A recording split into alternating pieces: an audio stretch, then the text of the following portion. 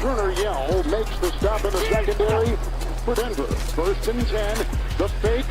Good. Block in there, and down it goes. Caught at the 30. Welcome to the Fins tailgate. It's where we elevate. Miami Dolphins talk, yeah, we never hesitate. Breaking news, hot takes, we keep it up to date. And when the fans speak up, the panel resonates. We live that aqua and orange from the field to the mic. Breaking down the plays, man, we talk it every night. From Tua to the defense, you know we keep it tight. NFL moves, you know we got the insight. We open up the floor, yeah, it's your time to shine. Fans drop the heat with opinions realigned. You got concerns, bring them, we're gonna chime. The Fins tailgate's where we keep it prime. Welcome to the Fins tailgate, it's where we elevate. Miami Dolphins talk, yeah, we never hesitate. Breaking news, hot takes, we keep it up to date. And when the fans speak up, the panel resonates. The NFL's changing, but we stay on the grind. Latest breaking stories, we don't waste no time. From the trades to the rumors, we make them all align. At the Fins tailgate, we always on the climb. We're repping the Dolphins, but it's NFL wide. From South Beach to the league, we keep it worldwide. Got the fans engaged with the energy supplied. Come kick it at the tailgate, we're riding high tide. Welcome to the Fins tailgate, it's where we elevate. Miami Dolphins talk, yeah, we never hesitate. Breaking news, hot takes, we keep it up to date. And when the fans speak up, the panel resonates. So if you love the game, you know we got the gate. Tune in, speak out, don't wait. It's your fate, this is the Fins tailgate. Now watch us dominate. Miami Dolphins, NFL, yeah, we integrate.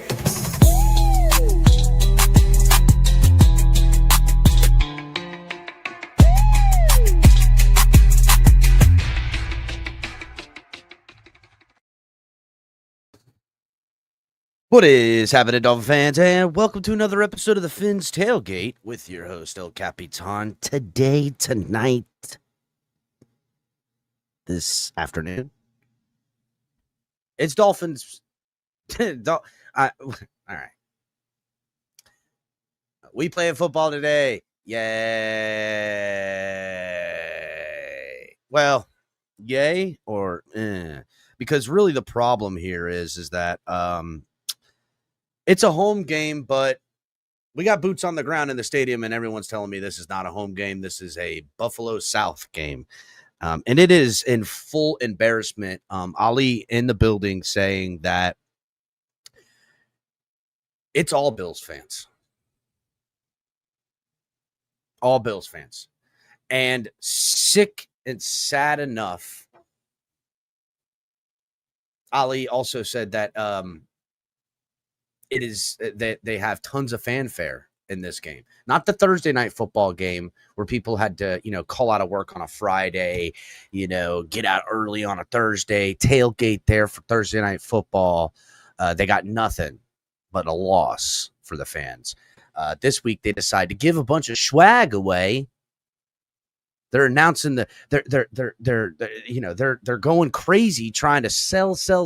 Ali's saying there's tons of sponsors there. They got a whole thing going on because they're looking to capitalize on the Buffalo Bills fans coming to Hard Rock Stadium.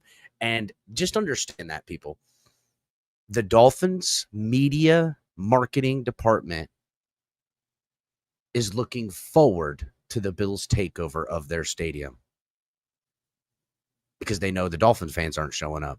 And that's what we've become as a franchise. Sell anything and everything, because it certainly isn't sold to the fans as a product.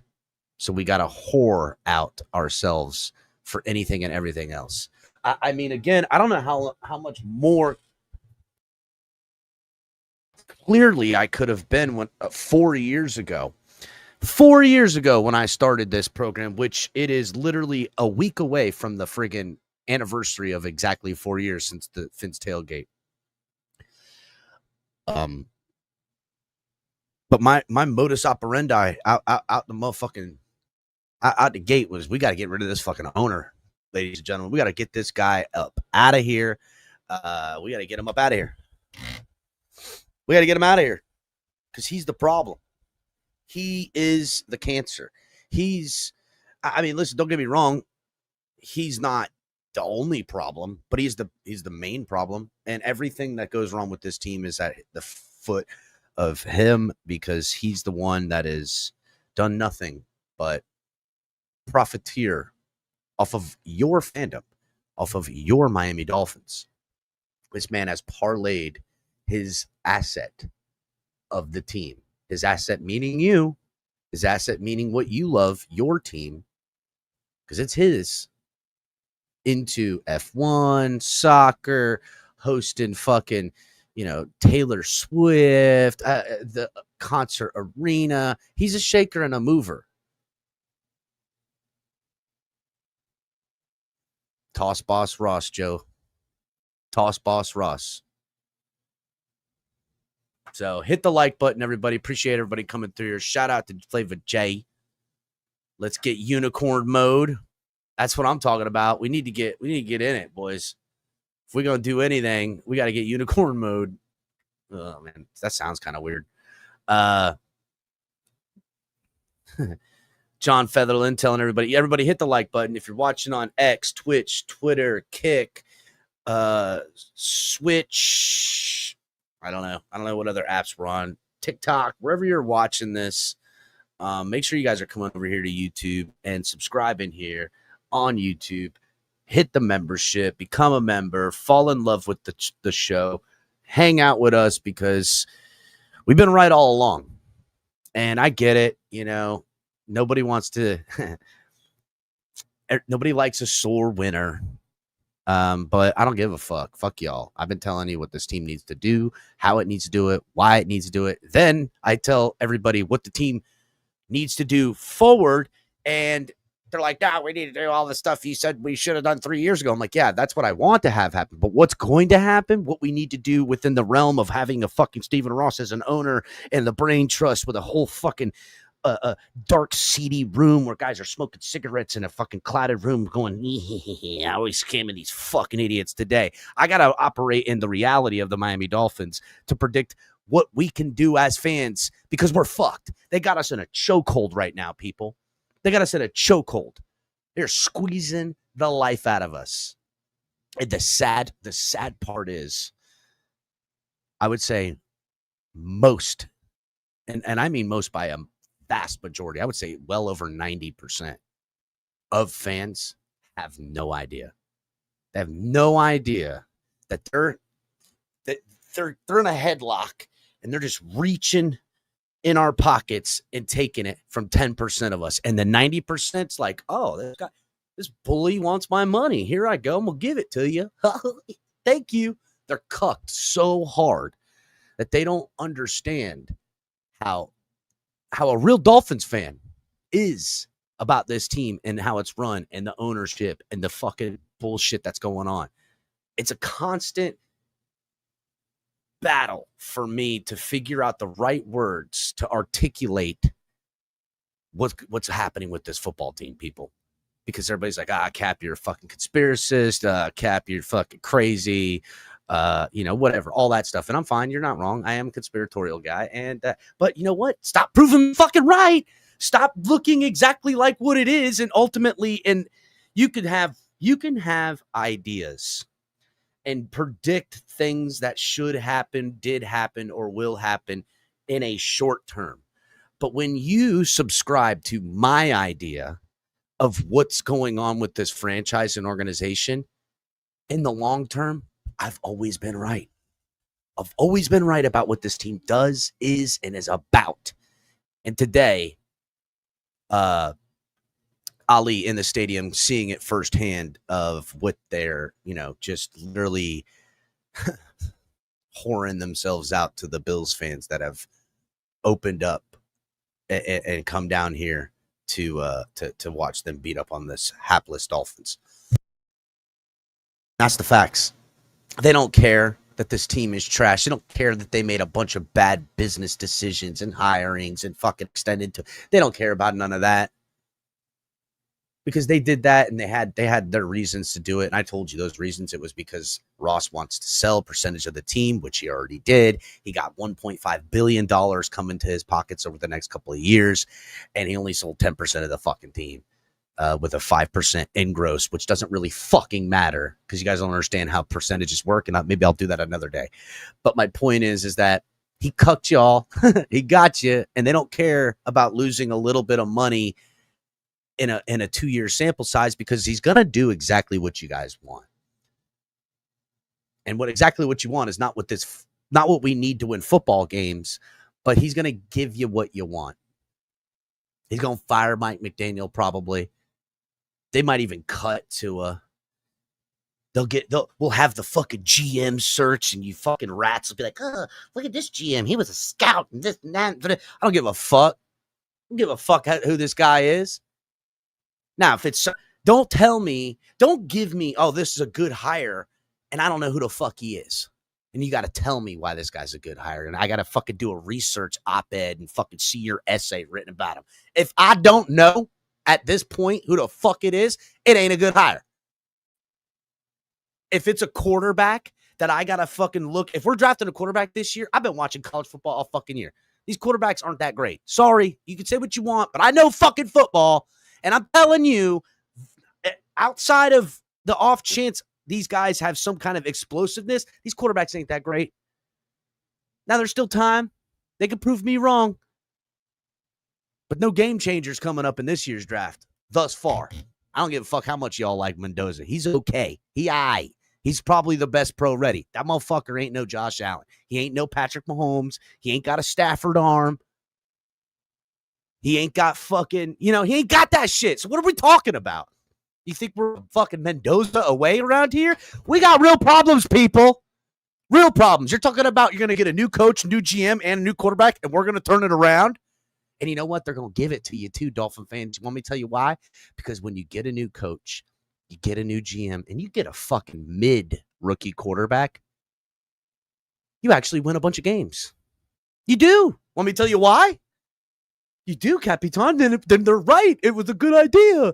No, you fucking idiots. No one in your division or the league, for that matter, knows what to expect of your new GM. And no one knows what to expect of your new coach or coaching staff.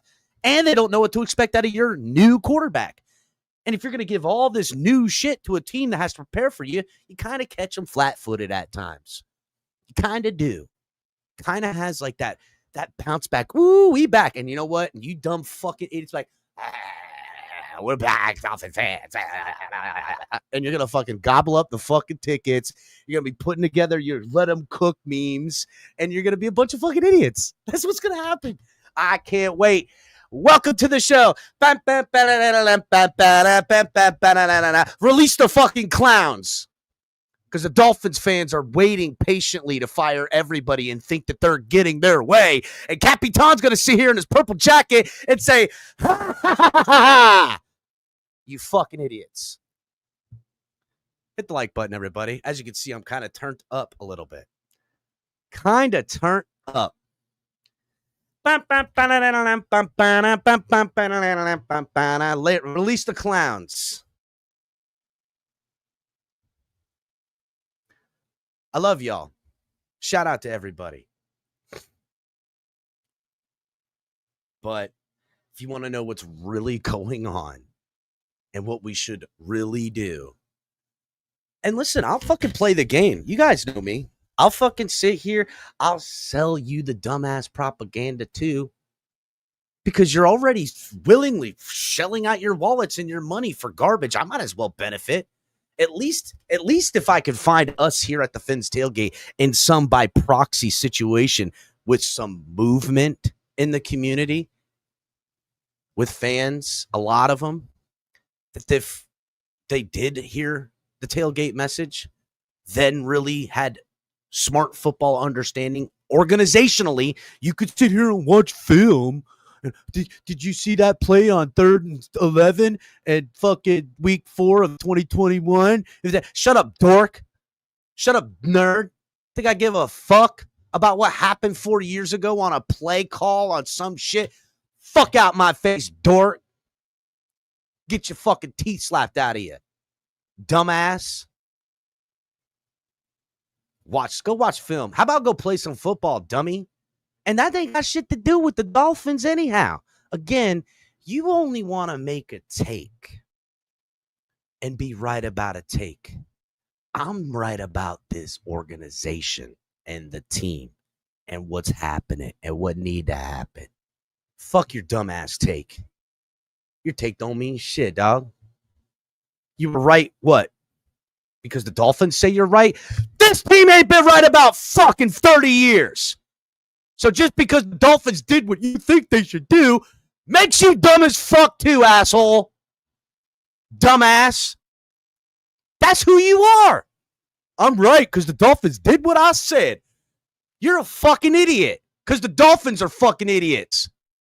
How about that, dumbass? Color, am I fucking cooking or fucking what, Color? Am I fucking cooking or what? I can't get in, so yeah. Am I fucking cooking or what? Hit the like button, everybody. Release the clowns. Dolphins probably end up winning today. Right on fucking cue with the shit show and clown show for the dumbasses.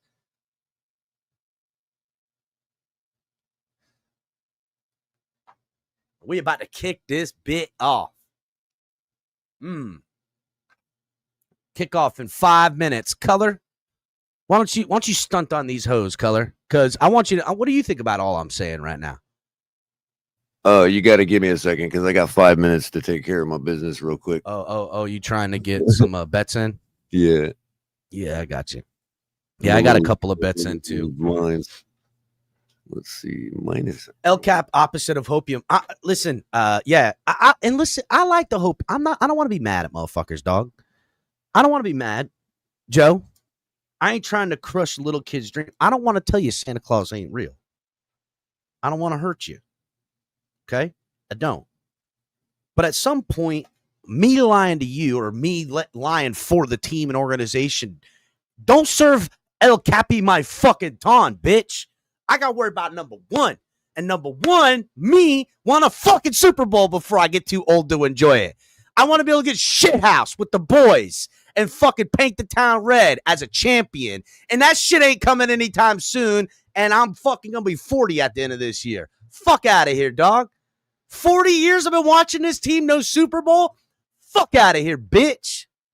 You know how many years of season tickets me and mines have bought and paid for up in it? You know how much goddamn money I spent on this fucking team? Tell me I don't know, bitch. I know. And I'll whip your ass. How about that? Dumbasses. We putting our life savings on us today? Nah, fuck no, dude. Listen, I don't bet on the Dolphins anymore. I don't bet on them. I bet like parlays, like props and shit. But I don't bet us to win or lose. I don't give a fuck. Ultimately, weigh the option that whatever hurts the Dolphins franchise the most, and that will be the outcome. So if you want to fade what you really need to have happen, because here's the thing, Dolphins win today. Just think about it. Dolphins. Chris Greer's fired. Last time we saw the Dolphins, Chris Greer was still employed by this fucking team. Bitch got fired after Thursday Night Football. Controlled the weekend. Dolphins. Oh, boy. The Dolphins love to fucking get even bad PR. They fired Chris Greer and left it as the only thing to talk about for all of Friday and Saturday heading into the Sunday games. You know how many times the Dolphins have made moves, firings especially, in the middle of the week to control a whole week of fucking of top articles saying Miami Dolphins at the top of the articles, at the top of the fucking business stations, at the fucking top of all the fucking ESPNs. They fucking love it, dude. They love it. They love it. They're like, oh shit, I can cash in on some free fucking PR and make my dumbass fans happy that think that we fired Greer. Now things are changing. That's what they're doing. They laughing at you. They laughing at you. They're making fun of you. They're making fun of you. That's why I wear the purple jacket. It's a fucking mockery. It's a mockery. It's a mockery. You all don't even know. So many of you don't even understand. They laugh at you. You're subjects to them. Think about that. But I'm here for it. At the simplest point, shit's entertaining, boys. Entertaining. And I'm going to be here because ultimately, yeah, I love the Dolphins. I want this team to be successful. I want it to not be the way it is, and I want it to be the way it needs to be to win Super Bowls. And Lord willing, I'll live long enough to see that happen. Color, we're a little. All right, I'm choppy. in, bro. I'm in. We're man. a little choppy on the other side. Did you have? Hold on, let me check. And it Looking all sounds right like it's on your end. internet. Is it? No, it's looking all right on my end on both StreamYard and the antenna feed. All right, yeah, and it looks like it's clearing up. I think you just got to scroll your mouse on it every now and again. So I got a couple. Dude, did you notice how many of the Bills' defensive players are like under 4 tackles? Dude, you could take their entire defense and make a parlay.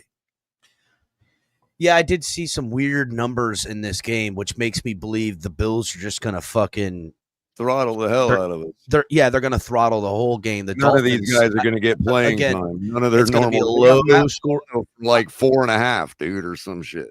I wouldn't be surprised. It's a low-scoring game.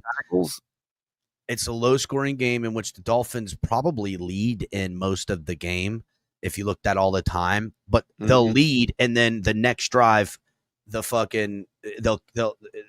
Bills will match a field goal. You know what I'm saying? And then in the fourth quarter, in the third, coming out of the third, they'll fucking throttle the shit out of us and score fast. We'll get a turnover trying to match that energy, but we can't. And then we'll be down 2 fucking scores. That's what's going to happen, bro. Davius White at 3.5 tackles, bro. Yeah, because they're probably not expecting the Dolphins to fucking play offense. Yeah, but what do we do if we do move the ball? We're throwing it to the secondary. Like it. Oh man, I don't know. 3.5 tackles for Davius White. They must be expecting them to sit a lot of players. But real quick, before the game gets started, let me do the rundown real quick. In a thriller in Berliner, went to overtime. The Colts survived the Falcons 31-25. Told you they'd pull it out in the end, Color. Yep, we saw the Thursday night Boarfest. Broncos won 10-7. You know what? That's the second overtime game abroad, Color. You think that's a fucking coincidence? No, they're trying to get these incredible. They're trying to get these incredible fucking. Our eyes are glued on the TV all the way up to 1 o'clock, bro. Well, not only that, but they're trying to, they're expanding their product abroad, and they're like, oh my god, these legendary overtime games are happening abroad. They're getting the greatest show. Yep. You know what I'm saying? It's again, I fucking love it, but come on, boys, like let's not act like it's. There's 2 overtime games. There's only been like 6 games abroad, and 2 of them are overtime. Fuck out of here, dude. Right. So really quick. Percentages don't line up. You got the Giants going into Soldier Field, 4.5-point underdogs facing the Bears. Bills visiting Miami, taking over Miami, 7.5-point favorites at the Rock. Patriots and Buccaneers just got underway in Tampa. Ravens are going to be facing the Vikings in Minnesota. Browns go to New York to face the Jets. Saints in Carolina to take on the Panthers. Jaguars in Houston to take on the Texans. Man, it just flipped and got me out of my thing here. All right. Cardinals out west, 4:05 game facing the Seahawks. Rams and Niners also in San Francisco playing. So that's both the NFC West facing each other all afternoon. And then at 4:25, you also got the Lions going into the nation's capital to face the Washington Commanders. Steelers out in LA tonight to face the Chargers. And on Monday night, Eagles and Packers in a big showdown in Lambeau. All the early Dolphins games set to receive, Color, and kickoff is up, and we're going to be taking it as a touchback. So Dolphins will come out at the 25-yard line and start here. I just bet the Dolphins to score a touchdown on this drive, Color, because I think it's going to happen. Remember, we literally had extra time off. We had a Thursday night game. Mike McDaniel in there in the lab with Tua. This drive they're going to score on, and guess what? That 8-point fucking deficit that the Dolphins have at home right now, everyone's going to start laying on the Dolphins to catch the Bills slipping. So let's get into it, everybody. Make sure you guys are hitting the like button, subscribing, 1st and 10 for these Miami Dolphins. And, I'm going to put on my best fucking El Capitan fandom fucking thing right now. So Tua under center, Achane the solo back there. Tua calls out the mics. They got a heavy set form. Oh, get the Bills to draw offside. See, look, there's something that Tua worked on with Mike McDaniel, getting a little pointy. Oh, they're discussing. They're trying to say that there might have been movement at the line. Let's see. Well, it was his motion indicator that made him jump.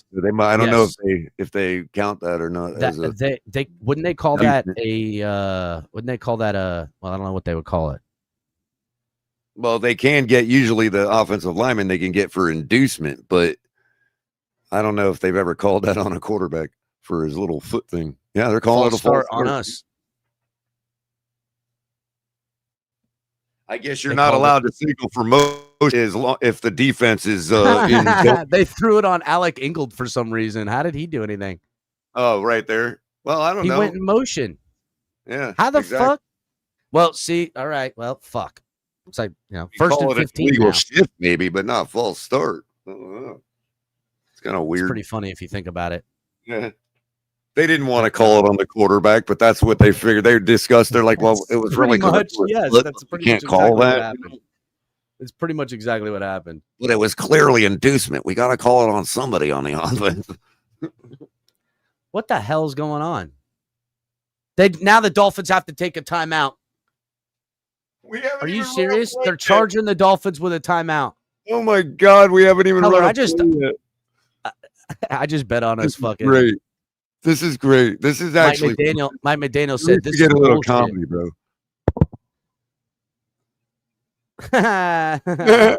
Haven't even run a play yet. My God.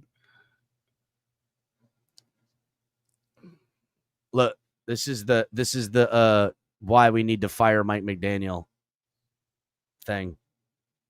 I like Mike McDaniel being pissed off.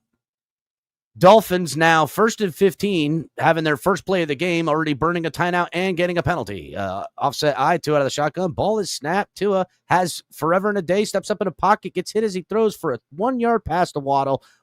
Dumb as fuck. All right. We're getting down there. We back, baby.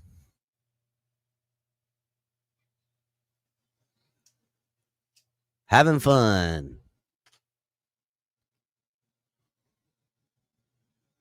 My man Waddle in the right spot.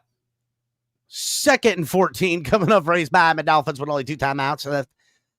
Tua out of the shotgun. Ball is snapped. Tua with time throws underneath to Achane, who breaks a tackler at behind the line and picks up a few more, bringing up my man Achane in the exact same spot. Tua with a total of 3 air yards in his passing attempts.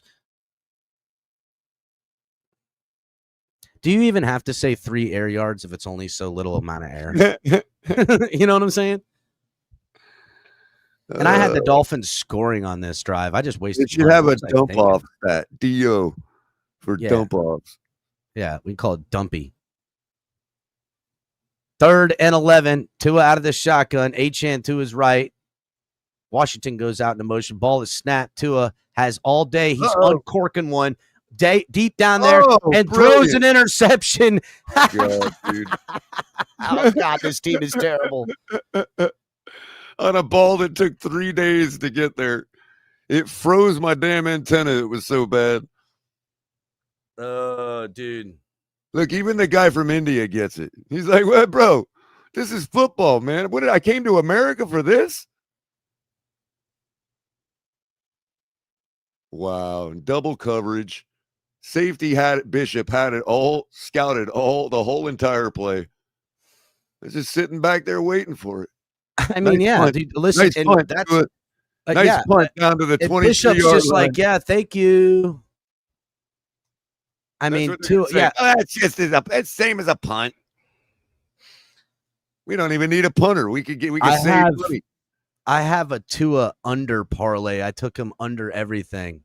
Wow. Well, good. That's a good one. And I took just about everybody on both there sides. goes Josh Allen, who's just scrambling around, going to point deep downfield, going to uncork one, and it's going to go nowhere. Bradley Chubb on the pressure. Shout out to Shatave. He says, Cap, here's some of the money back for that fucking terrible ass bet. Yeah, buddy. You know what? Appreciate you, my brother, because fuck. Well, you know what? I'm pretty certain I took Tua on that parlay that he would throw an interception too. I have like a Tua sucks parlay that I put together. And I was gonna take Bishop for an INT too. That's freaking nuts, man. You were. I was. You knew somebody was getting it. You and knew that somebody Bishop was just getting sounded like the guy we'd see on TV doing it today. You know, That's hilarious, dude. 2nd and 10, little bit of motion from Kincaid. Ball is snapped. Dolphins bring 5. They throw out to the wide receiver. Who is that? Cooks. Yeah, that's Cook. Yeah, yo, I got just about everybody on both teams on defense on a parlay. Yeah, I've got a couple. You know me, Color. I like my defensive parlays. Again, I like. Fuck it. Ball is snapped. Hand off to Cook. Cook charges forward, but the D holds him short to 4th and 1. Nice. And the Miami Dolphins defense looks like they just did a tree out. Freaking wow, Color. Let's. He little forgot. Do you know how they love to hate on this defense? Yeah, of course. Well, I've got 3 and out after Zach Sealer for 2.5 tackles, and I've got Zach Sealer's right arm for 3 tackles on the same parlay. All right, Malik Washington set back. Wish now Sky. Fucking their punter's name is Wish Now Sky. Wow, they actually punted. Are they dumb? Punt. He fair caught it. Why'd they punt? First of all, look, the punter's name is Wish Now Sky. And they punted to who the fuck you talking to? The fucking I told you they were gonna take a nap today, bro. They didn't go for it there. Are you serious? Well, Josh Allen could have farted a first down right there. All right.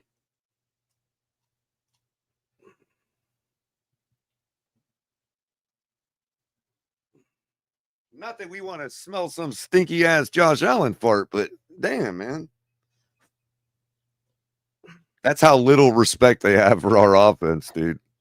Hit the like button, everybody, because you don't want to run the score on us, I guess, in our own house. Why did he fair catch it at the 4 or 5 yard line? I don't understand that. Stupid reason Buffalo didn't go for it. I don't like it.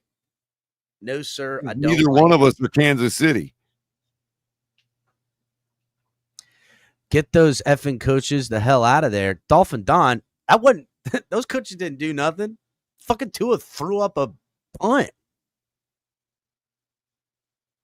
And honestly, I feel like we got robbed on that fucking first penalty. Personally, I feel like we got robbed, bro. That shouldn't have been on us. It should have been on them. It should have been 1st and 5. But you know, Tua throwing a 1 yard pass kind of sucks. And Achan's the only guy that you can get the ball to, and he'll go to work. You get the ball to him, and he'll go to work. You got to kind of hope that Waddle's going to get to the ball. It's French for positive yardage. Yeah. UFC on fucking Paramount now. Wow. One more thing people have to fucking subscribe to. Next thing you know, Tua will be cage fighting.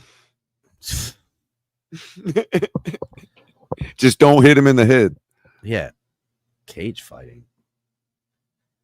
He'll end up making them all not fucking beautiful cage city. fighters. Look at that freaking city, dude. Jesus, that's the most beautiful city on the planet Earth. Look at that. So sophisticated, so advanced and cultured and everything.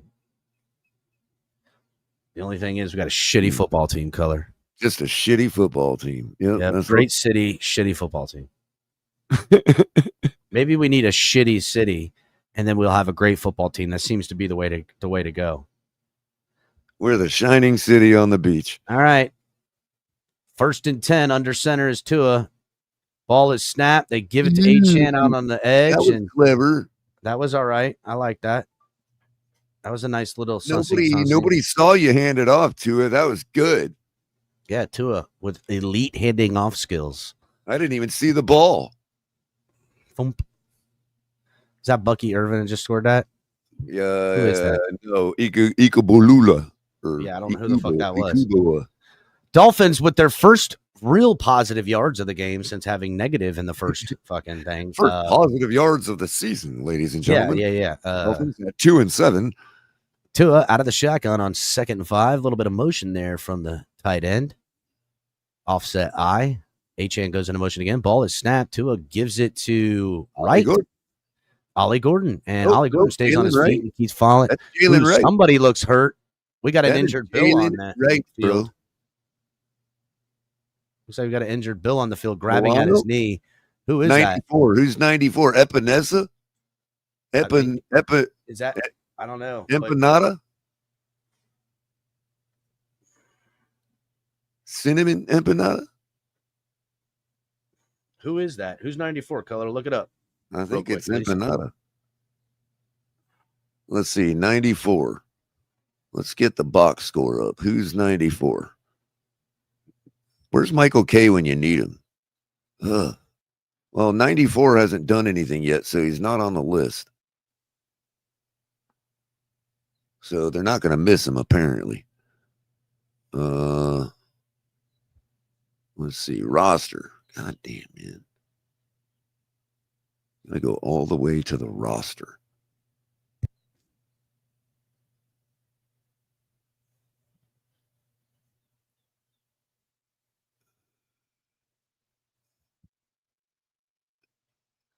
God, man. None of our fans have got it yet.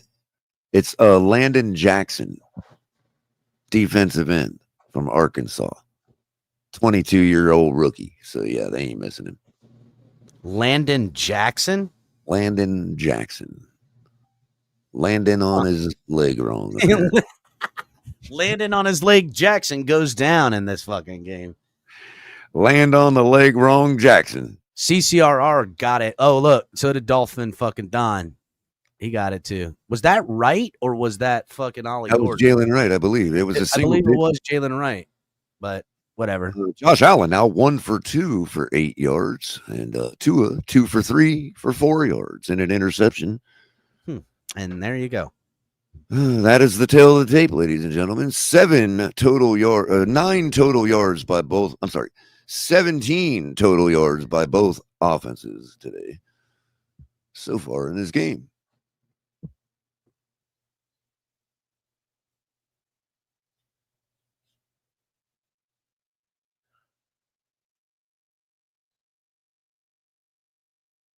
Fine time for a McNugget commercial, which I don't get paid by McDonald's for, but McDonald's, call me. I'm loving it. I'm loving it. I'm definitely loving it because it's my way right away. It's my way. Whenever I want to run for the border, it's my way right away. I think Delirium is starting to say, oh, Tua under center, 3rd and 1 here. A little bit of motion from Gulich or whatever the fuck his name is, the new tight end. They give a little trap, a counter there to Alec Ingold, who runs for a good, I think that's his best run of the season. What was it, like 70 yards? Functioning as a fullback for the first time. Running that West Coast, that power slide fucking zone West Coast right there. You seen that, Color? Out of the O-line? Yeah, kudos to him. Gets his first actual fullback carry for the first time in his NFL career. A long storied career by the fullback, Alec Ingold. Color's killing it. Tua under center, Achane into motion. Ball is snapped. They give it to Ollie Gordon, who gets bottled up right again at the that's line. Right. That's Jalen Wright. Yeah, Jalen Wright looks a little speedy, doesn't he? Looks like he got a little quicker. Put your helmet back on, Gregory Rousseau. We don't even claim you no more here in Miami, loser. I think I got Russo for a sack. You know what's crazy is that when people were when we were drafting Jalen Phillips, I said I want Gregory Rousseau or Jalen Phillips, and if I had my pick between the two, I would trade back and get Rousseau. And ultimately, again, Capitan was right. 2nd and 9. Tua under center. Achane deep back there. A little bit of motion from Washington. Ball is snapped. Tua fakes the give. Tua has time. Looks back. Throws. Finds Achane on the wheel route. And Achane just gouges him. Achane with the gouge. At least Achane wasn't some worthless decoy out of the play that time. Tua Well, you actually saw what decided to Achane go did. back to him. It was a good play fake that got everyone to lay off Achane. And, goodbye Tua looking back, taking his literal, going through his progressions. Normally, he rare sighting. That ball where he was supposed to, and Achane's out of the play. A rare sighting from Tua Tagovailoa going through his progressions. Maybe this kid's got it, Color. First time he ever threw a pass in his Tua out of the shotgun. Ball is snapped. Little flicker out to the motion man, Washington, who gets in there and tunnel screen. He still stays up, but gets slammed down nice and hard. But he picks up maybe 4 or 5 on that. And there goes Jackson, bald-headed Jackson, trotting off to the thing. Poor guy. He looked like Joey he both hurt getting himself one pretty of good. his required 2.5 tackles today.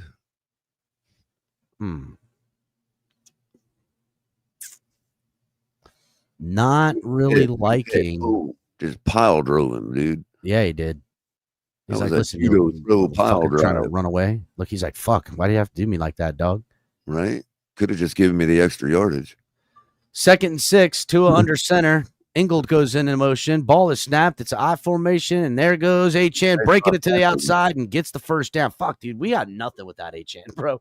If Achane goes down, we are officially done. And those off-tackle runs are beautiful. We have nothing of an offense without Achane. He is the whole offense. And all y'all were definitely gashed him off tackle with Achane, bro. Was that Poyer on the tackle? No, Bernard, the Buffalo guy. Burger. Big fat guy comes off the field for Brunskill. Dude, he looks like a fucking 50-year-old man, Brunskill. You ever seen him? Like his face? Yeah. He's straight up. Dude, he looks like somebody's fucking uncle. Tua out of the shotgun. Ball is snapped. Give is it to Achane, who gets cut back. And there goes fucking Achane right now, baby. Damn, this guy is so good. You don't give Achane all kind of lanes like that to choose from. The only reason he didn't get more yards is because he didn't know which lane to take. They're going to bring this back, Color. They're going to bring it back. There's a flag on it. There's definitely so many lanes wide open. See, there he is talking. Dude, what do you want to do? You want to take him back? How do you want to screw him out of this one? I don't know. Let's see. Let's see. After the personal foul. Ooh, on the defense. Unnecessary roughness. Wow. Ooh, on Cole Bishop. Oh, that was pushing him out of bounds like that. Yeah, he pushed him way out of bounds, Color. When Achane was going out of bounds, that's why Achane went flying towards the bleachers. Yeah, that's that last push. Barnard. That last push in his back out of bounds. Dude, he was like 5 yards out of bounds. Bishop thinks he's got special rules because he got an interception already. Oh, all right. Color, can you send the link to the group chat, please? Little screen out to Achane, which why in the fuck not? Achane's gonna do everything and get 9, almost 10 fucking yards on a quick screen. Dolphins marching. Need the other one too. This one, just this link. Oh yeah, you want to give that to him as well? You might as well just. Yeah. That's probably why Tonk ain't in there. You should send it to Tonk. Well, Tonk should be able to get in anyway, right? Yeah, he should, shouldn't he? But I don't know if Tonk's smart enough to figure it out. No, he's smart enough. I know he is. I'm just fucking with him. 2nd and 1, Dolphins marching in the red zone here at the 11. Tua under center. Ball is a little bit of motion there. Ball is snapped. The give is to Achane. Cuts the cross, and he'll pick up the first down and a few extra. And now it's 1st and goal at about the 8-yard line. And El Capitan did bet the Dolphins to score on this drive. And so I'm trying to get him back, boys. Trying to get him back. I knew it was coming.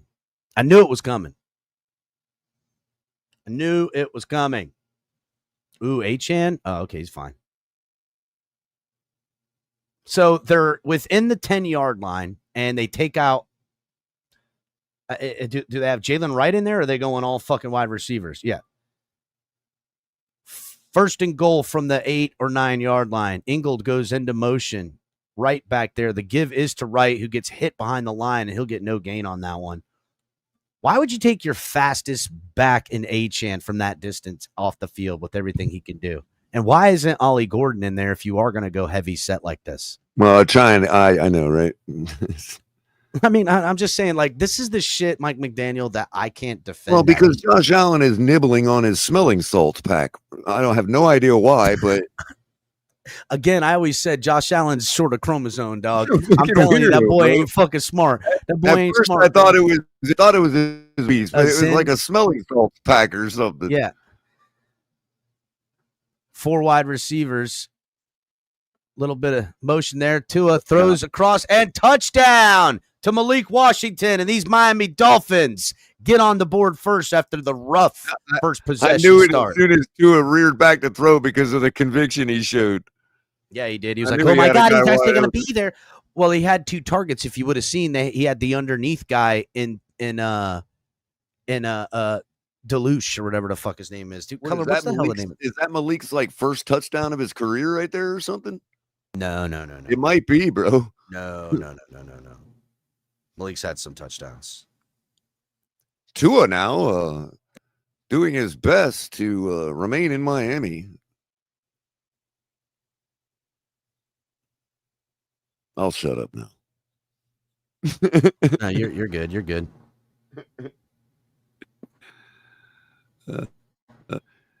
Tua showing why he is a asshole for not playing like this in their career. Is that better? I think you're doing just fine, Color. Hit the like button, everybody.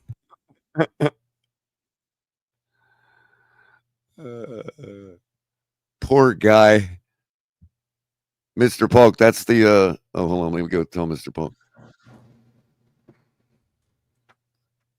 Hey, Mr. Polk, this is the backstage game stream. The first link I sent is the one for the commentary if you want to switch over. Hit or if you need this one, cool like too. button, everybody. Hit the like button, everybody. Hey, Tonk. You know this is the backstage game stream, right? You need it, or did you need the other one? Hit the like button, everybody. Malik Washington. Roger that. I'll stick you back and back then.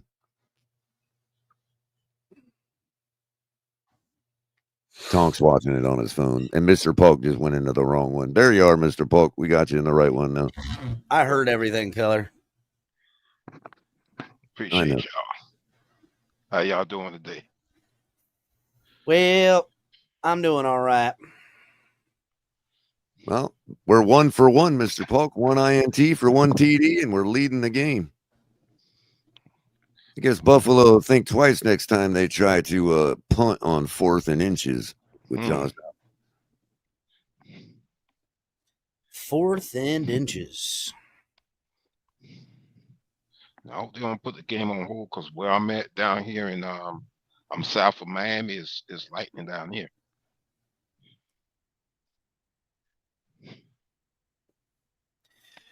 Well, I think, if you want to know where my head's at, just watch my opening speech with this whole fucking thing. Color, hold it down for just a moment, please. Oh, yeah. Well, Color in the center square. Moment. I will do just that. And let's see. Are we back from commercial yet? Nope. We're still rolling around somewhere in the canals in Miami. The estuaries. Second career touchdown for Malik Washington. Here's the kickoff now. Bills take it at about the 15-yard line, go up to about the 29. And that's where Josh Allen will take over.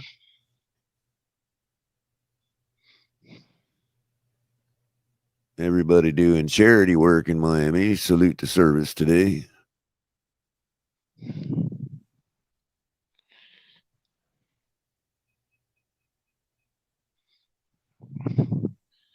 So I mean, is there a nicer place to be, Mr. Polk? you talking about Miami? Yeah. Talking about the Finns tailgate. There's nowhere nicer to be. You're right, Color. Of course. Cook now takes the handoff up for about 8 yards, gashing the Dolphins defense up the middle on first down. That'll bring up 2 yards. 4 minutes left now, roughly, in the first quarter. 2nd and 4 to be exact. Allen stands in the shotgun all by himself with his entire team spread out as wide receivers, practically. Changing the play at the line of scrimmage, 5 seconds on the play clock. Snaps the ball, drops back to throw, dumps underneath for the first down for about 5 yards. Flag on the play. Might get a little holding or offside, one or the other. Or they might have picked up the flag. The networks must have been seeing things. No flag on the play. 1st and 10 now, 3:36. Winding down in the first quarter of this matchup between AFC East division opponents in the sunny state of Florida.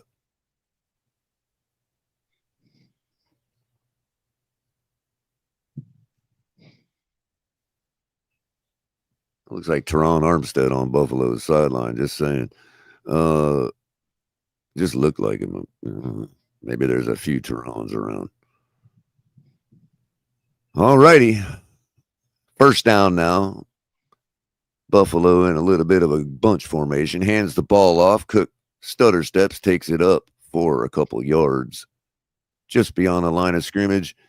Bro, he gained 2 yards on you. Why are you twerking after? Dance. Come on now. Like, what's up with celebrating because a guy gained yardage on you? You're 2-7, dude. Who's number 94 for us, man? Ain't that Kenny Grant? I don't know, but Let me see. I think it's Kenneth Grant. Yeah, Kenny Grant. That's a And you disgrace. don't need to be doing no dancing. Allen in the shotgun now. Man comes in motion. That is Shaquille in motion. Shakir. Allen throws out to the flat to Cook, who's met by the corner, immediately taken down. That is Jack Jones doing his best Cater Kohu impression. Jordan Phillips is 94. Bowleg said. Oh, Jordan my Phillips. bad. All right. A rookie. My bad. Yeah, I stopped him for a 3-yard gain.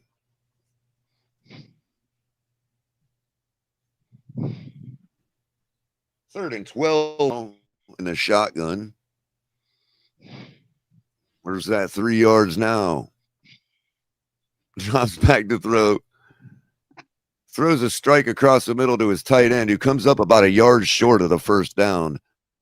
Now, do they go for it on 4th down They here, have Color? to I go mean, for it they here. got That to. was They're at nothing knocked on midfield. reception. I mean, how do you punt here? It's 4th and 1. You're down. You got. Oh. They're bringing in the heavy package. Mm-hmm.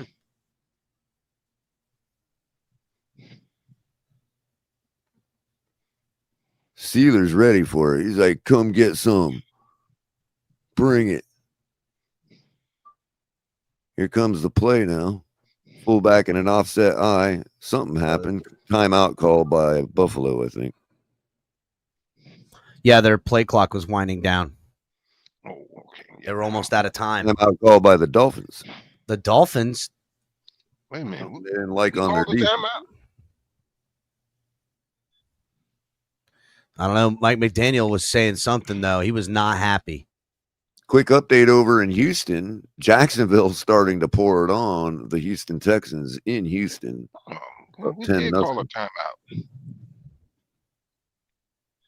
Yep, 10-0 Oh, Jacksonville right now.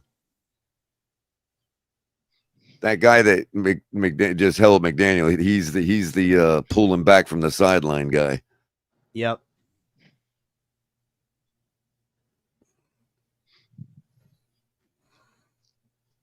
All right, here we go.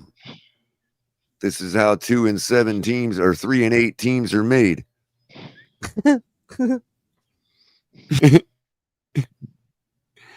You want to be 3 and 7, you got to make this stop, Miami. Here we go. Tush push coming. Nope. Fakes the handoff. Rolls out on a bootleg, throwing deep. Has a man deflected. Pass deflected by number 29, Minka Fitzpatrick. Turnover on downs. Minka saw it coming all the way. The athleticism, eyes on the ball, all of it. Good job, Minka. You can be fooled by that nonsense. Everybody and their mother knew he was going to fake and roll out on that 4th and 1, dude. Think we're dumb? Hell yeah. I mean, the defense doing their thing, buddy. Doing their thing. Hey, and McDaniel calling the timeout. Maybe that was just long enough for them to creep in their heads to get fancy. You know what I mean? Well, he again, Mike McDaniel probably said, "Look, I think they're going to play action this shit. Y'all are preparing for the dive at the bottom. You're going to have no one back there, and they're going to take one over our head." Yep. And he was right. Yep.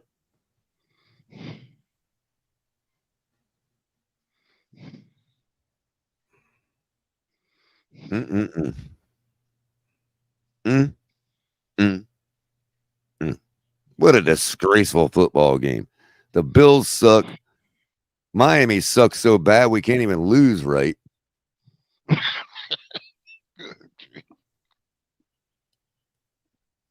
Again, I said before we called the game, chances are they're going to win this game.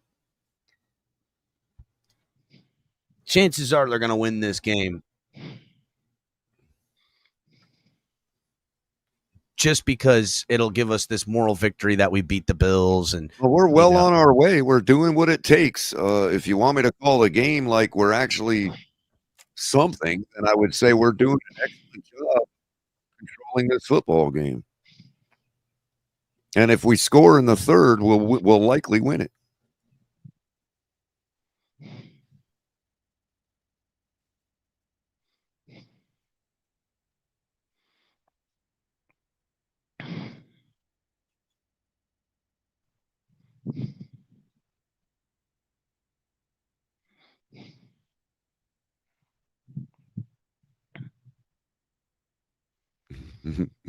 He's just staring at you.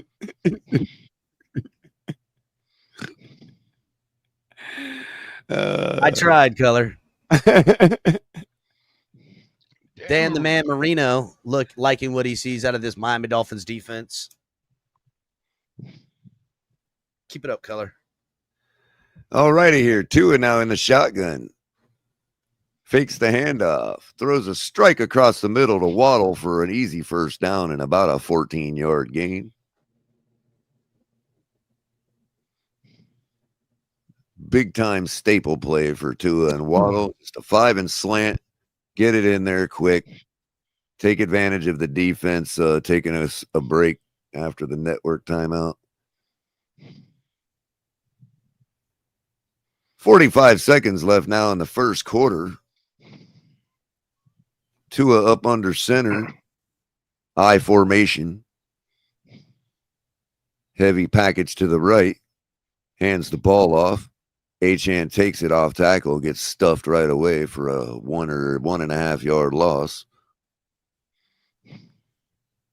Bringing up 2nd and 11. That'll probably wind down to the end of the quarter.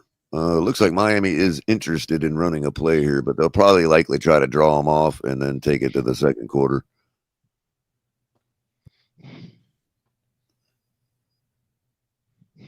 Yeah, Tua delaying the snap. They are just trying to draw them off. Quarter ends, and that will be the end of the first quarter. Dolphins leading 7-0 at home.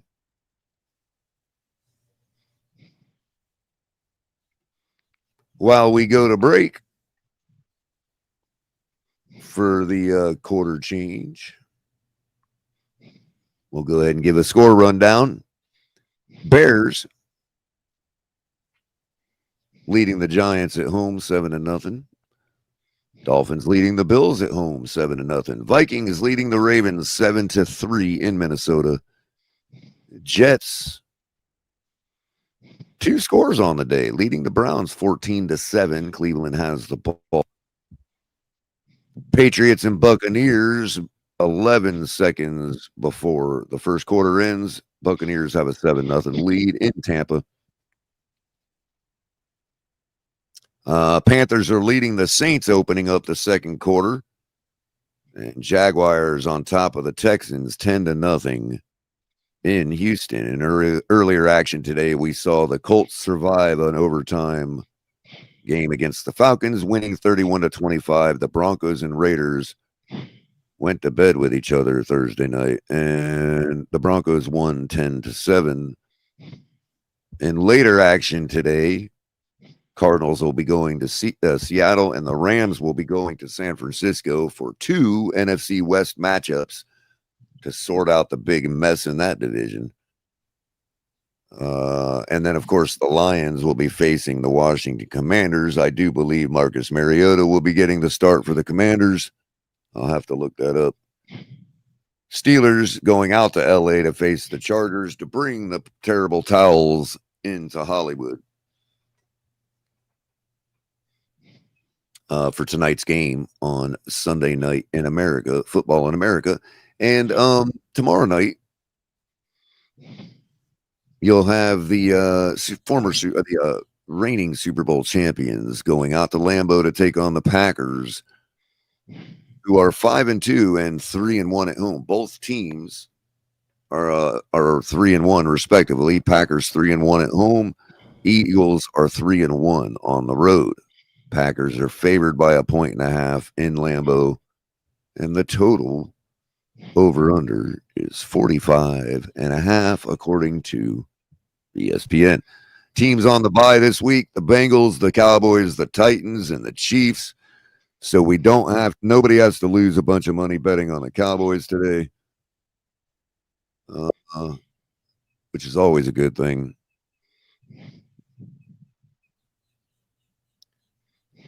Big play, Tua on first down, hitting Waddle for a huge play, pass interference call on the defense as well. That penalty is declined, and that will be a touchdown, ladies and gentlemen. The Dolphins decided to come back before I could even get back on the screen and run a bomb on first down, catching the Bills off guard for a huge touchdown to Jalen Waddle. The ball hung up there forever, but it still dropped right in Jalen Waddle's bucket. The defender trying to do all he can, not turning his head back, gets the pass interference call as well. Extra point is up and good, and the Dolphins, wait, is it good? No, extra point is no good, off to the right. So the Dolphins will have to settle for going up 13-0. Sorry, I just didn't mean to miss the call, but I guess the Dolphins decided they wanted to finally take a shot on when everybody's taking a nap. So there you go. Touchdown, Miami. All right, let's keep it up. Let's keep it up, Miami.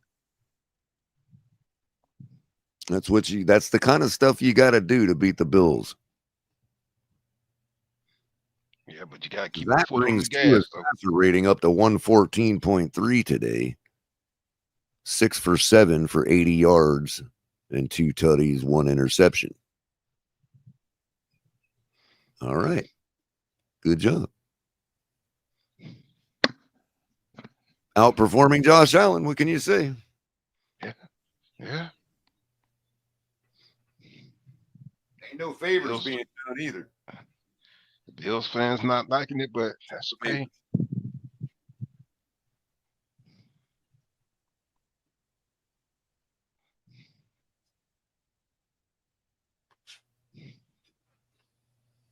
How do you like them apples? How do you like them apples, Tonk?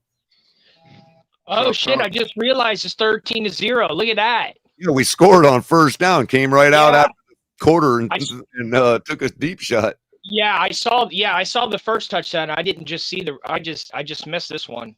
And we missed the extra point, but whatever. I mean, I'll take it though. Yeah, Thir- that's real. If we lose by 1 point, I'm gonna be pissed, but we'll take it for now. We'll just blame that on the Jason Sanders injury. Buffalo takes the kickoff now up to about the 31-yard line.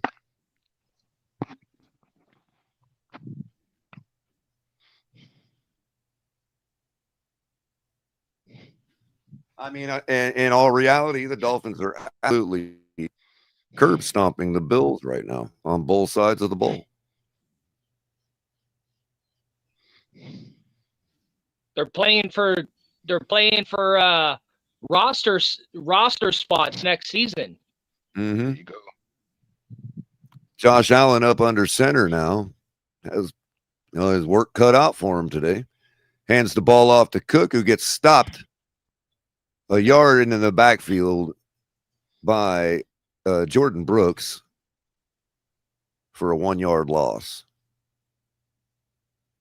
God, Jordan Brooks is amazing, dude. Yeah. This pair, Dodson and Brooks, bro, we can't. There he is right there, high-fiving him. We can't let either one of these guys go, bro. 20 and 25, man. That's the heart of our defense right there, man.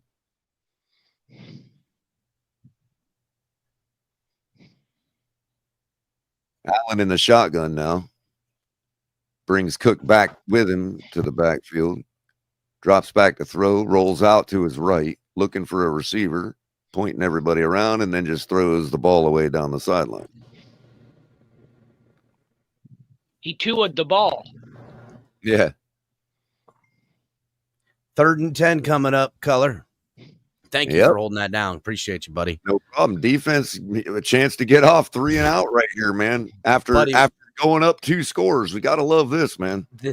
They get them again. They get them. They get a 3 out here, and the Dolphins put any points up. Look out! Mm-hmm. Look Who out. knew we might actually if we go up by 3, if we go y'all to fade the blowout? I told you all to fade the blowout. if we go up by 3 possessions, that's crazy. Yeah. I mean, Bills are still 3rd likely and 10 out of the shotgun. Ball is snapped. Dolphins on the stunt move. Passes up. Nobody home. Way behind his intended receiver.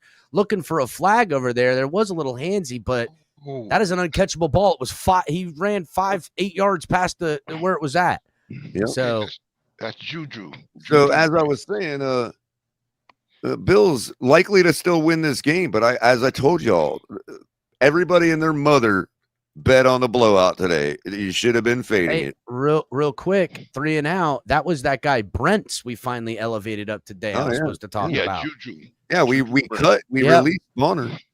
Or Punt no, is up and fair caught at the 22-yard line. The Miami Dolphins offense will get the ball back right with 13 minutes and 45 seconds left in the second quarter. Adam Sadowski renewing 30 his 30 months months. membership. Wow, dude, that's more than 2 years, months. Dude. 30 months. I wonder who has the highest, like 2.5 years. I wonder who's been a member the longest. Let's see. I wonder. That is an interesting stat. Where the hell is it? It's probably Michael K.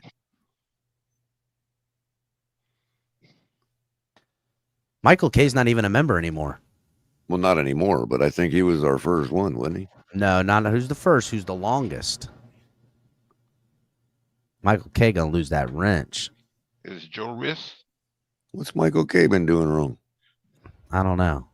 Just feel like right. Just feel like that he needs to, time to cut the Bills cancer out of our network.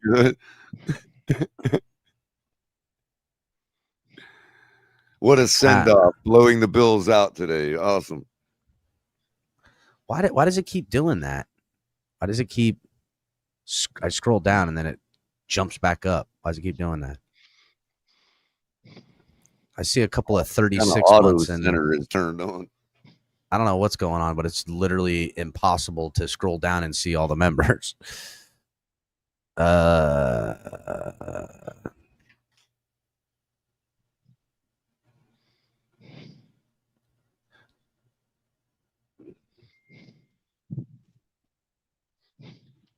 Shake Money and Joe Leviscu, the longest tenured.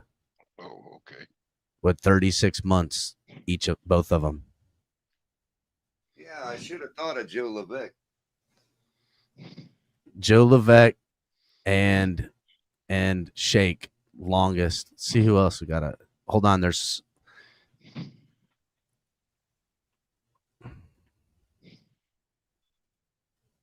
because Joe Levesque is my first color commentary subscriber too, bro.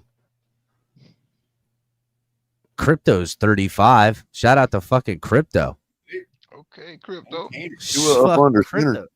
Oh yeah. Tua under center. Sorry, we got a game going on here, boys. I know. I missed the touchdown from before. Because I scored so quick. Did we miss the extra point? Yes, we did. It was wide right. Oh my God, are you serious? Run there by A-Chan, pickup of about 3. Might have been Ollie on that one, dude. No, that was it now? Yeah, it was A-Chan. A-Chan. It was A-Chan. Sometimes that 8 looks like a 3. Sure. Crazy. Since the interception, the Dolphins drove the ball 92 yards and then 51 yards for back-to-back touchdowns. Can they do it again? Yeah, Cap. So I was running through the scores, bro, and I got back and Waddle's celebrating a touchdown. We came right out of the second quarter after the break and threw a bomb for a touchdown. I seen. I'm like, what the hell's going on? Ollie Gordon back there right now, color with Tua out of the shotgun. Ball is snapped. They've give it to Ollie. Everybody read it coming. Ollie gave such a tell. They should have. Again, I like the play action dive on Ollie. Snap one. Snap one of Ollie needs to be a play action dive. Like seeing him streak into the slot on a wheel route. You know what I mean? A little bit. He takes some time to get up to speed. I like him deep back and hitting the ground running. When he's got open space with the ball, bro, watch out, bro. 3rd and 10 coming up. Okay, we get it. Bosa's got a club on his hand. Everybody chill out. He ain't the first guy to do it. I know, right? They send the blitz. Tua has pressure in his face. Perfectly called time fucking screen, honestly. Dialed up.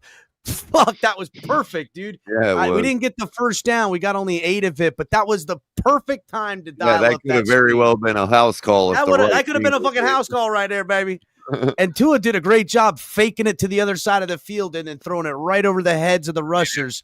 If A-Chan chooses the right door right there, that's a house call. I'm saying, dude, it was real close to being an absolute shellacking on that thing.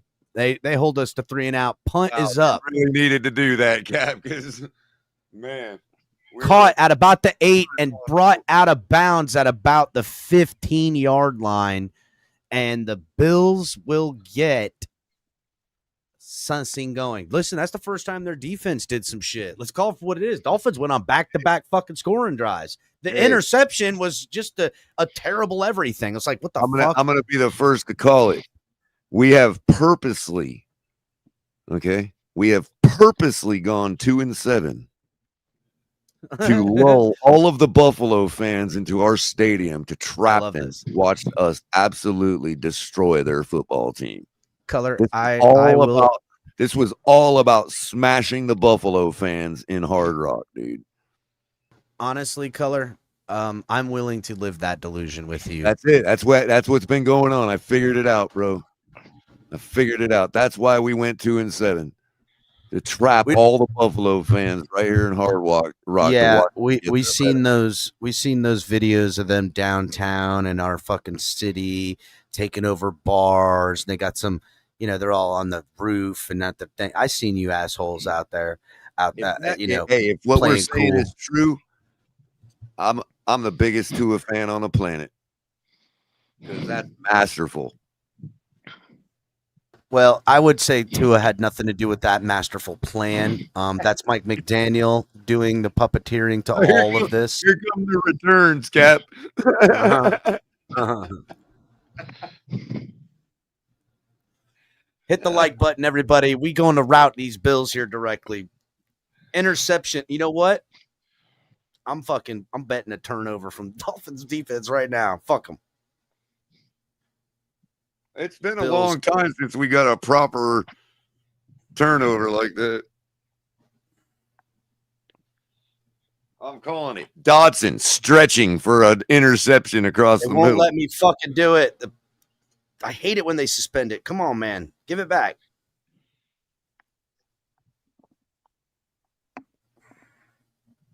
See that? The Sharks are circling. They got the Sharks showing on the marquee now, bro.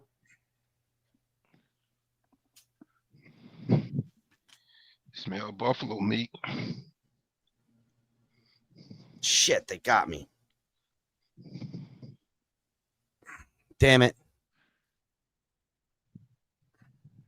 I couldn't do it, Color. They wouldn't let me. Fuck. It's coming. Calling it right now. Dolphin. Oh, wait, there it is. You've been showing them on the screen, bro.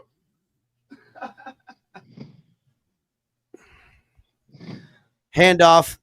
Allen throws nice pitch and catch out there to his tight end. Big catch by Kincaid. Pickup of about 15 or so. That was the one. That was the one. It fucking laid out there, dude. That was the one. That wasn't a Josh Allen dart. That ball hung out there long enough to be took. Brooks got clowned on that one, bro. That's all right. Josh Allen going to be fucking pitching up fucking daisies like this. Somebody going to pluck that. Under center now. Allen steps back, has time, throws across the middle. Caught, made. Yeah, that was a nice catch. Into double coverage, too. Doing that, Josh. I'm telling you, Dodson's going to nab it, man. Somebody's going to take it, Color. I'm telling you, here comes the fucking interception. I'm telling you. It's coming. Throwing it behind. Damn, what a fucking catch, dude. What a catch. By your fucking tight end, bro. Son of a bitch. I wish I had a tight end like that. But I need a quarterback like that that can use them. Let's call it. Well, Cap, we Allen, may have under one, center. number 85. Handoff. What? We may have one where? Number 85. A quarterback? No. Yeah, You said tight end. The Deluge guy. Yeah, no, I think he's pretty good. Hand, bro. Honestly, though, talent wise, and I know the Dolphins let go of fucking Tanner Connor. I don't understand why. I still don't. I still don't. They've kept this guy around 5 fucking years, it seems like, and now they just let him go. Guy we got is like I don't give a piece of jelly, bro. I don't care, Color. Tanner Connor's got more talent than that guy, hands down. Agree. Little tunnel screen dropped at the ground. Telling you. Telling you. There, man. Telling you. 3rd and 9 coming up. Dodson's sniffing it. Here it is, Color. This is the turnover.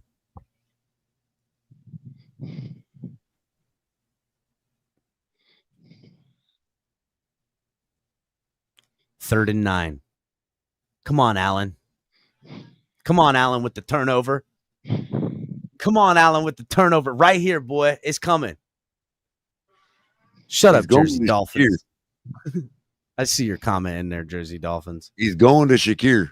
Allen out of the shotgun. Another tunnel screen out here. Comes up, and he's short.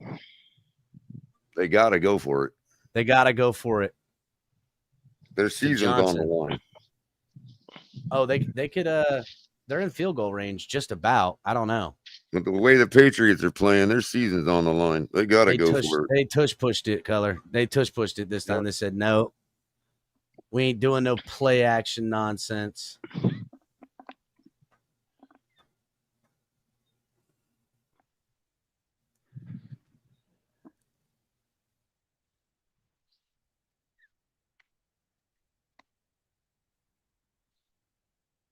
Oh, wait a second. What happened?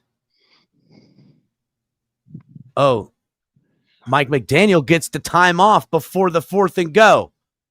Mike McDaniel with the timeouts today actually working out, except for that first one. That first one, we got a fucking interception. But since then, really using these timeouts well. Timeout 4th and down them last time. Bro, and got to stop. If we Mike get this McDaniel, Mike McDaniel coaching a clinic. Dude. Mike McDaniel coaching a clinic right now, Color. Look out. Look how flat the cheerleader's hair is today, bro. It's humid as hell out there, man. Humid. Allen under center on 4th. Oh, come on, dude. You got on the fucking jump drill. Number What 95, the fuck? Anita Jones. Good grief. Dude, you can't be a leader and be a dumbass. What the fuck? Oh, my God. Well, that was a big waste of time. Well, waste of time out, too, Color. Exactly. Waste of time out. Fuck the time. I don't give a shit about time. Time out. Hurt. What the hell? Accidents happen. That wasn't too big of a deal. It's a huge deal. We just took a timeout. We're trying to stop them outside of field goal range. Oh, well, my bad. We could turn over. With this, that would be huge. Oh. That was effectively a turnover. Under center is Allen. Doing all kinds of swim moves back there. Ball pitched out to the outside to the running back. Finds a lane. Stays up. Ball comes out. Here it goes. Oh, come on. Get it, guys. Get it. Got it. We got it. We got it. I fucking called it. I fucking called the turnover. Did I not? Who knocked it out? Who knocked it out? Yeah, but you called the turnover in a bad way, though. I did not. I didn't give a shit. I said turnover. You said, oh, it was a turnover. I did. Who and punched it out? I fucking called it. Rasul Douglas? No, it was who's 23? Allen says it was down. So is the sun in their is the sun baking them again on the sidelines? Is that what's going on? No, he's down, bro. It looks muggy out there today. No, it is. It's not. The sun's not. The sun is out, but it's very cloudy and it's raining. Can you all tell if that ball was moving before his knee hit? You got the Seattle sun there today. Yeah, that's a good way of describing it. I couldn't tell if the ball had started moving yet before his knee hit. I don't know. I'm checking it out. Hold up. They just flashed it and went to commercial. Yeah, because they don't know what Vegas wants to do yet, Color. Exactly. They'll show it to you. Exactly. They'll show it to you, by the way. There you go. They don't know what Vegas wants to do just yet. There you go. They're like, El Capitan's on a hot streak. That motherfucker hit on a fucking turnover on possession. He's calling it out. They're watching. I know there's 250 people watching right now. One of them's Vegas, dog. They watching. Oh, yeah, you know it. They watching. They got at least 3 shills in our audience, dude. Let's see. I'm checking it out. Well, we'd be right too much, calling it like it is too much. They hate that shit. Telling you. Let's see. I'm watching. No, it's way too fucking quick. He was losing possession while being tackled. Right. Was it already moving before his knee hit? Was the ball already moving? Hold on. I'm trying to fucking. Why are you doing like this? Independent of him, you know. And then before Vegas, it would be the Mafia. Because if he already started to lose possession before the knee hit, it's a fumble. I don't know. I can't see the other side, but it looks like enough to overturn it. I don't know. I'd have to see the other side, but they called it a fumble on the field, right? They never blew it dead. They let him fight. No, that ball was coming way out, Color. Right. So there's likely not enough evidence to overturn it. It's super duper close on the punch and the knee hitting the ground from the angle I can see. Now they might have it on a better angle, and his knee could be definitively down, and his fist ain't even making contact yet, and they could probably really get us. But right now, from this angle, it looks like we good. Now imagine if he was one of those types that didn't wear knee pads and had his pants hiked up. It might show his knee didn't hit. You know what I mean? Think about that, y'all, when you're hiking your pants up now and showing your knee. Hey, our football, baby, we did it. It's turnover. El Capitan hits the fucking turnover. Oh yeah. Ball's definitely moving before his Definitely knee hit, way bro. out, baby. For sure. Let's That go. Let's go. Tua's already up under center. That's Douglas. Let's go. Let me see. Is that Douglas or Juju Brent?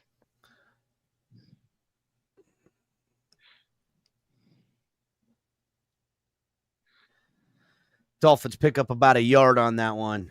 Whew. So close. And who punched it out? Who's that? 23? Yeah, that's Douglas. Oh, it's way out, dude. This is what happens when you're running like that and you don't want to fall down a certain type of way. It's like innate. You're extending your arms because you're falling. It's hard. Yeah, that was Jack Jones on the punch. Oh, it was Jack Jones? Fuck yeah, dog. I got Jack Jones on the over on a parlay. I'm trying to get it. Tua out of the shotgun, ball snap. The give is to Achane, who finds an interior lane. Achane stumbling around, and he'll pick up a bunch. Another near house call right there. Fuck, boy.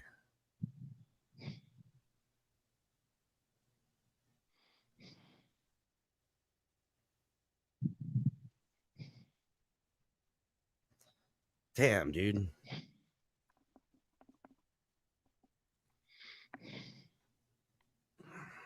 Sight. Look at him. He's like, sight. I got 3 more touchdowns to score.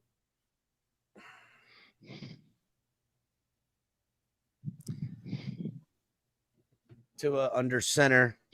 Achane back there. Offset I formation. The give is Tua fakes it. All kinds of time. Tua uncorks one. Throws downfield and a big catch by Waddle down there. Ooh! Dolphins offense starting to pour it on these motherfuckers right quick, boy. Let's go. Let's go. I'm a little bit ahead of y'all, so I'm going to keep quiet. Woo! Let's go. Woo! Waddle doing his best Tyreek impression. Color, we haven't updated the score of the whole game. We fucked up. We haven't even got the score in the freaking queue. No worries. Who is that? Color, can you refresh the thingy just a little bit? Just move the mouse, baby. Yeah. Tua on a give to what? Who is that? Oh, That's shit. right. That's Taj Washington. That's right? Right. No, that's right. Holy that's right. fuck, dude. I told you he's faster this year. No, well, here's the thing, Cap. He's not far behind as far as running the 40 behind Achane. He's at 6 seconds behind Achane. Bro, that was Bosa he just put in the fucking dirt like that. Was that Bosa? That motherfucker just little boyed his ass. Yeah, I might at halftime I might have to reshare. Yeah. Okay. Woo, McDermott getting pissed watching his boys get beat up. McDaniel, keep going. Tua under center, give to Achane, stunts inside. Dolphins just running it on their ass. I say stay with it, bitch. Yeah, stay with it. Use all Stay with it. Just keep fucking booming them with the run right now. We're going to chew up the clock. We're going to run it down your throat, and you're going to take it like a good bitch. I like it.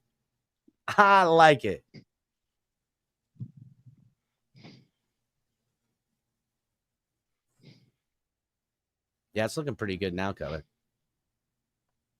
Mike McDaniel and this Miami Dolphins offense putting on a clinic right now. Tua under center, 2nd and 7 from the 35. Ball is snapped. Tua rolls out, little screen out to Achane. He's got blockers out in front. Achane finds a lane, gets out. Achane stays on his feet and down First at about down, the 25-yard line. Big first down pickup. Yeah, I was wondering if Mr. Cook just looked at how Achane handled the ball on his way to the ground. Yeah, he saw what he did. He didn't protect himself. He protected the football. Cradled it. Look at him cradle There it. you What? go. Exactly. Fuck, you got a Oh, helmet to he's gonna protect your cradle it, head, right? bro. You need to protect the football. You got padding to protect yourself. You need to protect the ball. That's the goal of the game. That's it. Look at him put his hand over the ball when he got into traffic. Oh. So it doesn't get fucking stripped out. It's like I already got my first down. I got my yardage. You know, there ain't no Exactly. reason to stretch out my arms. You know, Exactly. Tua out of the shotgun. Ball is snapped. They give it penetration on this one, and right goes down. All right. Okay. All right. All these players, they're starting to fight for roster spots for next season. I'm telling you, man. There you go. Well, I mean, That's listen, right, Tom. everybody's got. You can't put bad tape out there, buddy, if you want to be a pro. So 2nd and 14. Is this the team everybody says we should blow up and we should get rid of everybody? I mean, I was. Well, you do gave a number. You gave the age number, so that's or that do we was your just take. get better quarterback play? Yeah, I mean, exactly. all right, yeah. Later. Tua out of the shotgun, a little bit of motion there from the running back. Ball is snapped. Tua has somebody in his face, thrown, batted down. They're saying it's a lot. No, okay. Damn, 3rd and 14 coming up. That's all right. We're in field goal range. Yep. We're in field goal range. This is why Mike McDaniel's not going anywhere. Damn, there goes our we fucking. sat on our hands at the trade deadline because our executives believe in this team still. They know exactly what the problem is, and so does FanDuel, who projects the Miami Dolphins to take a quarterback with the 4th pick in the draft next year. Color, you're just a naughty little boy, aren't you? I am. 3rd and 14. Tua hands it off to Achane, who dives into the knees, and the Dolphins pretty much just say, let's chew up this clock and let's get a field goal and go up 2 scores of 16 points against them and see if they can bring it within 1. And the Dolphins, can at least have a lead no matter what they do in the halftime. Dolphins have no timeouts. 3 minutes. We'll have a 2 proper full touchdown, 8-point touchdown lead. You know what I mean? Like 2 8-point touchdowns. They can do 2 8-point touchdowns or, be ahead, 3 scores, depending on how you want to do it.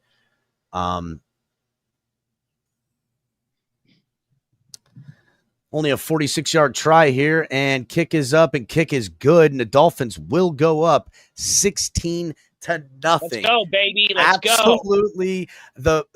Again, Color, you should have faded the blowout, like Color said, because the Dolphins came in as 8-point dogs, and currently they are beating the Bills by double that right now. It's making it literal triple because they were 8-point dogs. I know it's hard because math is hard, but El Capitan I'll hold your hand. I'll help you understand. That's the Cardinal Newman education right there. Thank you, buddy. Thanks. Appreciate it. Shout out to Cardinal Newman. Well, we got a good shot because, they are giving us a touchdown. We took that. Now we took another touchdown. So the Bills definitely have a lot of wood chopping to do. If Vegas is to be right.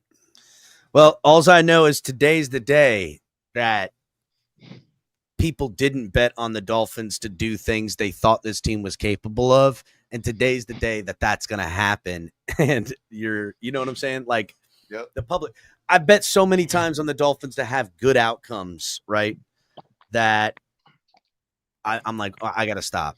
And now I've been betting for bad outcomes, and I had a little luck with that. But this one, you should have known that the luck was with us today because Dallas ain't playing.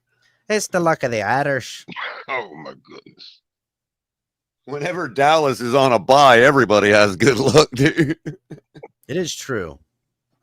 I do need fucking Keon Coleman to get a touchdown in this fucking game at some point, though. Vegas probably treats it as a holiday. They all go on vacation on Dallas's bye week because they know they can't make any money off us anyway. They're like, fuck it.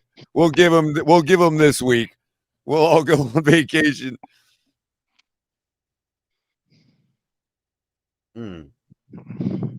Usually Dallas makes up for all their losses.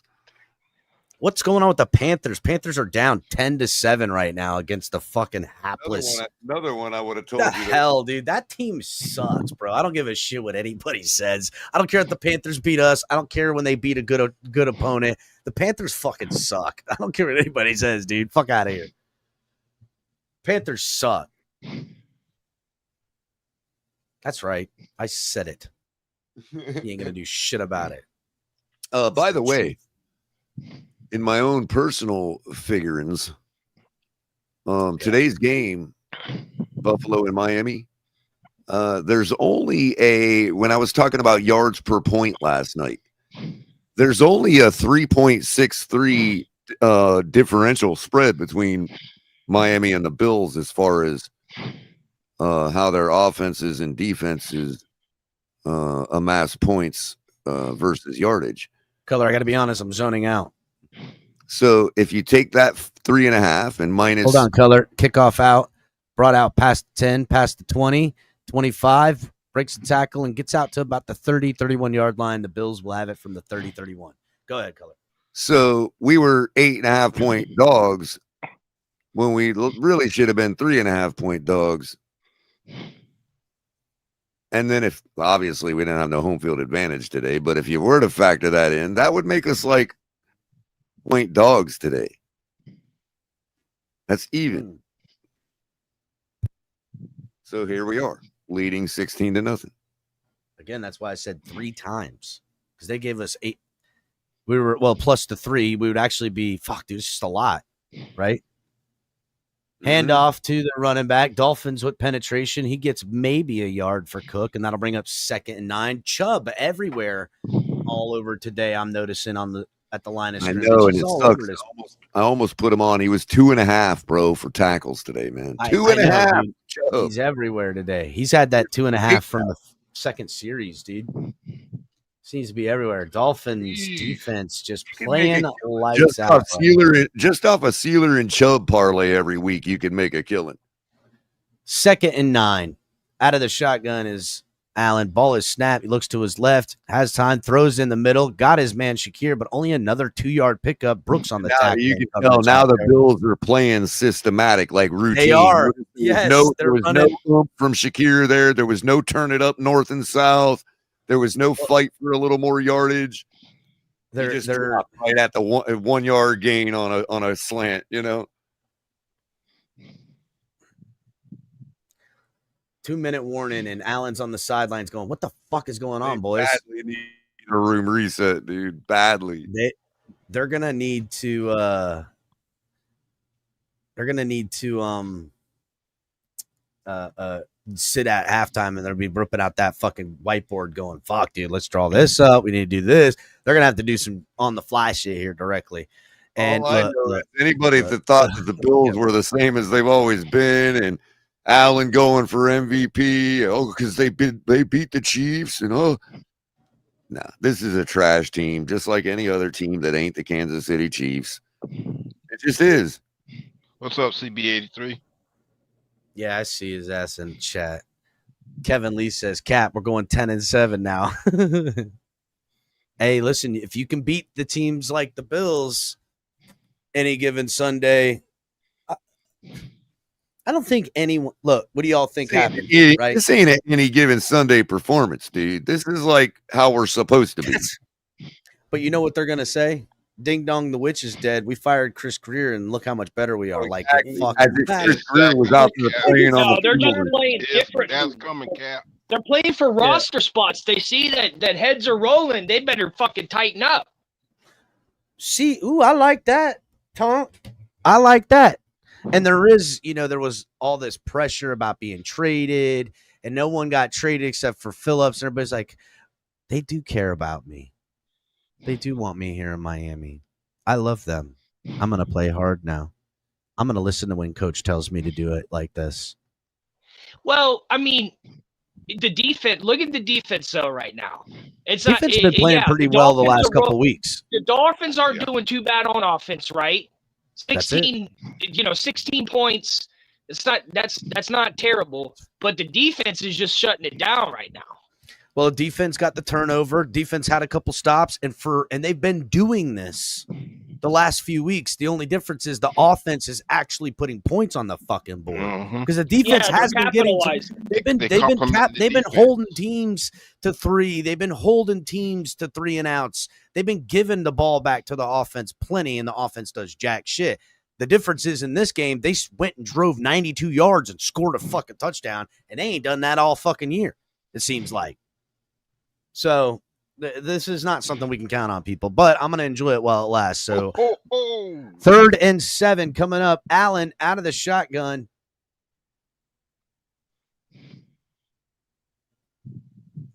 Ball is snapped. Allen scrambling out and goes down with a sack.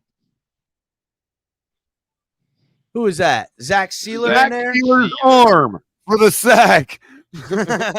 And that'll bring him on a 3-and-out quick, too, boys. Dolphins will get some time back. We got no timeout. Look at that. Hey. You ain't getting past them bear claws, bro. Come on.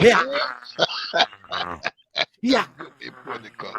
I'll just take him with one arm, dude. You ain't going nowhere. Zach Sealer's right arm does it again.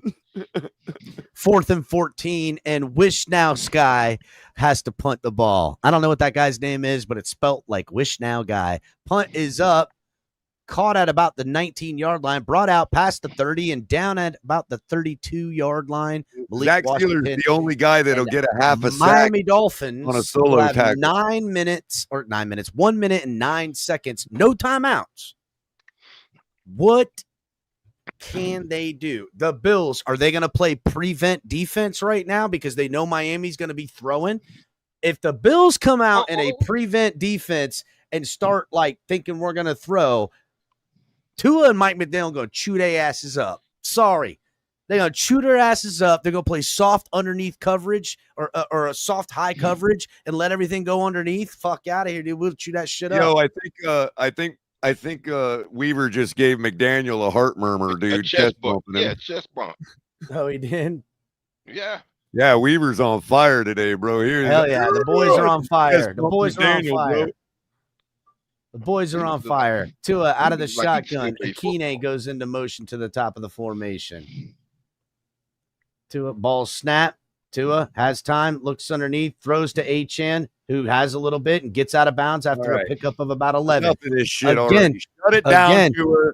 Start ruin the momentum already. Do your thing already. Come on, man. No, Color. They got to drive down the field. This is perfect. They got to conserve the clock. They have no timeouts. You need to get within striking distance. If they're going to play and let underneath, this is what needs to happen right now. For sure. Conserve the clock. Get within scoring range. Get 3 points. Get 3 points. You're up 3 scores all of a sudden going into half. It's blowing down rain. Tua comes up, makes a check at the line. Brings the running back in. Ball is snapped. Tua has time, throws, tries to get it to the tight end who misses it. Probably for the best, honestly. Probably for the best. I'd rather right now you're fighting the clock. Is it raining? Yep. Yeah, starting to rain. Oh, yeah, look at that. I thought Tua was just sweating that much. I'm like, damn. Dripping off his helmet. Hell yeah. I like this. Look, Bills fans are like, what up here, man? I don't know where that rain's coming from. Listen, man, it's even giving a little fucking South Florida rain on the Bills, too. This is great. This is great. Tua out of the shotgun. Waddle comes into motion. Ball is snapped. Tua steps up, throws, looks down there. Waith overthrows everybody, dude. What was that? We are getting out in front of our skis again. What was that? Again, you're not Dan Marino yet. Yeah, dude, you can't. Yeah, why are we doing that? What was that? Tua's gonna fucking look at him. Come on, bro. No, he just can't make that throw, dude. He can kind of loft it and let it float out there, but he's got to throw that a half of fucking a second earlier. 3rd and 10. All right, Tua. You remember what we talked about last night, right? Under this, they hand the ball off to Achane for what reason? I mean, are you fucking kidding me, dude? That was what you decided to do? Hand it off to Achane? Look, now everybody on Twitter is going to be like, Mike McDaniel's so dumb. He should have ran the ball and made them chew up their timeouts. Blah, blah, blah, blah, blah. When that's not true. That's not what he should have done. He should have done exactly what he did. Problem is, it immediately started raining. You know what I'm saying? And that's not good. And Tua's not really, I don't think they should have pushed the ball. They should have took all the underneath shit in the passing game like they did on that first play that got him to fucking midfield. You know what I'm saying? Jake Bailey now to punt through an old Irish rain. Oh, Jake Bailey's going to drop the lucky the Irish bomb on his head. Somebody take my towel. Here comes the Jake Bailey slice for you, lad. But y'all killing it. Oh, man. it ends up taking an good. unfortunate bounce.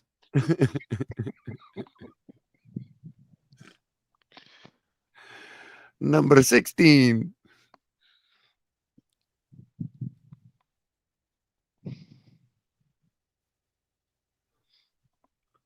Allen's like, yeah, time to throw the ball. Oh, it's coming down good now. Yes, it is.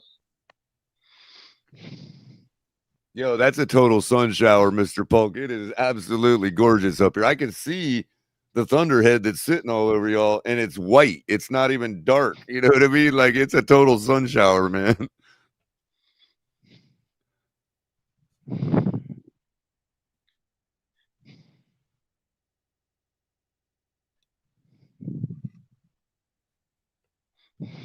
Hold it All down, right. color, real quick. Somebody takes it out of bounds.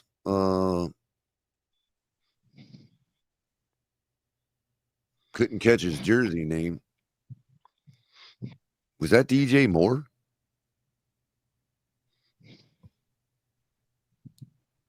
No way. All right, Allen. Jersey's looking awful dark blue now, standing in the shotgun with 5 wide receivers. On 2nd and 6, 38 seconds left before the half. Drops back to throw. Throwing across the middle pretty deep, in and out of the hands of Dalton Kincaid, who obviously has never attempted to catch a wet football. The normally sure-handed Dalton Kincaid just bounces right off his hands like an idiot. He has no gloves on. Over, bro. You can't cradle catch a wet football, bro. Why doesn't he have any gloves on? Just slid right off his forearm. Ooh, Bills fans looking upset, color. Yep. It's teaming, son. Anthony Weaver looks like he belongs in the rain, bro. That dude's ready. Oh, you look like he belongs on the field. Ball is snapped. Oh, yeah, exactly, Mr. Polk. Nowhere. Take that headset off and put a helmet on.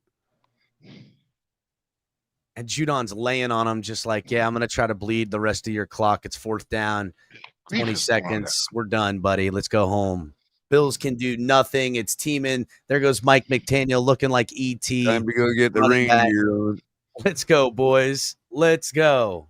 Dude, those were the worst, too, when it would, like, rain before your break in practice or in a game, and then you know that it's going to stop it after the break, but you still are going to be sopping wet. Honestly, I love playing defense, and I loved when it rained because that means the ground's softer. What happens when the ground gets what happens when the ground gets softer because it's wet? The impact never has that ground impact. You actually hit and kind of slide. You know what I'm saying? Right. And you'll never get that hard. So all of the impacts now are easier to put on everybody because you know half of the amount of impacts have been taken out because the ground is now soft. So you can literally put life and limb vertically in the air and just dive bomb motherfuckers all day. And that's the way I want to play football. I want to hurt motherfuckers, dog. I want to break your spirit. I want to hurt your whole thing. You know, what's up, Papa Paul? How about these Dolphins, huh? What the fuck? Maybe you're the curse, Papa Paul.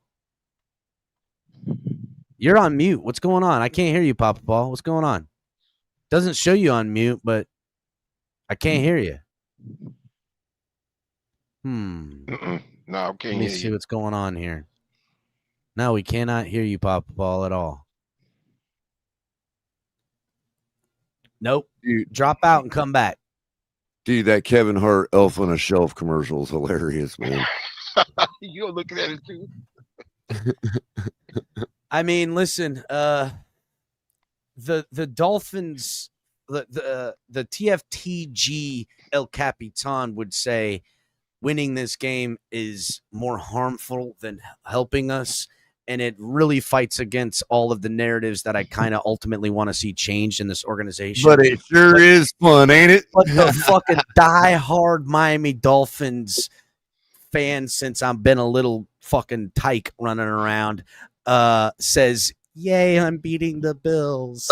You know what I'm saying? Because I fucking hate the Bills and I love the Dolphins. And I would love, I mean, for so many years we had a shitty team, but and then I'm like, well, if I could just beat those fucking Bills and break, take them out of fucking playoff contention or some shit, right? Like you play spoiler and it's fun to do that too. So I will enjoy it while it lasts. What up, Papa Powell? Can you hear me now? Yeah, you're Yeah. just on a slow echo, but I can hear you, dog. Loud and clear. Okay. I don't know what to think. I came in and it was 7-0. I'm like, okay, it's still early. And next thing I know, it's 13-0. Now 16-0. I'm like, where the fuck has this been all year? It's been hiding in plain sight, like Color says. We've only been losing to catch the Bills off guard today. Must be. Well, Paul, I'm not buying it. I mean, like I said, we beat the Bills today. I'm happy with that, but I don't think this kind of play is gonna continue. I agree with you 100%, Mr. Polk. I agree with you 100%. I need Justice Hill to catch 2 more fucking footballs. I'm just looking at my bets, gentlemen. I'm taking a halftime update on what the fuck going on some of these bets. So, you keep that betting up for me. Why don't you there, El Cap? I'm trying, buddy. I'm doing pretty decent today. It's a good day. Dolphins do good. Capitan does good. It's amazing how that works. It's something. There's something mystical about it, if I do say so myself. But I can't really put my finger on it.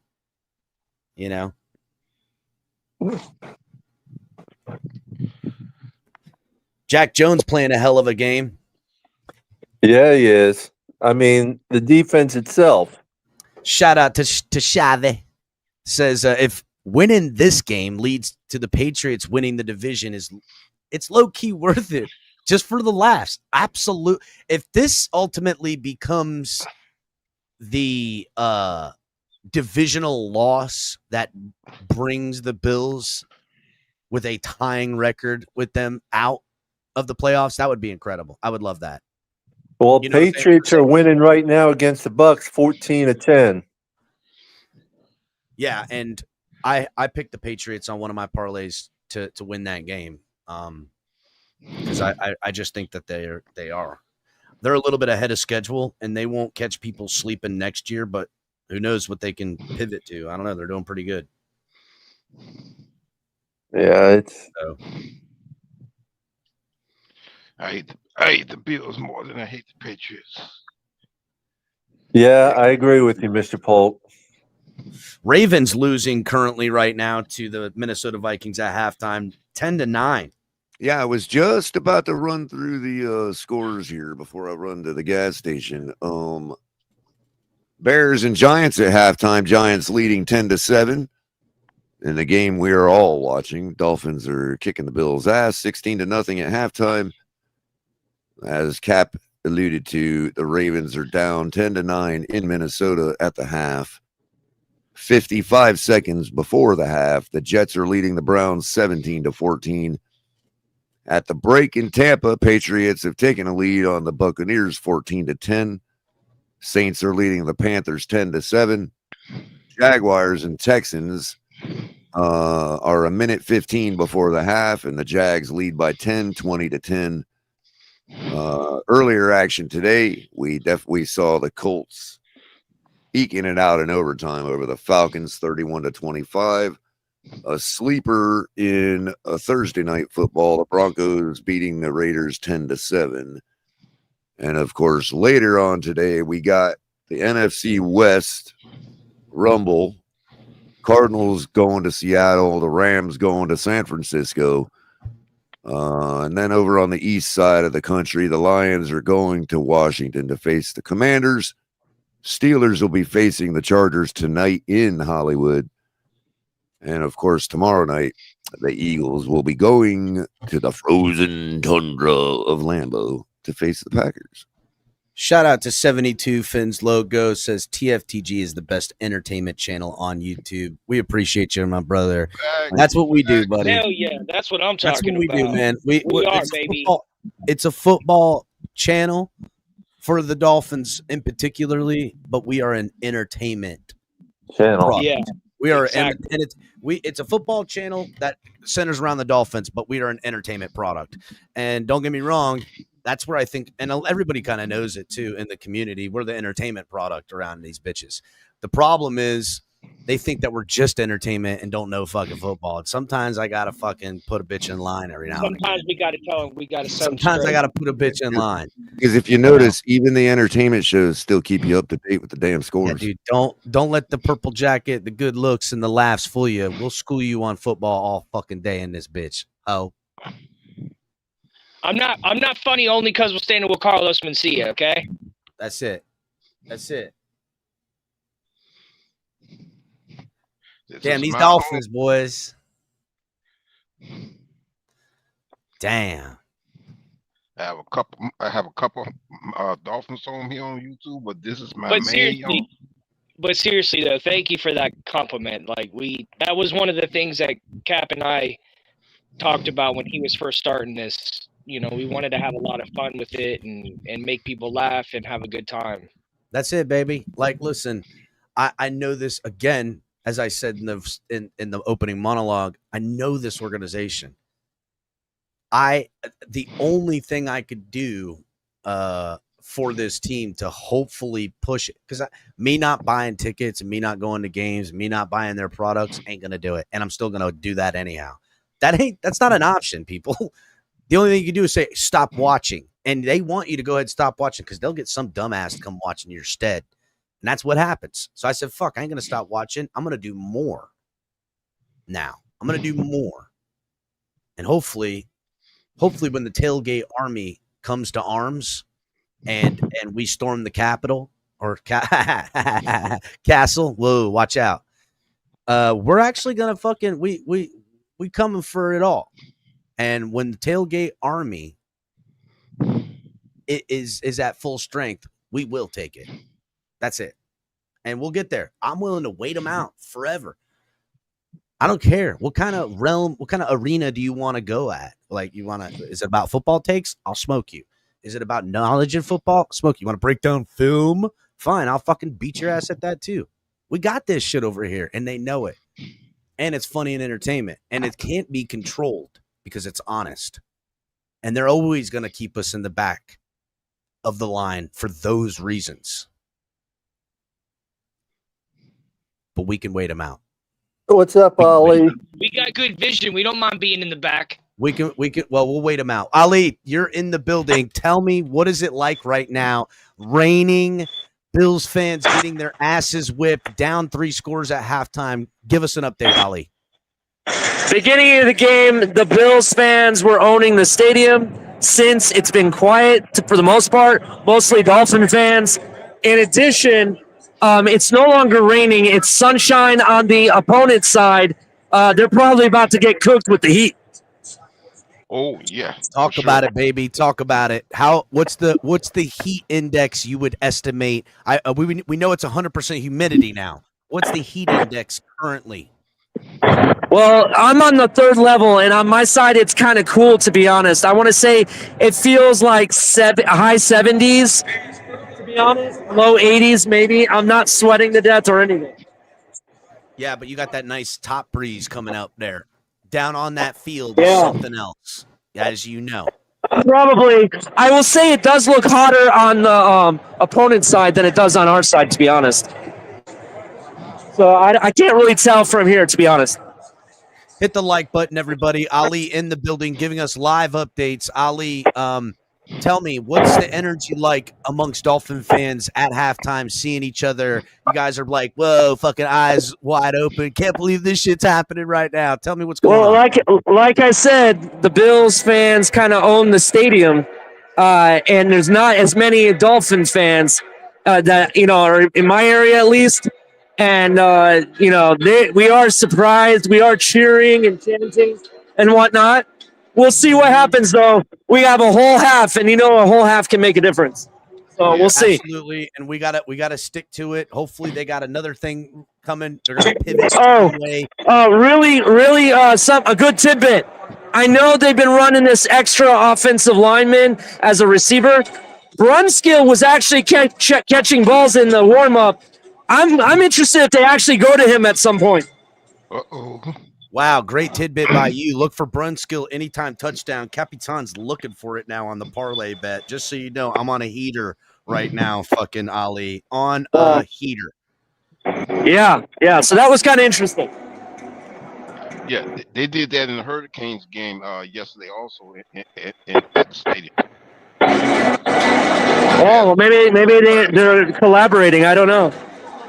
Yeah, they threw a pass to an offensive lineman in the Hurricanes game. Yeah. Listen, we need to stop the run, force Josh Allen to throw, and the secondary is taking care of it right now. So that's what I need. Run the ball, run it well, bleed the clock, force them to have to And do what else? Yes. What else do we need to do? We have to score a touchdown in the third quarter. You have to score here. All right, gentlemen, I'll see you at the end of the game. Appreciate you, Ali. Thank you for the update in the building.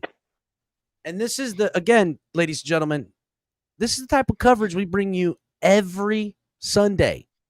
Calling the game, takes on the game, halftime updates from inside the stadium, sometimes abroad, sometimes in a different stadium. Not abroad, but you know what I mean. And that's what the channel's about. I'll be back in a little bit, guys. All right. Hit the like button, everyone.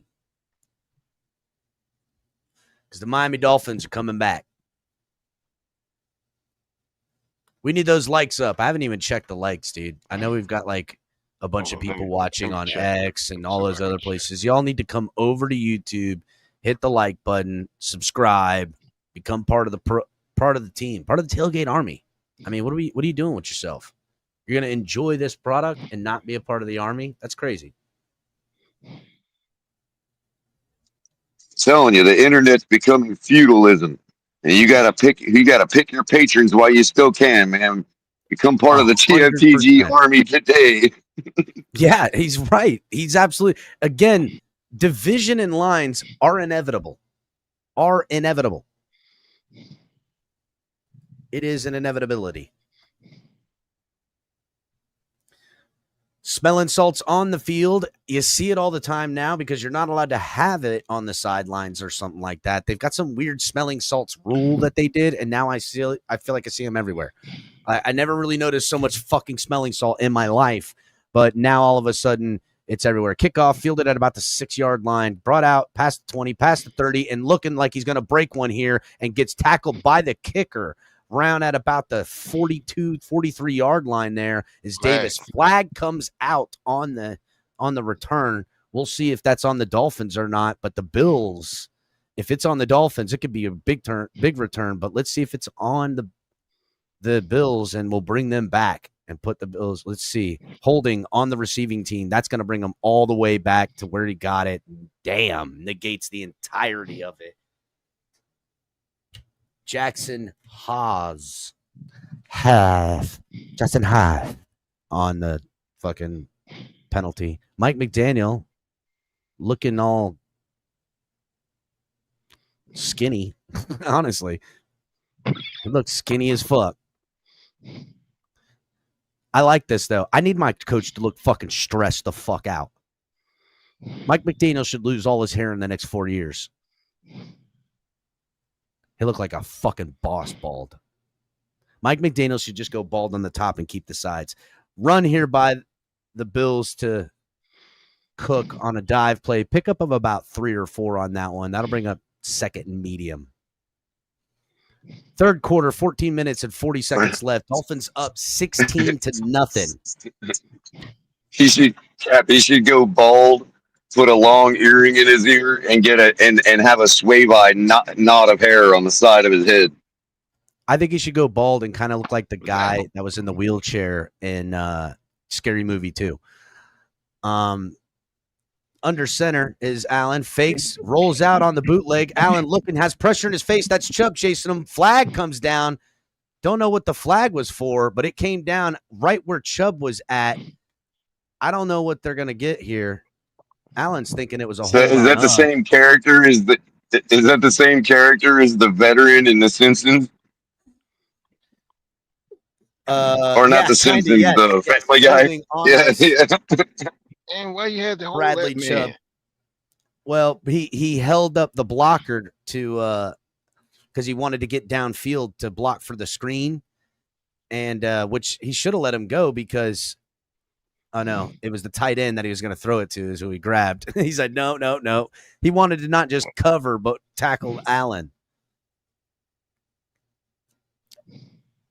I like Mike McDaniel got a little extra fire these last couple of weeks, and I like it.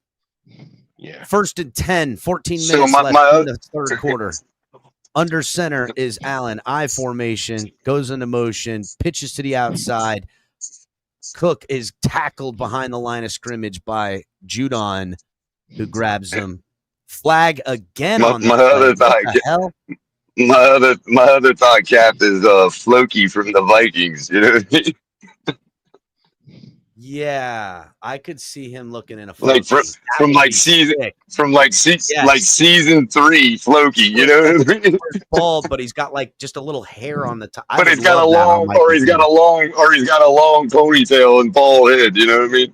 Man. Hold on a second, real quick. They're getting the Dolphins on a second back-to-back holding on the defense What? on Benito Jones. Come Are you on. kidding me? This is bullshit. Mike McDaniel's saying, fuck He's you. pissed off. This is bullshit. Ooh, Mike McDaniel. He's pissed. Ooh. He Yeah, don't that's look. I've never seen him react so much before. He's like, motherfucker, you He's better pissed stop. He don't like Uh-huh. Vegas trying to pull it over on him right now. That man is pissed off. They didn't even show the fucking holding on the replay. Mm-mm. 1st and 10 from the 36-yard line. Allen, play action, steps back, throws underneath to Cook, who the tackle made by Brooks in the open field. 2nd and 4, 2nd and 5. By the way, if we pull off 10 and 7, dude, and we go to the Super Bowl, color we need to stop. carry it. We need to carry in Tyreek Hill on a shield like Ivar the Boneless, bro. Yeah. That would be sick.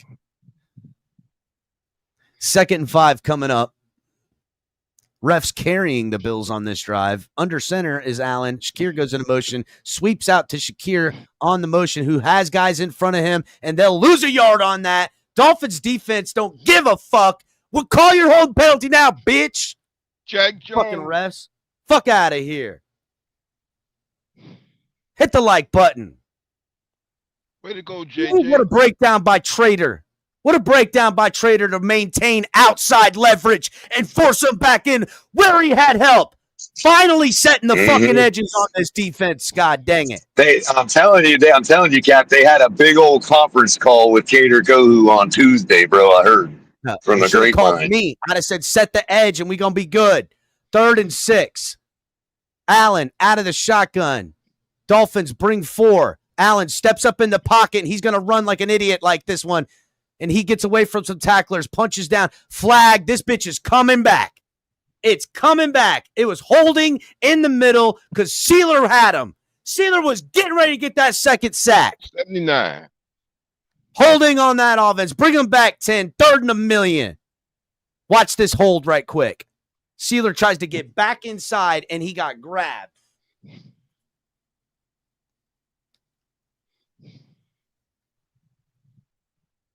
Oh, maybe it wasn't Sealer. It was Judon on the other side. 3rd and 16 coming up. Fuck out of here. I don't know.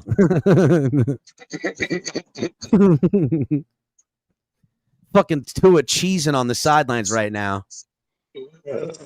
God. 11 minutes and 58 seconds winding down. 3rd and 16 from the 29.5-yard line. Dolphins spread out in the too high shell. Allen out of Looks the like we shotgun. got the Ball right snap. software Dolphins sit back. in Allen there gonna today. run up in front. Allen looks at he has chasers coming around. Allen running around in circles. Sealer dives at his feet. There goes Allen, still running around like it's at the last play of the fucking game. And he finds a wide open man, Keon Coleman, who does pick up the first down. Fucking Samuel, he just runs around in circles like a douchebag. God, for I hate 5 that fucking shit. seconds. I fucking You can't just stand can't that defend shit. that. There's no way. There is no way to defend that It took shit, man. 9 fucking seconds, Color. It took 9 seconds. God. Guys are diving. They're chasing them around all over the That's that. place. Look, but that's the type of stuff right there that you've got to game plan ahead of time because you know you're going to give that up. There's no way to stop that. Again, Color. Is the baddest Look, motherfucker. and Allen tries to do a floppy flop too, and they didn't call it. He threw his head The thing back. of it is, Such if a that's fucking the first but and the 10 thing from of it the is, you- 49-yard line of the Dolphins. Shotgun throws out underneath to Shakir and goes down. Pickup of about 6. Minka Fitzpatrick on the yeah, I tackle. mean, So he went you know, out you and got to the accept clock that is that's still counting. yeah. They don't stop the clock unless it's under 5 minutes in the game. Yeah, but you know you're gonna expect that once or twice in a game against Josh Allen. That you have to accept. again, if It's that's what you they're do having with to your to own put up offense points, to make up Color, for it. ball is snapped. Allen out of the shotgun, steps up, throws, jumping in the air, bounces off the head of his fucking intended wide receiver, doinks him in the head. Jack Jones is calling. Brent's is saying that Coleman was grabbing on him. Yeah. Pass Let's see. interference. Yeah, Brent was Offensive looking for pass- offensive pass interference. Offensive pass interference is one of the dumbest things. It's like, duh. He's trying to catch the ball. Yeah. Well, he's trying to catch the ball. No, they'll grab and hold the defender from intercepting and stuff is what it is. Empty set out of the shotgun is Allen. Dolphins bring 4. Allen has time. Dolphins are keeping him in the pocket this time. Allen zips a sidearm, finds his man, flags downfield. That's probably going to be on the Dolphins on a holding downfield. It's got to be. Allen's huffing and fucking puffing, though. He's doing everything he can on this drive. Yeah. Again, the refs and Allen carrying the whole team across, holding on the Dolphins. They're going to decline. Well, they know this game is over. They know this game is over if they don't score here. If they fall down behind another score, it's over. Yeah. Number 86 grabbing his hamstring. Honestly, could have called fucking holding on the right tackle on Judon on that one. Uh-oh. Their tight end. Their tight end. What's his name? Kincaid pulls up on his hamstring. Oh, non-contact. That's not good for them. Looks like he's cramping out here with all this humidity. Oh. First and 10. Exactly. That's exactly what's going on. A dive play to Cook. Cook gets grabbed up. Cook breaks another tackle, stays on his feet, and makes it all the way past the first down line and picks up probably about 12 or 13 before getting pushed out of bounds. Cook really, listen, he's going to be running like that. You're going to fucking cough a ball up. You're gonna run like that. Don't storm cleared out. It's that storm cleared out and it's blue skies and sunshine like it is up here. It is scorching down there right now, bro. Like scorching, dude. 100% humidity. It's hot. Like it is really hot right now. First time I'm out for the whole day. It is hot today, bro. Like really hot. First and 10 at 19. Under center is Allen. Shakir comes into motion. I formation. They give another dive to Cook. Dolphins are there to meet him and bring him down.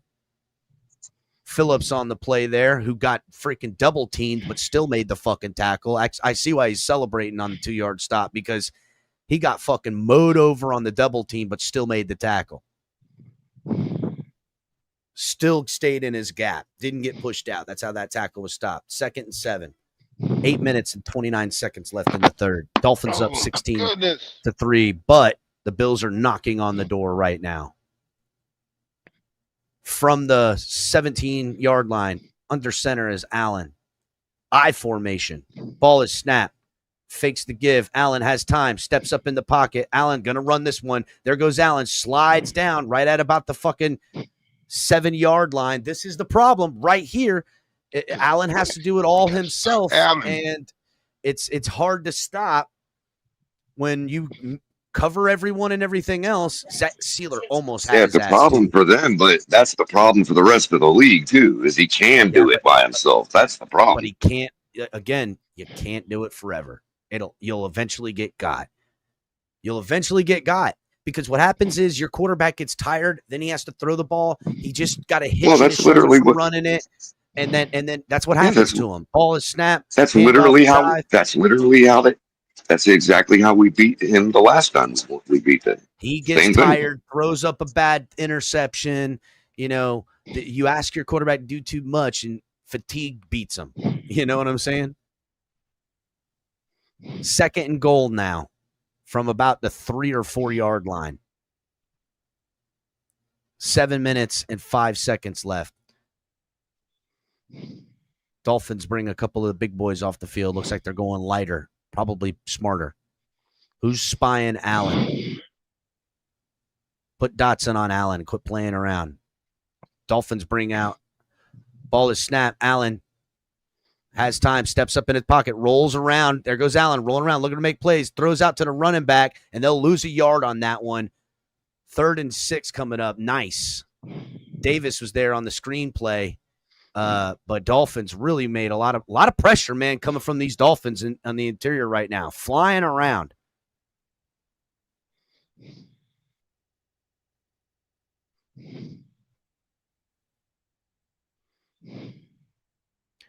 Come on, Dolphins. Hold them to 3 right here, baby. Hold them to 3. 3rd and goal from the 6. Allen out of the shotgun. Shakir comes in and out of motion to the bottom of the formation. Ball is snapped. Dolphins bring the blitz. They got pressure all over him. Ball is thrown out. Did he intercept it? Yo, intercept. Interception! Nobody with the interception. Dolphins with the pressure. And Allen, like I just said, when you make him do it all, he'll throw an interception. Boom! Fucking told you, dude. We're gonna shout out the Bills. I just fucking told you guys. I just told you, yeah, here's the problem. Allen can do it, but if you keep asking him, next thing you know, he throws the ball and it's off target, whatever he's fucking fatigued, and there you go. Hey, Cap, I'm going to do a little solid for our resident Bills fan since his fan base sucks so bad. Y'all need to listen to Michael K. He knows what the hell he's telling y'all. I'm telling you, Josh Allen is garbage. There, I said it. I don't know if he's garbage, but he's garbage. No, but he's going to do exactly what you did, what you just said, and that's what Michael K preaches to his own fan base, and they want to ostracize him just like ours does to us, man. That's why he's here. Yep. Oh, poor Mikey K. Yeah, poor Michael K. Doesn't have any friends. No, because he can accept it because he knows exactly what we already know. So he's done, no poor him, poor the rest of them because they won't listen to him. Poor Mikey K. Can't hang out with his own kind.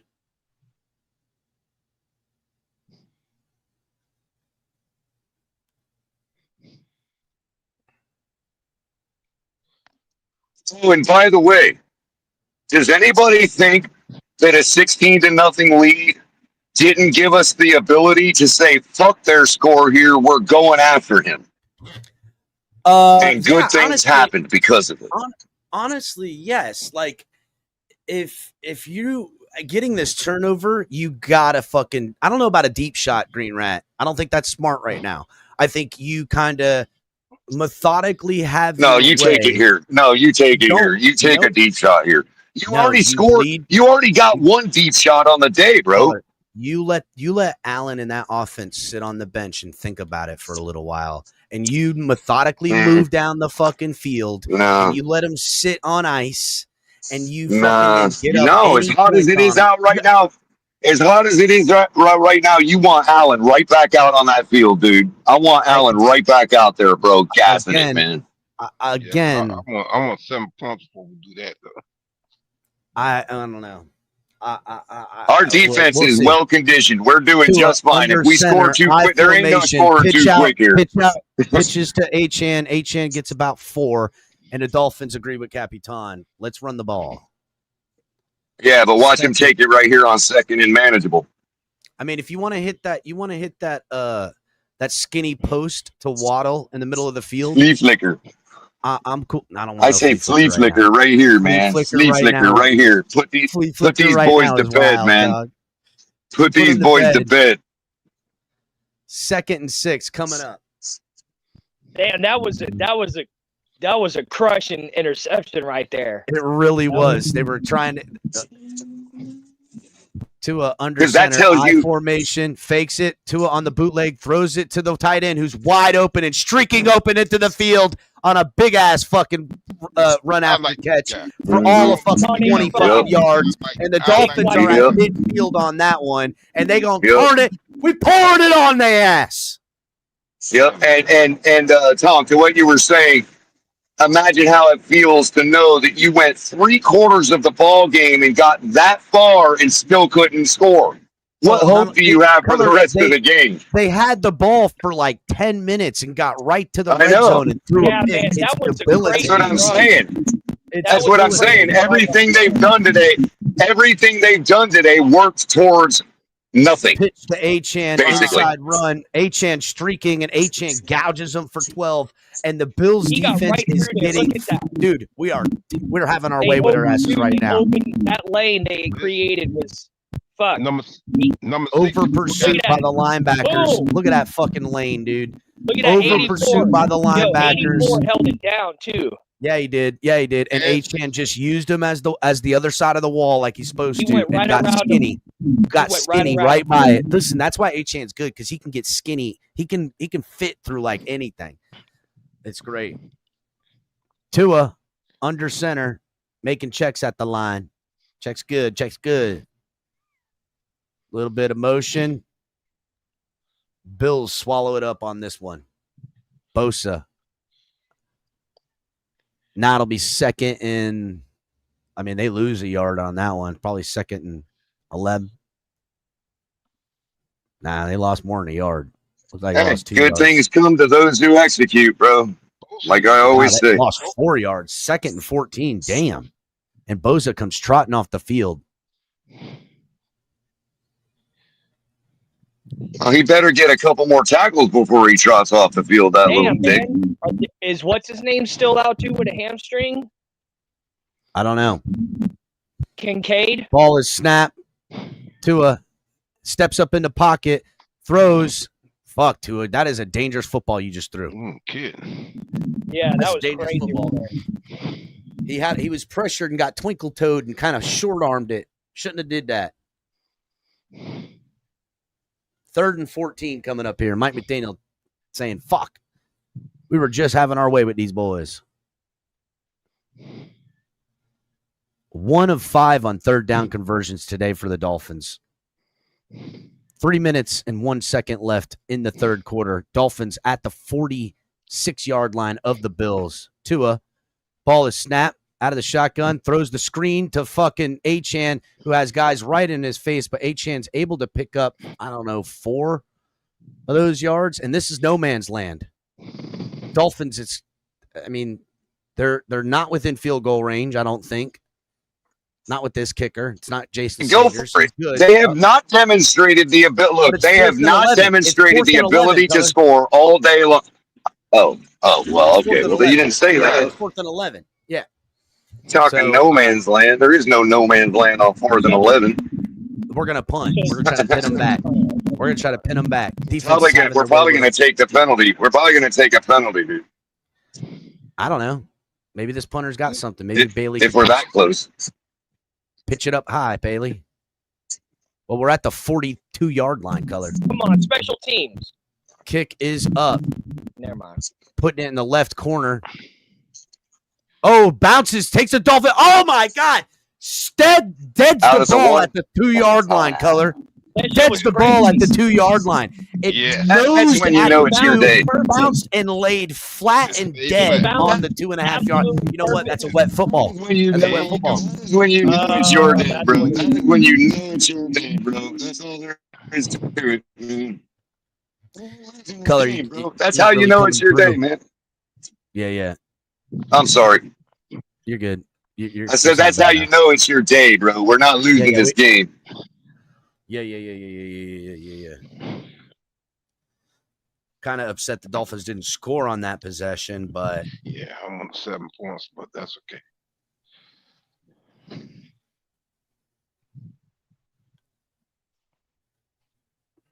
Goose egg in the third. Okay. I don't want nobody to ever call me incorrect. breaking up, Color. Hey, sound like you in a blender. Fuck around and put a goose egg on the third against the Buffalo Bills. You're for a fourth quarter comeback from Josh Allen. That's what you're begging for. You're begging for it. That is true. Color is right. If the Dolphins don't The Colts score almost in the learned third, that lesson today well, with the Color, it is an absolute rarity. I want to say it's only on 2 other occasions that it's happened where the Dolphins don't score.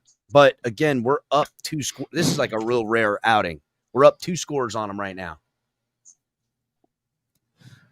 We're up 16 points. I understand. We've held them scoreless. But you know, I would say if they come out with their next possession, and even if it's not in the right, third, which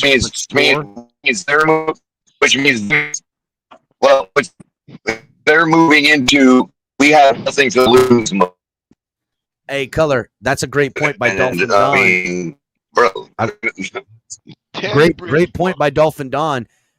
Would it count if the defense gets us 2 points with a safety in the third quarter? That's I mean, technically, it's not a goose egg. It's not a goose egg. It's not a goose egg, and your ball gets the ball right back. So, I got it. Yeah, that would still qualify, sure. I got it. Pick fucking 6 incoming. Pick 6 incoming for this Miami Dolphins. Yeah, I like that. Pick 6 incoming.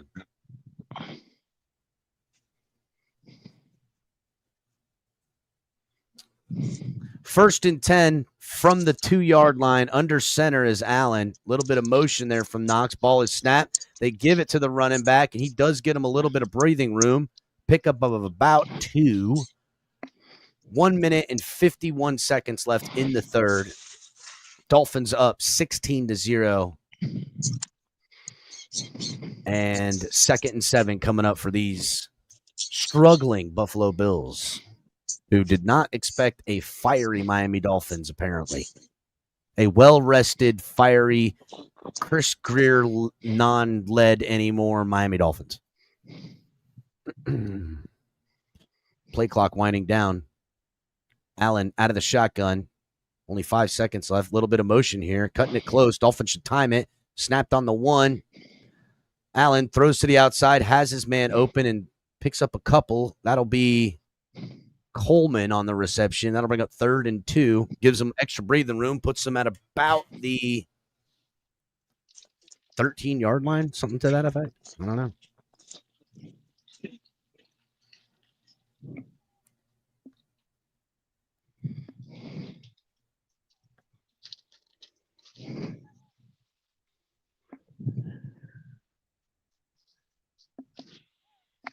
Third and 1 coming up. 46 seconds left in the third. Looks like they're going tushy push, and they do, and Allen will get it. Poke him in the eye. And that'll bring up 1st and 10, and that'll be the last play of the first quarter or the third quarter, potentially. All right, come on, Dolphins. We'll see if they're going to get a snap off before the game clock winds down. 15 seconds. It looks like they're going to let it go to the 4th. I have to put 16 points. Let's put some more points on the board. Well, still, Dolphins remain with the lead heading into the fourth quarter, 16-0 against the Bills. Bills trying to do something. They'll have it 1st and 10 from the, I don't know, 17-yard line, something like that. Yeah, I know, Kevin Lee. They did not score in the third, and I don't like that. I do not like that for the algorithm of winning. But again, it does happen. It's just the the Colts rarity almost of got pinched for it today. They had to go to overtime to make up for it. They certainly did. But that's why you know what, Color? We should have known it was that week, though, didn't we? Colts did it. Colts set the trend.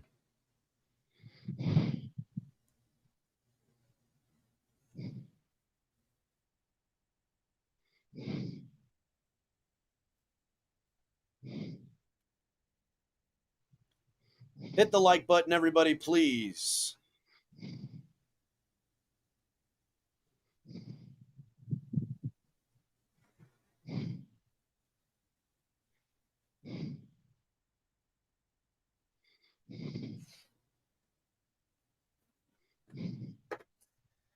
Woo! Not the show I anticipated.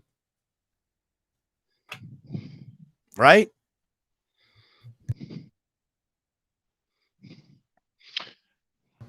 Over 300 watching on all platforms.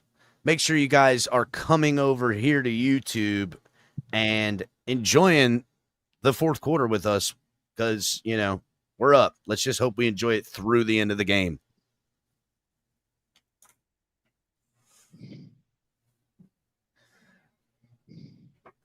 Again, you guys could say, and I see you, Fish and Moto channel says meltdown incoming 1916 Bills at me. Don't at me, he says. I could see that, but at the same time, I watched Josh Allen huff and puff and have to do everything with the refs' help to get in the red zone and then throw an interception. If he's got to huff and puff and push this team all by himself again, he's going to fuck up again. Mark my words. Mark my words.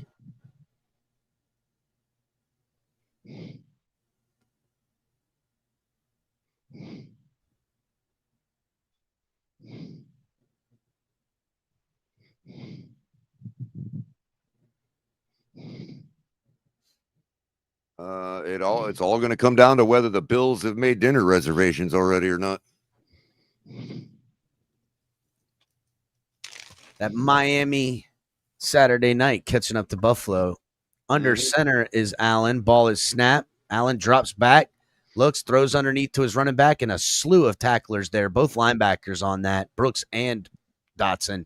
Just right now, that the atmosphere in Miami on the TV looks like the old days, bro. And these muddy doesn't it? games that we always win. You know what I mean? Mm-hmm. It looks like as long as they play with this type of intensity on defense, and the offense can do its thing, we can beat anybody. And that's just always been it, bro. But 2nd and 4 coming up. From the everybody's colors are darker because they're rain soaked.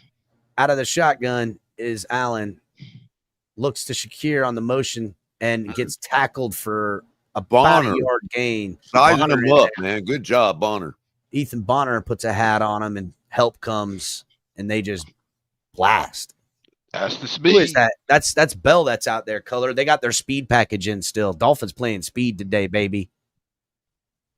And look how Bonner got right back up and got after it, dude. When he did. Back. 3rd and 2 coming up here. Can these Dolphins do something? Out of the shotgun, single back to his right. Dolphins showing pressure. They're showing that they're bringing it. Man coverage, and they do bring it. Stunt move. Allen comes up, steps up and throws it, finds his man open. I don't know who that is. Who is that? Coleman? No. Shavers? Who the fuck is that? That Shaver. Old Shaver McGee in here. Again, Allen having to step up and do a lot himself. You know what See I'm that saying? gap? Vegas ain't even hiding it Out of, anymore. out of the They literally shotgun, call Allen him throws a Shaver. nice football out to his tight end, caught downfield. There's Dalton They're Knox on going that hurry up interception. now. Yeah, they are. They are, because the Dolphins are playing with intensity. They got to kind of. Dolphins D got to suck it up. From the Dolphins' 35-yard line, 1st and 10, Allen out of the shotgun, steps up. He pitches one out to the outside and a big back shoulder, and that's Keon Coleman that makes the touchdown. And there's one of my fucking parlay legs that I just hit. I told you I just needed Coleman to fucking get a touchdown. Took them all day to do what they just did in 5 seconds, the Bills man. to score on this. And Took I just them all day to score. do that. Took them all the They've been way. throttling us, people. Now, here's the thing, Color. The Dolphins need to methodically move down the field with short passing and running the ball and keeping the offense off and score points. Touchdown, Bonner, I gotta lie. 3. Bonner got owned on I don't that, care. They have to score points on this possession. They are going to go for 2, down 16.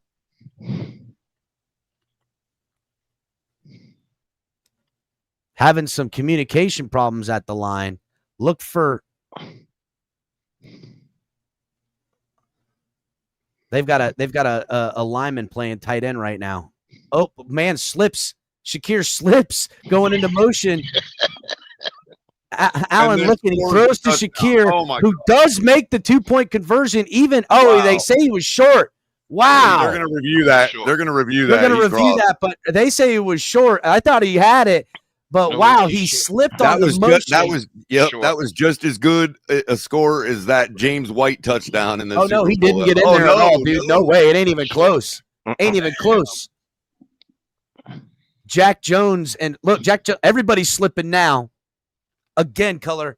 This is where you methodically and the Bills missed the 2-point conversion and end up having only 6 points. So now they're down by 10. They're still in a 2-score deficit. Still a 2-score. Thank you.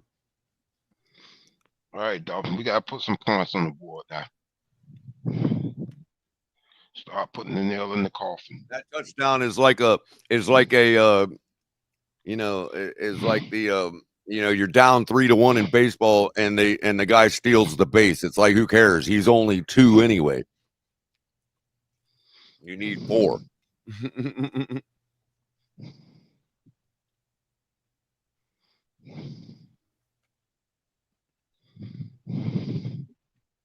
I just need Xavier Legette to get an anytime touchdown, Color. And I will smack this massive parlay out of the park. Please, Xavier Legette, get a touchdown. Please. I need Xavier. I need Xavier Legette to get a touchdown, guys. Who's that cat? He's a wide receiver for the Panthers. Oh, okay. The Panthers are down by 3 in the 4th quarter, and they do not have the ball. So really, if New Orleans goes up and scores a field goal, they'll be down and they'll need a touchdown, and it needs to be Xavier Legette that gets me that touchdown. I need that to happen.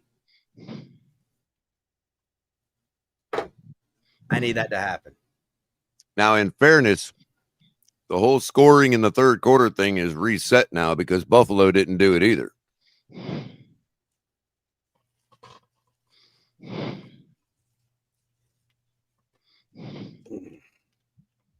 And I very well may have laid this bet drunk as shit last night. I don't know.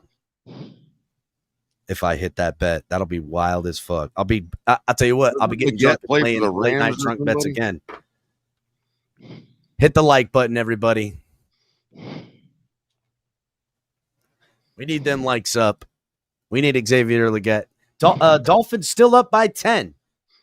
Goose egg in the 3rd, not good, Color, as you point out consistently, and it is consistently true. But if the Dolphins come out here and put up any sort of points, 3, 7, I mean, it's over.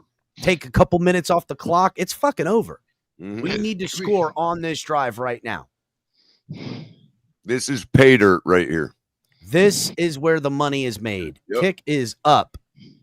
Fielded at about the negative 1 yard line. Brought out past the 10, past the 20, and down at about the 21 yard line. So Dolphins will need to go 78, 79 yards to score a touchdown here. And again, you do it smart. Run the ball. Do what you were doing in the first quarter. You know, slowly, Guy methodically. Franklin looks like Merton Hanks, man. Crypto knows who I'm talking about. Carolina's got the ball, so come on, Xavier Legette touchdown.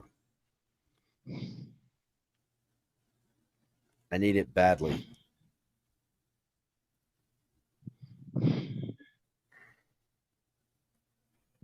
I missed it. Jalen Wright with a run, 2nd and 4 coming up. That's what I'm talking about. Right there, Color. Oh, it was a short pass out to Waddle. Oh, was it? Yeah. The Waddle? All right. I guessed. Could have been right. 2nd and 4 coming up. Tua out of the shotgun. Achane there behind him. Ball is snappy. Gives to Achane. Achane gets tackled behind the line right there, and they'll lose about 4. That'll bring up 3rd and long. Shit. There goes White, Color. Come on, y'all.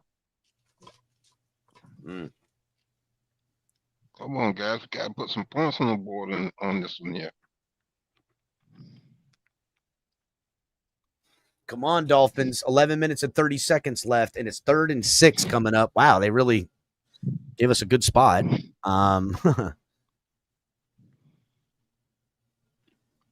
Tua making changes at the line. Achane to his right out of the shotgun. Bills bring 4. Tua has time, throws, and it's almost intercepted. Oh, no. Wow, what a catch by Akine. Mm-hmm.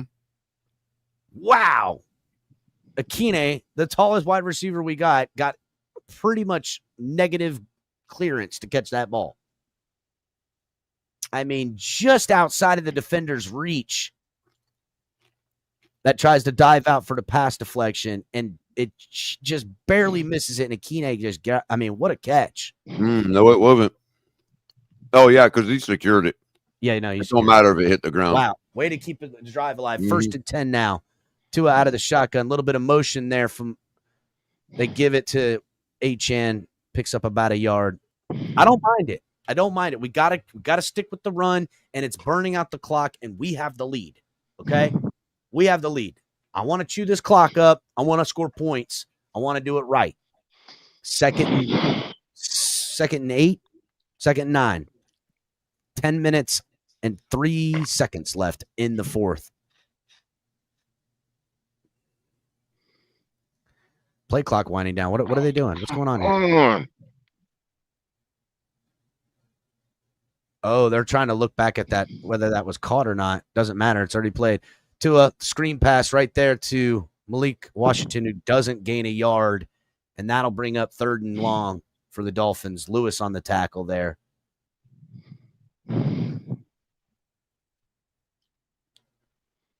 Again, it's slippery and wet. Screens might not be the way to go. I mean, I don't know. I don't know. They work sometimes.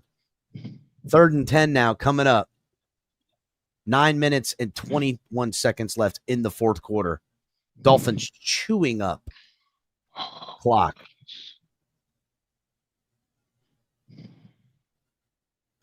Tua out of the shotgun. Ball is snapped. They bring the blitz. Tua heaves up a hope and a prayer deep downfield, looking for Waddle, and it is intercepted by the defense, and then gets brought down. He brings it out past the 30. Down at about the 39-yard line. Flag on the play on that, though. Are we going to get a roughing the passer? I think we're going to get a roughing the passer on this. Bills are cheering and excited. Came in awful late for roughing the passer. It's probably a block in the back. Yeah. And Tua throwing the Bills back into this ball game all by himself. Why are you hoping and praying when you've got a 2-score lead, dude? Exactly what I said you can't do. You got to methodically move down the field, chew up the clock. We don't need a hope and a all prayer. those balls We're he's not batted. down. So, You Cap, don't so have a after hope all and a those, prayer quarterback, bro. Goodness. so Personal after foul all, on them. So they'll bring them back. So they'll be pinned back deep, but still, it doesn't change that we just turn the ball over. Actually, Cap, it is, because with the penalty color, it's going to put them at like punting range. Honestly, right? So, Cap, after all the times we've seen Tua pat the ball and throw the ball away and dirt the ball, he heaves it up in a Hail Mary when we're up by 2 scores. That's what it looked like. I'll Sure never looked understand like it, boys. Can't throw that one away. Can't throw that one away for some reason. I can't blame the defense on that one now. Souvenirs. Absolutely no reason to throw that ball whatsoever, None. other than your own vanity. Okay, defense, you're gonna have to do it for us again.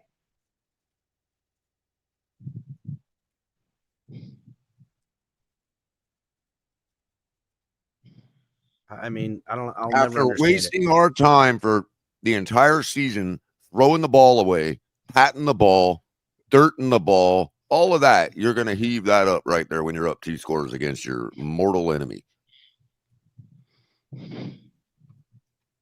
Wow. Jennifer Garner, you nice looking lady. Desperation move for a desperate man. Again, a guy that wants to be recognized for being a part of good football. Mhm. He's like the kid that does too much to fit into the group. It's like, all right, man, just calm the fuck down.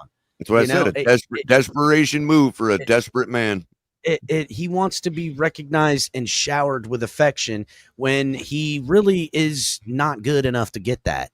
And he needs to just know his fucking role and stop doing dumbass shit like that.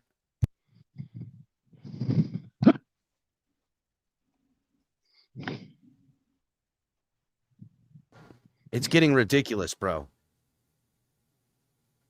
I mean, you have Just a chance complete vanity, dude. to put this game away. Vanity, pride, and desperation, bro. That's what that was right there. AKA shit.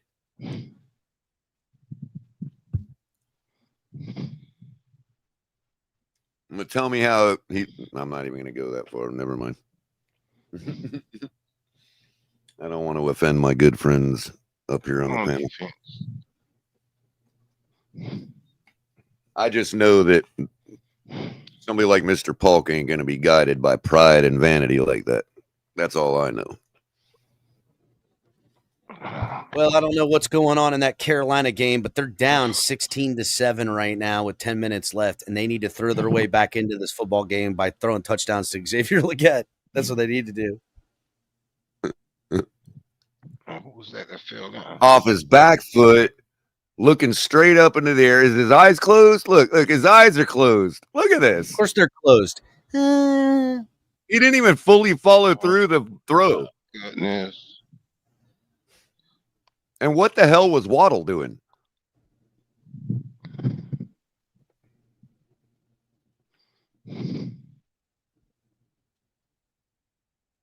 That's all right. You can't lose if you're up by 10, I guess.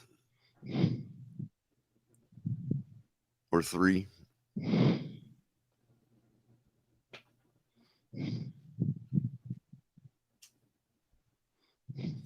Jeez, Color, hold it up for a second. We can never have anything good. We can't just beat the Bills decisively like everybody else who beats them. We got to go through all of this. We're probably going to win, but this is just ridiculous, man. Just ridiculous.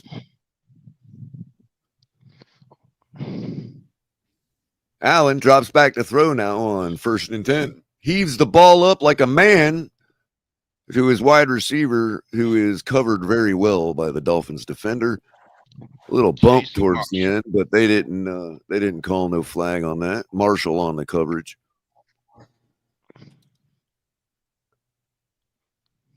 I mean, Allen just threw it as deep as Tua without even having to move his body. And it got out in front of his receiver. So 2nd and 10 now, 7:37 left in the football game. Dolphins up by 10. Allen in the shotgun, drops back to throw. Throws across the middle to Shakir, who takes it up for a first down. We'll see where the spot is, but that'll be awfully close to the marker. They're going to call it 3rd down and inches. Here comes the tush, bush, push, whatever. Allen breaks through and is now carrying one of the Dolphins. What did I say? Fumbles the football, picked up by the Dolphins. Yes, thank you. What did I say? If you're going to have Allen try to do it all, you're going to end up costing yourself a football game. And that is Dolphins football. 3 turnovers on the day for the Buffalo Bills. And that one just drove the death knell in. No, I won't be satisfied until we put another touchdown on field goal on. Allen trying to carry the secondary on his back, gets the ball stripped out like a moron. Oh, Michael K., you was right about your quarterback, Michael K. I got to admit.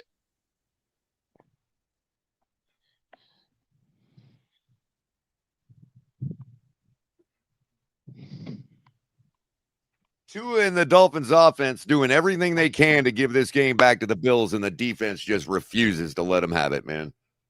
Gotta love it.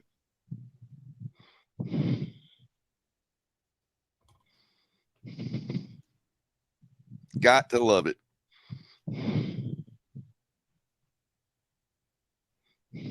How many of y'all want to keep on defense now? Should we blow this team up still? Well, I don't know. I mean, again, yes, I say this is an out-of-body experience, and I'm going to enjoy it. But, you know, whatever. Again, Mike I'm McDaniel, just saying that, like, when everybody's like, when you're looking at the team today, and if the Dolphins they start to go through who we want to trade, and all of a sudden nobody wants to trade anybody. Well, you don't know what you have or don't have in a guy like Waddle because we have a quarterback like Tua. So I understand that a little bit too. Really, to be honest, though, Mike McDaniel's play calling and this defense has gotten 16 points against the Bills and kept the Bills in check all game. If you had a different quarterback with everything else, you'd really have something.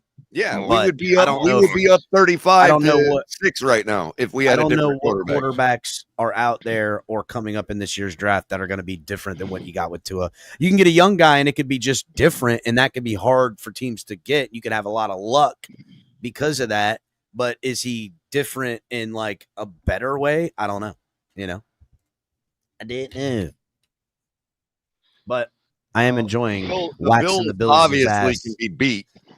And the fact of it is, if we had a better quarterback, if this was the Chiefs today, the Bills would be getting embarrassed right now. Oh, they would be getting run off this field right now. It'd be 36 to fucking nothing. You know? I don't know what happened today to me, boys. Hey, look at he's already taking the blame, and he's freaking destroyed over it. He's not over there smiling and giggling, dude. The Dolphins defense is smiling and giggling. Tua under center. Ball is snapped. The give is to Achane. It gets to the outside and picks up about 4 or 5.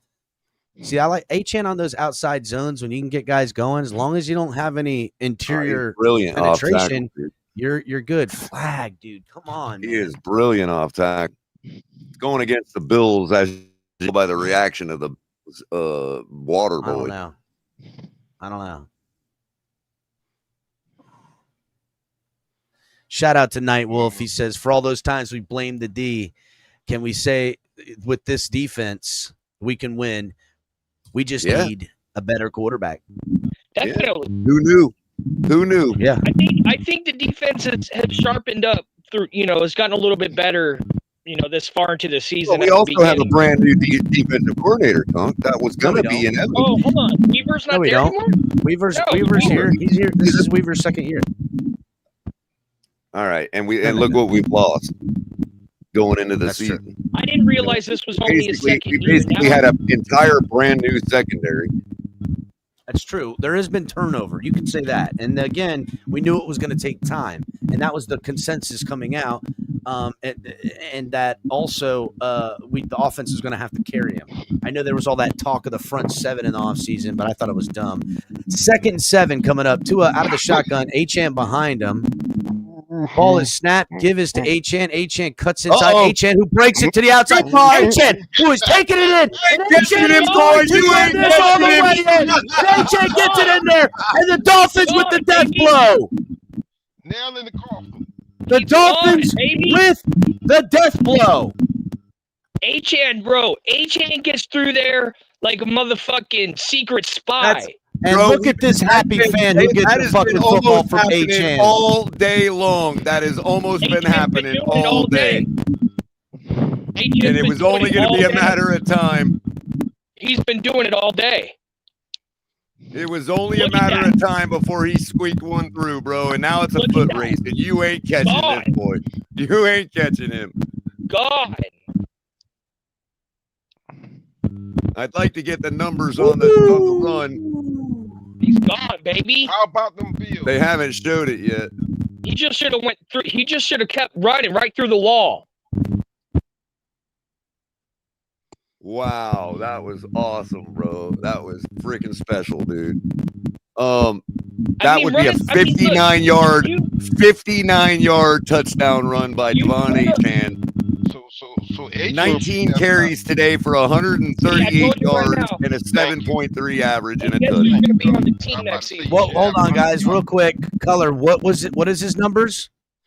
19 carries for 38 yards, 7.3 average, 1 tutty, and a long of 59, which we just witnessed go to the house. Wow. Wow. Ali, I think Ali needs 173.5 from Tua, and he's at 172, Ali, just so you know. Yeah. Ali's about to smash another parlay, dude. He needs a couple more yards from Tua. Dolphins, you can't wait to hear from Josh Allen White. I think he's not going to get him. I'm sorry. He needs like 3 yards from Tua, bro. I need 2 more tackles from Dotson. I know that sucks, bro. He's been freaking quiet all day, man. And I don't know what the hell the Carolina Panthers are doing to me here, but I've got a $600 bet I'm trying to clear. I need fucking Xavier Legette to get a touchdown. Bro, but look at Dotson. Even though he's short of his over-under, still going to get 5-6 tackles every single game, dude. The dude's just a ball hawk, man. Everywhere the ball – you want to know where Dotson is? Ask the football its address. That'll tell you right about where Dotson's at any given time. Yeah. The Dotson football address. Hey, if you want to find the Higgs boson, just make it look like a football, and Dodson will be there. Just look for Dodson, and he'll find you your boson.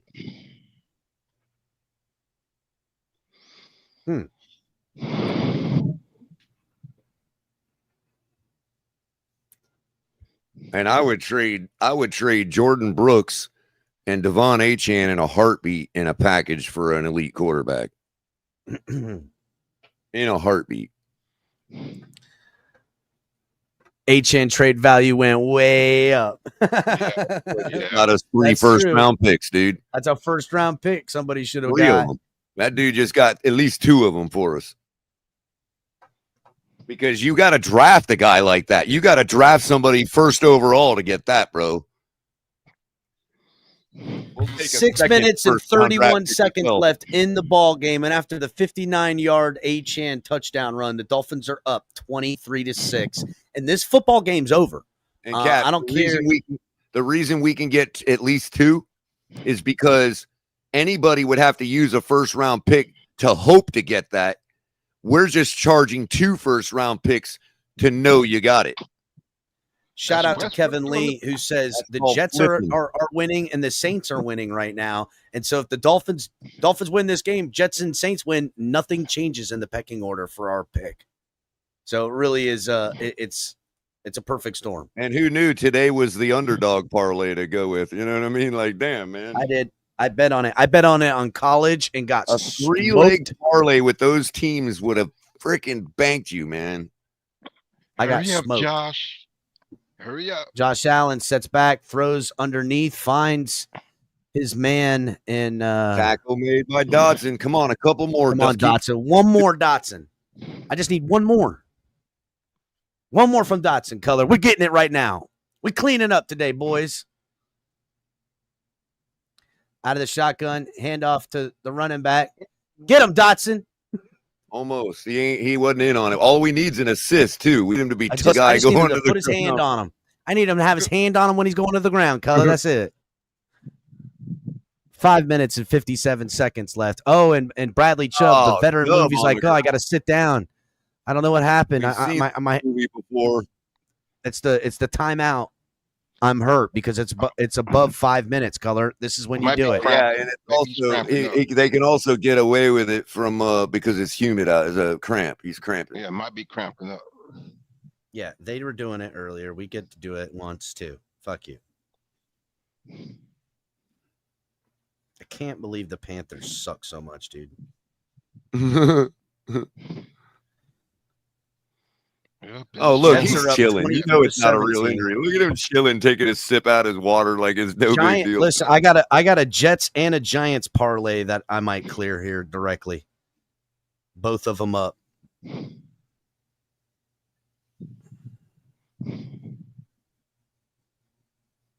My governor.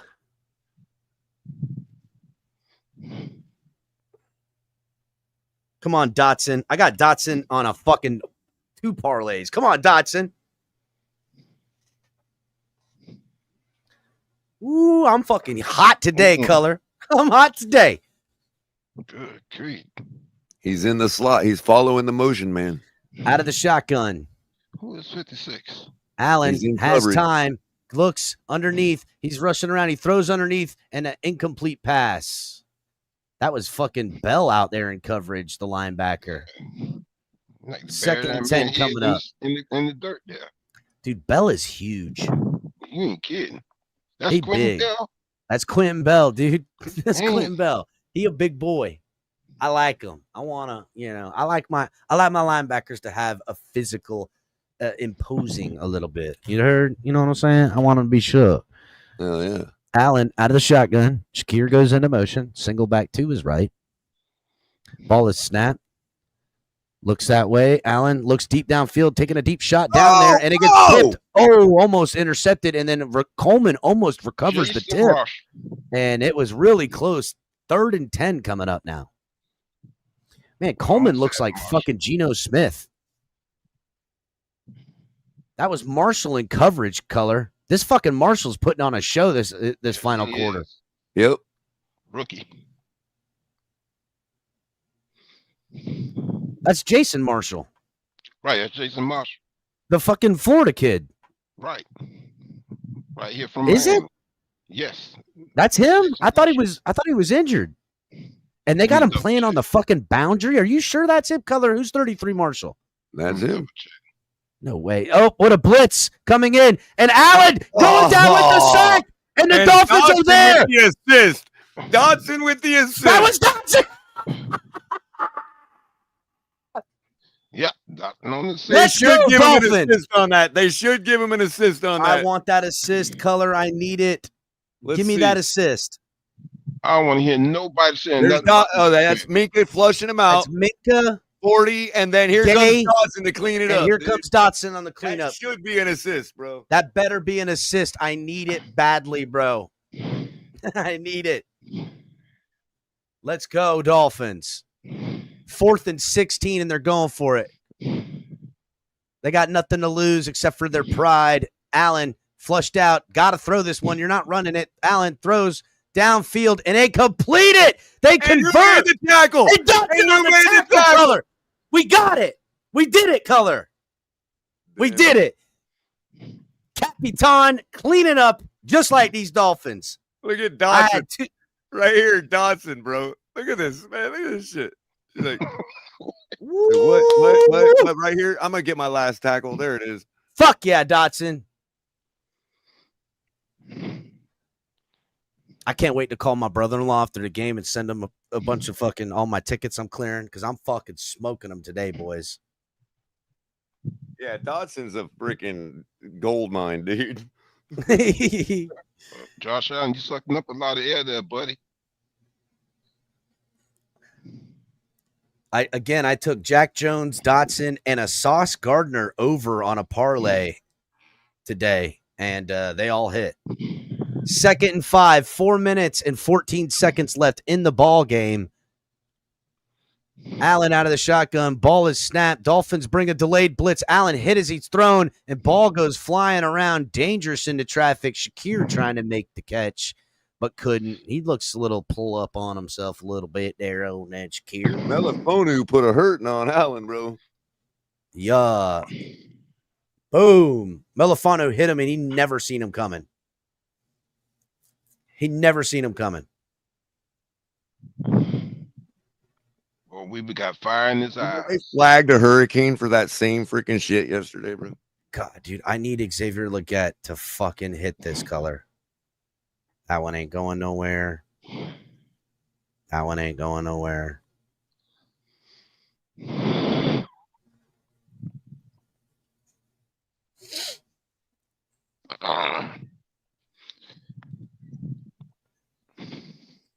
Not to repeat that we was going to win this game by 3 points. Oh my God, fucking 2-minute warning, and fucking New Orleans is on the 5-yard line of Carolina, about to score again, up 17-7. Carolina's losing that game, but they're also losing me the best part. I mean, I got a parlay. I need Xavier Legette. He's the final leg. I got David Njoku anytime, Keon Coleman anytime, Tez Johnson anytime. I need Xavier Legette to hit it, and I'll win this parlay, but he's fucking not going to do it. He's killing me right now. It's a $5 bet to win $640. Trying to do that. Trying to make that happen, boys. Trying to make that happen. That would be sick. 3rd and 5 coming up. I bet they ain't gonna be hitting that bar up in Lauderdale tonight. Out of the shotgun is Allen. 4 minutes and 9 seconds coming up. Cook, the running back, to his right. Ball is snapped. Allen has the in the pocket, throws a duck, and it's caught by Shakir, and he does pick up the first round. Bit of a duck. Solid tackle by Minka, I believe. Flag on the play, though.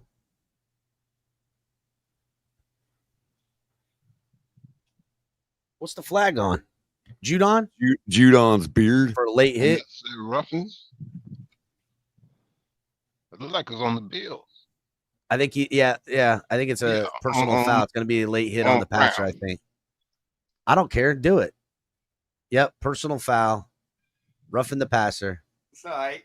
Unnecessary roughness, excuse me. No, that's on Spencer Brown. On Spencer Brown, on them. Oh shit. Getting rough with Judah. Oh shit. He coming over there trying to say sorry to let's see.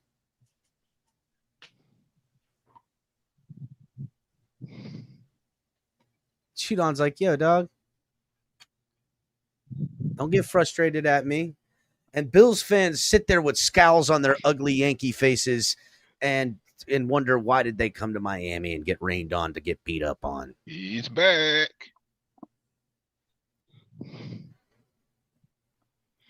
Ball is snapped from the shotgun. And Allen's going to go down.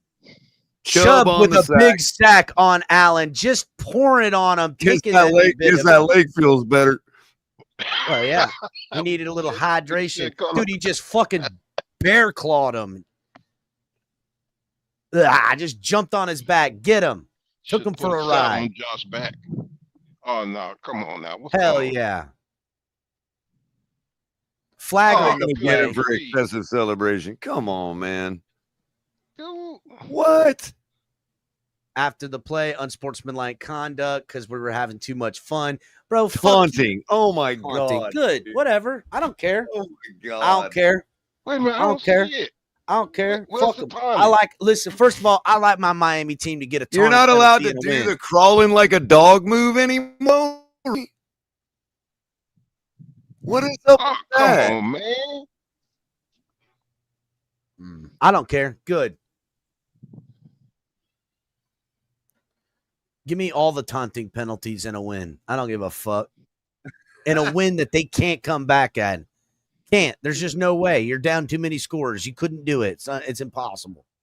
3 minutes and 34 seconds left. I'm with you, McDaniels. I'm with you, but good. First and 10. I mean, he didn't start crawling until he was off of him, bro. Exactly. Look, Mike McDaniel's wondering what the fuck right now. Throw the flag, Mike McDaniel. Shit. Out of the shotgun, single back to his right. Ball is snapped. Dolphins bring 4. Allen looks in there. Allen's rolled out to his right. Looking, throws back across his body, finds his man, and a touchdown made by hey, who's that? What the fuck's his name? Hawes? Jackson Hawes. I mean, the dude, look at how close his eyes are together, bro. Jesus. The fucking guy is a dork. Looks like he's fucking Josh Allen's inbred cousin. Bro, we would have been canceled for that 2 years ago, man. I'll say whatever the fuck I want. This is my America. Give a fuck. Come do something about it, bitch. This is obviously some weird parlay somebody needed to make money on. This Hawes anytime touchdown. It's the Hawes family. The Hawes family needed the money. Fuck anytime touchdown Hawes was, but I certainly as good as of a day betting I'm having, I doubt they even had that available. Thank you, Rev, for the 7 points to the Buffalo Bills. Thank you. Hit the like button, everybody. Oh, jeez. Exactly, Dolphin Don. I'm doing terrible. Let's see how I'm color. I need to see this fucking Panthers game. What the hell's going on? Hit the like button, everybody. Subscribe to support the Fins Tailgate. Let him know, Mr. Paul. Let him know.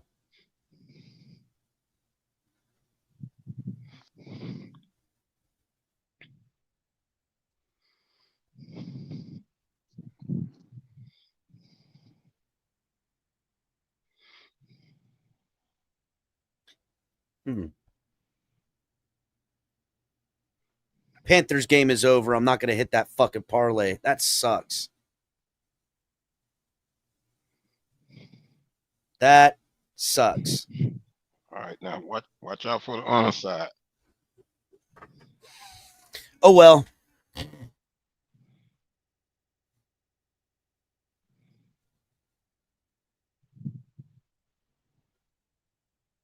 I needed Zach Sealer to get 2 more, and I needed Greg Russo to get 1 more. Thanks, so you suck. That's why you lost today.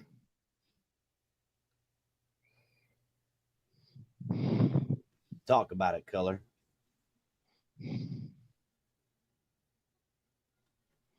Okay, what's the flag about? I don't know, but they seem real flag happy here at the end of this football game. They need to calm the hell down. I'm short. I got Drake May hit the over on 248.5. I got Baker just under 249 at 211, and I am short on the over for Stephon Diggs. He's only got 46, and I needed 64.5. And I hit the over for Baker's receiver, 64.5. But nope, all the others are lost. I needed the Bills to cover 4.5. I wasn't even trying for the 7.5. I don't know. I've done pretty decent today.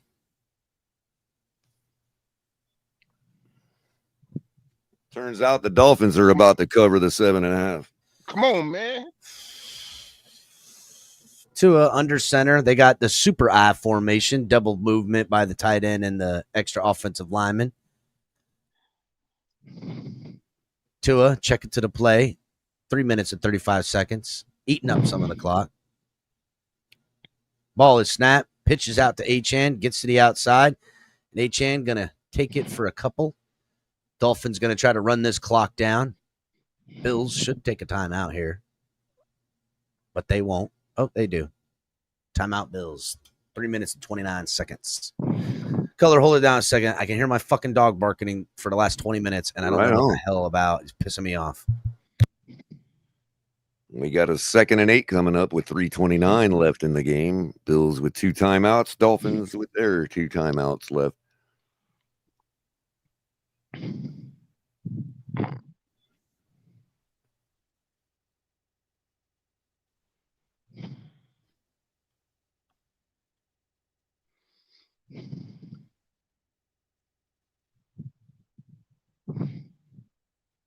See what calls the play in the huddle.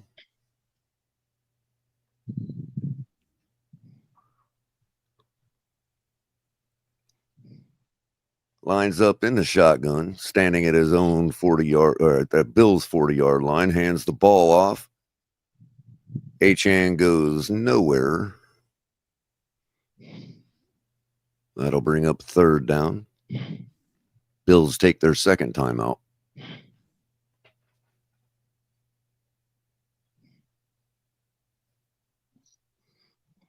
Okay, so you gonna kiss the man?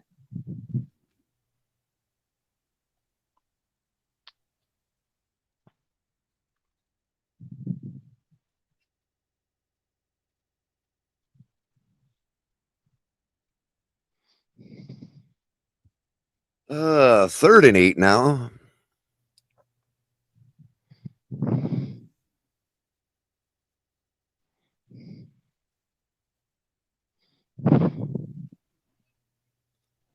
Tua will stand in the shotgun, sends his tight end back up to the line, keeps one with him. Achane stands behind him. He tosses to Achane around the corner. Achane takes it up for a touchdown. Goodbye. Yes. Second touchdown, second house call on the day for Devon Achane, who takes it from 30-some yards out on a toss sweep around the edge, untouched, to put the Dolphins up 29-13 with the extra point coming. 3:17 left in the game. It just ain't getting any better for the Buffalo Bills today. The fans might as well go home. Start heading to Miami International because it's going to be busy. Go ahead and get yourself past security. Get some Dunkin' Donuts. Sit there, wait for the plane. Extra points up and good. The Dolphins have now put up 30 points on the day and are leading the Bills 30-13. 3:17 left.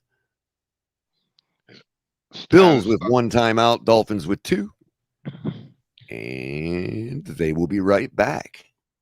Time to pull out first string.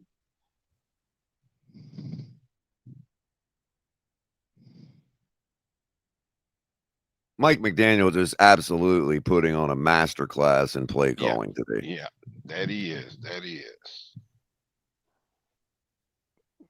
Achane has improved his stock. Oh, Chop Robinson sighting. This is all Mike McDaniel, that man right there, Devon Achane, our team MVP, and the defense. I mean, you can't say any more than that. Here's the kickoff now. Be downed in the end zone.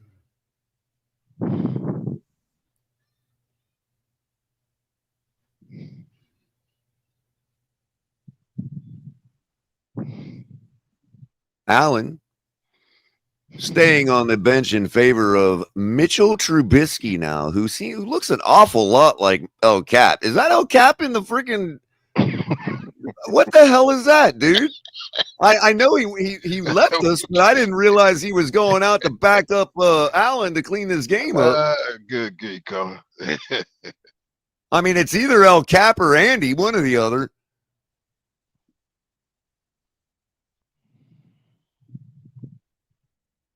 Trubisky now up under center, hands the ball off, and Cook goes nowhere. Gets swarmed up by Jordan Brooks in the backfield for a loss.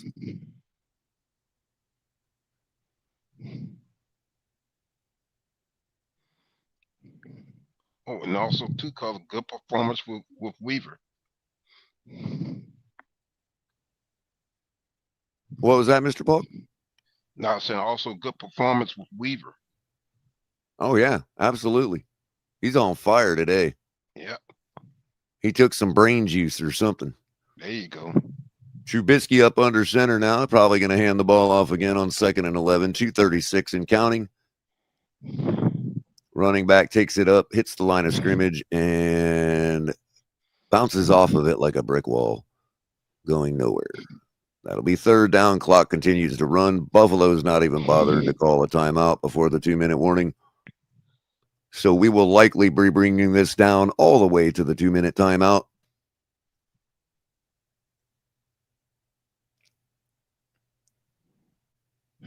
Jordan Brooks getting to come off the field now for the rest of the day, likely.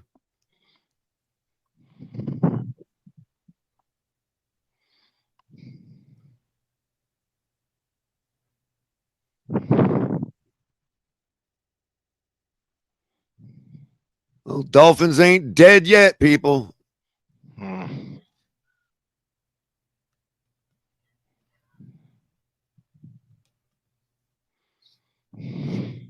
I mean, we technically just as alive as anybody else that's got 3 wins.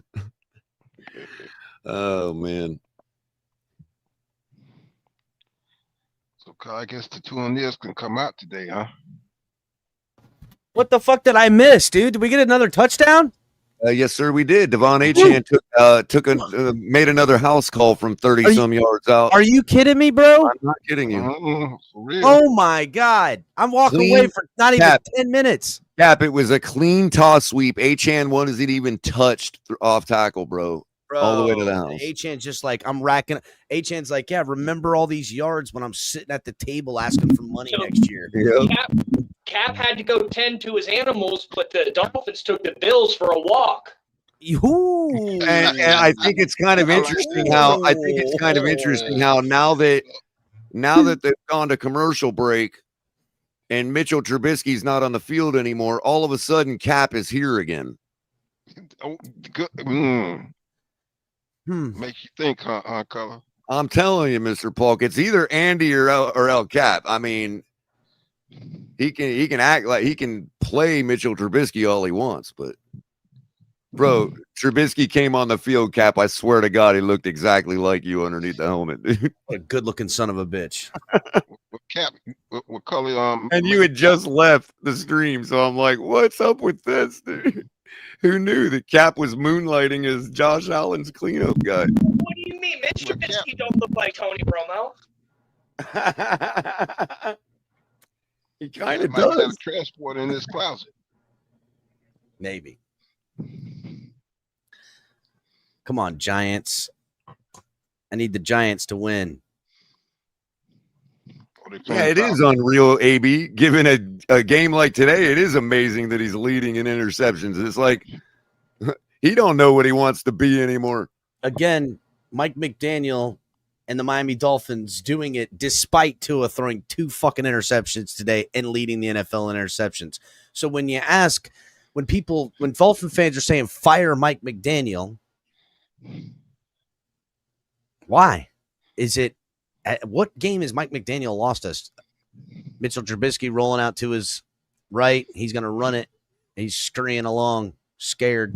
Is it me or does Trubisky look smaller than he used to? He does look smaller. Mitchell Stubisky. I mean, McDaniel's definitely, he's definitely a first-time head coach, But well, he's not a first time. This is his 4th year. Oh, now we're getting okay. So I know Cap, what you mean. We got to pump the brakes here because Joe Rist is bringing me back down to reality. Thank you, Joe. I knew we could rely on him for something. Thank you, Joe. I don't give a damn about none of that. Defense got turnovers and did some shit all day. Offense, Achane running, doing all of it, whatever he can do. And Tua throwing interceptions.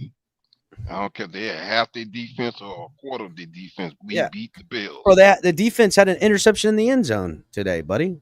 Like, that was when the game was still not in hand. it was 16-0, and they could have scored a touchdown right then and there. That And then we held them. Then the defense held them to didn't allow the 2-point try. I mean, outside of the one touchdown, I mean, this last touchdown didn't mean shit, bro. Like that was ooh. 1 minute left in the ball game, and it's Dolphins have the ball after the punt. You can't really down it here because you're backed up at like the 3. So, I mean, I guess you can. They do. I mean, the Bills could call a fucking timeout. They didn't call their timeout when their offense was on the field. They ain't calling it now. Okay, right.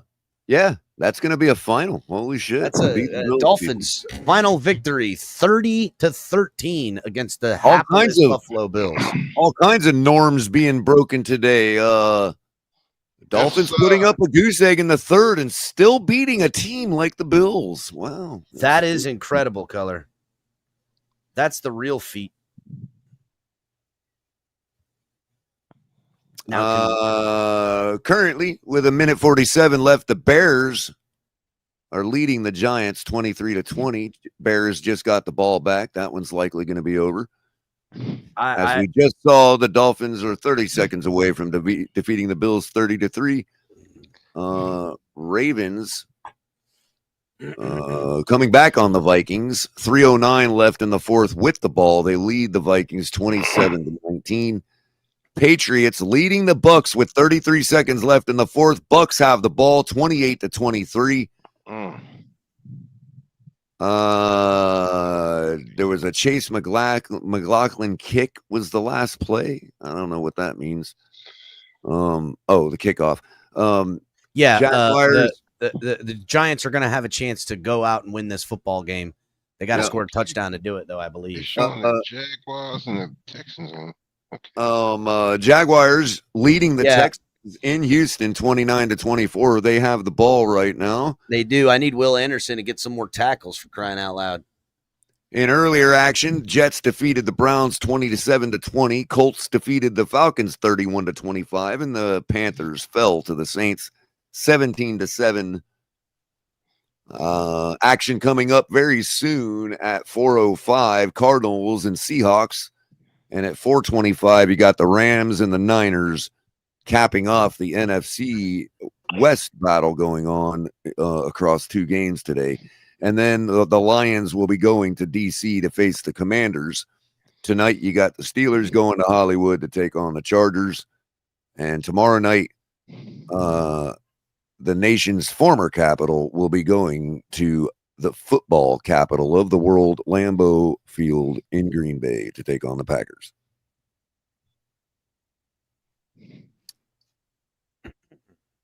If you would like to know some information on today's game, Tua was 15 for 21, 173 yards, 8.2 yard average, 2 tutties, 2 interceptions, 0 sacks, 88.1 passer rating.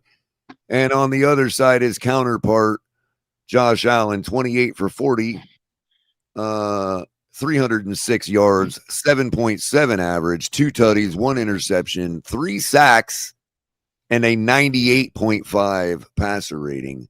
The star of the game, of course, Devon Achane, 22 carries for 174 yards, 2 touchdowns, an 8-yard average, and a long house call of 59 yards. On the other side of the ball, James Cook, 13 carries, 53 yards, and a critical fumble that likely lost his team the game today. The best receiver we had on the field, Jalen Waddle, 5 receptions for 84 yards and a touchdown on 7 targets. Khalil Shakir on the other side of the ball, 7 receptions, 58 yards, 9 targets, and their touchdown scoring receivers, Jackson Hawes, tight end, and Keon Coleman with 3 receptions for a tutty, 46 yards on 8 targets. Josh Allen fumbling the ball, losing it. James Cook fumbling the ball, losing it. Minkah Fitzpatrick recovering that fumble, one of those fumbles. Real quick, Craig Sebring, thank you for the $2 donation. All I can say is F the Bills Mafia, and look who's in the building, walking in victory is Ali. Let's put him up on the main Really screen. quick. Jordan Brooks, 12 combined tackles today. Tyrell Dotson following him up with his 9, like clockwork. We just won it. It's super quiet in here. It's silent. Very silent. No one would think this is a win.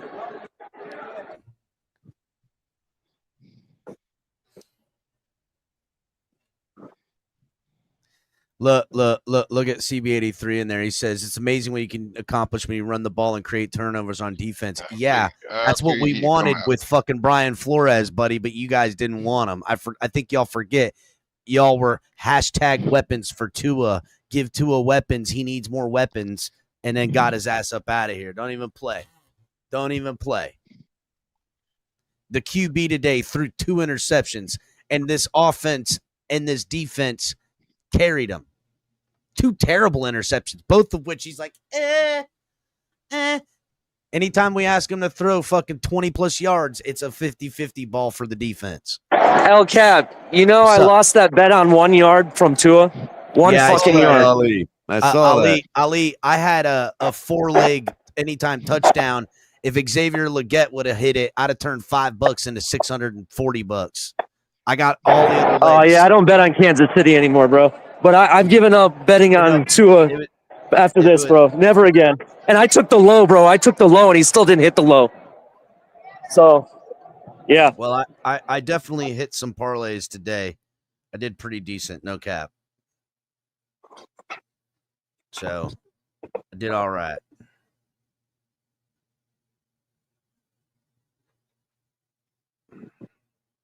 Hit the like button, everybody. Bro, I'm so disappointed. Go ahead. I'm sorry. Go ahead. Everybody coming in here now and post game to hang out with us. Link is dropped. Come on up. Dolphins get a victory. An untimely victory. Is it a good victory? I don't know. If you're watching on X, Twitch, Twitter, wherever you're watching, come over here to YouTube, subscribe, get in with us. Go ahead, Ali, who's there in person at the stadium.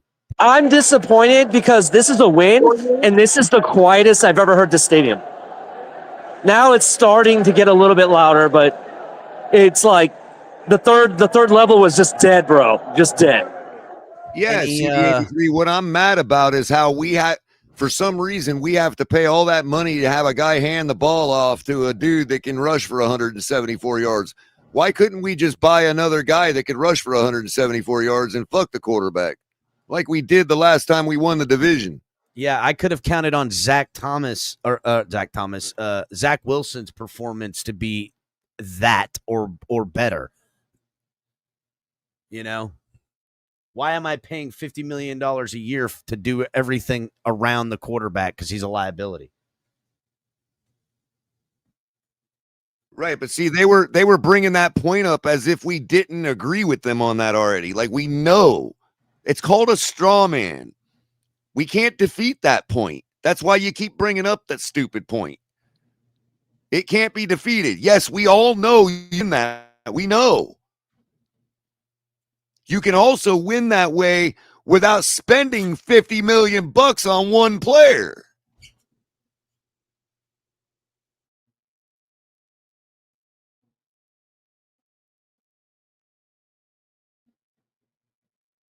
Fucking Bills were absolute garbage today. We should have put 50 on that team. And I said today they were garbage. For you whining Buffalo fans that'll attack me for saying that. Today they were absolute trash.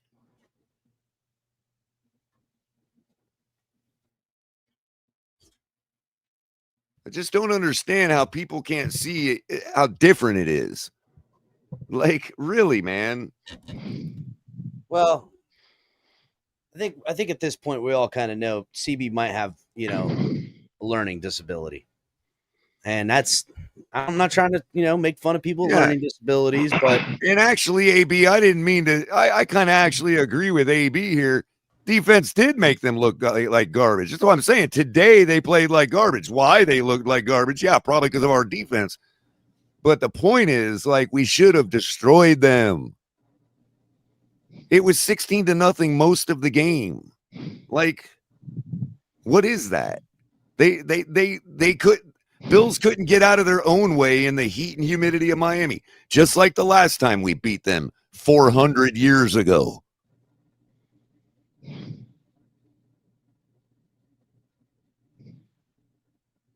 We gassed their defense. We gassed their offensive line. We out hustled them because it was hot and humid today. That's exactly how we beat them the last time. It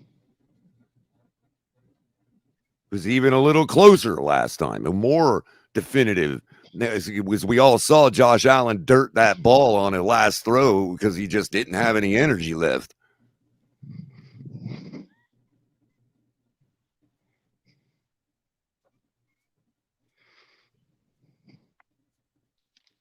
We could have beat him that way when we could have beat him that way when up by here, whatever, when the snow started to fall.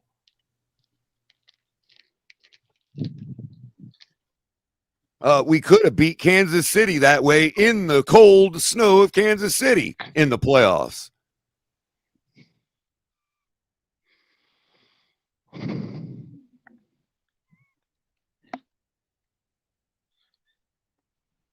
Yeah, exactly, Chris Smith. Waddle didn't drop 3 footballs.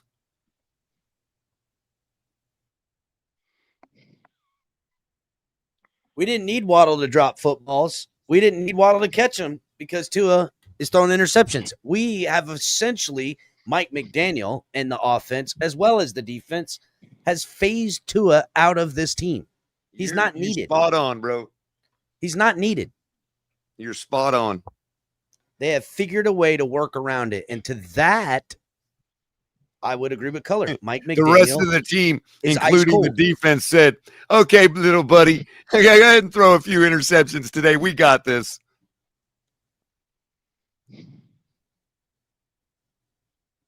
That's what they realized. The men in the room realized they don't need Tua to win a game.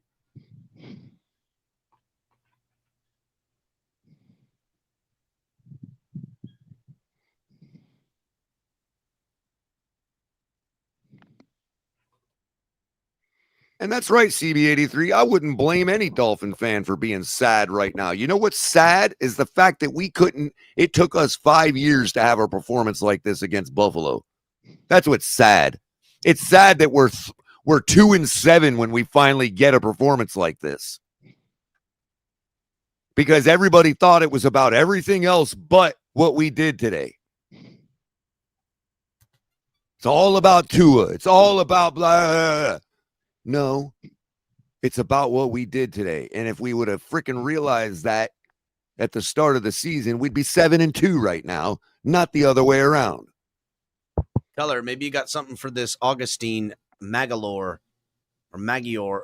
I don't know what the fuck it is. You got something to this, Color? Tua not going anywhere. Ross is not a billionaire to give money away. That's why he's a billionaire. Tua will either get hurt or play next season, and Mike is not going. I disagree on Tua, but I understand your premise. That we'll let him get hurt before we lose money on him. Maybe, but as far as being the guy in Miami, there ain't no we're gonna have his on it going forward.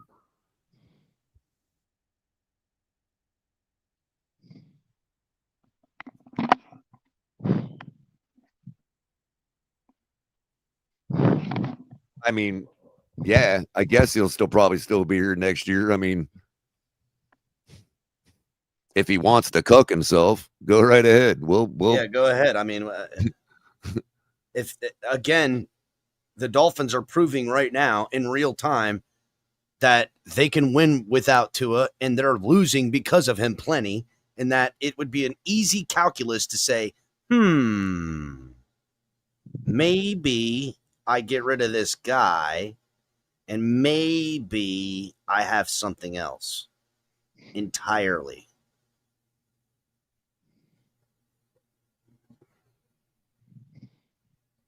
Just saying. Exactly, Pat. There's a reason that we're still going to be underdogs next week. Yeah. It's not like anybody in Vegas is going, holy shit, the Dolphins are back, Tua's back, and now we're going to be favorites against the Commanders. No, ain't happening. Well, we could be favored against Commanders. They know that anybody could do something like this today. And they know damn well it ain't happening again for at least another 5 years. They know that. This team is good enough to beat Buffalo. That's what we just proved today. Without even a good competent quarterback, we can beat Buffalo. And everybody wants to blow this team up. And I just simply say no. Let McDaniel get a quarterback that he believes in. I mean, look. And I don't care if he said he believed in Tua or not. You're not getting inside that building for the last 5 years without saying you believe in Tua. So stop with that nonsense. That ain't no lie. Trust me, they almost didn't let me even buy tickets because I don't like Tua. I mean, come on, man. I mean, that's a joke, but, you know, you get what I'm saying. You don't get in that building without loving Tua right now. And it's interesting because, to me, the team and organization could choose, and ownership could choose to protect one or the other. Oh, I'm a cuck, and it huh? is that what I am? Is that your comeback? It is painfully obvious to me that the organization has shown to protect McDaniel and not protect Tua. Personally, that's what I see. He says now we're shilling for the Fins. Shilling for the Fins? No. Why? Because I'm not shilling for Tua? I don't understand that. Yeah, I'm not shilling for Tua at all. Again, I would be interested to see what Mike McDaniel could do with a different quarterback. I know people don't like that. They want him fired, but I want to explain something to y'all really clearly. This offense that you're seeing from 2023, 2024, and today with the heavy run scheme, heavy run sets where they're bringing the extra offensive linemen, everything designed and run is exactly the offense that they want. And you know That's what they want. And you know what? I never said I wanted to make any changes. I've been letting you all talk your stupid shit for the last fucking couple weeks about making changes because y'all think you're right. Everyone has seen this team for the past weeks. Now you don't want to make changes? No. What I've seen the last couple weeks is a garbage-ass quarterback. No, That's what I want. Is a better quarterback. We don't want to make changes. People that come on here, the changes that we want to make are independent of one another. It has nothing. We want to keep the head coach, right? And we want to bench Tua. Right. You can look at it one of two ways, and everybody can have their own opinion. Okay. You can look at it like, our team is not consistent and worthy, or you can look at it as our quarterback drags them down. Well, Tua didn't drag them down today. He did everything he could to try, but they still won. So, yeah. Who's been proven right? Has it been the team the whole time? Because, see, the problem is when I say for the last couple months that the team it's not just fine, but when it doesn't need to be blown up, and everybody's like, well, this and that. And I keep telling you all, we don't know who any of these players are without Tua on the field. Damn, Davis Mills just runs in a touchdown. We were just reminded of why we were so excited about every name on this roster in 2023. Were we not? Were we not going to the Super Bowl with this roster?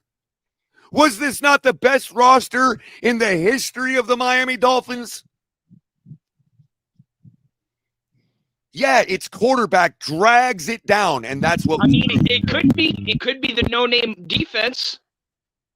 My point is the quarterback has been dragging it down. It's true. And even if you disagree with me, you can't know until we get another one in here. But I can tell you this. The way our team performed today, if Look, 15 look, other Color, quarterbacks look. were our quarterback today. We put up a 50 burger. O-line sucks. That's Oh, always yeah, what these sure, idiots sure, say, dude. It is the sure, fucking most sure. laziest I don't take care. in the I world. don't care, O-line sucks. Bullshit. I don't care. O-line sucked. They That's why sucked enough. A-Chan got through They there. sucked He enough got for the through rush there. for 174 A-Chan had yards. 170 Right. plus yards, and Yeah. the O-line sucks. You're fucking The dumb, dude. O-line split up the defense like fucking So Moses in the fucking Red Sea. So dumb. It's Such a okay. lazy It's take. okay. It's okay. We'll keep winning this way, and we'll still get rid of the garbage quarterback.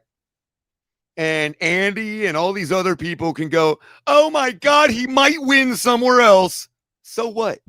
Everybody Yeah, else is yeah, already on the winning bench. everybody everywhere else. What the fuck don't these people get? Everybody else is already winning everybody everywhere else. The fuck do I care if Tua leaves here and goes and wins somewhere else? It's already happening. Guys, as much as I want Tua off this roster, he's here for the next 5 years. We're gonna win the next 3, bro. We're back. We're back, bro. Purgatory right now, man. No, Stuck there's with some me. changes coming in the offseason. Stuck with me. Let Stuck with Tua Tua. ride it out. This is what I'm saying. Let him ride it out and see how it goes, and then they're going to make the real changes in the offseason. I'll believe it when I see it. Tua and McGeek are not going anywhere. We're gonna win the next. Look, We're gonna win the look, next look. 3. You see this right here? You see this right here? Our O-line sucks. If you don't accept it, you're clueless. What the fuck So is if this we talk? don't accept whatever your opinion is, we're clueless? Or are you just a fascist? The only reason why they suck is because they're so tall that our quarterback can't see over them. Exactly. We're 3-7, dumb fuck. 1,400-pound Devon. We're 3-7. See ya, Augustine. What up, Grump? We back. Hey man, I don't know why this team keeps fucking pulling me back in, bro. I don't understand what. Exactly, I just don't. I love, bro. Look. Can I say something real quick, bro? Hey, As Color. long as you don't turn into a Dallas fan, No, Grumpy. don't do no. this to me, bro. Hey, Color. That, bro. We're 3-7, I would Grumpy. We're rather 3-7. fucking hang myself, bro. I would rather hang myself to be a Cowboys fan. After Well, the we're win today, 3-7, bro. So again, I just want to say something. Why does this fucking team does this shit to me every fucking year, bro? Like what? Like now we're gonna go on a run now? Like what the fuck? We just beat the Buffalo Bills, bro. Like what the 30-13, bro? Like what the? We're about to go on a big run out in the plains of Spain. That's what we're about to do. It's because the Dolphins are like the ex-girlfriend. They promise change. Oh my god. They promise they'll change, but they'll just come back and beat you down. And bro, A-Chain was on fire, bro. Yes, he On was. fire. Which is exactly why we should get our 2 first-round draft picks for him while we can. You all want to make changes? Let's make changes. See, I again, like Color, like look, there was other people fucking saying, not you, Color, right? I don't know if you did or not, but they wanted to trade A-Chain, Waddle, and fucking Chubb, and they wanted. But again, I told Capitan and I told Ali last night. Grumpy, Don't we need to fucking goddamn build again? We need to have a core, I'm glad right? you showed up. I'm glad you showed up because you got a lot of energy, and that's why I love you so much, right? Yes, sir. Yes, sir. We are currently, right now, if you haven't noticed in chat, we are currently being insulted because we don't want to make changes. Mm. So I say, you're right. You're right. Let's get our 2 first-round draft picks while we still can for A-Chan. Come on. Let's make changes, people. Waddle, gone. See? This trash O-line that just rushed for 174 yards, gone. Every one of them. You see, Color? You see? Let's make changes. Yeah. Let's do it. But nobody's talking no more, though, Color. Nobody's fucking talking about that shit no more. No, when they say we got to make changes, they're talking about Ethan Bonner. Yeah. Okay. They're talking about Benito Jones or Benito Jones. Yeah. somebody that nobody gives a shit about. That's a fact. That's a fact. So they think a full rebuild is keep everybody but the garbage that we already know is garbage. A color. Okay, It doesn't take a fucking Einstein to come up with that plan. that's a fact, bro. So if y'all want to trade people, y'all want to blow this fucking thing up, let's claim our draft picks for Achan, damn it. There you go. See? But hey, and that's what I said last night. Color. That's what I said last night, bro. That's why I fucking look, here you go, Grumpy, right here. I'm the one wanting to have it both ways. No, I only want it one way, CC. I want it your way. Let's blow this fucking thing up. Get our 2 draft picks for Achan. Get our 1 draft pick for Waddle. Get our bullshit maple syrup for Tua, and let's blow this fucking thing up. Maple syrup. Oh, I like that one. Well, hey, Color. I love Color, man. Color's my good friend, bro. From the Canadian teams. Yes, he is. That's all you get from the Canadian teams is a case of maple syrup. Damn it. Shit. Grumpy Colors cooking. Hey, Color always cooks, bro. I hear the Argonauts are offering an offensive line and a case of maple syrup for a quarterback. That's what I heard. And you know what? Quarterbacks. And you know what, dogs? My boys, everybody up in here, I respect Color so much, bro, that, man, I tried to pick him up, bro. I couldn't pick him up. You know what I mean? Now here we go, Grumpy. And I love Daniel Taylor. I'm not trying to come at Daniel Taylor. What I'm trying to illustrate here is, what am I? Am I out of my mind for wanting to trade everybody, or am I asking why fire Greer if you don't want to trade anybody? Which is it? I want what y'all want, people. You want to blow this fucking thing up? Let's blow it up. But if you're talking about blowing this thing up, then yes, trade everybody. I'm sorry that people don't understand what real blow up means. It's not my fault. So if you don't want to blow things up, okay, then there's a couple things we can do on offensive line that we know any quarterback's going to freaking need, and get another quarterback. That's all we need to do. That's what I've been saying for 5 fucking seasons. But no, anything else, the offensive line, this, the other.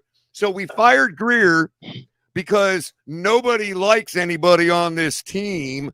But then we didn't trade anybody but the pussy Jalen Phillips at the deadline. Jesus Christ. Hey, I'm just speaking facts here. Not hey, blow up or not blow up. Give Color an answer. Big color. Did you want, honestly, you want this shit to blow up? For what? Nobody's ever asked me that opinion. They've just assumed. So I'm asking you that opinion, bro. I'm asking you as a good friend, Color. I cannot. I've answered the question before, Grumpy, and I cannot answer the answer is that I have no answer until I know who the driver's going to be. That's a fact. I don't know how bad these guys are or good they are until we get a quarterback that is worth playing in the NFL. Man, this guy, I thought I was passionate, bro. This guy is passionate. I love Color, man. Respect, Color. This is exactly how I entered this network 5 years ago. This is what everybody said they liked, and then this is what everybody shit on. All right? Well, I'm bringing it the fuck back. Well, I mean, I never shitted on that, bro. I mean, I never wanted to. Saying you. Okay. I'm just saying. Okay. Are we talking blow the team up, fire the coach, all that, or are we talking see what Mike McDaniel thinks or see what Mike McDaniel can do with another quarterback? Because if you're saying that, then you have to say that about 52 other players as well.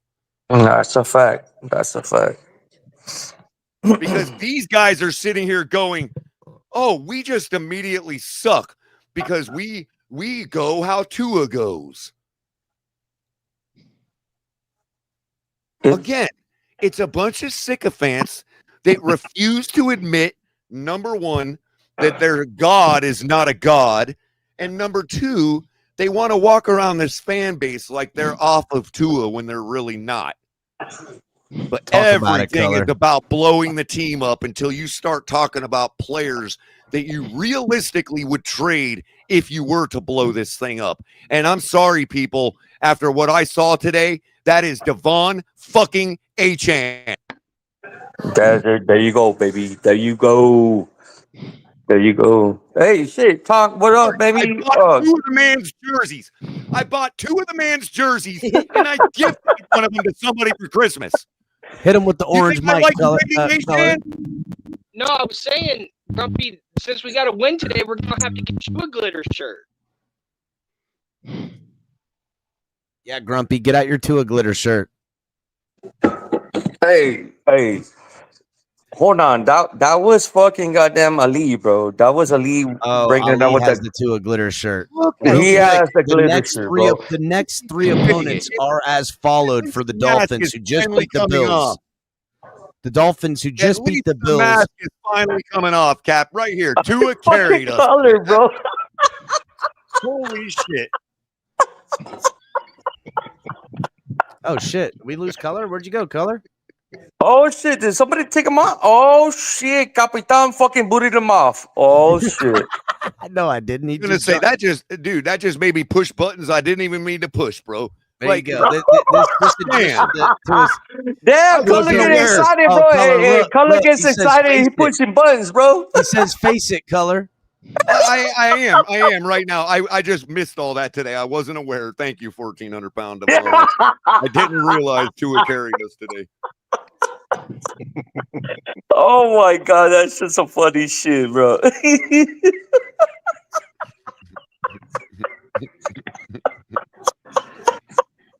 Oh my God. I'm sorry, y'all. Go ahead, man. No, hey, Grumpy, this is the place to be, Grumpy. This is the place to be. Oh my God. Yeah, I know 1,400's a troll. I know it. He's a troll? He's a troll. The next 3 opponents are as such for the Dolphins. We have the Commanders, a bye week. That's a win. The Jets. That's a win. Well, no, Commanders bye week, Saints, and then Jets. Oh, bro, we're gonna be back, bro. The roll started today, bro. The roll started today. You're gonna turn around, and the Dolphins are gonna be 6-6 in a month. How is that possible? We already have 7 losses. Oh, 6-7. My fault. Hey, they're going to be going. They're going to be bro? going into. They're going to be going against the Steelers in prime time, looking to get back to 500. Mark my words. And they'll be right around 7 wins, like I said. Because here everyone was saying, "Oh, they're going to do this." I said, "No. NFL has parity. The Dolphins will win 7 football games, and we're on track." I don't want anybody gone until we get another quarterback and we can all holistically decide who needs to go. Where in the hell is Tonk, bro? Because Tonk owes me some shampoo, bro. Tonk's right here. I don't even hear him. All right, $25, and I'll send you a starter pack. See, all I hear is static, bro. You guys hear static? That was the mob way of saying you're. Because Tonk apparently has static on his hair, bro. Dog, I've been telling you to donate, and I'll send you some shampoo, but you ain't sent nothing over. I can't hear fucking Tonk, bro. Do I need to drop down? I don't know how you can't hear him. I can hear him. I can hear him.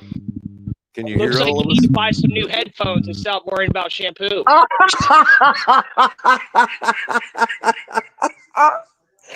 Oh shit!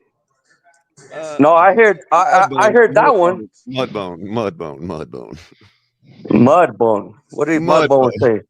We got a delay. We got a false start and had to call a timeout on the first play of the game, bro. That's a fact. Like, That's a fact. stop it with this shit, dude. Like, seriously, Mudbone. You strike me as the kind of guy that would be a real powerful ally side win in the battle together, bro. I actually respect you. But God, you gotta stop with this shit, man.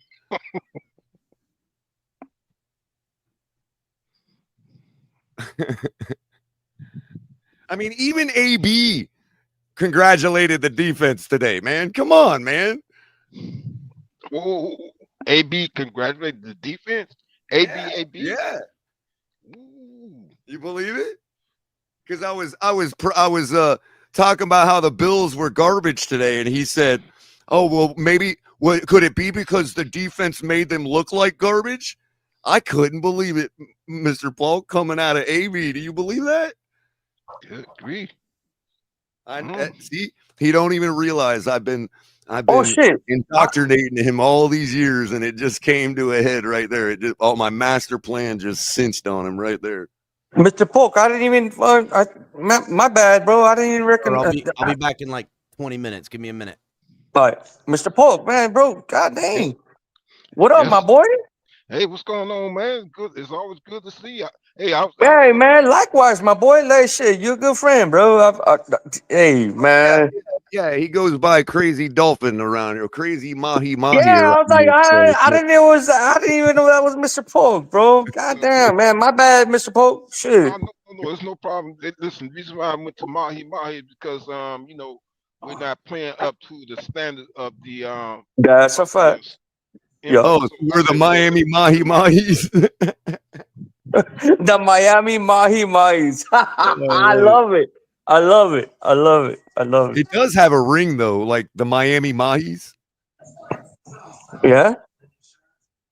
And isn't Mahi a Polynesian word anyway? I think was it Bahamian? Hey, Color. Oh my God, Color. Oh shit. Listen to this. Color, listen to this shit. Don't act listen like to Paul this ain't shit. got a bunch of rancheros out in Hawaii too, man. Stop it already. Go ahead, Ali. So listen to this shit. So I'm leaving the stadium, right? And at the end of where the stadium is and East 22, there's a guy with a megaphone thanking all the Bills fans for spending all their money and said, "Fuck you for letting Tua win. We have the shittiest quarterback in the NFL. And you guys let them." That's some funny shit. He's saying that over and over to the Bills fan. I wish I got video of it, bro, but my phone was dying. I kid you not. The great thing I was like, holy shit. When you beat your mortal enemy, the great thing is that even if you hate your team and you're deprecating on your own team, you can still be like, yo, you all just lost to the worst team in the NFL, bro.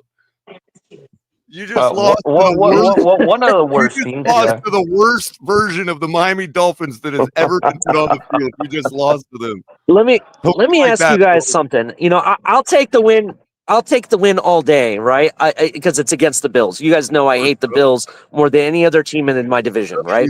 So I'll take it. But for sure, yes, trust me. That's my personal Super Bowl, not Super Bowl. It was for me, right? Because we beat them. But this is my question: does this change anything for you guys? No, absolutely not. Well, again, were you wearing the glitter shirt? Let me back up. Were you wearing the glitter shirt? Hold on, let me not be so flippant. Okay, it does change quite a bit, Ali. It reinforces, like it actually puts me in one of the camps now. Whereas before, it's like I'm waiting. I want to see what people argue about, how we go about this, going forward and all that. And I have my own opinions about, not knowing really what we have till we get a better quarterback and whatever else. And I have all that. But now what's changed for me is that I am now in one of the camps. I don't think we need to blow up a goddamn thing. We need another quarterback.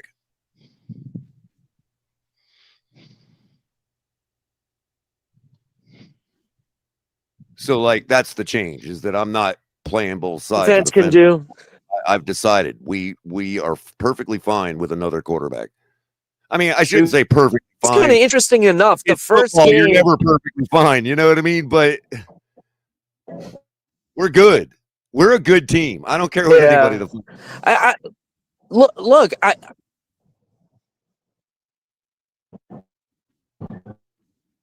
Until you get out. Yeah, I got to get out of this traffic. Yeah. I mean, I won't go to every individual loss, but we have winning seasons for the past 5 years. No problem if we have better quarterback play. We are a good team. I'm tired of this freaking back and forth. Whenever Tua plays good, we've got a superstar roster again, and then whenever he plays bad, we're the garbage fucking worst team that Greer's ever constructed. We fired Greer, as CC keeps pointing out, you know, because we supposedly don't like this roster. Well, I didn't fire Greer. I was ready to build a bronze statue for him. I still got a whole pile of copper I got to get rid of. So, I mean, I cannot tell you who needs to be traded without getting another quarterback. If you want me to say, well, we're blowing it up and firing McDaniel, then I can tell you who to trade. And that would be Devon Achane. But again, I'm not so sure anymore we need to do that. That's what changed for me today. We just beat the Bills, bro. I don't care if they're decimated with injuries, dude. The way we played today can beat them anytime we play them. Yeah, we didn't do anything different that we normally do against them, bro. I really think. Right, we've still got the same roster, Ali. And now we know what it looks like. Now we know what it looks like with good execution and back play that didn't necessarily lose it for us, even though it did everything it could to drag us down. Yep. I agree with you 100%. It's just how I interesting. feel about Tua and the whole thing going forward. No, nothing's changed, but I don't think we need to put shit up. What about the defense, though? Like, it's interesting. One game, Jalen Phillips isn't here, and that defense came to play. You know, was that trading him? Did that send a message? Maybe I don't know. I think it's coincidental. What I've noticed over the last couple of weeks is the brand new guys. We literally constructed a whole entire new secondary to start the year. These guys getting their ankle and caught flat-footed. I've been all over the Cater Kohu thing all season. And now we're starting to get those guys improved because of good coaching from Weaver. We're starting to get people break down their stance. We're starting to get people holding their space. You know what I mean? And not getting their ankles broken. Look at today. You know what I mean? Everybody getting guys right to the ground. Even Ethan Bonner got clowned and then got right back up and chased after him. But it was enough to where the whole team could swarm and get the guy down for no or little gain. You know what I mean? Yeah. That's the kind of stuff that is improving. That stuff's been improving over the past couple of weeks. We just haven't noticed it because we're so bad as an overall team. I get you. I'm with you 100% on that. The other interesting stars on defense were good, bro. Yeah, I agree. I mean, for me, like even the and I'll go ahead and say it. As much as we say that McDaniel doesn't adapt, they did this year. That extra offensive lineman on the on offense is definitely helping. You know what I mean? It's changing things a little bit. And so I like that. And we're starting to go to the tight ends more. I mean, Dulcich, bro, he should have been playing all season. You know what I mean? I actually like what I'm seeing from him. So that's where I'm at.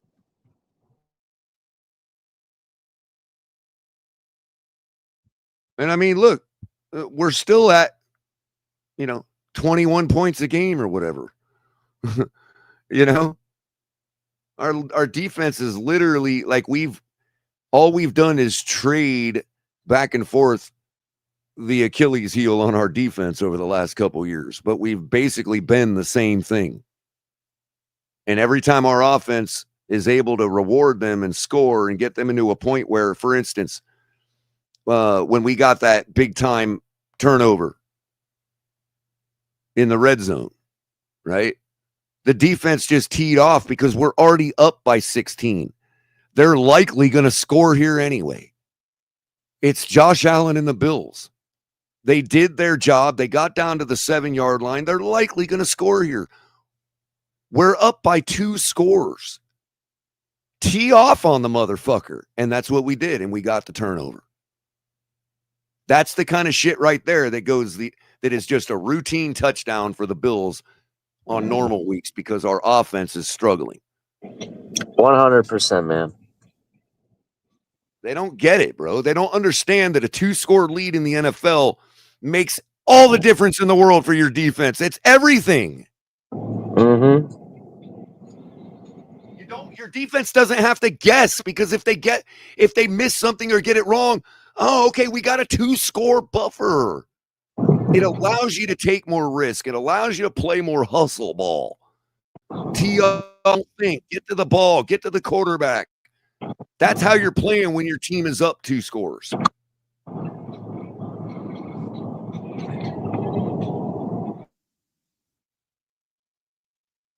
I mean, I'm not trying to be some kind of sage. That's basic football. At least the way I learned it. Smaller. Oh, man. I agree with you, Color. 100%. The defense doesn't know what the play is. The offense always has the advantage of knowing where they're going to go with the ball. The defense has to guess. So when your offense is up by 2 scores, all that guessing goes right out the window, and you just start to perform. There's nothing to guess about. They have to pass. Sure, they're going to gash you every once in a while with a run to keep you respectable, but nobody gives a shit. That's kid shit. They're going to pass when they're down 2 scores. You don't have to think about what they're going to do. It closes their playbook. On the other hand, when you're up 2 scores and you're in a pickle, your whole entire playbook is opened up. So guess what you get to do, even though it didn't work out well for us? You get to heave the ball up on 3rd down when you don't need to because you're up 2 scores. Now, granted, that was an interception, but the point being is, so what? We still won the game by 2 scores. Because we kept that pace. We rewarded the defense. You're going to get off on a 3 and out on the Bills? We're going to score. That's how you beat the Bills. I mean, I'd argue that's how you beat any team, but when you're talking about the Buffaloes and the KCs and the Baltimores of the world, that's how you have to beat them.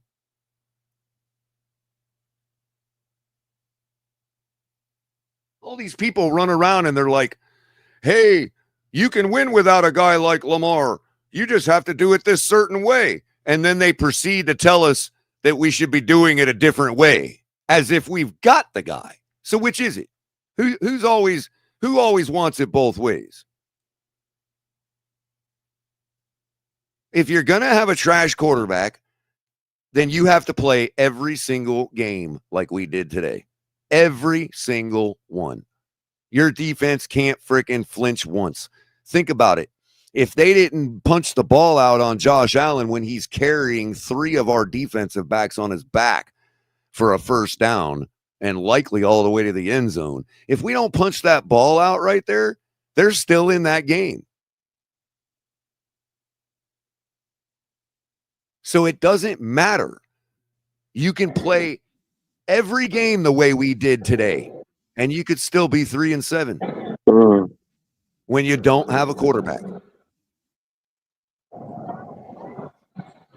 If we had a quarterback, we would have been up 3 scores there already. We would have been up 3 scores at halftime if we had a better quarterback. Yeah. Because that much better. It's because the Bills did not show up today. The Bills were trash today. And a better quarterback would have absolutely made him pay for it with a 50 burger. Baker Mayfield puts up a 50 burger today, the way our team played.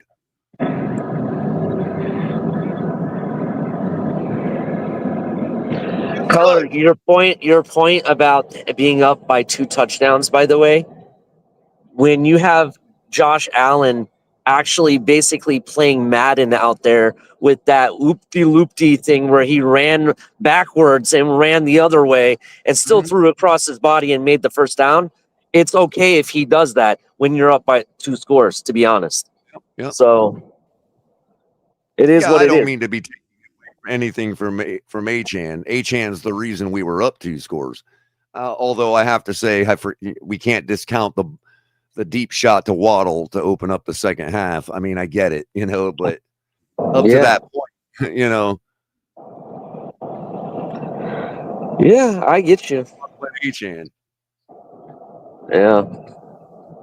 There again, Tua throws some freaking dimes today, dude. And it's like, how can you really sit here and be like, we still need a quarterback? Well, he was still outperformed by the losing quarterback. Look at the box score. It's ridiculous. He didn't even hit his low, bro. He didn't even hit his low. Add 2 more interceptions to his record. And so now with 2 touchdowns, what is he at? 13 and 13?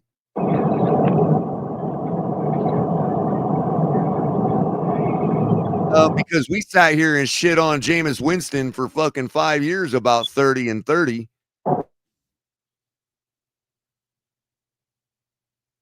Just saying.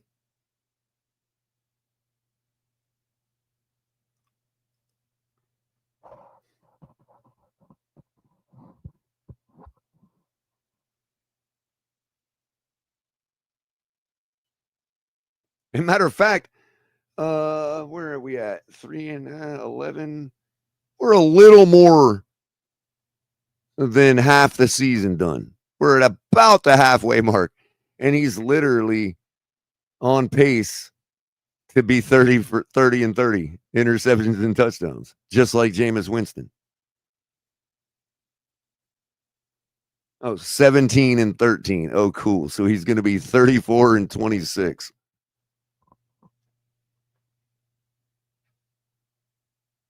And they'll sit there and hype up those 34 touchdowns like they're freaking God sent. No, not Jameis Winston, though.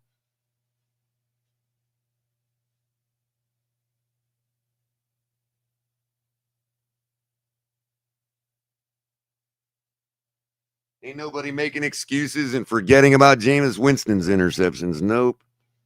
Nope. All those 30 touchdowns didn't make a hill of beans.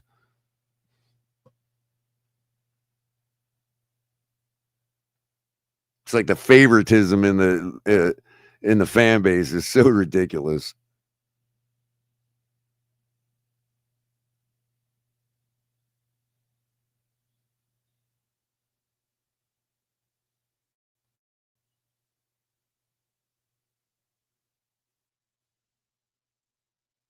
You got to keep your process and make the fixes. Yeah, that's what they do. That's what everybody else on the team's been doing.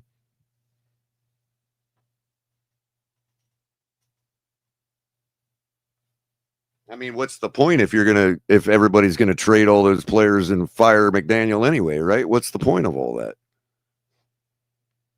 For their next team, everybody says, "Oh, players play because they don't want to put bad tape down for their next team." It's like every one of these teams knows what they got with every one of these players. Every one of these teams has a complete mathematical lock on every single one of these players. They ain't fooling nobody.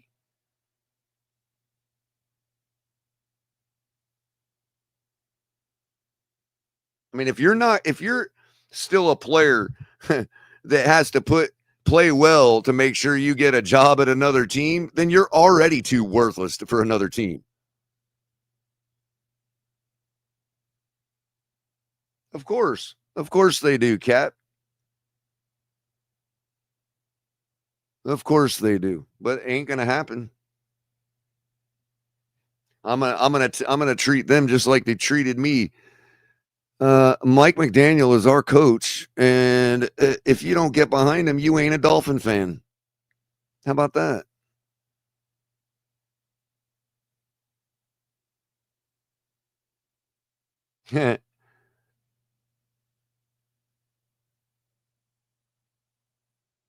Yeah, see, that's where I would offer Greg a bit of advice, Cap, and be like, hey, just self-deprecate. Be like, I know we're trash. That's why I think it's hilarious the Bills lost to us today. Because they ain't no better than we are.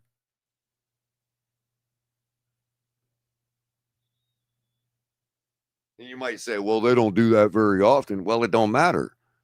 The fact that they could lose to us the way they did today, Kansas City's just licking their chops right now. Kansas City's like, we got this. This is our season. Next up, Baltimore, who struggled today. Kansas City's loving life right now after watching what happened today. Yeah, now just imagine it. Keep going, Mudbone. Keep going. Now imagine it with all of that and a legit quarterback.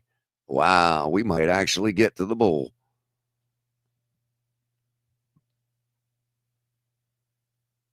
See, you're telling on yourself, Mudbone.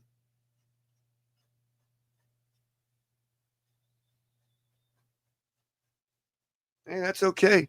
When we're 10-7, y'all can laugh at me all you want. Just make sure you bring the jerk seasoning for the crow. I still have yet to be served it. Matter of fact, if I was starving in the desert right now and I was waiting on Tua to serve me crow, oh my God, I'd probably just go ahead and take care of it myself. Yeah, I know, Mudbone, but you can't say it, which tells me I don't believe you. It always has to be about everything but that. Now, if you're talking about, hey, just come to me when we get another quarterback and you change your mind about everything and you're like, you know what, Color, you were right. Our offensive line was perfectly fine. Or as good as it's going to be. But I don't know. I think you might. I have enough respect for you to think you probably would come back and tell me you were wrong. Oh, I do have to blame him for every loss. Because nobody else will. And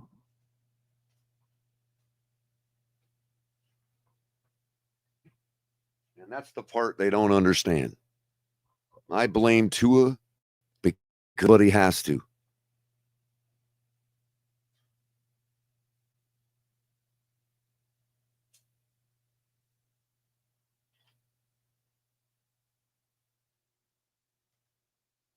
It's like that guy that, pointed to the emperor and told him he ain't got no clothes on. And everybody else is like, what are you talking about? Because they're all too afraid to tell the king that he's naked. I'm that guy that sticks his finger. No, the motherfucker ain't wearing no clothes. Can't you all see? I don't care if he lobs my head off. The king can send me to the chopping block all he wants. He still ain't gonna have no clothes on.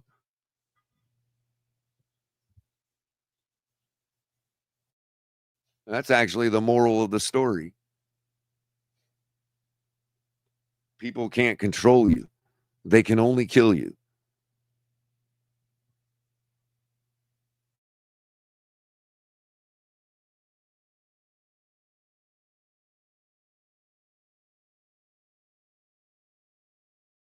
When you can't break a horse, what do you got to do?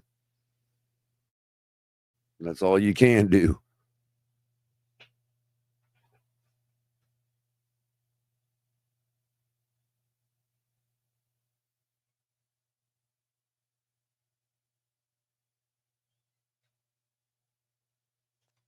Seahawks are looking crazy right now. Oh yeah, thanks for the reminder, Tunk. I'm going to go ahead and do a little score update here while we're at it.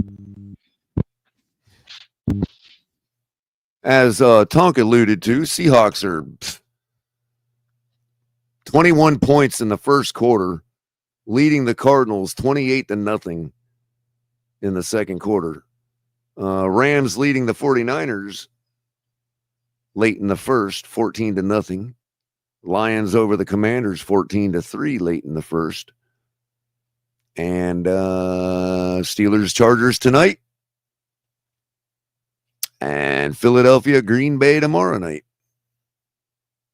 We got some finals now for the earlier action.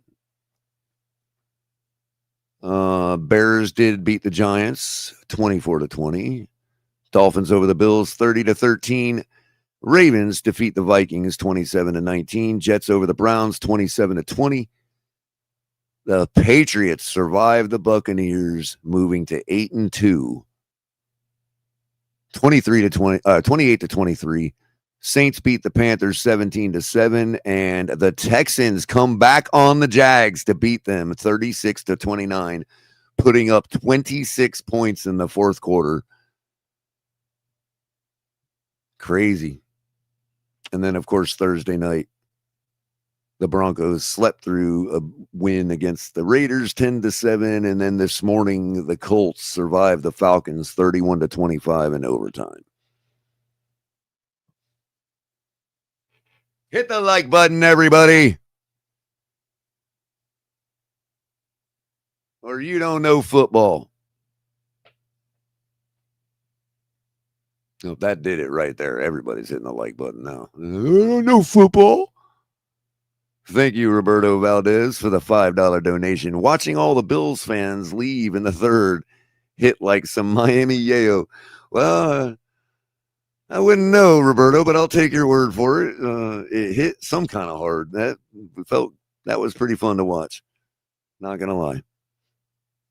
And thank you for the $5 donation.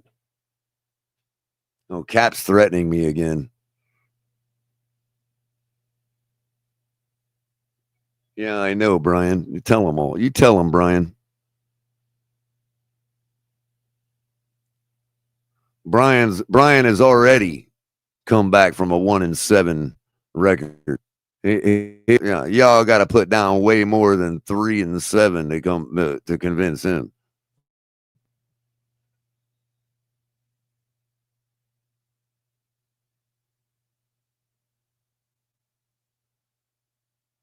But Mr. Flores, I appreciate you showing up today and gracing us with your presence. I do have a question about today's game against the Ravens, though. What happened, man? I thought you had the keys to beating Lamar, bro. I was all talking you up, man.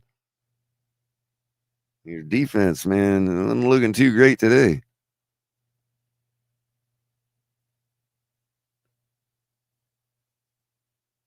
Can you explain that? That was my best Tom Cruise impression. Can you explain that?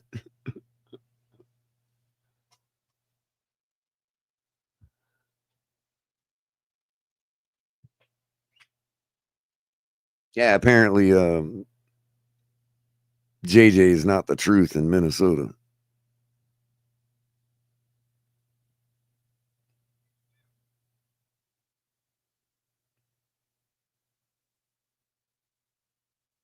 Ravens outscoring the Vikings in the third 10-3. That was likely the turning point of the game right there.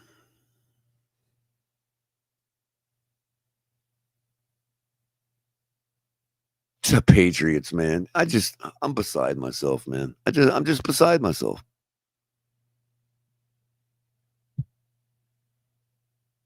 How'd we let this happen again? I blame Buffalo for this. I hope you all know that. I blame Buffalo for this. We all let the Patriots back into another dynasty. It's just disgusting. The Bills are absolute garbage. Garbage franchise. They ruin it for everybody. You know, see the Jets out here contending for the division. How dare you? let the Patriots be number one. Man, really? The Patriots again?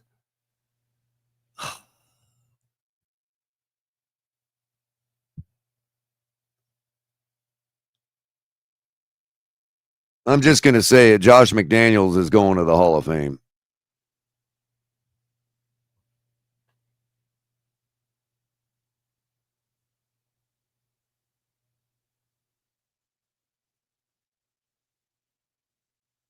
Josh McDaniels will be in the Hall of Fame before Miami wins another Super Bowl. Bet that.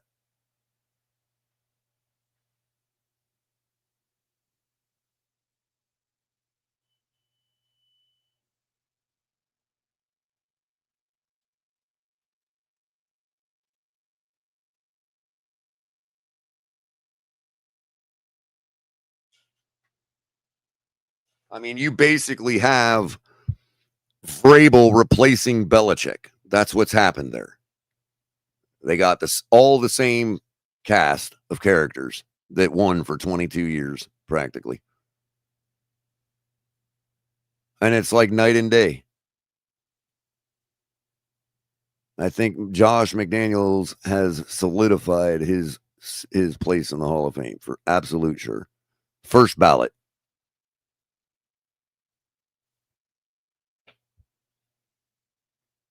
I don't hear nobody arguing. I guess that wasn't a really big revelation talk.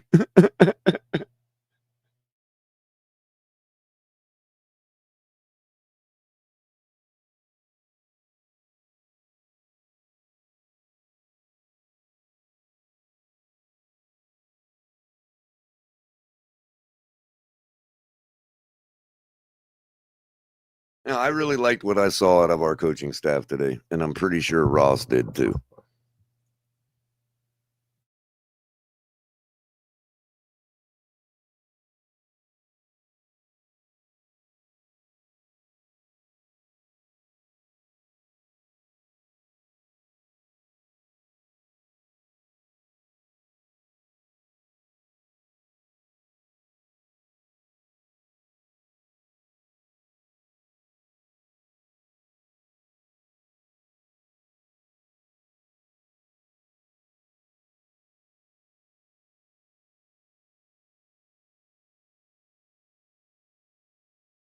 All right. Why so quiet, everybody? Did I lose talk? Well, we'll just have to hit this. No, I'm still here. I'm just working.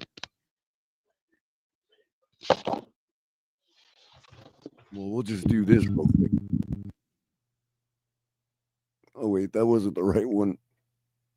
It's this one.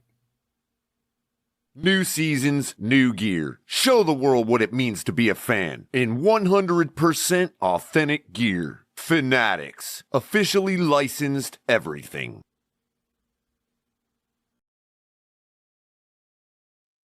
Officially.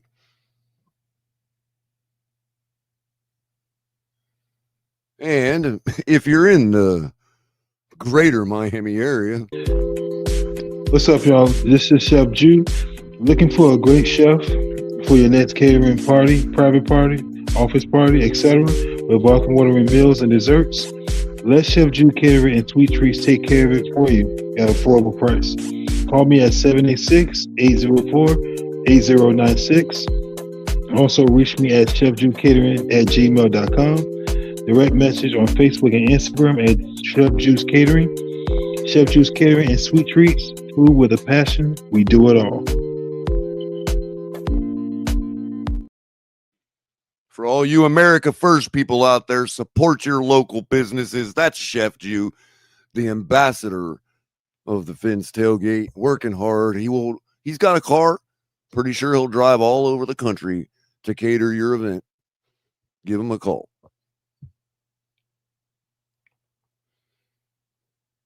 And I'm kind of partial to them cupcakes myself, but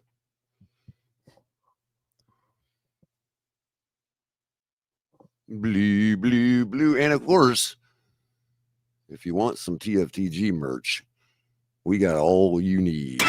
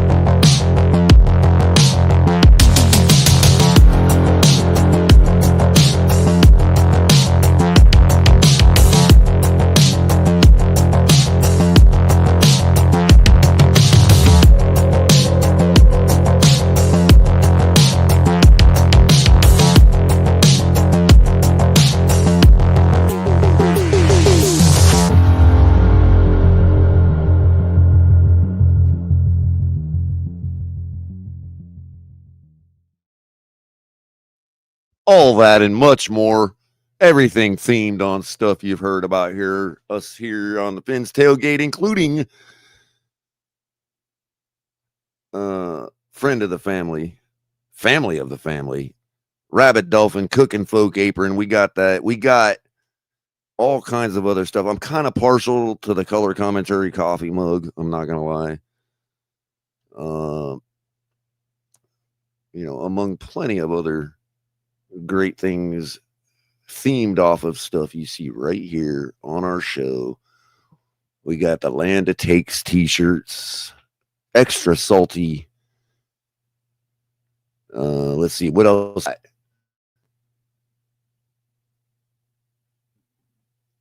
don't think we got to It Depends yet.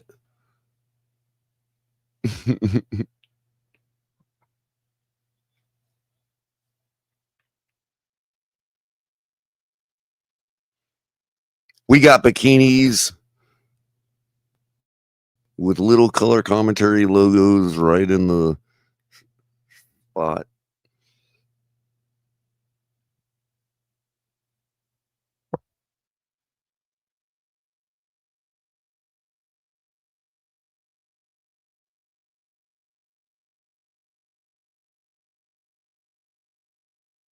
And stay tuned for the Ali the Persian TFTG themed kebab sticks coming soon.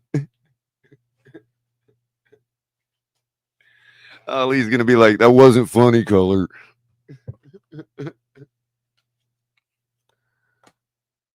I mean, if you can't joke with your friends, who can you joke with, right?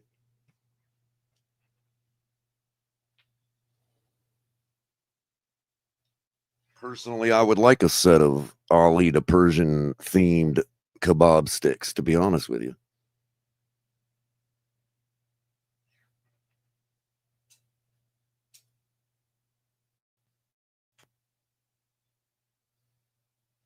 Also, little TFTG behind the scenes business. Mr.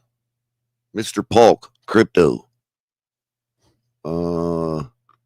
KP. I don't think I'm forgetting anybody. We got to get some pictures of you guys. KP, I think we already got you. Crypto, I think we already got you. Mr. Polk, because we need to add y'all to our characters for if you hadn't noticed today's thumbnail. Did you notice today's thumbnail?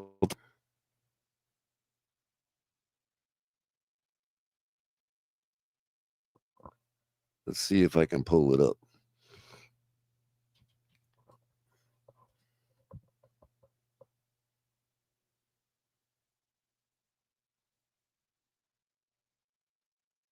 Yeah, this is just absolutely fantastic.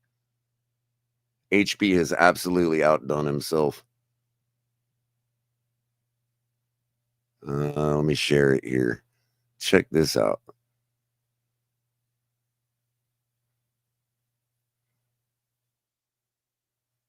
I mean, is that not the funniest thing you ever seen in your life? Oh, HB made that? Yeah. Is that cool or what, dude? Like you, bro. I was like, am I on there? And then I saw the game. Yeah. He definitely made me different. Look, he's got my black Dolphins heartbeat colored heartbeat shirt. That's Shake Money in the back. Cap looks like he looks like the Superintendent Chalmers. Or Troy McClure or somebody. With the purple jacket.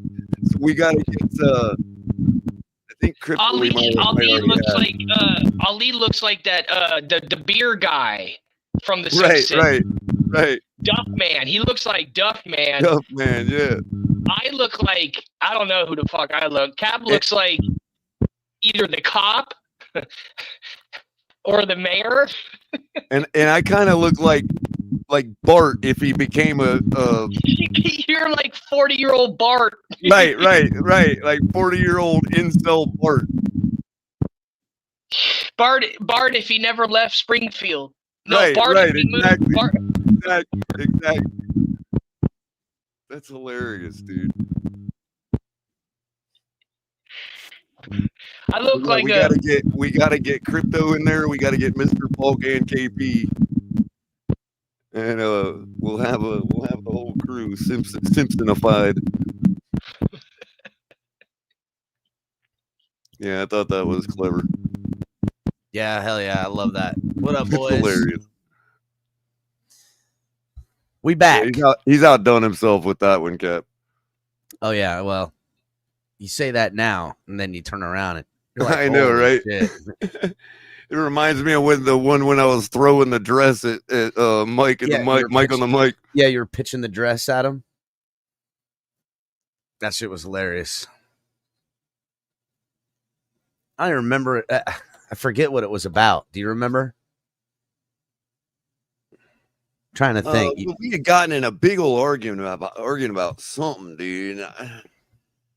I don't remember how the dress got involved.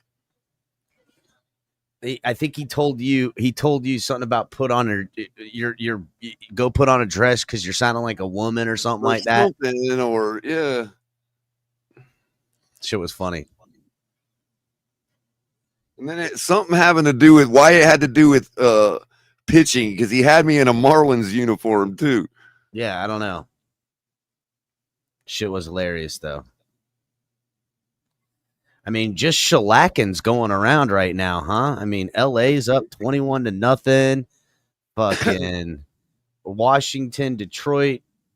Detroit's got a commanding lead. Last I saw, it was like Seahawks are up 20-3. And their Seahawks are blowing the doors off them. What is it, 38, 35-0? Oh, wow. It was 21-0 in the first quarter, dude. They're blowing them up, dude. They're just smoking them right now.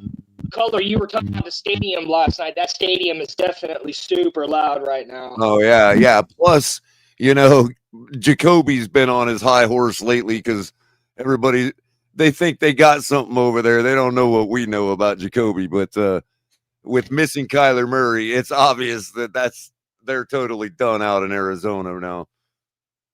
Well, I need a Zach Ertz anytime touchdown on the parlay. So, well, you may get it in junk time. That's what I'm hoping for. Bro, Patriots survived the Buccaneers, dude. Yeah. To move 8-2 on the season and sole possession of first in the AFC East, man. How did we let this happen, bro? I mean, I didn't let shit happen. If anything, I was here blame trying it on to the fight Bills. it. I blame all of this on the Bills, dude. No, again, if you guys want to notice what the Patriots did, right? Remember when they went and got McCorkle and they were trying it and they were trying to like stay the Patriots old way. They're going to recycle in, medium grade fucking guys and get elite status out of them, but because they just figured whatever, we don't have Tom Brady, and it blew up in their face, right? It worked a little bit there, the rookie year, because again, rookies will always play their best year, usually year one. If you have pieces around them, because you have playmakers and then no one has film on the guy, so they catch people sleeping. You know what I'm saying? And then when the film comes out on them, you realize, oh wait, the guy's just mid, and then they wash out. But what they did was they got a stopgap coach and took a high draft pick to a quarterback that then they put him out there in Drake May with no O-line. No fucking whatchamacallit, weapons of any sort. He had a running back, but barely. And what ends up happening? He has to do everything, and you can see that. Then they flip it around. They go and get him a premier weapon. They get him a real coach. Coach comes in there and does it, and now all of a sudden they're 8-2. This is why when I say when we're talking about getting a quarterback and why I want to tank it is because if I go get a young rookie quarterback and insert him, this whole team comes back. Everybody top to bottom comes back outside of Tua, or fuck it, I don't care. Tua could even be there, but we're going to roll out this rookie quarterback. It'll look good at first, but I don't know what I don't know about my quarterback and what his limitations are when I have a well-oiled machine and weapons to just have him not fuck it up. Now you could do that and maybe make some noise in the playoffs, and fuck, you can even do that and maybe win a Super Bowl. in a first couple of years of a young guy. But at some point, you're going to have to interchange your roster. You're going to have to pay players, and then you're going to have to pay that quarterback. And is that guy worth the money? Can he? I mean, you saw what the Bills had to do. The Bills couldn't get nothing going. So what did their quarterback do? He threw the team on his shoulder, and he did everything he could to win it. Now, they died by that. Literally threw the team on his shoulder, except it was the Dolphins. He had our entire secondary on his back, that's what it looks like. And in real time, as I bet for the Dolphins to get a turnover, I said, this is where he does too much, and he gets fatigued with running around and doing all this shit, and then he makes mistakes. And that's what happened. And again, I would rather see I wouldn't even necessarily call it mistakes. It's that when your team forces you to have to play that way, those things are going to be inevitable. Mistakes are going to be made. It's an inevitability. Those things are inevitable. It's an inevitability. You know? Absolutely. It's an inevitability. What the defense is exactly counting on you to do. You know what I mean? This isn't to Josh Allen. This is an inevitability in the ebbs and flows. That's what NFL defenses are trying to force you to do. Is that, you know? So when I see Josh Allen playing like he did today, you know more about Josh Allen and what he's capable of, even on a 3 interception day, by how his performance was, what he tried to do, than in the adverse, what Tua did today. Tua threw 2 fucking interceptions, and we still won this game. See what I'm saying? Now, you can find that out. Oh, look, Tua ain't the guy, and we can have the team. You can find that out. But it took this franchise and its fan base all of 5 or 6 years to figure it out. What I knew ahead of time, because I knew what I didn't know. I knew we never did that. And so we never had certainty. Yeah, in those first couple of years, I was certain about it. But even then, in year 3, when they went and got weapons and stuff, even then, I said, well, maybe I don't know, because I never got to see this kid do what is necessary to win big games in the NFL. You can win a lot of regular season games, and your team can beat up on another team. But if you want to win playoff games in the fourth quarter down and you need a drive, you need one of them dudes, bro. You need one of them dudes. And what can he do? What can Tua do? Throw elite passes in a 10-yard bubble? That ain't going to win you shit. That ain't going to win you nothing. Sorry. It's not. So, again, I'm happy for the win. I don't give a shit that, what it does to draft position and shit. I mean, I do, but, not enough. I'm even happy that Tua don't have to go home a loser tonight. Whatever. Good for him. But, I mean, it's like Ali asked, Cap, does this change anything? And at first, I thought, no. Not when it comes to from the perspective of Tua, but it does change a lot for me when it comes to I'm no longer playing or sitting on the fence and entertaining both sides of the argument anymore.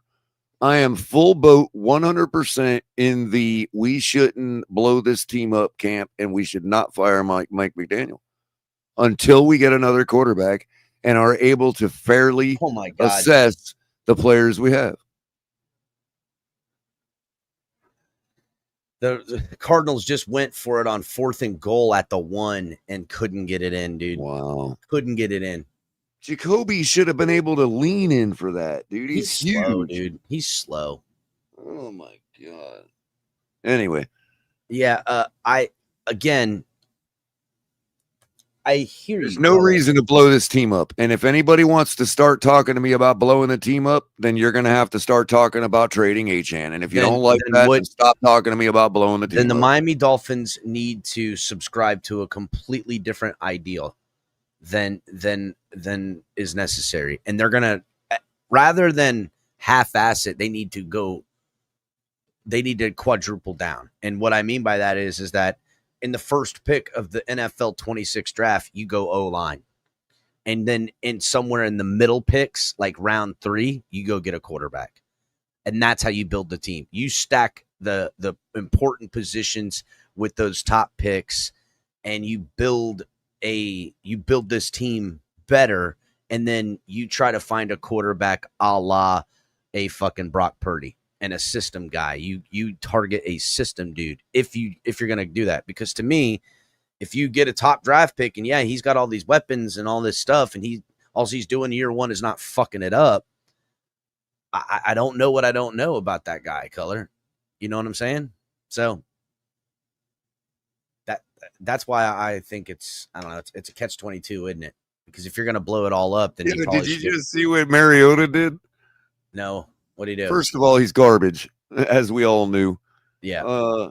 And secondly, he just ran up the middle to try to get a first down on a scramble, and he jumped up to try to do Saquon and basically landed in the arms of the linebacker, dude. Like totally ice-manned him and went nowhere, dude. And he didn't do the spin either. He just jumps up right into the arms of the linebacker. Like hitting a brick wall. It's like when your buddies, you remember that? Like when you used to, they called it ice manning somebody, when you just jump up and like throw your whole body into their back. Nah, out of the blue. That. I don't remember that elementary shit. Did he do it on 4th down when he did that? His 3rd down, I think. Oh. I don't know. Yeah. They're going for it on a 4th and 1, I see. Yeah, and if anybody didn't think that Jaden Daniels was really the truth, well, here you go. You get Marcus Mariota for the night. Zach Ertz with a good, I need him to get the touchdown. Look at that. Game Boy's like, no one remembers that Color. But the fact that you just said that means you actually do remember it, and you're just trying to insult me because you know what I know. And you know it's such an obscure thing that I probably am the only one that remembers it. But in order to know it's obscure, you would have to remember it. That's how I know you remember it too, Game Boy. So you just told on yourself.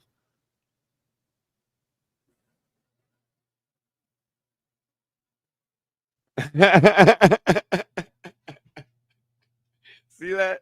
And I know you ain't even lying right there. He says, you got me. I'm like, I know you ain't even lying right there secretly. I know you know. I know you know. You know I know you know. I know you knew what I remember that time you remember about me not remembering?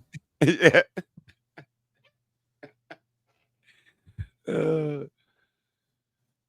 I'm like, I will not be Mandela'd. Hey, you guys remember when they said they're going to get Deebo Samuel and the Commanders are going to fucking go to the Super Bowl? I remember when they said that about us. Oh, remember when they said we were going to use Eric Izukama as Deebo Samuel? Yeah, I remember. Yeah, I remember that. I always said. Remember when we had Wes Welker as our wide receiver coach? I always said you should take Eric Ikuzama and move his because he was young and he had some size to him. You should have moved him to tight end and got him to block. I'd put him with the offensive lineman and make him block forever until he was ready to be a tight end. Dude. What is it? Have you ever seen Office Space? What am I, fucking un-American? Yeah, of course I've never seen it. I've only seen clips. Never seen Office Space? Dude, you gotta watch that movie. It's fucking hilarious. I don't really care for parody too much, dude, or satire. It's not parody. It's fucking hilarious. It's definitely satire. It's not parody or satire. It's Well, a guy. either, I have It's seen about a clips. guy who works in a cubicle at a place with a couple of work buddies, and he has a midlife crisis. Yeah, that's And the he guy just that. That's what's his name? Ray Livingston. He's the guy that played. He's the guy that played in Band of Brothers. He was the first. Yes, funny, yes. He has a midlife crisis and essentially says fuck this job, and they promote him because of it. And then him and his boys figure out a way to skim money from the business, and they end up skimming too much because they fucked it up, and they're getting ready to get in trouble and shit. And it's pretty Look, fucking funny. I'm a tough critic when it comes to comedies. I'm super tough. And that one is definitely a funny ass. It's a great one. Well, I like Half Baked. I mean, I'm not out of it altogether. I think it's funnier than Half Baked. I mean, I've just only ever seen. No, it is not funnier than Half Baked. So I've only ever seen clips of it, but I am aware of the guy that fired him, right? Dude, you gotta watch it, man. There's so many parts of that movie that are memorable. So when I picture Mike McDaniel and everybody going to the players to tell them how they're going to use them and all that, I picture that guy from Office Space. Like, yeah, Eric, we're going to need you to try to play tight end for a little while. Yeah, you think that'd be okay? You know, That's how I picture them, like talking to these players about what their roles are going to be. What up, Ali? Not much, gentlemen. Just on the turnpike, headed home. It's a great day to be the Dolphins. You know, it's good Yeah, stuff. I mean, it must. I mean, you know, you could have just as easily said, "Nah, fuck this game." All the other Dolphins fans did, bro. Like I said, we won the game, and it was so quiet. I felt like I was at a funeral, and we're all marching. You know, watching the casket to be taken on the third level, bro. It was like so quiet. You guys heard it. Was it like your daughter's soccer games back in the day? No, they're louder at my daughter's soccer games. Right? See, there you go. I mean, that's how bad it is at Hard Rock, people.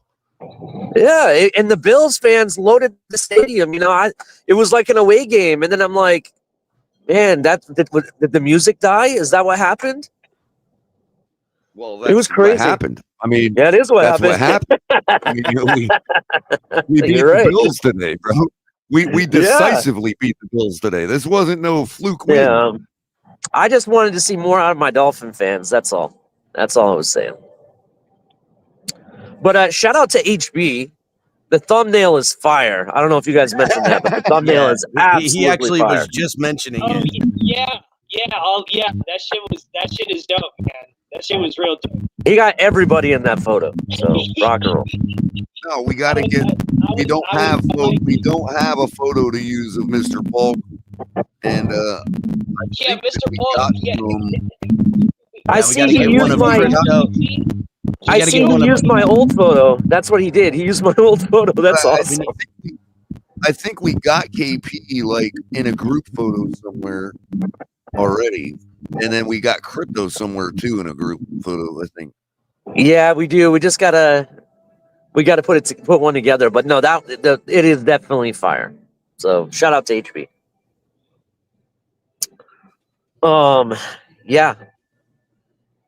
I see Michael K has his panties in a twist. I was trying to talk to him. I didn't even see Michael. Bro, I just thought of something. I just thought of something. He could put Crypto in the post office uniform. He could be the Simpsons post office guy. He's saying that we're 10 years from being a contender. No. Well, this is how it started. So I asked him because earlier on I saw a text from him saying, "Is Ali on his way to a Dolphins funeral?" That's what he said. This was at 10:40 something in the morning. Well, I responded back to him finally after the game, and I said, "So, Michael K, was it a funeral?" That's all I said. Was it a funeral that I was on my way to? You sent him into a tiffy, did you? Oh my God, bro. Quit talking shit, Ali. And I'm like, I'm not talking shit. In fact, I told him that, you know, really, the Bills beat themselves. Right. And he's like all butthurt about it. I don't know.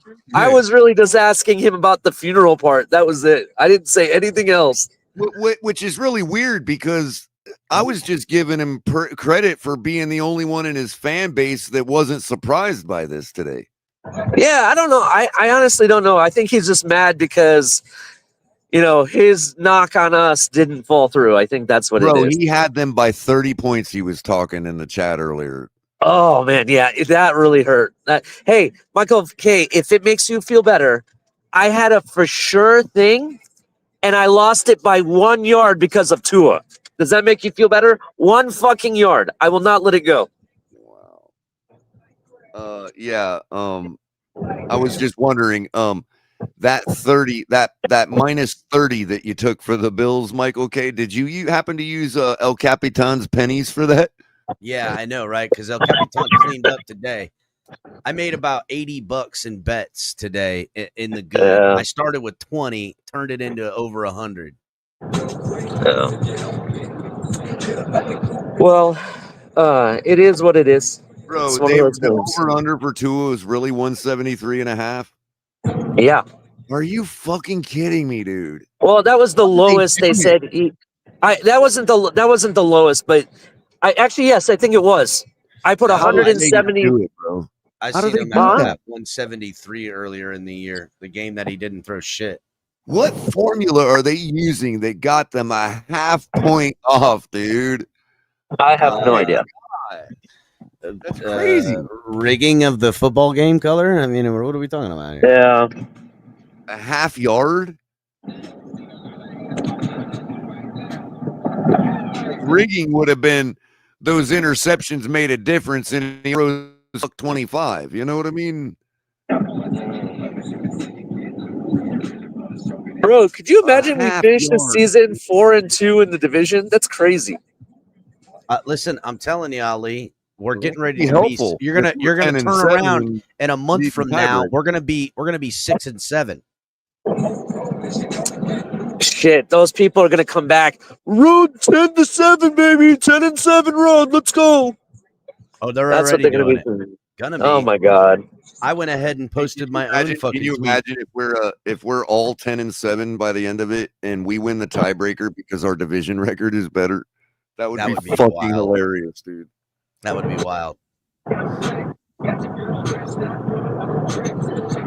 You're gonna start people saying, "See, all we had to do is get rid of Chris Greer and Phillips." That's what they're gonna be saying. That's true, but if that's true, Yeah, but hold on, that if effect that's could true, be because people are playing for roster spots right now. right, exactly. And if that's true about Chris Greer, then that's the only way that would be true is if Chris Greer had the coach's headset on the whole time. The only way that's true. Yeah, I mean, yeah, definitely. If McDaniel wasn't in true command, I don't know. You know, we don't honestly know, but hopefully we can see what this head coach truly has, and if Tua don't work out, we get another quarterback, but we should definitely keep him. And I'm sorry, I must have misread, Michael K. I didn't mean to ascribe that to you if that's not what you said. I could have sworn you said something about Buffalo winning by 30. Yeah, no, he said it. I remember him saying that he was gonna could beat be us by wrong. 30 points. Nah, he said it color on panel last time he was up here. He has said shit like that before. So even if All I'm wrong, the time. it still He has the said it virtue of color. being Don't the let him truth. weasel out now. No, Look, I'm not. Because it still has the virtue of being the truth. Because it is something Michael K would say. So yeah, So here's what I have. I posted this tweet. I was this trying tweet. to give you praise, dude. I posted this tweet of the Dolphins marching to 10-7. Here's live footage of the Miami Dolphins marching to 10-7.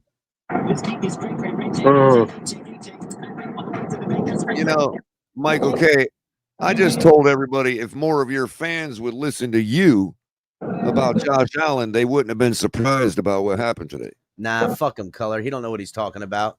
Damn, it's 38-7 and almost halftime. Hey, actually, I did speak to some of Michael K's acolytes, to be honest, today.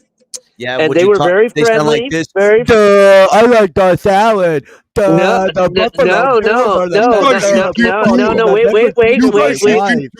wait. Remember, the word I used was acolytes, so they believe the same things that Michael K believed, right? So they were like, actually, this guy I spoke to, I swear to God, I thought I was speaking to Michael K because he had the same accent and everything.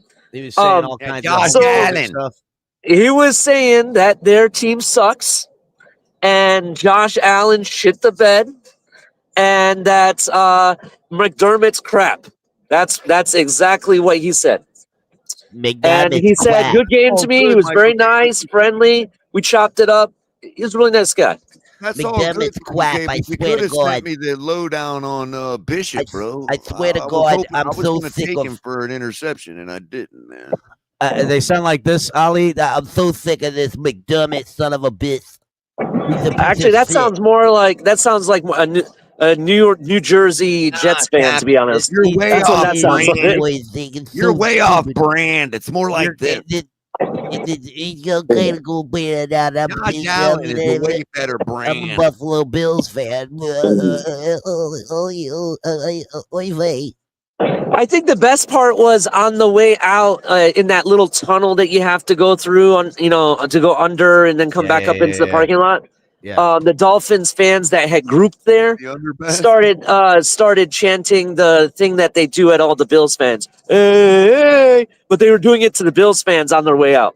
Nice. I thought that was the funniest thing, but it wasn't still not loud like it should be Don't at a sing our- Dolphins win. To be Don't honest, sing our own fight song or anything, That's- but of Oh, course, they- then none of them there were probably old enough to know the lyrics. Well, so, yeah, I don't know. there is I don't think they know the is lyrics. They're something absolutely nice right. about the fact that they took over the stadium and the silence was deafening.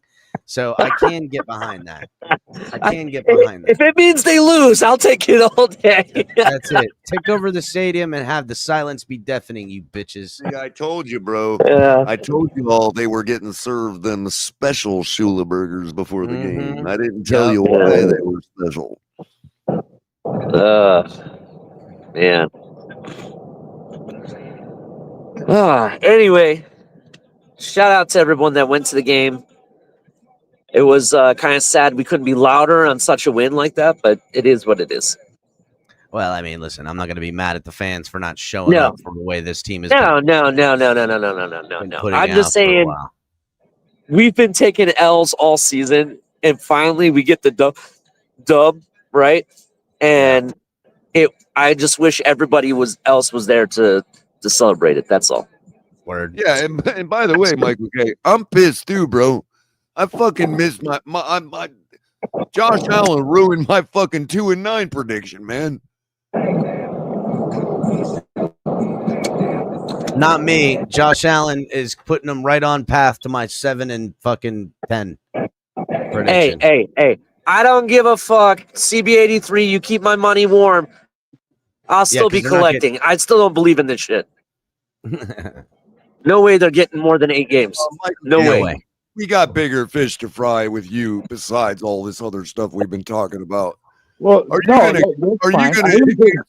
Are you gonna answer for the Bills as to why they just let the Patriots back in the dynasty door? It is what it is. It doesn't matter. What matters is El Capitan obviously doesn't have a very big vocabulary if he doesn't know what acolytes mean. Real quick, I can't understand you. You sound like you got about Thank 300 you hot for dogs in catching your that, mouth. Michael K. I didn't want to say anything. I wasn't trying to educate him on it, but you know what it means, right? Yeah, and I also know what else it means, Ali? That when El Capitan wants to buy more super boxes, he's spending $20 more a unit. Oh shit! You're getting tagged. See, that's why. See, Michael K. I know about the how the internet has become. See, the internet's going through a rapid advancement from early group formation of mankind to right about now we're in about the feudalism stage. And I know how to honor my patrons, bro. So fantastic job predicting that Josh Allen would shit the bed one day in the wrong moment, like you always have. So you don't have to up my super box price. I'm showering praise. I just want to point out Michael K. So he says he's not butterhurt in the chat, but here he is trying to jack up super box prices because he's so butterhurt. No. I'm just butterhurt that when I'm not there, you got to talk about me, and then when I come up, I hold all the cards. I thought you were here, Michael K. I'm sorry. I apologize. I don't apologize. Dude, and by the way, Michael K., if I talked about you when you're not here, I just always are. So don't take offense by it. Like, yeah, seriously. I assume you're always listening anyhow, and don't act like you're not on one of your. Like I either know you're here or you're gonna listen later. So I always just assume you're gonna hear it. I'm not trying to talk behind your back. I always catch it live. He was listening, so don't act like we were talking about him behind his back. No one reached out to him and said shit. He heard it because he was listening. And on top of it, Michael K., you got my phone number, so you know very well how to get a hold of me. I have no way to hide anything from you, to be honest. I know. I'm just busting out Capitan's chops. I wasn't interacting with know that that. at least 5 of those users in chat right now are your burners. So you know. No, I don't have any burners. I have no burners in there right now. I have 0 burners in there. I'm setting I up. gotta ask, are you G-Man Dolphin fan? I gotta know. No. That dude's Oh, partly no, cloudy. that dude ain't got no couth, man. He'll go into Miss Finn's chat in the morning and start shitting on everything, bro. It's like, come on, man. We understand you are done with the Dolphins, but like, have some goddamn respect, bro. No, all the Josh Allen bone strokers are. Yeah, no. I'm not that pathetic. He doesn't like Shake. He doesn't like you. In fact, I think I almost used my wrench to mute him the one day. I told him to knock it off because Shake never does anything to anybody but me, and I can handle it. Speaking of Michael K, But I will tell you, congratulations on the win. The Bills were absolutely horrible today. Yeah. Well, I could have predicted that. Yeah. Not the win. No, don't get me wrong. I actually had the Bills to cover -4.5 on my parlay. So don't think that I'm sure anything about the Bills and whatever else. But I did, in fact, disagree with Vegas on the Bills today. I did tell everybody vehemently before the game started that they should be fading the blowout. I said it last night. I said it on Miss Finn's show on Wednesday. Nobody should have expected the Bills to blow out the Miami Dolphins today. I don't care who's who, what's happened this year, who's got what quarterback. I don't give a shit about none of that shit. I had every intention of fading the blowout today. So I took the Bills at -4.5, and they didn't even cover for me. My bad. You know what I mean? But that was still a good bet. But I did tell you to take Max Harrison to get a second interception, and he did. I wish I would have seen that because, first of all, I put just about everybody in this game on the tackles and assist parlay. You know what I mean? But the problem is the Bills weren't tackling. Bro, I was really, really close to putting Bishop on for an interception, dude. And he got one like for right out of the gate, first play of the game. I'm like, motherfucker, man. Michael K, I have a question for you if you don't mind. No, not at all. So, Tom Pelissero reported that the Bills were actually offering a 2027 first-round pick for Waddle as part of the deal, right? We don't know the full terms or anything. My question to you is, do the Bills really need a receiver that bad? I don't think so. And I'll tell you why. More so, they were also trying to get that Quinnen Williams from the Jets. Yes, they were trying to get him too. That was part of the. Okay. As the resident wide receiver aficionado around here, bro. Mikey, Mikey K. Just for the crapping on your team. I'm not just trying to do that for the sake of it. Is that your new? Is that your new outfit for the day? Donk, the adults are talking. Wait your turn. Is that your new outfit for the day after the loss? Yeah, like I said, Donk, the adults are talking. That's how you feel inside? Why? Well, let me ask you. Can you answer the question, please? Good. I'm trying to answer, but Donk keeps interrupting. He keeps talking like a 3-year-old, interrupting. He goes, "It's how you feel inside." It's pretty good. No, because why do the Bills need a receiver when they didn't need one last year? That was my question. That's why I'm asking you. Maybe they do. Maybe Allen's not as good as everybody thinks he is. Let's be honest, year over year can be different. The fact of it is, today y'all lost to the Miami fucking Dolphins, dude. That is true. And in addition, last year you guys had Mac Hollins. Let's not forget about that. Oh yeah, the guy everybody shits on. Exactly. Y'all don't know what you had with Mac Hollins. Who was Mac Hollins? Though he was never a star receiver. He was never a number one. Nobody believes in him, bro. He catches everything thrown to him, though. But he was hardly thrown to. He was hardly targeted. That's probably the problem. That's because of image, bro. Nobody thinks he's that guy. Well, and a lot of people don't. But the point being is, if Allen was actually an MVP, which he did get MVP last year because he didn't have. Talking about relative to what you got now, Michael K. We're not saying Mac Hollins is a superstar. What we're saying is you have nothing right now. Even Mac Hollins would be an improvement. No, they got who they get? They got Palmer, who's hurt. They got Palmer sucks. I like Shakir. Palmer You know what ain't I mean? on I like the nobody's guy, but fantasy he's not team. Nobody performing right likes now. him. Palmer's a fucking mid guy. Go ahead. Who else you So, got? so's Matt Collins is a mid guy. They Yeah, both but can Matt block. Collins is Matt, at Matt least Collins is a blocker. My point is they could all be superstars, but they're not performing right now. nah, they're Well, mid. and then I think, me personally, I think that has to do with quarterback play. Keon Coleman is a bust. No, well, you know what? How do you know Keon Coleman wouldn't start with somebody that could actually? If he's not, which is if he's actually a good running around blocker. for 9, hold on, real quick, Michael. Okay, if he's running around for 9 seconds and still not seeing these guys, then that is his problem. That's Well, no guess different what? than us Here- saying here's the the same deal. thing about Tua.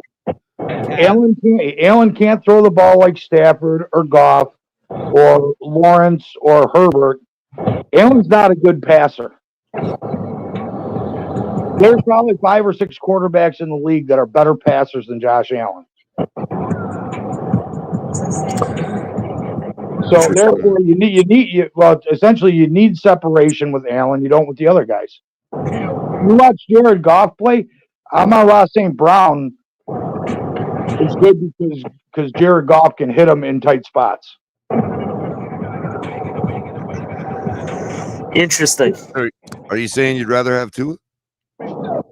No, Yeah, I know, right? wouldn't Like, want what are you Tua. talking about? No, I wouldn't want Tua. I'm just Sorry, saying that. the Bone Strokers are going to say Allen's the best passer in the league, and he's not even top 5. Not even top 5. Right now, Sam Darnold throws the ball better than Josh Allen. Well, there are some mathematical experts out there that think Josh Allen is one of the top 3, and there's only 3. Well, them math guys must not have good jobs then. Mahomes, Jackson, and Allen. That's the 3. I don't even think Mahomes is that good of a passer. You're crazy. I wouldn't put Mahomes in the top 5. He hasn't been, but keep in mind that his receivers have been rocking a 50% catch rate for 3 seasons now. Yeah. Color real quick, because Mahomes, Jackson, and who was the third guy you said? Mahomes, Jackson, and who? Allen. I didn't say Jackson. I didn't say Jackson And either. Allen? Yeah. Who's number 4? Would that be Hurts to you? No, he has a whole bunch of guys, like 5 or 6 guys in a category below them, including that includes Hurts. Okay. Goff. I got you. Interesting. He has Stafford in the second class. Well, if they have Stafford in second class, you can't believe anything that they say. Well, he's not. This is an analytics guy. He ain't going on eye test. This is a dude that does consultation with like places that consult with teams and shit. You know what I mean? And he probably works for PFF. Like he's friends with that guy that brought that whole system. Yeah, he's friends with that guy from PFF that brought fucking RFID system that they're tagging players with now. That whole thing was built by them. That's why PFF has all the numbers. Which not one player in the NFL agrees with PFF on any level. If you watch him talk about PFF, it's hysterical. Well, I'm not talking about PFF. What I'm saying is, based on I can send you the video, Michael K. It's pretty good. This dude does this whole. He's asking the question of how we really know whether a quarterback's good or not, or what he does another one about players in general. Yeah. You know, and it's really good. His like he almost sounds like me trying to tell people, you know, that it's all different. Like you can't just say, oh, well, this guy, you know, because of this and that had this receiver, and then he doesn't have this receiver, and then, you know, all of that. And what he basically come to the conclusion of is when it comes to whether the guys he put in different categories belong in those categories or not, as opposed to the 3 that are apart from them all, those 3 are the only ones we can be sure about. The rest of them, the ones said himself, how do we know I'm right himself? He's asked, you know, how do we know that I have these guys in the right spot? And he's just like, basically, because of how entangled quarterbacks are with all the players, we don't know shit. None of us know. There is no way to know whether Goff is actually a good quarterback or not, or whether Stafford is, or any of these guys. The only ones we can be sure about, because of the way that they go above their expected value consistently in the numbers, is those three quarterbacks, Mahomes, Allen, and Jackson. Those are the ones you can be sure will go above their expected value. And that means helping their team win when they shouldn't win. Well, Allen didn't do that today. Well, no, he didn't. But statistically, he's one of the guys that does. Only because he's done it. They're going based on, because they've got everybody tagged with RFID. They can go back and look and say, oh, there was this much separation. This incompletion was not the quarterback's fault, and here it was, and all this other stuff, dude. They can like compute all that.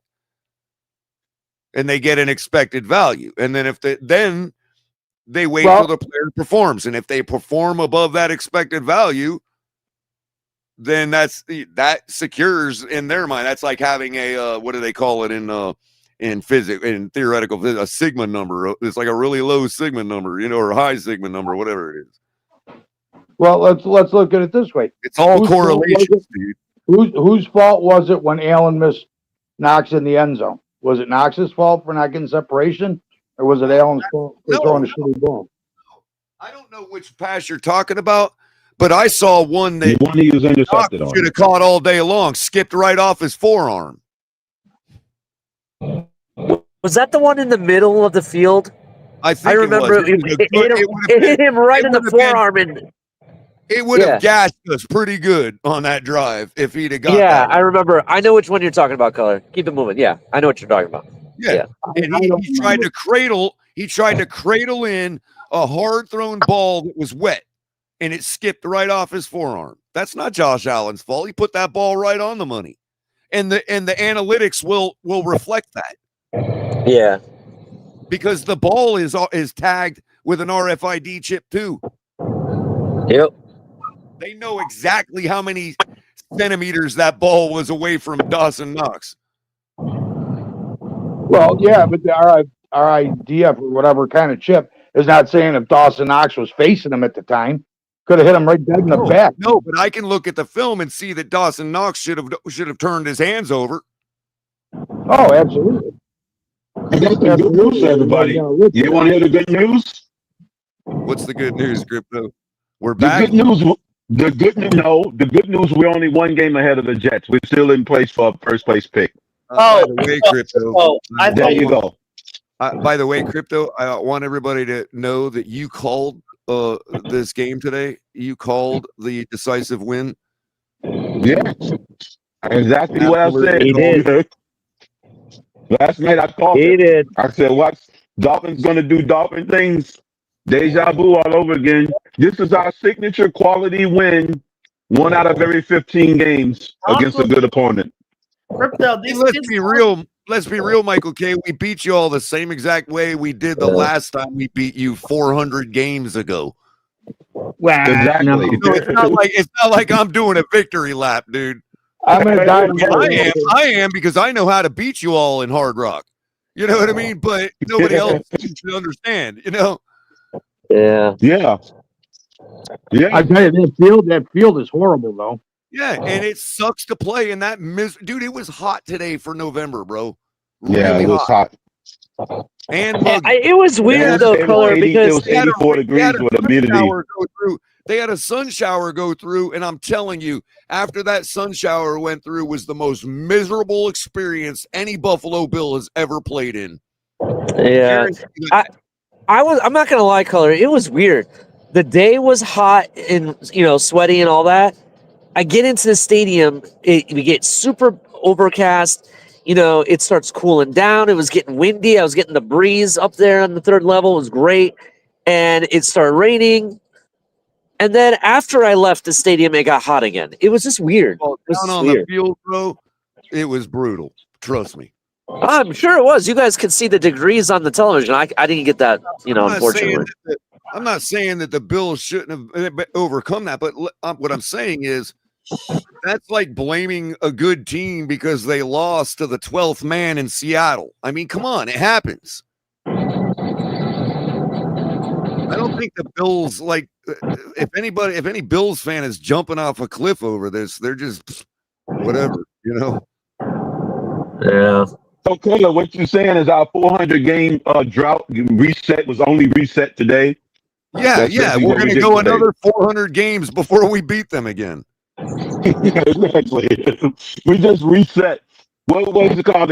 What was that you were saying? When you're talking about the breaking the norm. Oh, We reversion to broke the norm. We reversion to the mean. Yeah. Today was regression to the mean. That was, and we didn't even make Yeah. it back mean. Yeah.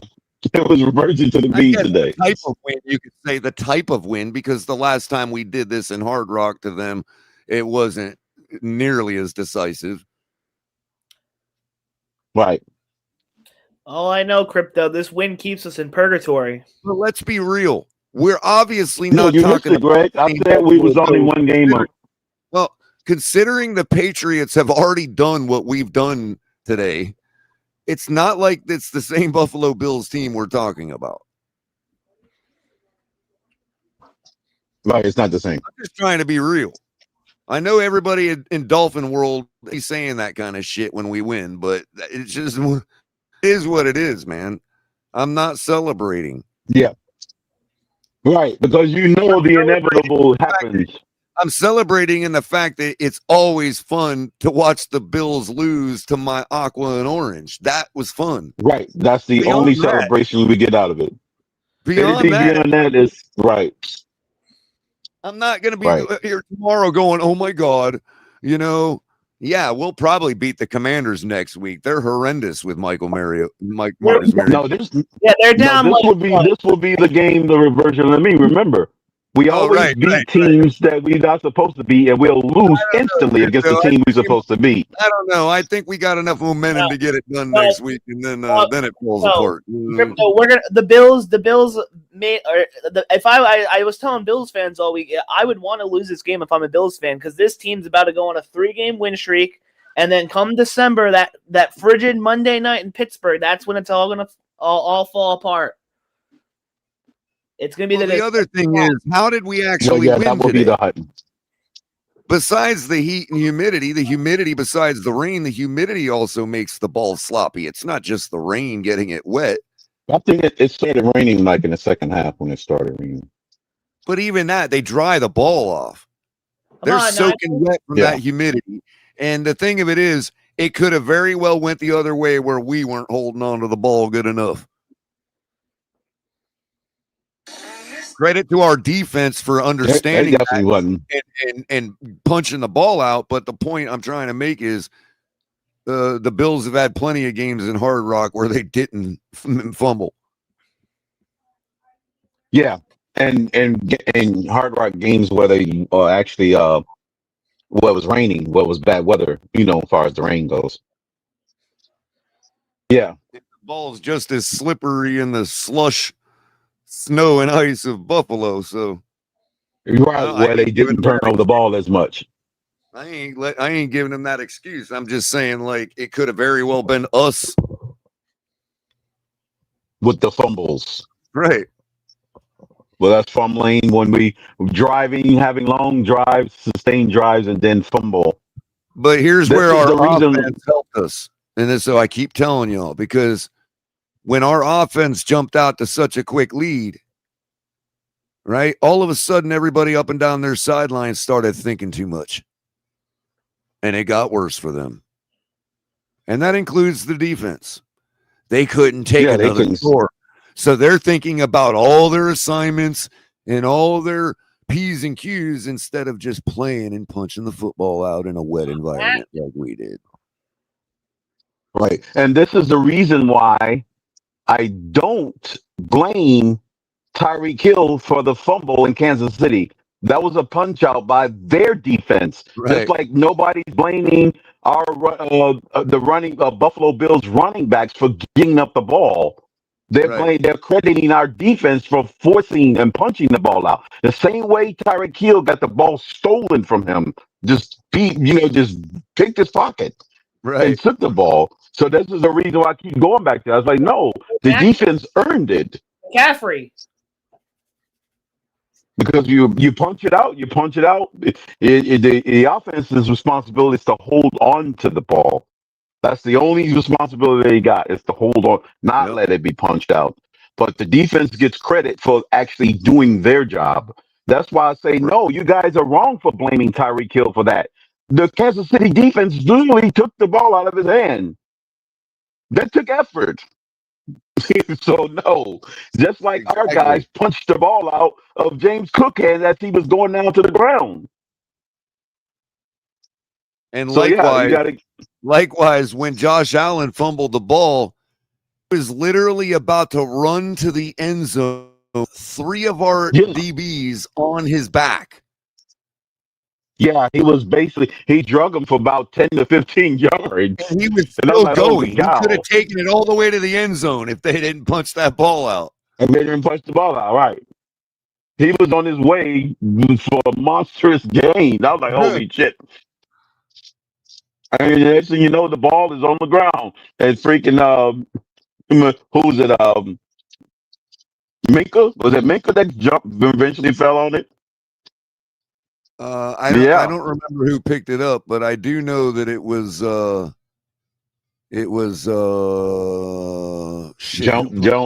that punched it out. That was the second punch out because he punched it out on Cook earlier too. Yeah, I think that was the second. punched it out. Mm-hmm. Yeah, that was he's like, oh, okay. Once you get beat, the last resort is to make sure you fumble to make up for being beat on the play.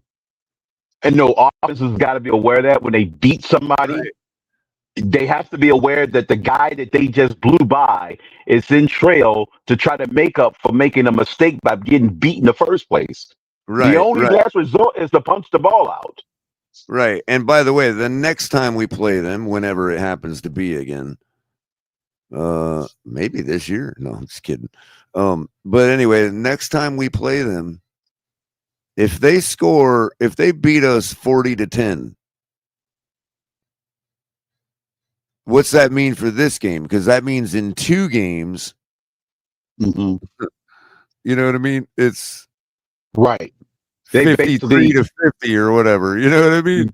They still they equal out the game. Right. Because I think the what was it? They showed the overall records was like 61-60 and something like that, lifetime or something. Oh, really? It's close to 500, huh? Wow. Yeah, it's close to 500 now because of that long streak they had recently. It narrowed the gap. You know, because remember we went nearly a whole decade and they never lost to them, so that got us out ahead for a while. You know.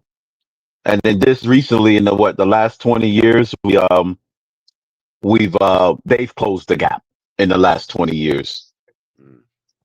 And got it within 1 game. So yeah, it's crazy. The Jets, I think, is neck and neck. It's crazy. I think our goddamn team is made for television and we freaking can't get to the big stage, man. It's crazy, dude.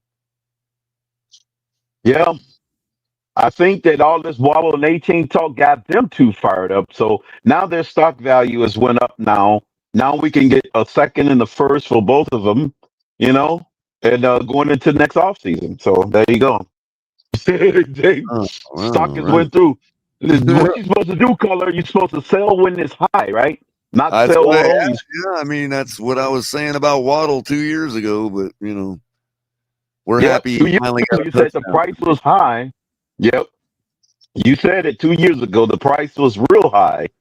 And yep, now he's got to get the stock back up. And we would be we're in the same spot we're at right now. Mm-hmm. Right. Because hadn't we gotten those first, we would have gotten his replacement be well within the system now. A-Chain's guy would have been well within the system, you know. It would have at least not costed us the $30 million we gave him or whatever, you know. Right. The new receiver wouldn't have costed us that much. Right. Exactly.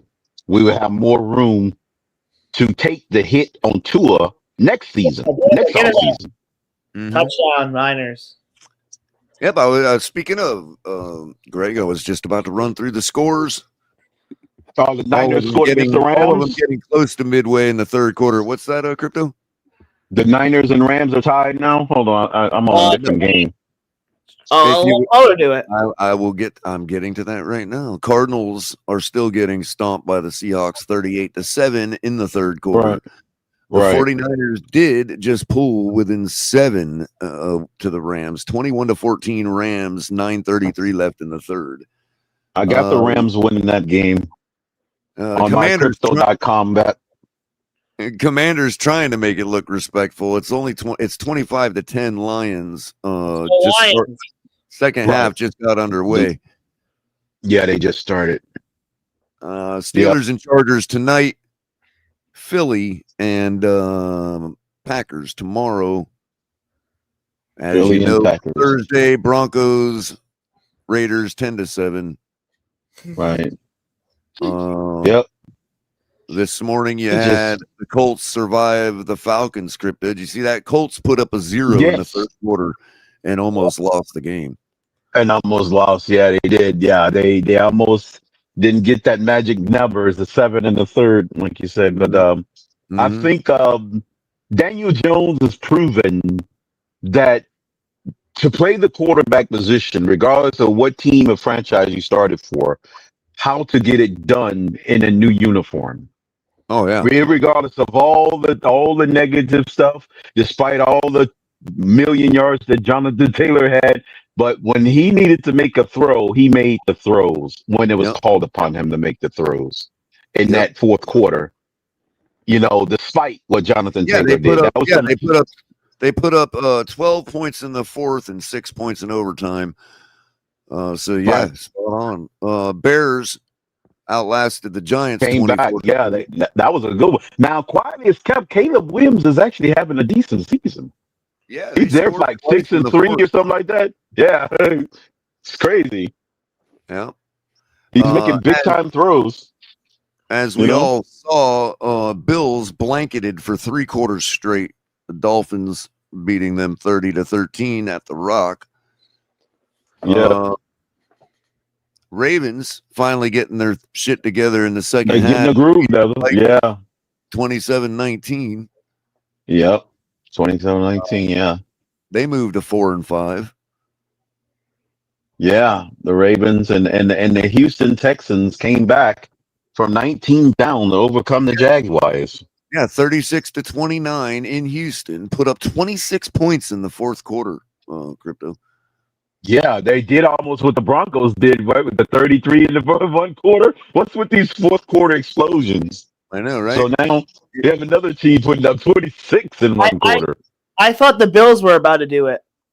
If they would have scored another touchdown, they could have been momentum, but yeah. Yep. In Boring Bowl 1, the Saints beat the Panthers 17-7. 17-7, yeah. In Boring Bowl 2, the Jets defeated the Browns 27-20. That was actually a fun game. I'm going to call it right here, early take. That is a trap game for the Dolphins against the Saints. That's our trap game. Coming off the bye? Yes. Coming off the bye. Yeah, I hope so. That's a trap game for us.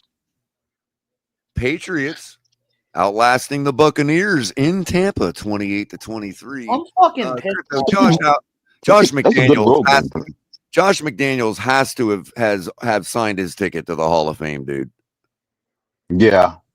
What he can do with every quarterback, of course, he had to go with Brady, but he did that with Mac Jones, led them to the playoffs in his first season without Brady. Left there, Mac Jones went to shit, comes back with a freaking second-year rookie, whatever guy, and freaking now they're leading they've started the dynasty again. Josh McDaniels rebooted the dynasty, right? Josh McDaniels, shit head coach, but Hall of Fame OC. Yeah. Yes, he is. He's the best offensive coordinator in this era for sure. Damn. That's all you can say about that is damn. Yeah, it's crazy. Come Good on, Niners, second-year guy. stop! Then, of course, tomorrow night you got the nation's former capital going out to Lambeau. Yeah, going taking off the Lambeau. Well, it's gonna Jalen be Phillips frigid over cold. We might actually have a snow/freeze and ice bowl in I'm that one. They taking said it's gonna be 20 degrees with wind chill in the teens. And there's going to be a guy that trained for the last how many years in the heat and humidity of Miami about to be unleashed on their quarterback tomorrow night. I'm taking Oh my God. Jalen Phillips anytime sack tomorrow. But they guess Jalen Phillips is going to be on the sideline, frigid there. It might be a bit too cold for him. Color. I would take one of two things. If Jalen Phillips continues with the problem of almost getting to Jordan Love, then expect Jordan Love to get whatever overage on his rushing yardage, or throw a pick. He's gonna have a bunch of yards running. Right. He's been running the ball. Or throw a pick. Like Jalen Phillips might provide enough pressure to where he fucks up and throws a pick. I don't know, because I don't know if he did that with Herbert. Well, you got to Herbert was able to get away from him. Remember, though, Crypto, Jalen Phillips is supplementing an already excellent defense with a very fine secondary. You know what I mean? Yeah, well, it's going to be interesting because it's not. Fangio's going to get the turnovers. And remember what Fangio is known for over his career, Crypto? Turnovers. Wait, they gave him a flag on that? Believe it or not. Come on, Niners, we need to stop. Everybody thinks, because we didn't get any. That's not Fangio's stick. You know what I mean? Yeah, but I don't know if they've been in. I don't know if that's what they didn't. Oh, come on, Niners. This year. Come on, get them. The Niners they were number one in offense. They were number one. It's a fumble. And in offense, I think they were number one. Let me see. Ironically, Crypto, the team that's number one in yards per point is the Pittsburgh Steelers. Well, that's going to be a clash going up against Harbaugh's defense. That's going to be interesting. That's who should have played. That should have been the playoff matchup a year ago until they laid an egg on Christmas Day. I was hoping that the Steelers play the Chargers, but they get the matchup tonight. Defense. I want to see Aaron. I want to see the old Aaron Rodgers again prove the naysayers wrong. I got the Chargers tonight. I think I did pick them. I think I picked them in my I didn't do the crypto.com picks. I did the regular Yahoo Fantasy, Yahoo Picks, Yahoo Pick'em League I got. But I'm gonna pick the I did the crypto.com bet options market on the night games and the primetime games. So far, I am undefeated in my primetime games on the crypto.com site. Yeah. So yeah, I'm winning a little. I'm betting small. I'm hedging bets, Color. I'm like a hedge fund manager going into these things. Come on, get them. So whatever I make bad bets during the day, I'm hedging at night and I'm getting my money back, Color. That's what's happening. Wow. I'm like a hedge fund manager. That's what I'm doing. We saw what Houston did today, right? Houston's playing pretty good. Right. Yeah, Davis Mills. I didn't know they was number one now. They said they were number one defense. Well, here's the thing, Crypto. If you're talking about yards per point going into the game today, their defense is second ranked. In other words, because I heard that on the broadcast. In other words, it takes the second most amount of yards to score a point on them as any other team in the league. And the number one team, their points per game in Houston is 17.68. Right? The highest in the league is 19.8 yards. In other words, that it takes almost 20 yards to score 1 point on this team. Who do you think it is, Crypto? No, it's not. It's the damn. Who is that? It was on my mind. Oh Jesus, not the Browns. Wait a minute.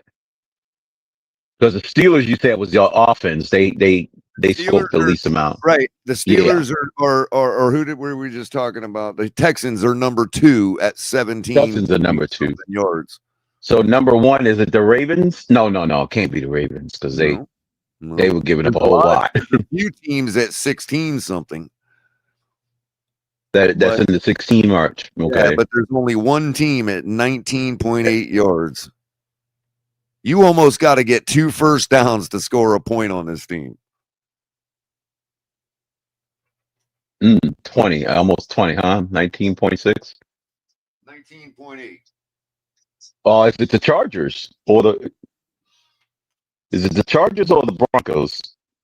No, it is not the Chargers and it is not the Broncos. The Chargers come in at 13.37.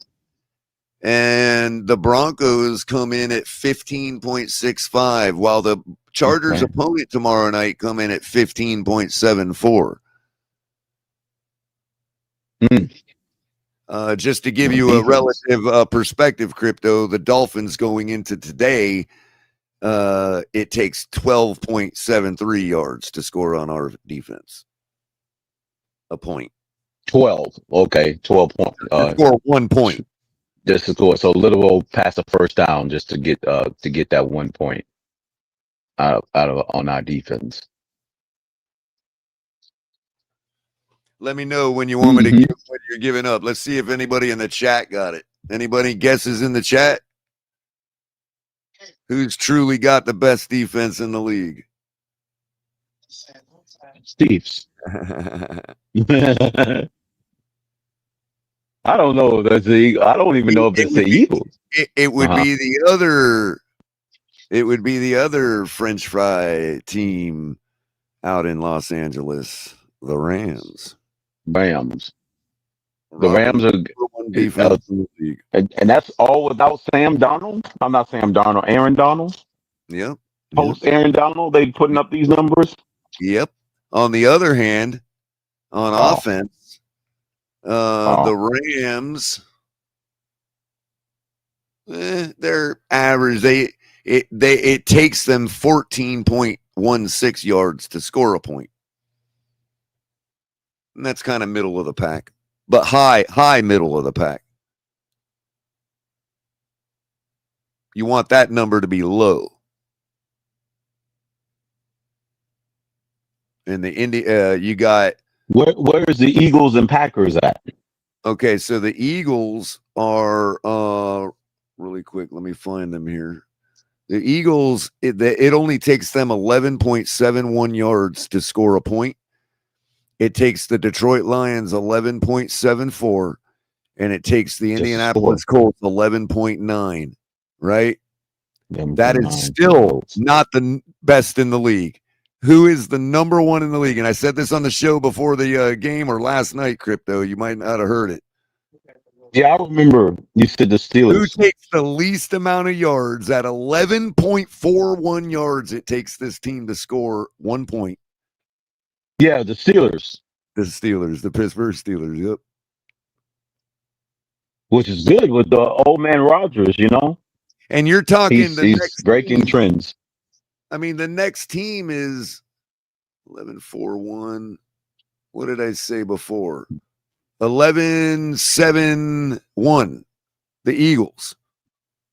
The Eagles, are second. So both teams from Pennsylvania. It's like neck and neck. Wow. What is what about full matchup right there? I'm calling it right now. Philly versus freaking Pittsburgh. Oh, Pennsylvania. You talking about the Turnpike Super Bowl? That's what they'll call it. Well, the Turnpike Bowl. Well, because they both separated by the Turnpike. Well, Crypto, when you have a city like Philadelphia, a great city, I'm not trying to disparage them, but they have their issues right now, and their issues to fix require money and status. You know what I mean? And or that kind of thing could be a huge help. And I think the whole world knows that. The whole, I mean, look, dude, you got like you're saying, a turn, but you got Philly versus Pittsburgh on all Pennsylvania Super Bowl. That would be huge for that freaking state, dude. Right. And it would cure a lot of their ills that are even for both cities. Think about it, The Turnpike Bowl. Pittsburgh's might be a little more historic, but like the Subway Series when you have the World Series with the Mets and Yankees, they call it the Subway Series. Right. Yeah. You got Aaron Rodgers in Pittsburgh. You got Jalen Hurts in Philly. You got Mike Tomlin seeing his way out of Pittsburgh. When was the last time? What happened the last time a huge Pittsburgh icon retired, Crypto? The league practically carried him to a Super Bowl win, and that was the bus. Remember? Yep. They're like, oh, the bus is retiring. Man, the freaking league carried Pittsburgh to the championship that year, bro. Let's be real.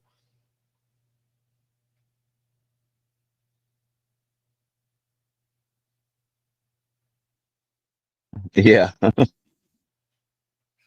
What's the away from the bus, but the bus.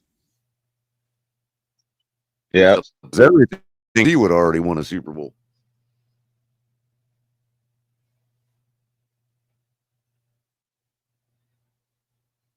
Yep. Hey, what was the Packers color? Packers are playing tomorrow night. What was the defense and offensive, the number for point per point? Okay. Well, I can. You know what I'll do? I'll go ahead and give you the spread that it causes for tomorrow night's game. So we got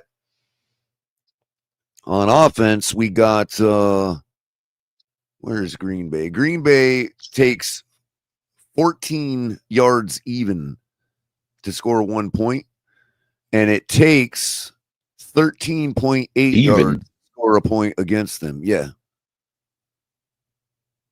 And it takes so that's almost the same, man. So 13, and it takes 13.8 to score a point against them. On the other token, the Eagles, we said 11.71 yards to score a point, and you can score a point on them by gaining 14.54 yards. So what you do is 14. Mm-hmm.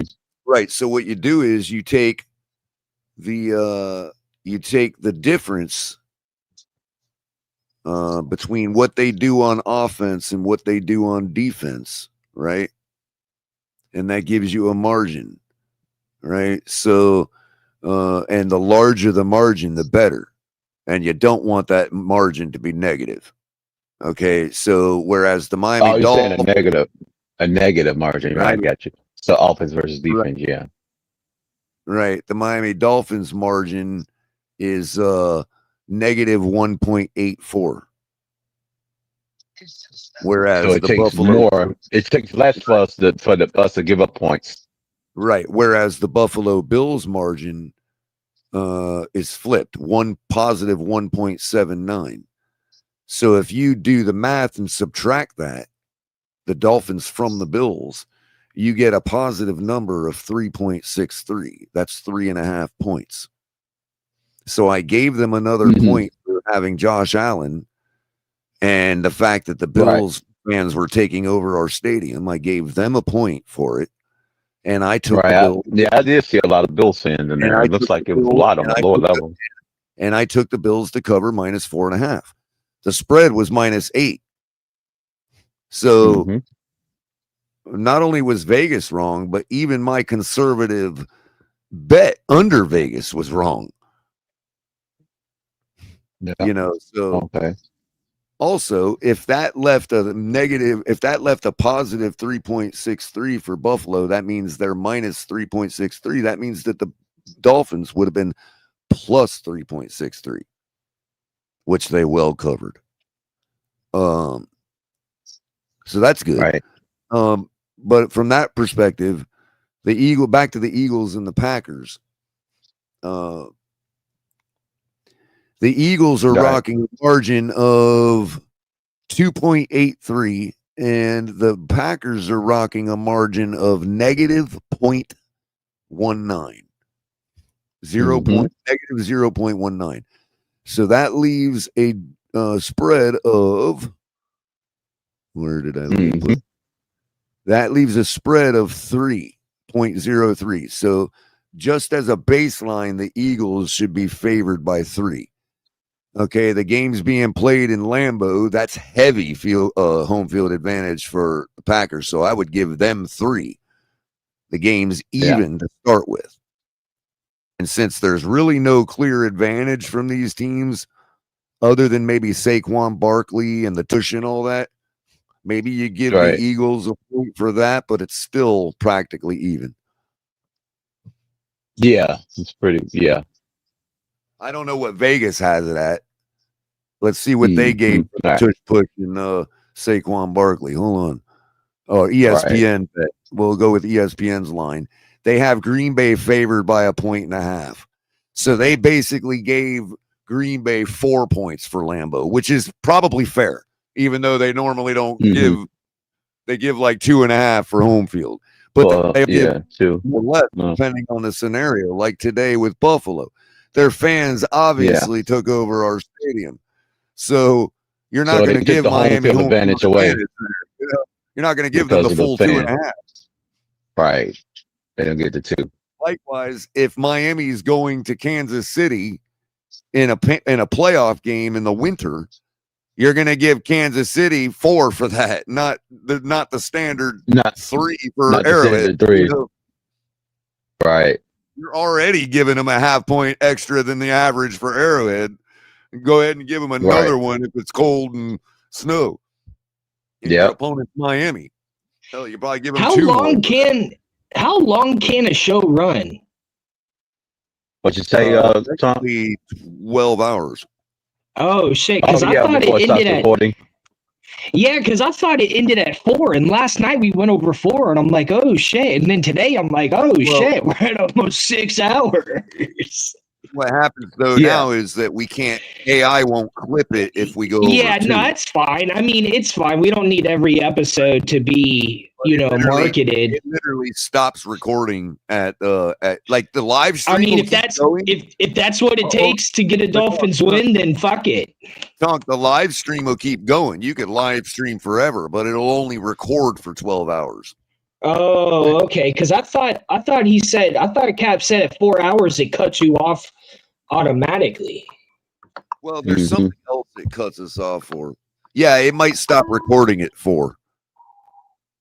Oh, okay. Yeah, but it's still live on YouTube. It's just nothing past 4, I think, is being recorded. Oh, okay. I mean, that makes sense because it's like, there's people that did streaming for like, 24 hours. I think maybe we don't get ad money after 4 or something like that. I don't remember exactly what it was, but yeah, but if we get donations, fuck that ad money. It's like you don't even need it.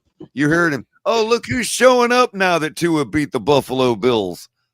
Look at that, Crypto. Good old S. Harris, man. Right. The Pats. So I expect not to see him in the next 400 days. I know, right? Well, he does. Wait a minute, though. He does make a good point about the Pats. Maybe I did over exaggerate, but we're talking about the Patriots with Josh McDaniels, S. Harris. We're not just talking about any team that just started going 8-2. You know what I mean? Yeah. Let's be real, man. But I will check. I will to be respectful to S. Harris. Check their strength of schedule this year and be like, see who they actually. I mean, I want to be fair. Well, today if they're just beating a bunch of garbage teams. But the last time I checked, yeah, that's right. They beat the Bills. And they beat us. Yeah, the Bills. That adds as a quality win. But I want to be fair. I want to be fair to S. Harris. They did lose to the Steelers. They lost to the Raiders. That was the first game of the season.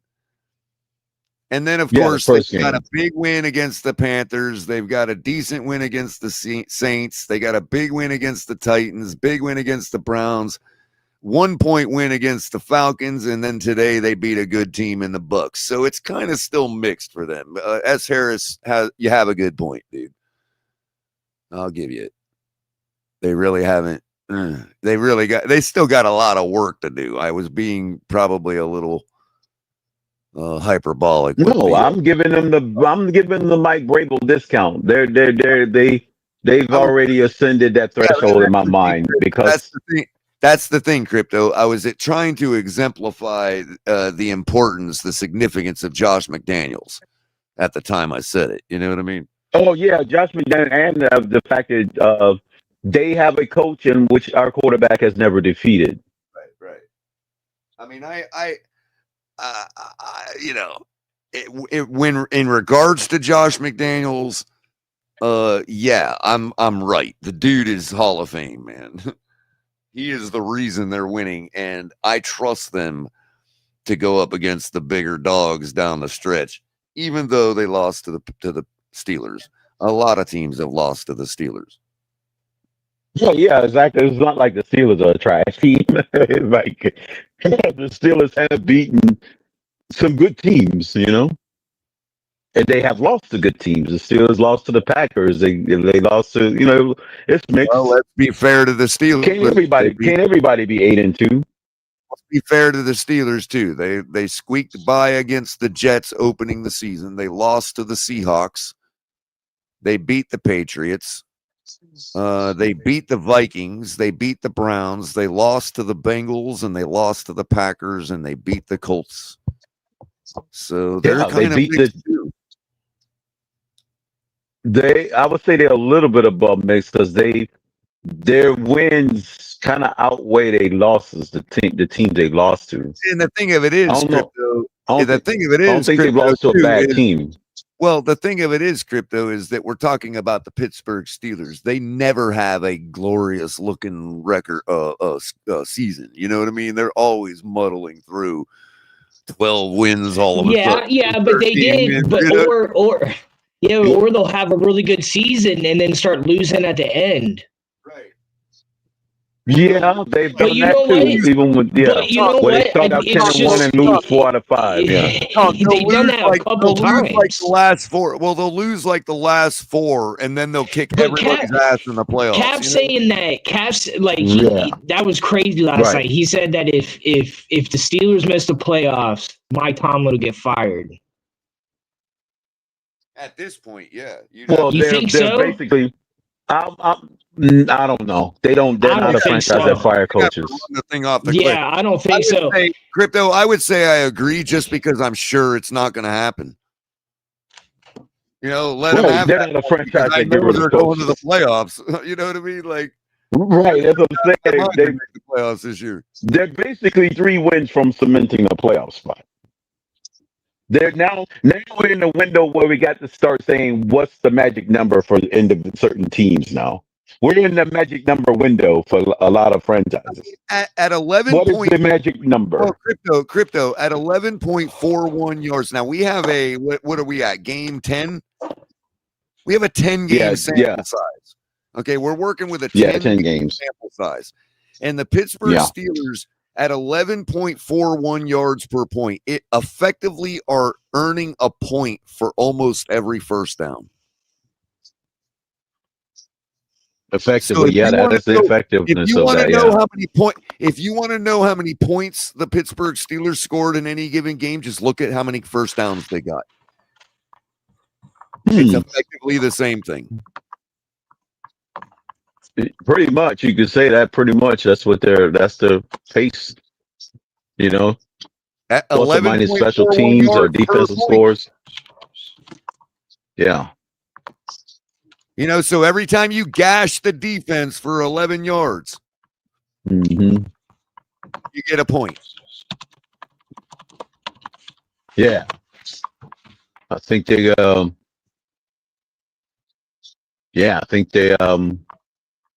That's a large enough sample size because now, given that the Ravens have now turned their season around, it's a lot of pressure on them to just keep winning to stay ahead because they play them twice. So now they got to try to keep the momentum. Every game is do or die pretty much for the remainder of the season for the Steelers. Every game is now a must-win game for them. And let's see who they got left. Given the fact they still have to play the Ravens twice. Right. They've got, and the Ravens are favored to win the division. It's crazy. Right. They've got the Chargers, the Bengals, obviously in their own division, the Bears, all the division games, yeah. Crypto, the Bears, yep, which is not an easy one. Tough out there. That's in Chicago, by the way.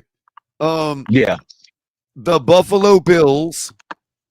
They have a first place schedule. It seems like they're playing a lot of first place teams. They got the Ravens. Yep. And then after all that, you don't think they're gonna take a nap on us?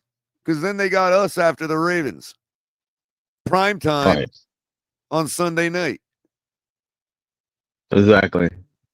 Well, the Ravens and then Monday night against us. Here's the thing.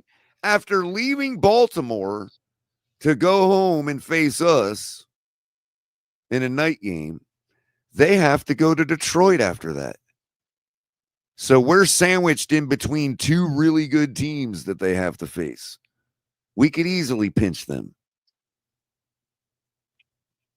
I mean, we did it today to the Bills.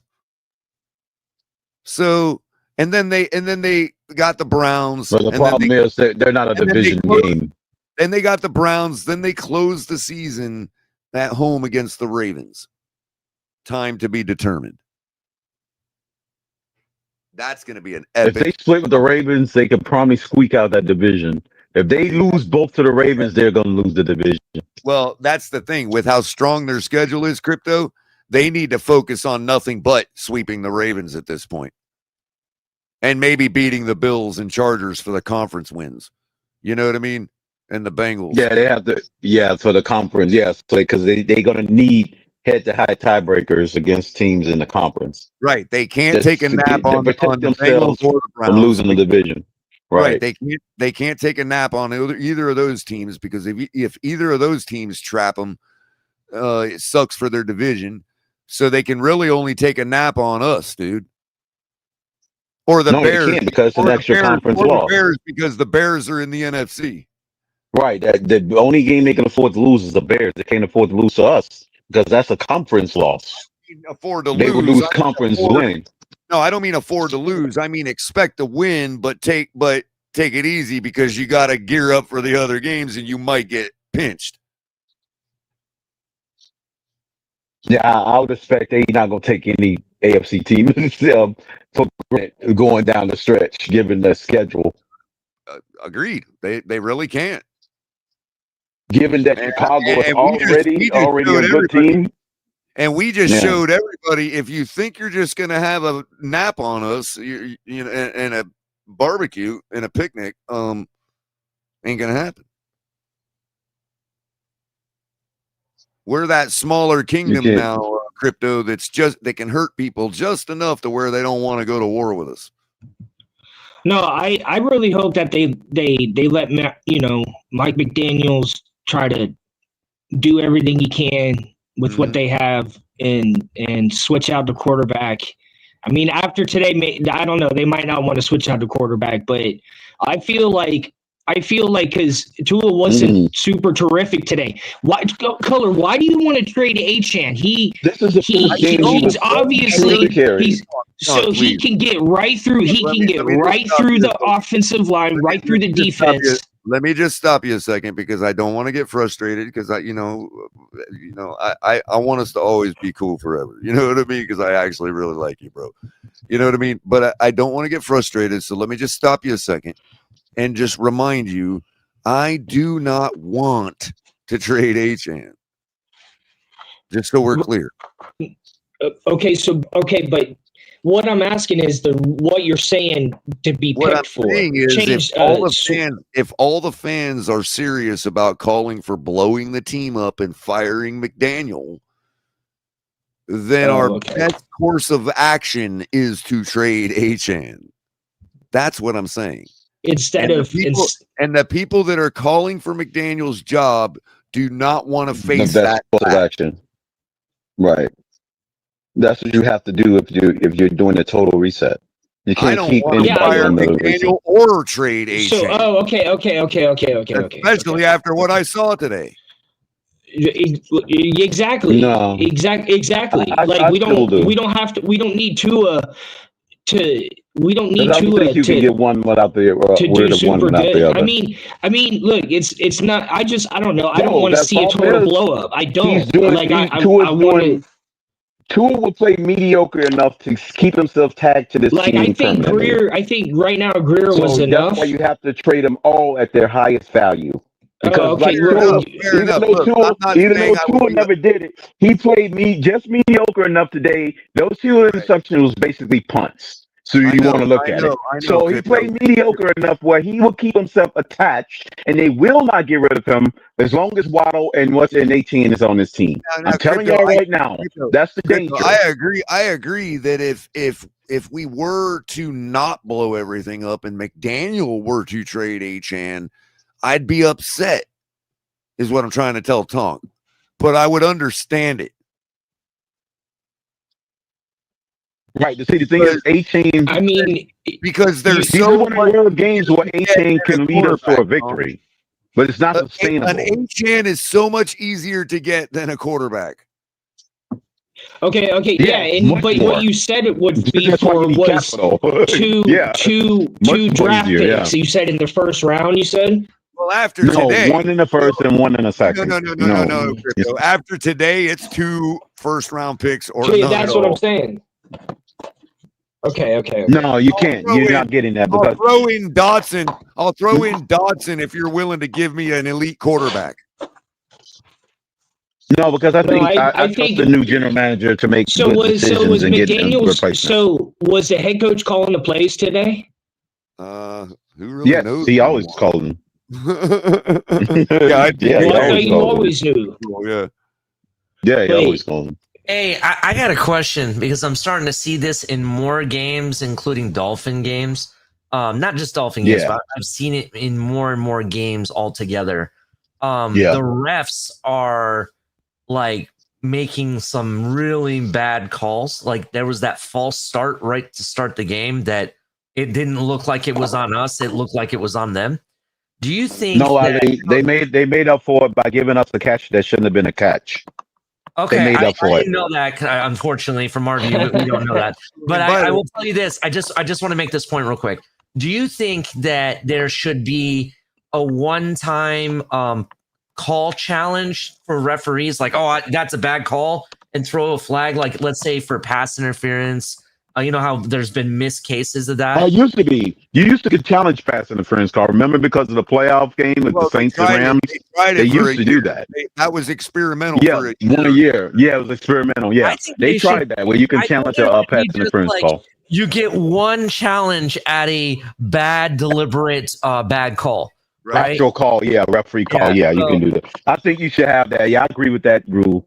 Being implemented. At least in emergency. They added a lot more. They added that particular year. They added challenging the whistle and shit, all kinds of subjective. Yeah, a lot of stuff. Yeah. I don't think we need the subjective shit. I just need you should be able to have one challenge against a bad penalty that should not have been called at all. You know what I mean?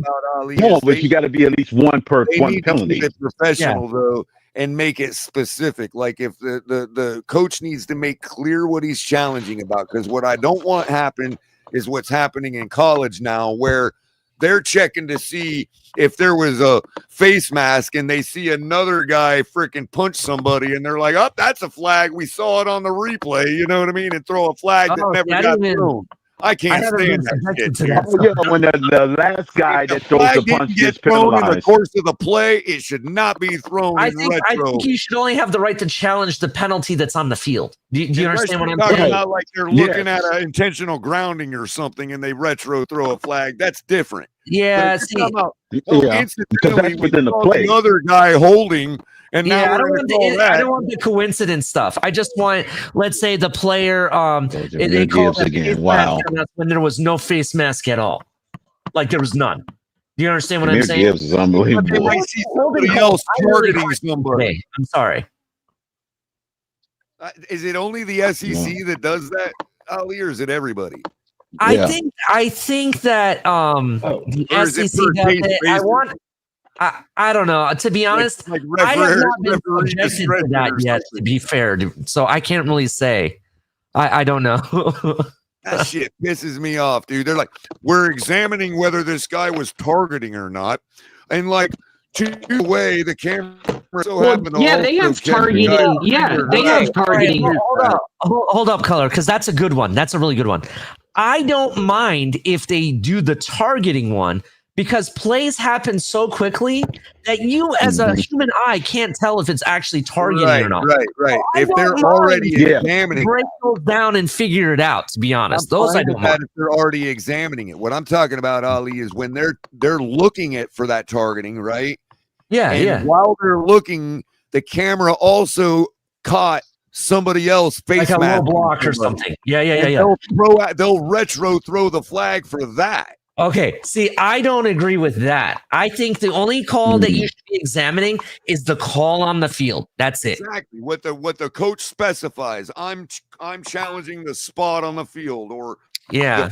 the interference. No, Well, you can already challenge spots. You can already do spots. You can already challenge a spot. I'm talking about in a world where we're challenging passenger no calls. You know what I mean? Like, Or back call where they call Yeah.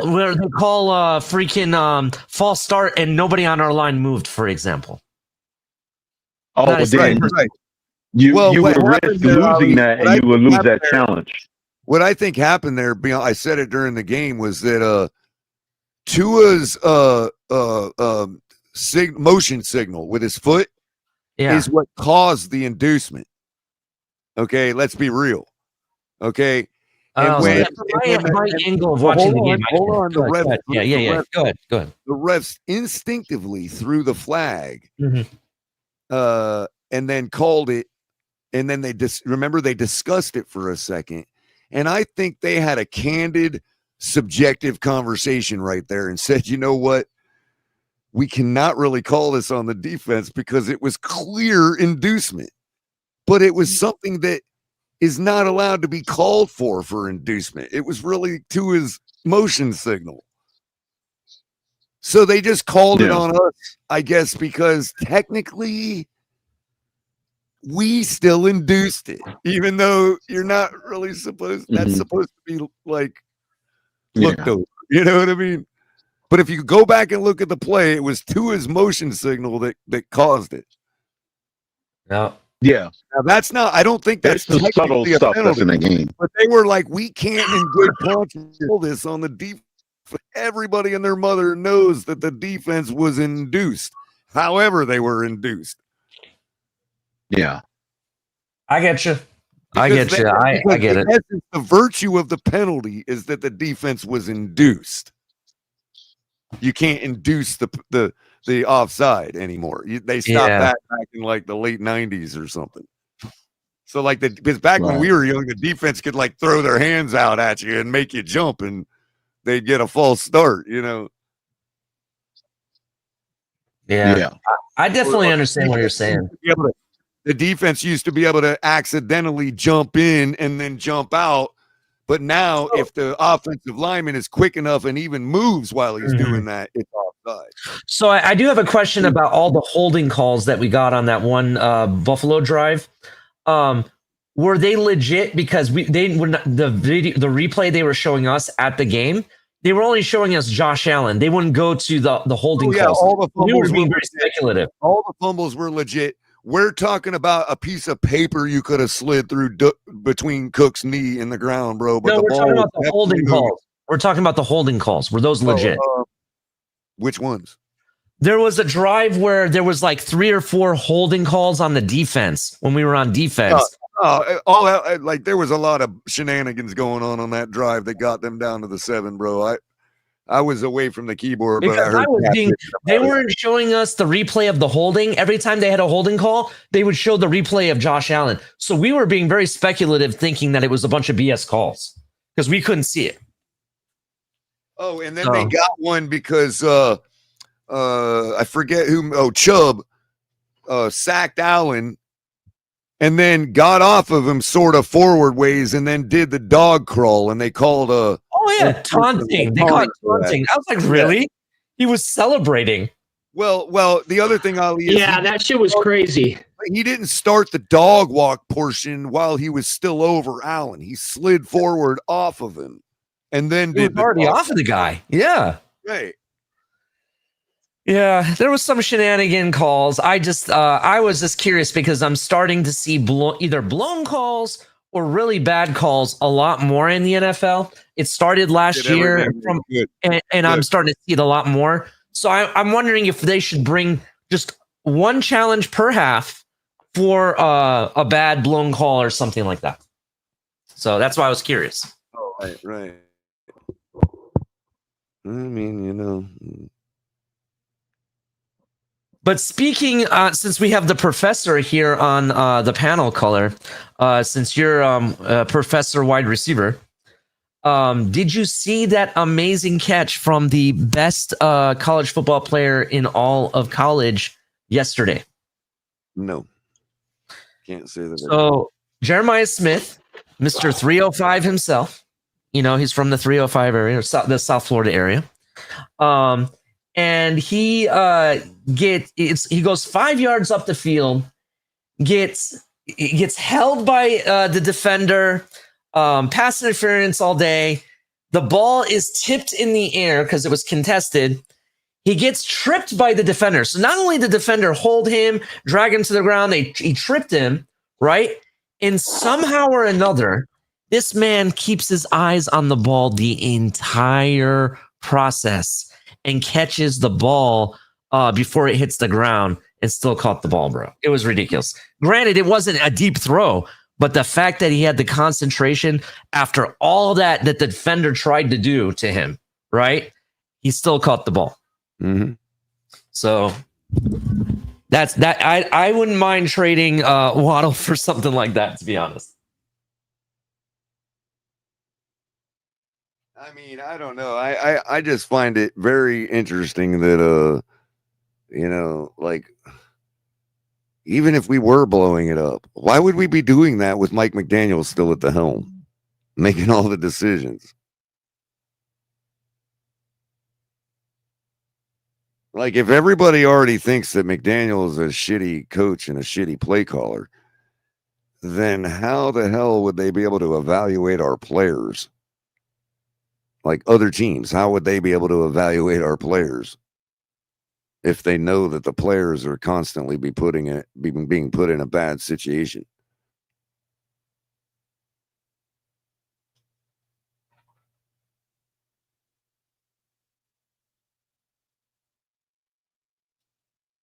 The solution to the answer to that would be you fire McDaniel and you get a guy in with an eye that the other teams in the league trust for your interim coach. We didn't do that. And every game we win, we're ruining our potential to get something better in the draft. Now, that ruining may be purposeful. It may not be needed because the plan may be completely different than any of us think. But it's clear that until proven otherwise, as I keep telling you, Mike McDaniel is sitting on a block of ice. And I've been right the whole way. So far. That's all I can say. So far.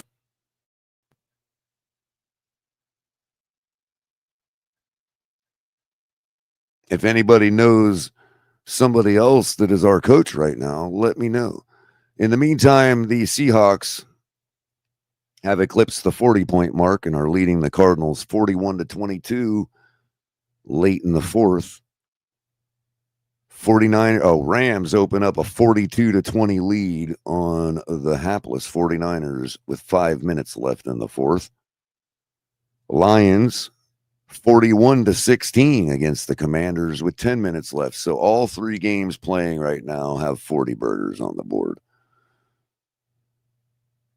Tonight you got the Steelers going out to LA to face the Chargers. Early this morning, you had the Colts defeating the Falcons 31-25 in Berlin. Yeah, that was crazy. That went into overtime. Yep. That was a crazy game. Yeah, that's what happens. The Colts.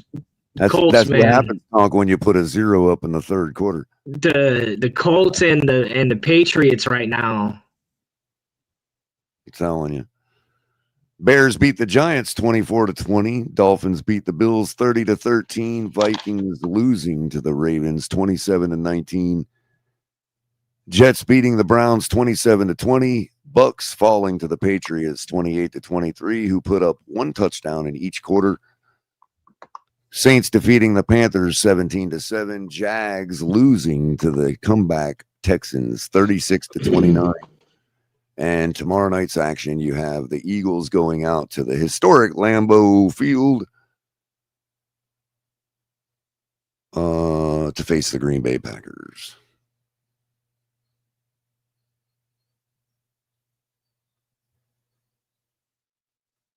Yeah, it's crazy. All three games, 40 burgers right now.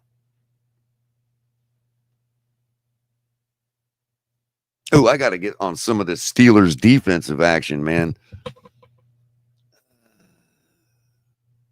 Highsmith, don't they have Highsmith? Is that one of their guys? Or who's getting all the tackles for the Steelers tonight, guys?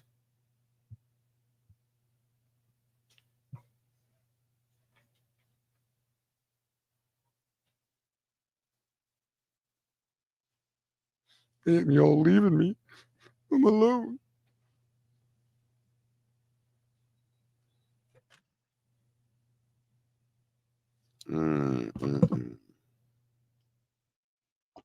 Yeah, I'm working on a project right now, trying to get it ready to submit, and it's not too bad just listening to y'all talk about whatever. It's like you get, you have a job, you have a career, you work your hours, but then you start your own business and you work all the time. Right. Exactly.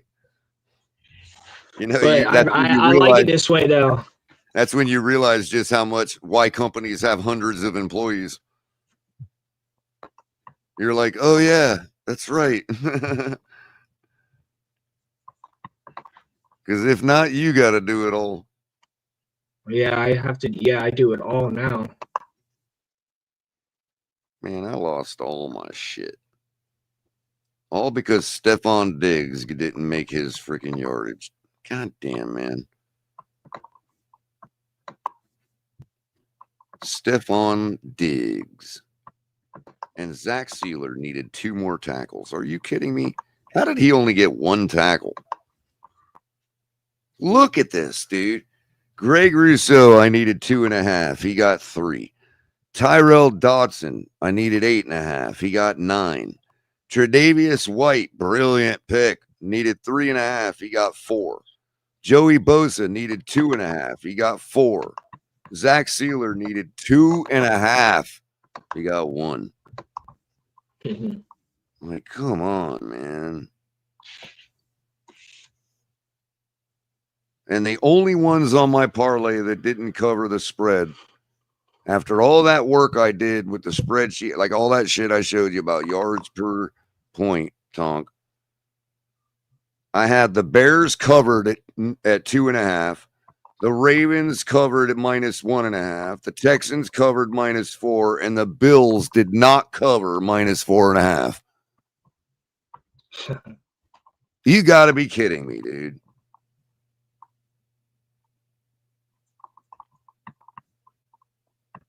Yeah, the Lions are kind of slipping, I feel.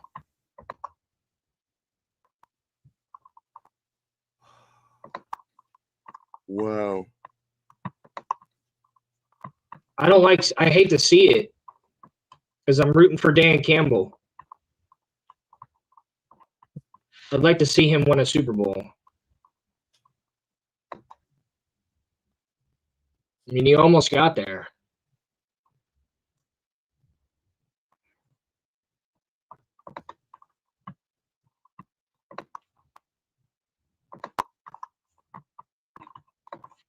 Tonk, I'm really glad you're up here, man. What's up? So I just got the sad news that legendary coach / player Lenny Wilkins, who used to play for the Seattle Sonics, passed away today. Just came on my timeline. He was 88 years old. Got inducted into the Basketball Hall of Fame and everything. Wow.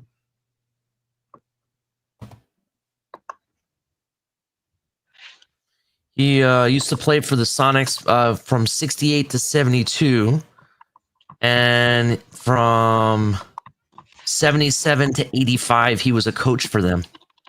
And from 69 to 72, he was coaching at the same time. So not only did he play, he coached at the same time for the Seattle Sonics. That's crazy.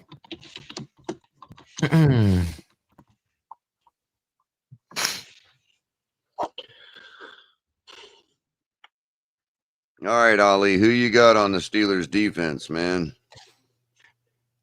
On the Steelers defense? Yes. Do they play tonight? Yeah. Steelers and Chargers. Oh, sweet. I get to watch it. Is TJ Watt healthy? He is. They got him for half a sack right now. Okay. They got Highsmith for half a sack. That's the one you really want right there. I'm rooting for Steelers all the way. What's the?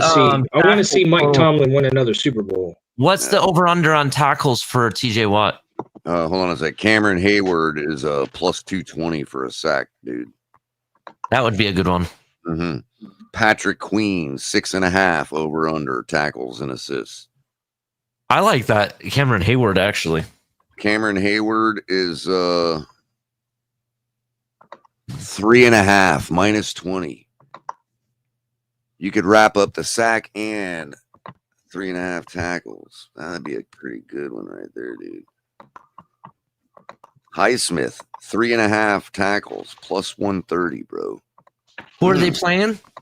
The Chargers, who put the ball in the air. So I'd be looking for their secondary. Joey Porter Jr. 4.5. Right Yeah, they still have an injury on that offensive line too. So, Are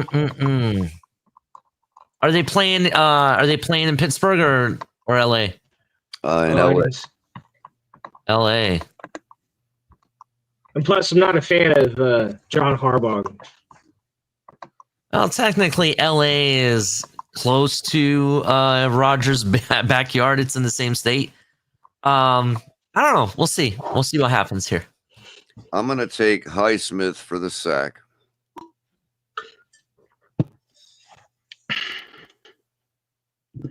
I'm going to take, oh my God, TJ Watt for 3.5 tackles, dude. Really? The LA Nappers. I'm going to take TJ Watt for 3.5. Wait a minute. I got a question. Well, no, because the Lakers have. Trying to think of like LA teams that actually win. Well, the Rams won recently, and they won in the past. The Lakers won, but the Clippers never win, and the Chargers never win. Because the Dodgers win. Jalen Ramsey's at 4.5, dude. I don't know. Oh my God. Are the Dolphins players really surfing on the laundry carts and breakdancing in the locker room? Probably. They Well, are. yeah. And the Miami Dolphins just put it all over Twitter. Good. Oh. I'd rather see them happy and winning than fucking the other shit we were getting. So No, I get it, but I guess for me, like you got to be humble at the same time in this type of Yeah, season. I feel you. It's like, all right, well, now go out there and beat the Ravens. Now go out there and beat the Ravens with doing all that. You got to go out there and beat the Ravens. You can do all that. You got to go out there and beat the Ravens. So, Ali, I got Highsmith for a sack, TJ Watt for 3.5 tackles, Derwin James for 6.5, Joey Porter Jr. for 4.5. $5 to win 60. Color, I'm going to tell you this. When I'm right, I'm right. And right now, I'm definitely right. Yeah, you're right. Check this out. Check this out. Matt Stafford has 4 touchdowns and 280 yards. Damn. I had him on the over, and I have the Rams winning this. They're winning 42-26, and I even started Matt Stafford in my fantasy league. Holy shit, I'm right. Anyway, sorry. So, really quick, Ali, on the other one I got, where is it? Right here. I got Kamani Vidal over 64.5 rushing yards. Yeah. Jalen Warren 64.5 rushing, and both for an anytime touchdown.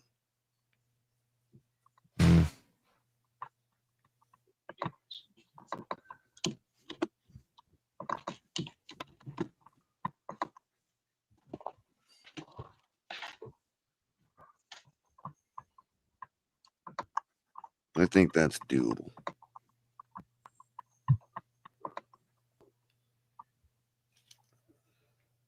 Oh, did you hear that, Ali? I was I had a parlay busted today, a pretty good one, and it turned out it was actually struggling most of the day, and then all of them hit except for one.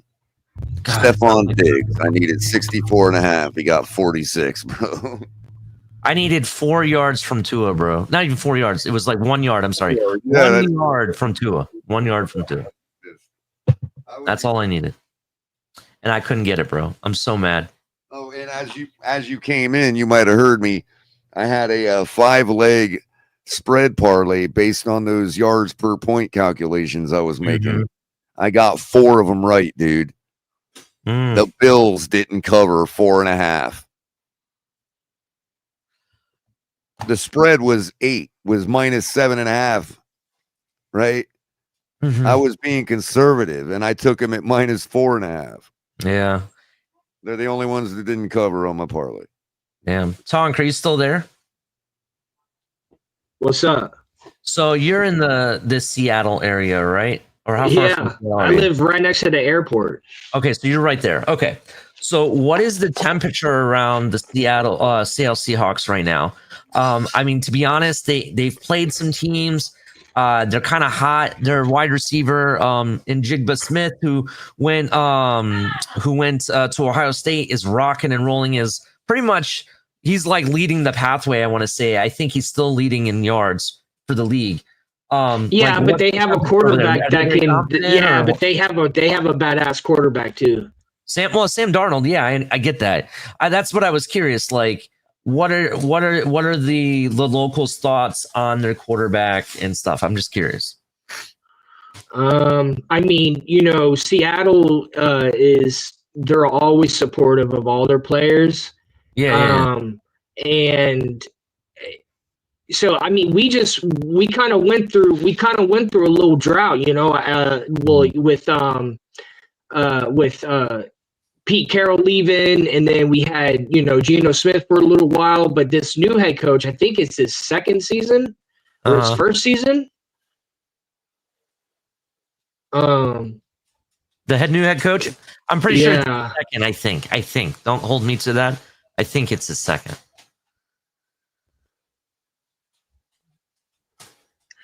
Yeah,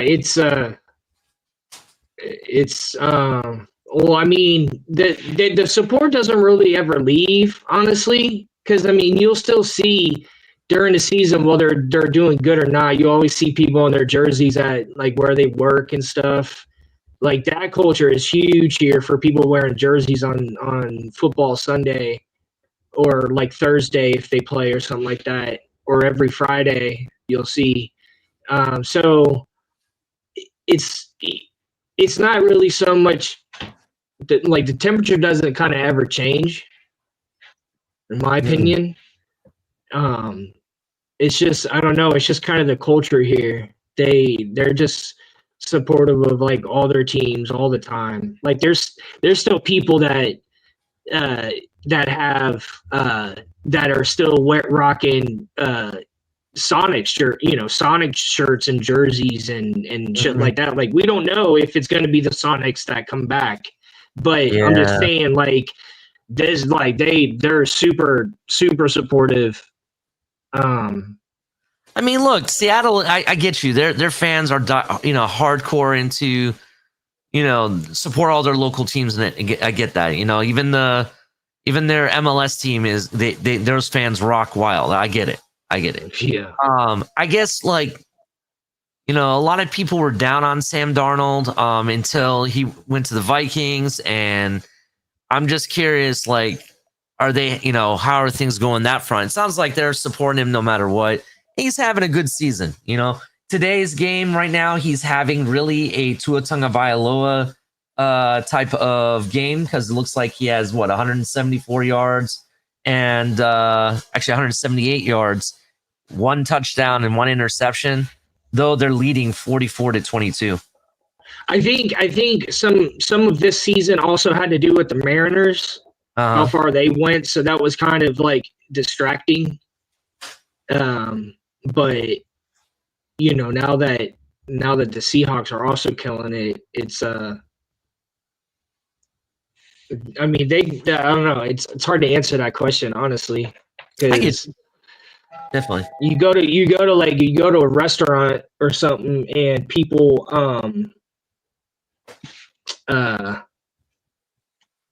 people got on every different jersey of like the team, but I'm not on any I don't follow any other like football talk sources, so I'm not into it like that. But I'm just saying, everywhere, just interacting with just people in Seattle. Mm-hmm. What were you saying, caller? Oh, I didn't mean to interrupt. I thought you were finished. But No, go ahead. Go ahead, caller. There's 2 guys that have been backing up Lamar for the past couple seasons. Well, 3 really, but you got, what's his name? Help me out. You know who I'm talking about.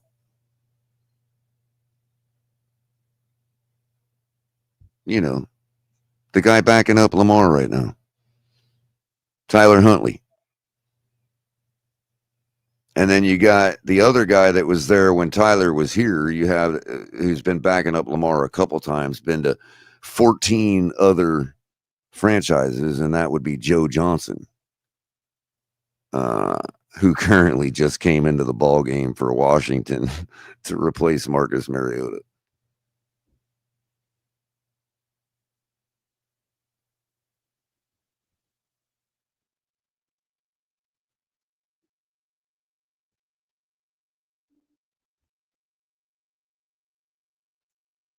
Well, it looks like the NFC West is getting shaken out.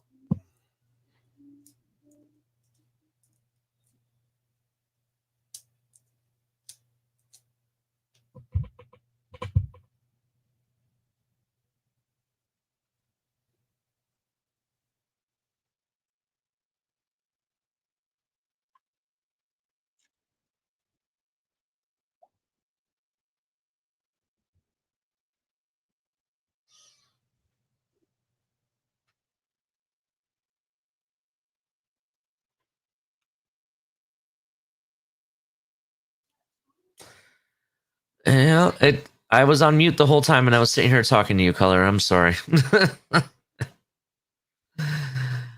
Marvin Harrison, interesting enough, I want to say the last 3 games, he has a touchdown in each game. Interesting. Everybody hit the like button. Shout out to all the veterans out there, by the way. Shout out to you all. Anybody that served in the military, thank you for your service and everything you guys do. They had a really nice presentation, salute to service at the Dolphins game. And shout out to the salute to service of the game. I cannot remember the gentleman's name, but he actually served in World War II. He was part of the biggest operation in the biggest air operation in World War II. And even, I believe he parachuted in Germany, I believe. And he was 100 years old. So shout out to him. I cannot think of his name, so I apologize.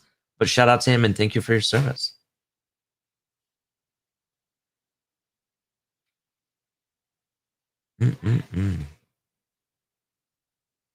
Yeah, so Ali, I think the NFC West is getting shaken out. They had the Cardinals and Seahawks and the Rams and 49ers. Niners and Cardinals both taking a drubbing.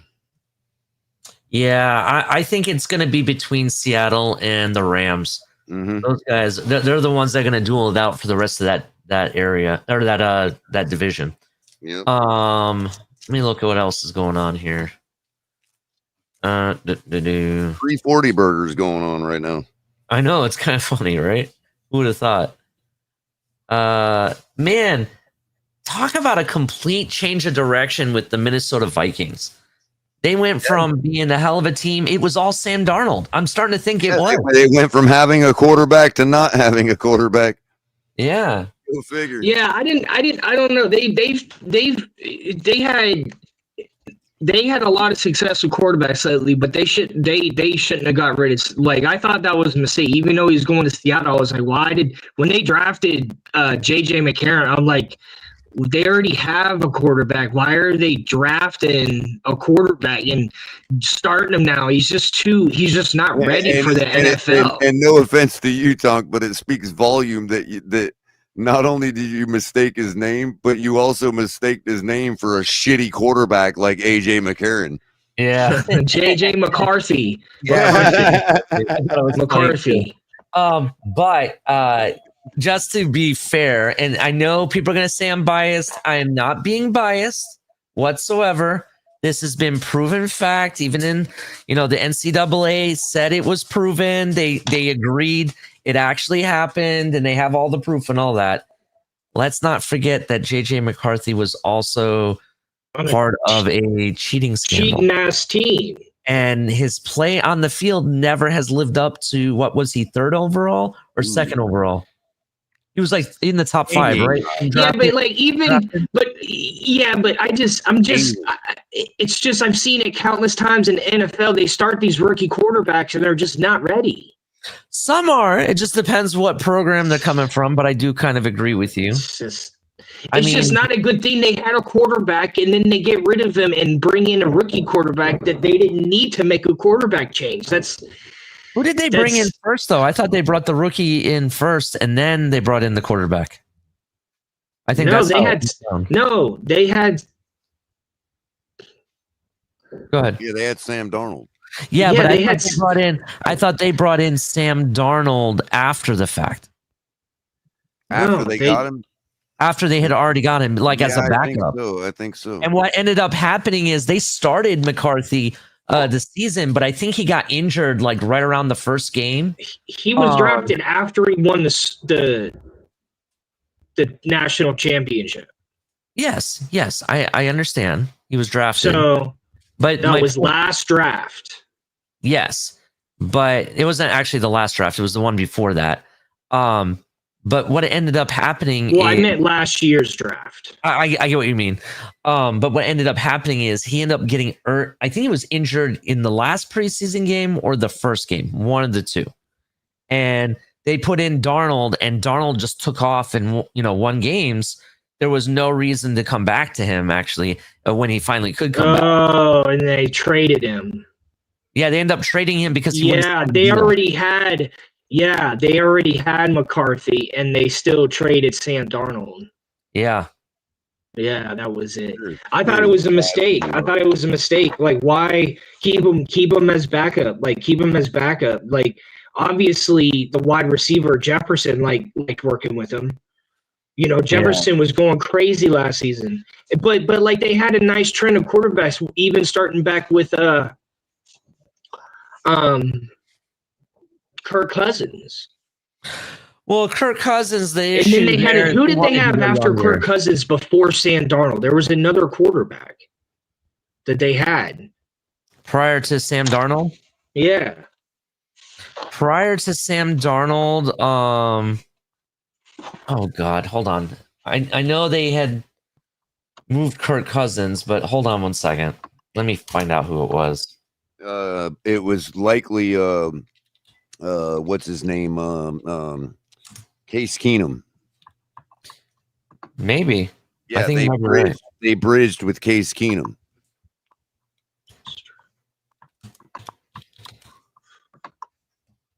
If I remember correctly. They also had after I think they even had Joshua Dobbs. That's who it was. It was Josh Dobbs. That's exactly who it Josh was. Dobbs Yep. in 2023 is who they Right. had. And and that was when he had his best run in the NFL.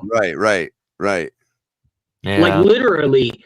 So yeah, I just think they made I mean, I don't know. I kind of felt bad for them when they traded. I was like, I wouldn't have done that. McCarthy wasn't ready. But oh well, they got to deal with it now. Yep. He just wasn't ready. He was part of a cheating ass team. Well, I wasn't trying. Scathing, Ali. Scathing. I get you. But I mean, to be fair, that it is a fact. It is true. You know, so it's not like I'm not speaking factually. You know, so a lot of people are saying that the subject is there are people that are speculating that these players, But like these, may not perform that well. But same thing with who won with Georgia 2 years in a row and almost went to 3 in a row. He's not a starter either. What the fuck was his name? He won 2 championships with Georgia, and they almost went to a 3rd championship with him. Oh, I know who you're talking about. You're They absolutely right. They lost in the SEC championship, and that kept them. Yeah, That kept him out of the Final Four. Nobody ever thought he would be a starter in the NFL, though. He was always going to be a low draft. No, pick. but I'm just saying. Like. I get you. They're not performing well. I get you. What I was gonna say though is that going back to I don't even remember who Jordan Love played for. I don't remember, but I mean Justin Herbert. I guess I do but wasn't Jordan Love in Utah or was it a different team? I forgot who he played for. I don't know who he played for.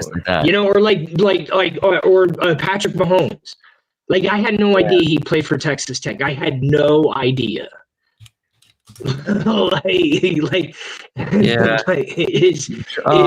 It's just crazy. I mean, Jalen Hurts isn't a good example of what I'm talking about. Jordan Love was Utah State. It was Utah State. Yeah, exactly. What I just going back. It's a gamble. It's a gamble to bet so much on a quarterback that you pick high in the draft. I think it's too much of a gamble anymore. Yeah. What I wanted to say, just to kind of put a tie or bow tie on the whole cheating thing.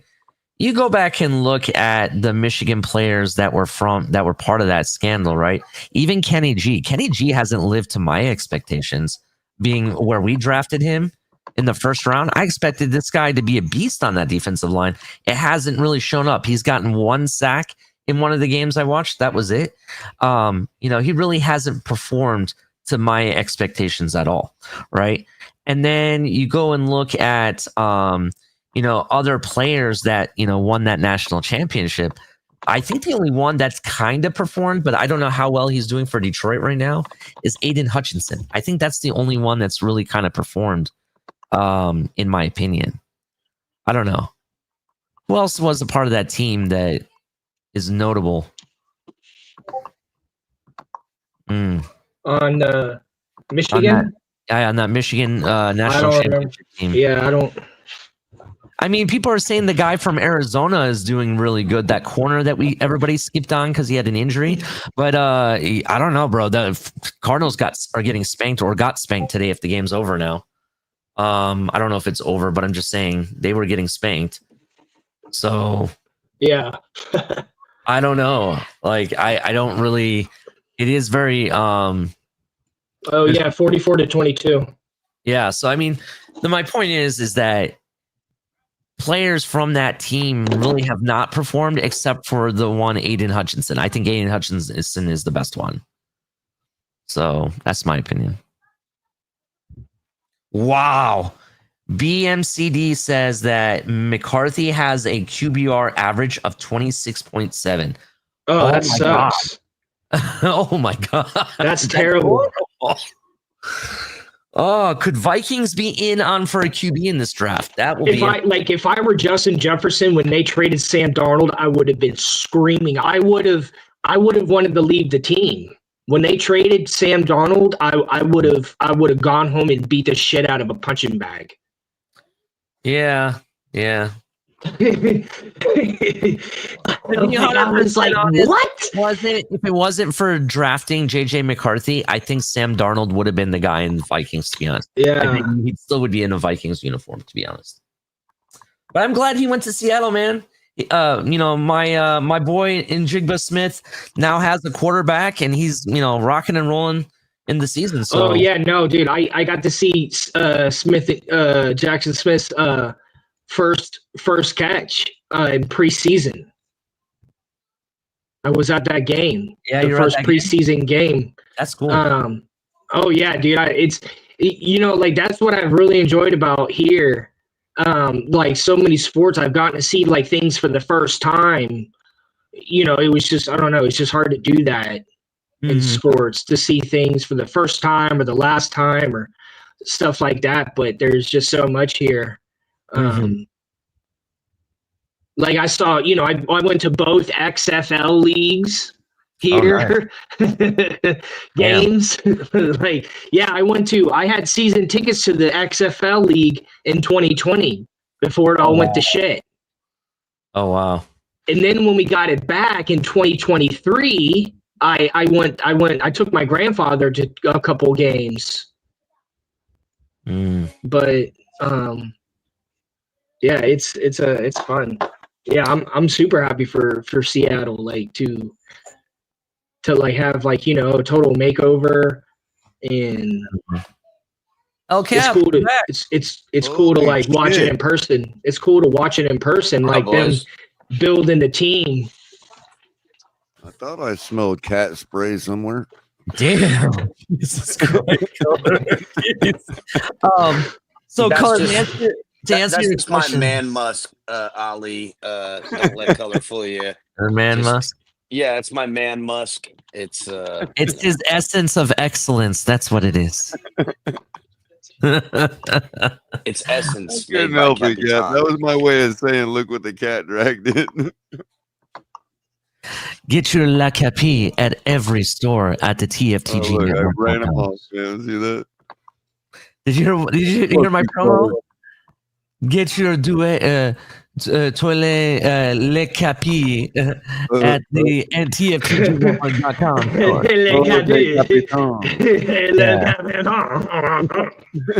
Hello. You missed my promo, bro. I was promoting your essence of excellence. Oh yeah, essence. It's called De Capitan. We got to get him one of those French-looking hats. Where he looks like a French artist. Look real French, real quick, dude. Yeah, bro, especially with that olive fucking tan you got.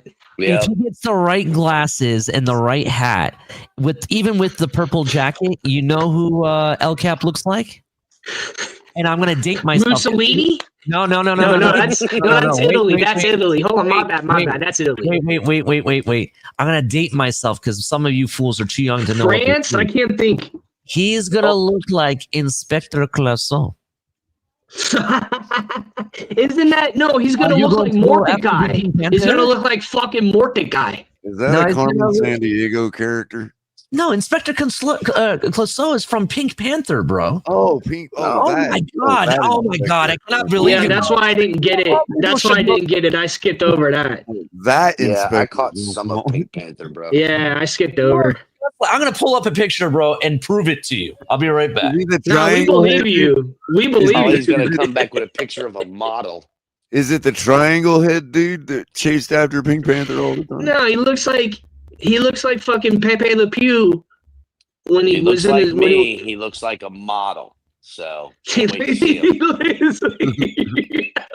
Guy's a fucking gorgeous son of a bitch. is Just what like he is. Zeus and Apollo. Oh, and shit. Adonis.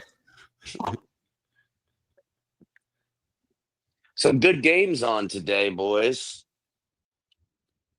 A lot of Yeah, fucking you got scores 240 burgers that shook out the NFC West, and then you got another one on the East Coast. I know it's been a crazy day of football, man. Mm-hmm. A lot of points scored. A lot of different people scoring touchdowns today. Yep. A lot going on.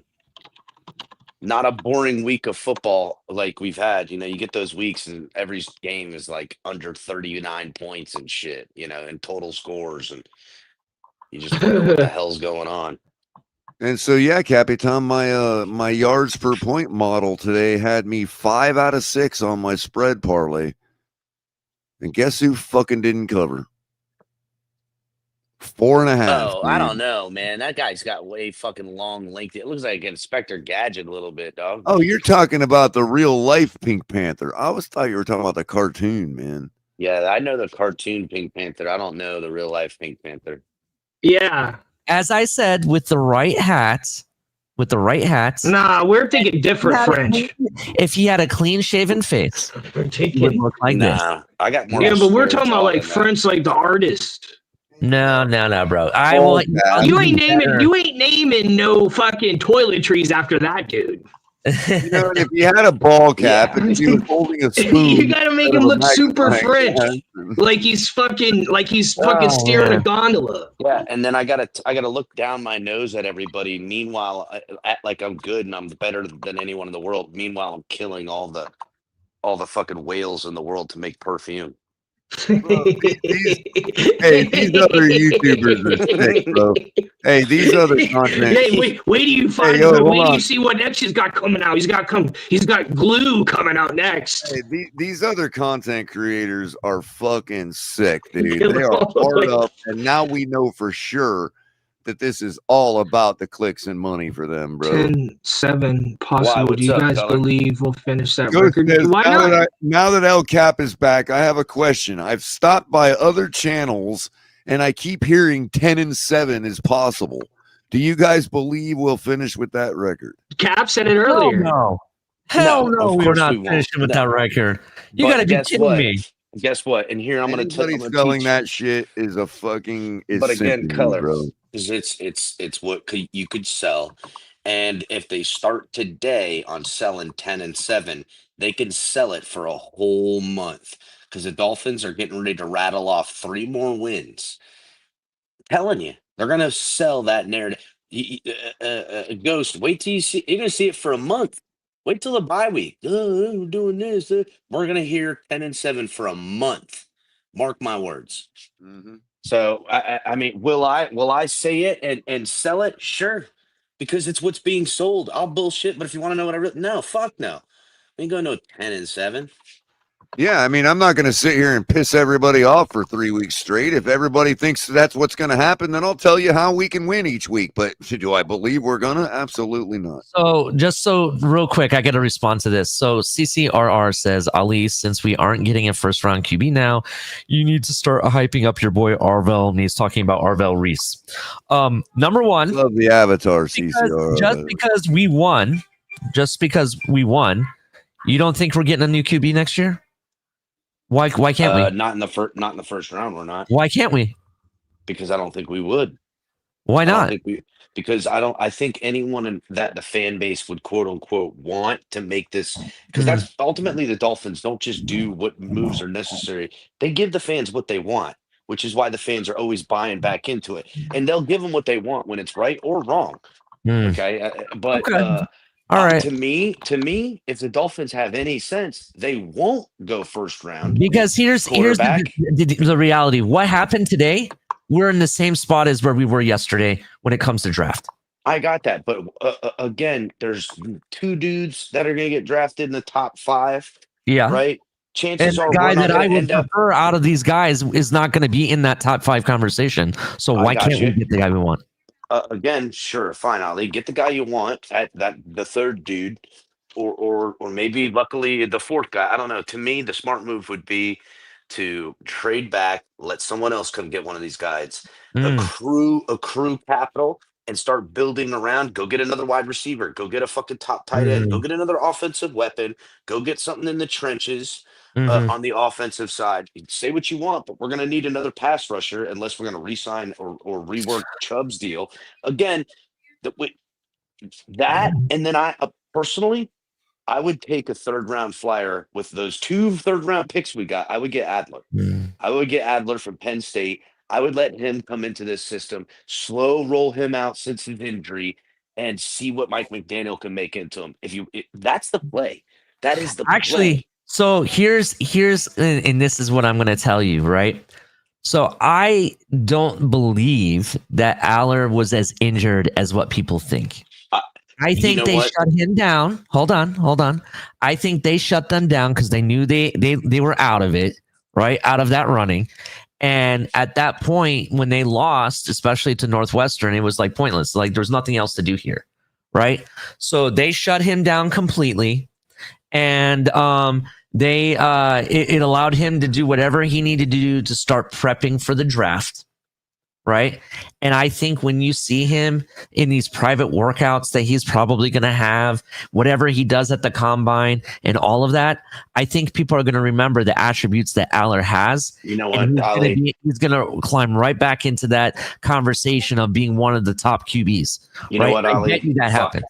Fuck, real quick, Ali. You just schooled me on what I usually do. I'm getting caught up in the macro of the moment, and I'm leaving out the details I usually put into my takes.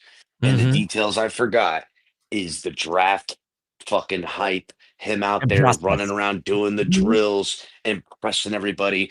Every year we see a guy race up the board that has no business being there. There's no reason why that could not be Adler and you turn around and he's going in the 1st round. Because here's where I'm at. Let's say we're at 13, right? And let's say the one other guy that everybody likes, Taylor Green, let's say he's taken or whatever, right? If we're at 13 and Aller's there, I might take a flyer. I'm not gonna lie. I got to be honest, Ali. I'm picking up what you're putting down, baby. I like it. So I like it.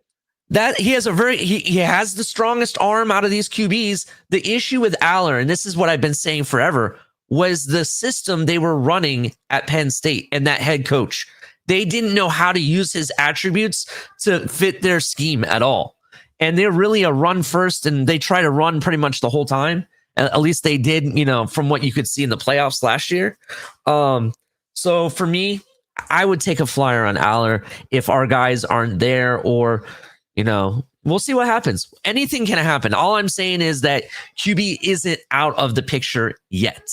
And just because we won today doesn't mean I'm back on the Tua train whatsoever. For all those people that are posting the Batmans of the world that think that the Terminator Tua is back or whatever with the red eyes and that shit, or maybe certain hold on, I'm not done yet. Hold on, I'm not done yet. Maybe certain other I'll call them content creators that think it's funny. Put a name on it. Put up pictures. Because no, I'm not going to put out her name. Put out weird looking pictures while staring at Tua.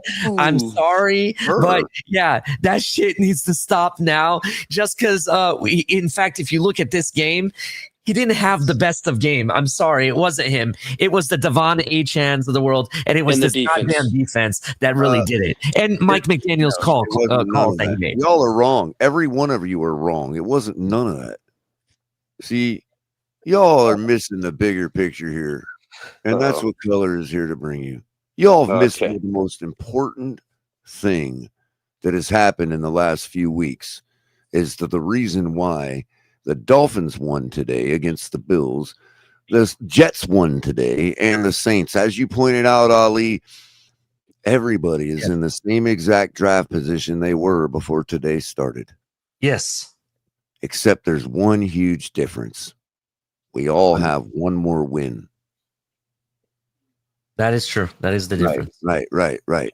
What has happened in the last few weeks that would cause the NFL to want to hype up their tanking teams, force them to win a game, especially against teams that are far better than them, in order to show everybody that there is parity here and that nobody is in control behind the scenes, that anything can truly happen.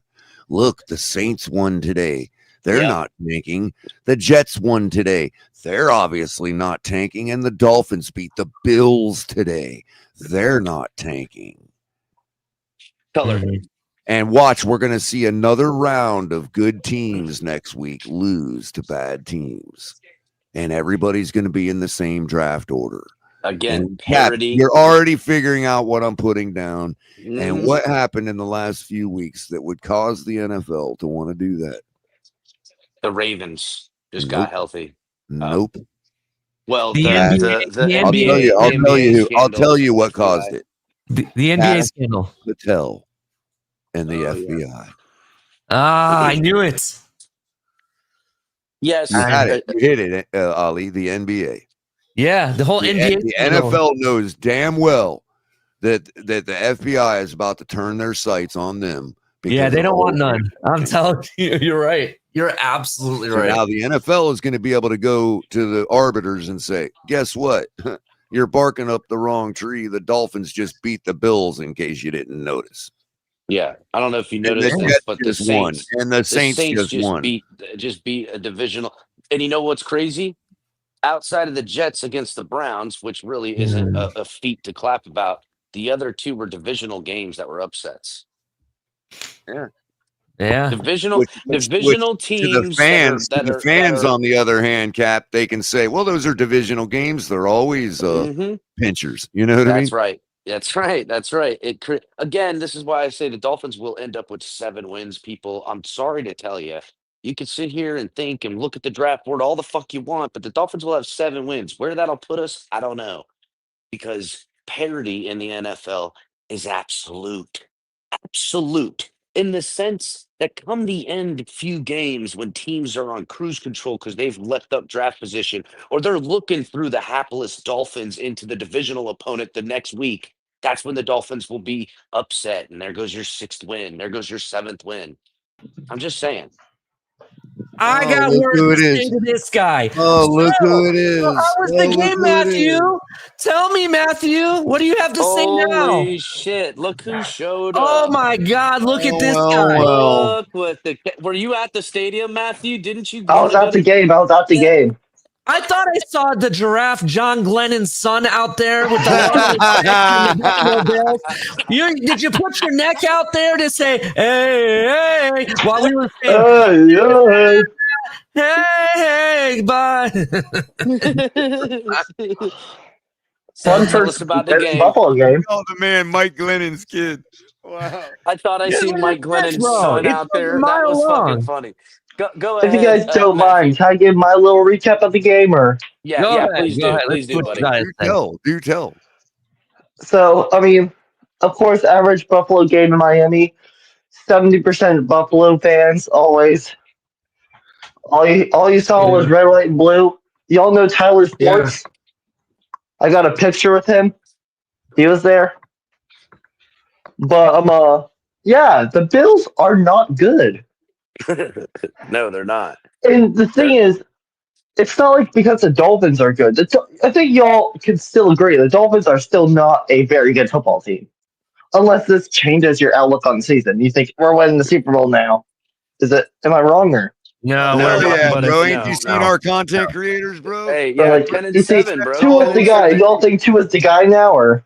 Left arm of God, 10-7. Didn't you see what the word on the street is? We're going. That's the word on the street. Yeah, from all the delusional ones. The teams Yeah, break you news in guys the are a locker room. bad football team, but we let you guys dominate us. And That's right. it was completely, I'm blaming this completely on our offense. Our offense, Josh Allen and James Cook, who are supposed to be some of the best overall players in the NFL, who are supposed to be the key contributors to this offensive team, for both of them are making boatloads of money for are getting paid boatloads of money. Josh Allen had 2 interceptions in a fumble, and James Cook had a horrendous fumble, just throws it like 20 yards down the field. It was like right next to where I was sitting. I thought that was like the closest play to me all game was that massive fumble. And every time we got the smallest bit of momentum, we did something retarded to get it to give you guys something. You guys are not a good football team. At least the Falcons are like an on and off kind of team. Like 1 week they're a playoff team, and next week they're one of the worst teams in the league. We just cost. I'm not excusing that loss. That we let's just say we just caught them on they're on their high horse. The Patriots are a very good football team. Drake May is a good team, and it pains me to say this.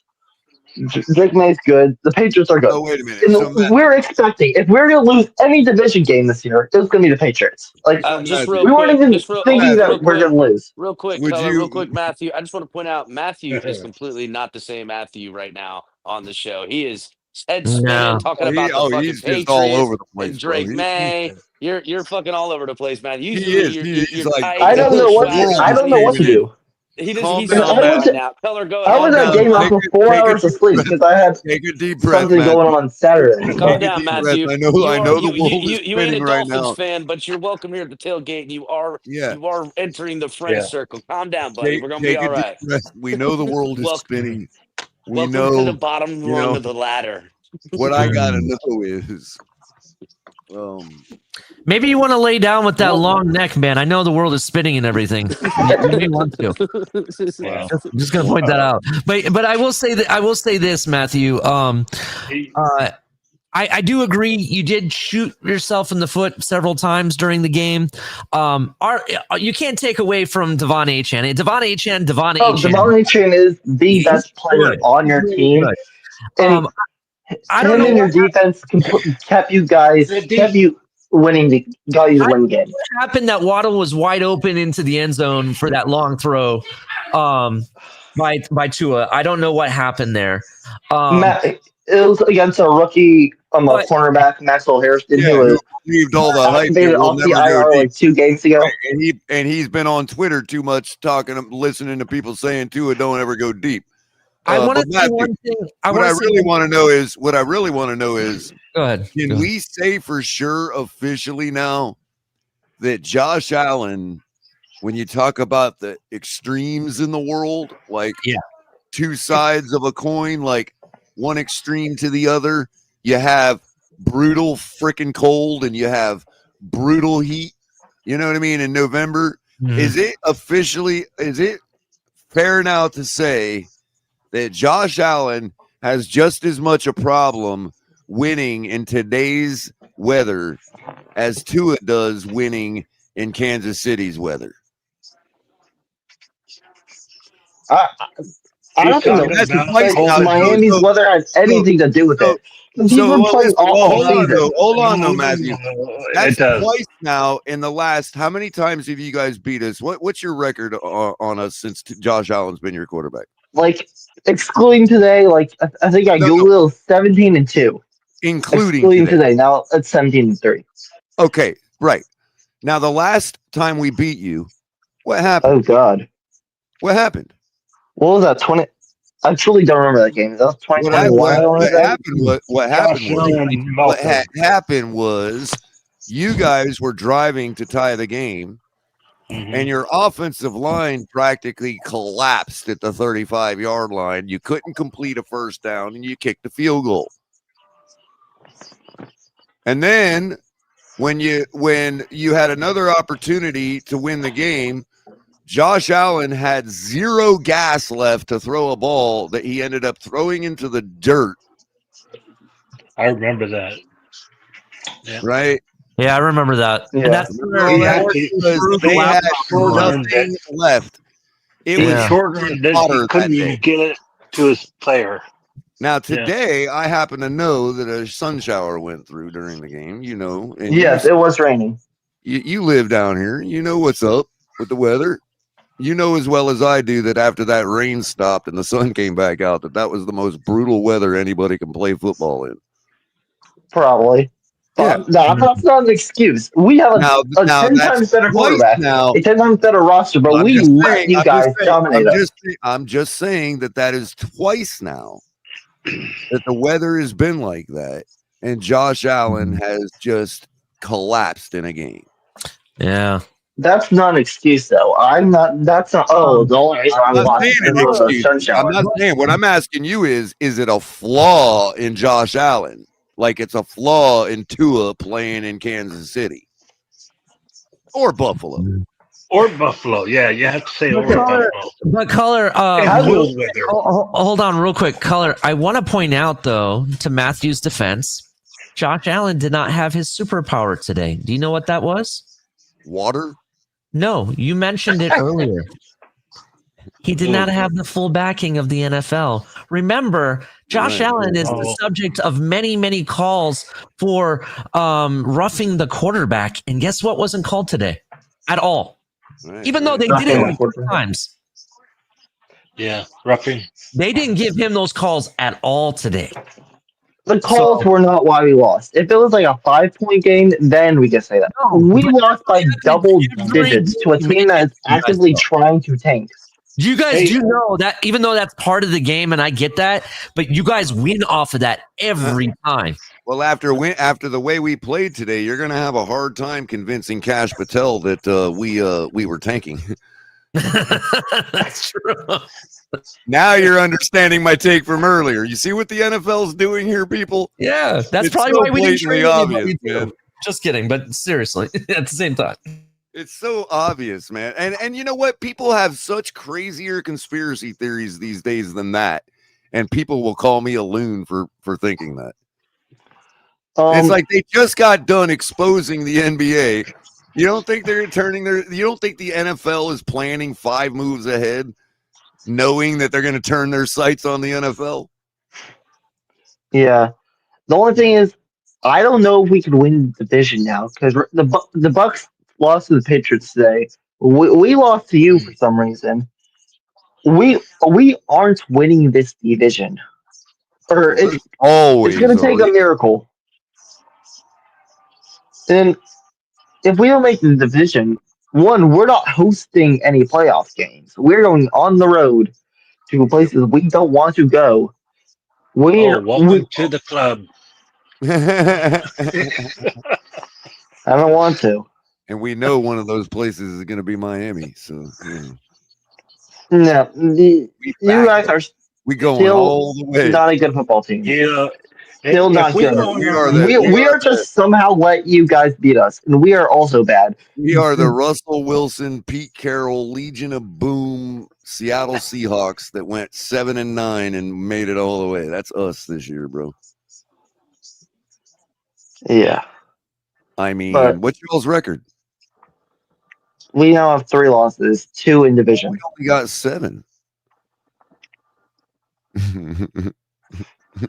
Bro, It's like I got to experience this rivalry in person. Color, you're starting to sound like a Dallas fan. But yes, some of your fans are great idiots, bro. Walking out of the stadium was one of the worst experiences. So I was there with my grandparents because the reason why I'm a Bills fan is with my grandpa, and he got the tickets for my birthday, which was like in July. But so I went with them too, and we just got harassed. There was like so many fights like outside the stadium. It was just drunk Miami fans just screaming shit, acting like they haven't. This is like their Super I Bowl. apologize, bro, but you did come into somebody else's house, dude. That tends to be what happens when you get that bold. You know what I mean?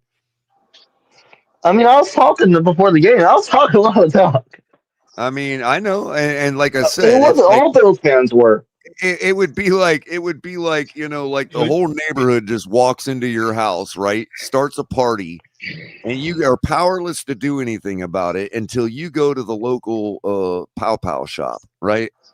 And you come back and you're like, now all of a sudden everybody's like, oh, don't talk shit. What? You're in my house. You tried to take over my house.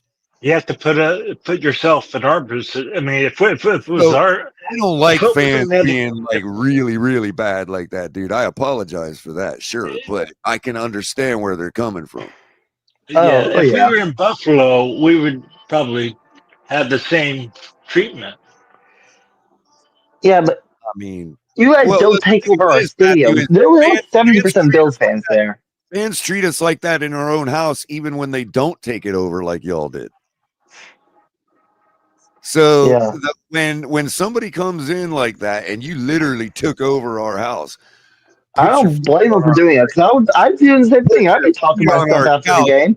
Y'all put your feet on our couch, rubbed all mud all over the couch seats, and left empty soda bottles everywhere and all that, man. You know, and then you lost. Well, I'm going. I got family and stuff at my house from out of town.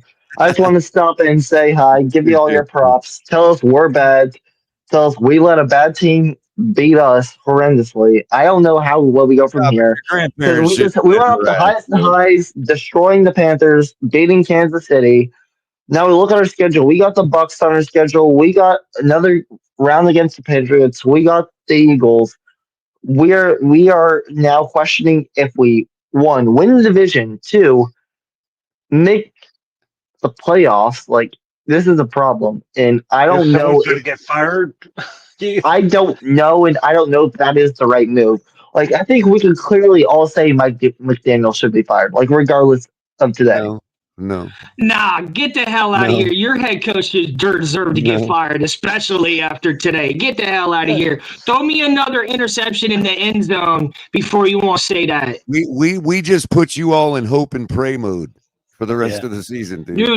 Dude, Tua's going to be gone well before Mike McDaniels. No, I mean, it's no, not not over after for y'all, today. Matthew, Well, but let's be also, real. Not Your- after your today. fingernails we are gonna can't be forget biting. Sean McDermott brought this team out of like I forgot the exact years, 18-year playoff drought, 20 Right, years. but we Then look. he It also ain't got over. us 5 straight division, the Matthew, 6, again, take a deep breath. multiple playoff It wins. ain't over for you guys yet, but now you're in. Y'all fans are not going to have any fingernails left by the end of the season. That's what we made sure of today.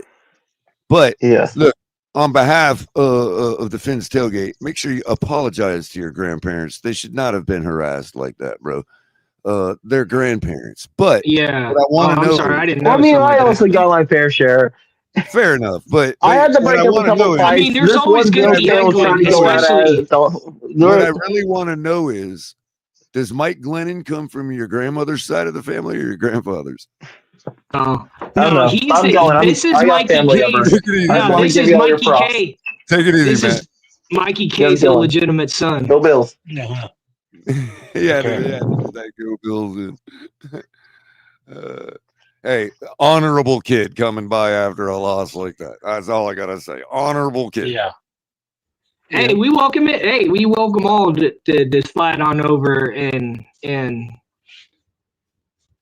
There's you know. very few Buffalo fans that act that way, and just so you know, and most of them live in South Florida. Now, hey, can I ask you how many teams are on our schedule that are better than Buffalo? Because I The always ask Ravens, the Ravens.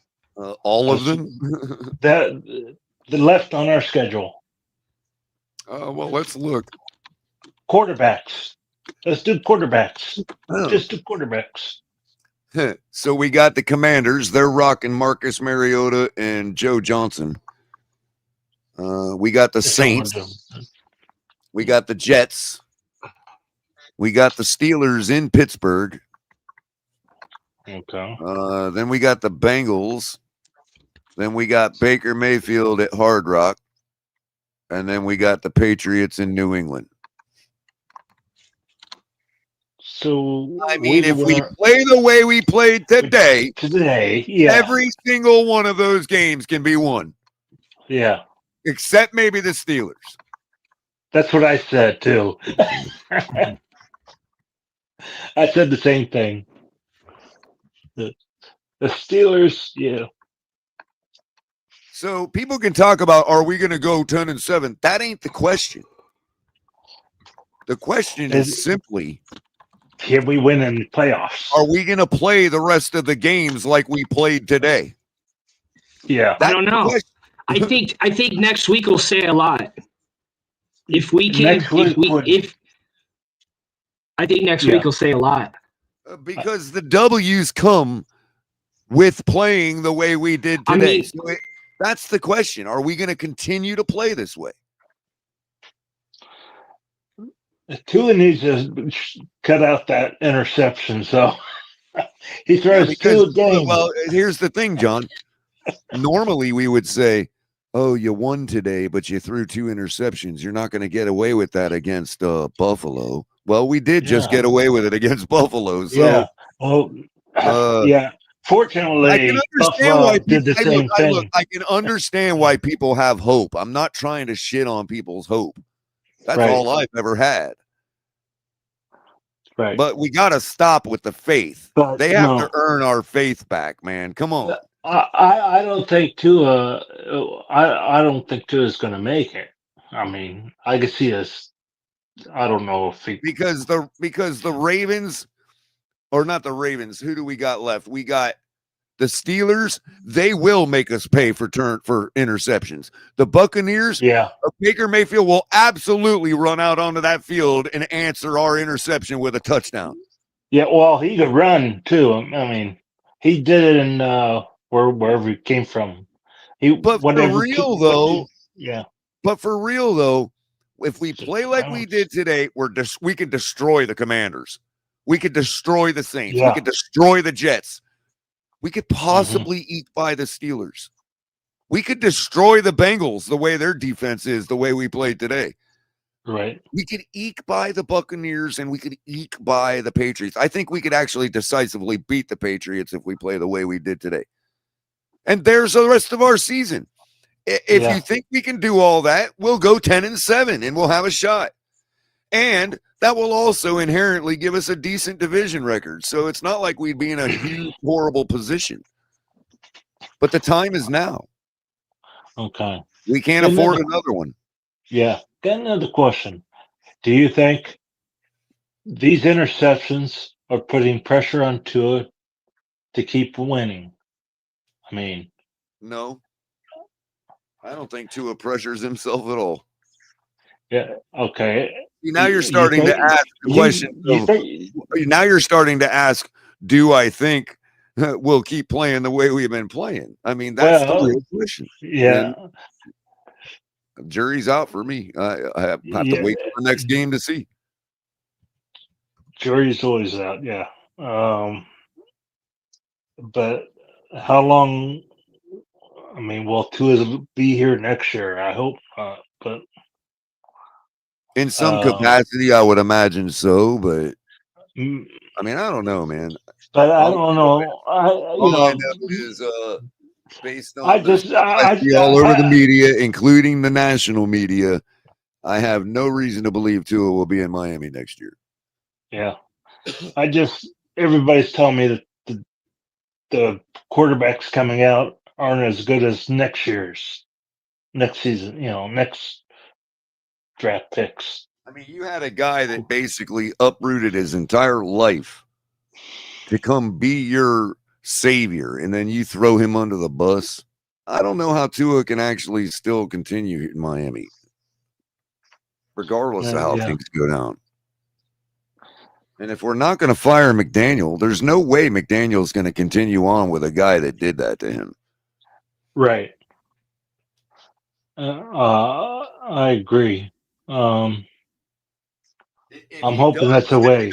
If he does, then that's reason to fire him alone. I noticed they were playing a little bit different. I mean, the offensive line, than they did at the beginning of this season. I mean, or even a couple of weeks ago. Oh, and the people that keep crapping on our offensive line, tell me what we're ranked this week when the numbers come out on Tuesday. I wouldn't know. Oh, okay. Yeah. I can, Cap, but I'm really starting to get spent, dude. How long is it? Is it a short one? What? You could probably do it. Let's see here. Was Cap in the background or what? Oh, he's in the chat. You don't see him in the chat? No, I'm not looking at the chat.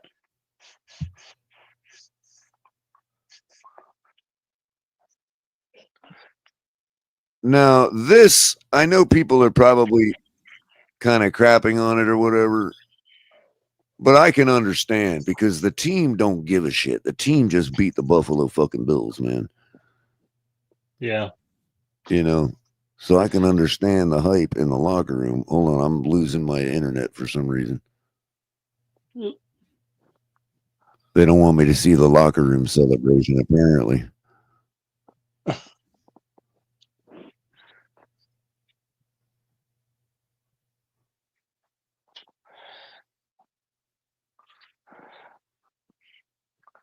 That's why I asked about Let's see here. teams.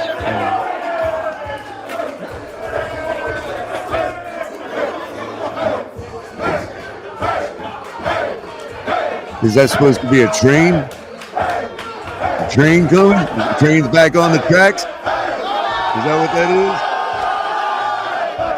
is? Who the hell is that doing the spin move? They were breakdancing. That's what I was trying to tell you. That's breakdancing. They did that to honor Mike McDaniel because he's a white nerd who probably likes breakdancing. For all those times that dudes were like, why is this happening? That's why. Because you become a special version of yourself. I'm so proud of you guys. Cold-blooded. That was some cold-blooded. Guys, this is the whole point. Enjoy this one, guys, because you earned every inch. That's how you play football, bro. When we play company football, all levels, bro, I don't think no team in the NFL really can. They can't. They can't, bro. Y'all see this put in week in, week out, bro, and that's how you go out there and make that. This man knows what the fuck he's talking about. There's our leader right there. Gang on 3, 1, 2, 3. That's the leader right there. Who was that? That was Achan. Oh, okay. That's how you play football, bro. He's telling one of the rookies, that's how you play football. That's what it's about. Complimentary. Put in the work. Everybody do their thing. And that's So how you didn't hear Tua either. Tua didn't talk. A-Chain was the leader, not Tua. Otherwise, Tua would have been saying it. Correct? Yep.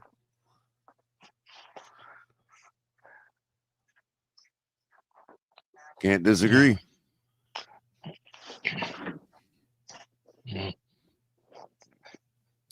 Well, they can't lose focus on next game. When is it? When is the next game anyway? Is it next Sunday?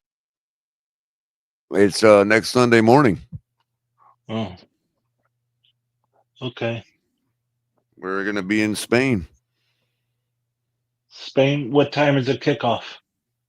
Early. 9:30, 9 or 9. I'll probably be in church. I don't know. Oh, they got it all in one video right now. Okay. Is the whole thing? Okay, the whole thing's not Mike McDaniel. Good. Here's the bum right here. Here's the bum.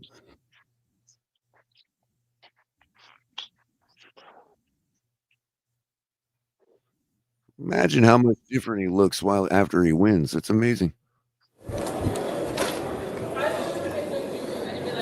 Yeah. Yeah. Start. I'll get the door. Yeah. Mike, what do you think the factors were for this team to put together such a complete performance? it always starts, with the leadership, the captains, and the leadership council setting the tone. But realistically, it was a full week of preparation that was diligent and, quite honestly, a little salty. So, I think it was the attention to detail. It was the focus on the style of football we were going to play, not the results that were going to come. And, there was some complimentary football at its finest where, you get a stop, you get a special teams play, and you get points. And that football 101, even with a couple, throws that I was actually really pumped. I told Tua on some third down calls to let it rip down the field and kind of operate it as an opportunity ball to, act as a punt. Still, with all that, we ended up in the plus.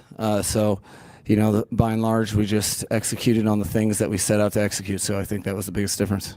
Penalty before the game even started, really, and the interception from Tua. How are you guys able to overcome those early mistakes? I think, it's the unintended consequence of adversity.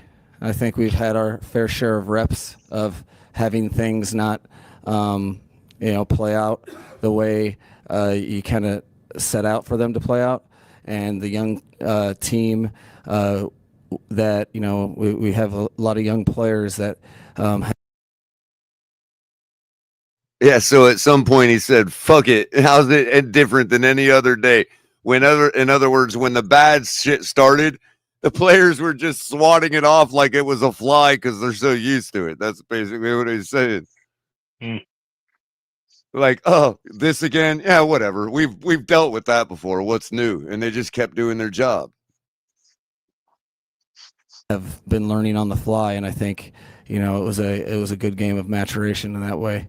So it was good to have a complete effort, and when you get complete efforts like that, and you don't allow things to play a factor in your style of play, regardless if it's whatever a call you don't believe is right or a play that the opposing team makes.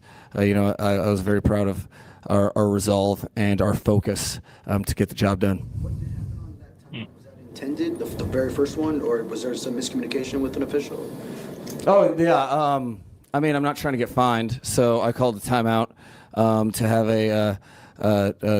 a information gathering session. We had a nice direct conversation, and then we moved on with our lives. Dolphins declined to. I don't want to get fined, so that's the new way to start off the answer by saying the referee fucked up, but I can't say it. Trade Devon Achane or Jalen Waddle, despite multiple reports that there were multiple offers. How do you feel about the team's decision to not trade either of those players? I think our team's decision. Fortunately, I'm part of the team, and so I'm happy with our collective decision. But that's, again, I think it's frustrating every trade deadline to me, because I think there's like 30% of the information is reported realistically. Like, that is very, very normal to have people check in if you have a losing record. That's pretty much the autopilot of the entire National Football League. Is you try to see if there's anybody willing to jump into let go of their best players.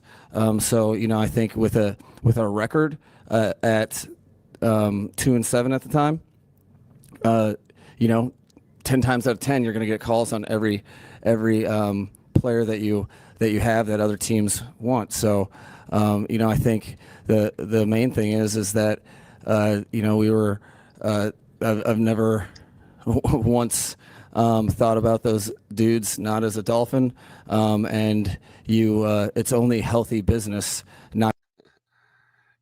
Yeah, nobody believes you, bro. But thank you for saying that. To turn your phone off but I mean, I think it's pretty status quo. I wish they reported every person that was inquired about across the league, and it would dilute that as a headline. There's so much swirling around too outside noise. I know how you guys handle outside noise, but he seems to be able, and this has happened before, where just how he is just was all week. Was he just kind of like that single focus? Yeah. And do you ever see that stuff? It doesn't appear to ever bother him. No, I think that's one of his calling cards that makes him, uniquely prepared for the position that he is as a franchise quarterback. Because, I don't think people really give it its due on how difficult it is when you have all the layers of scrutiny. I do think that that is what you sign up for. So it's more like I know that. Yeah, but Mike, if he didn't know that's what you sign up for, then he's a bad quarterback, bro. What don't you get? And thank you to Nightwolf for the $2 donation. Quote, our collective decision. Yeah, I know. It's just never ends, Nightwolf. It never ends. Is he still trying to? He's still trying to cover up for Tua. Yeah, pretty much. At least it seems. It's amazing. Amazing. The mental toughness of him because of his ability to flourish in those types of situations. He was the captain and the leader this game, and I thought he did. He showed the way to the team by, I asked him to be aggressive on a couple plays, and not worry about the result if it was a deep play, and give our guys a shot down the field. And to me, that's how you win football games, is when you have people that put aside stat sheets, put aside, no one wants to throw a pick, but to be aggressive and to challenge the defense So and don't have throw into the rest of your triple offense work on. If you're going to take risks, you can't be afraid of the end result. I think he made one of his, the second touchdown was a gigantic play in the game that was super aggressive. They had probably like a 3-yard window to complete that before it was the back of the end zone. So he played really well. But I think as a captain of this team, he knew what time it was, and I thought he led. And corresponding, really all the captains were fixtures in this game, and very proud of their effort. So we will be excited to take that onto another game and try to replicate this type of execution. Considering the adversity y'all have faced this season, and of course the history against Buffalo, what does a win like this? So now we're being super aggressive just for the sake of being super aggressive. I think they've chose to believe throughout the whole thing, throughout the whole off season. They've made that decision to continue to believe and continue to invest in each other. So, my belief, just in football and in life, is that is paid back to you if you have the steadfast nature and mental fortitude and toughness.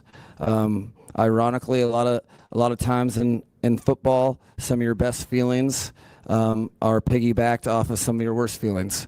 So I think it's important because they believe that could be the outcome,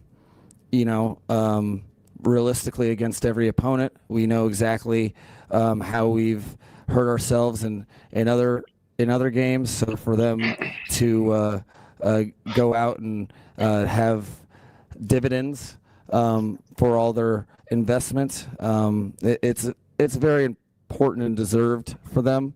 I think we've been looking for a 3-phase game against a division opponent like that for some time.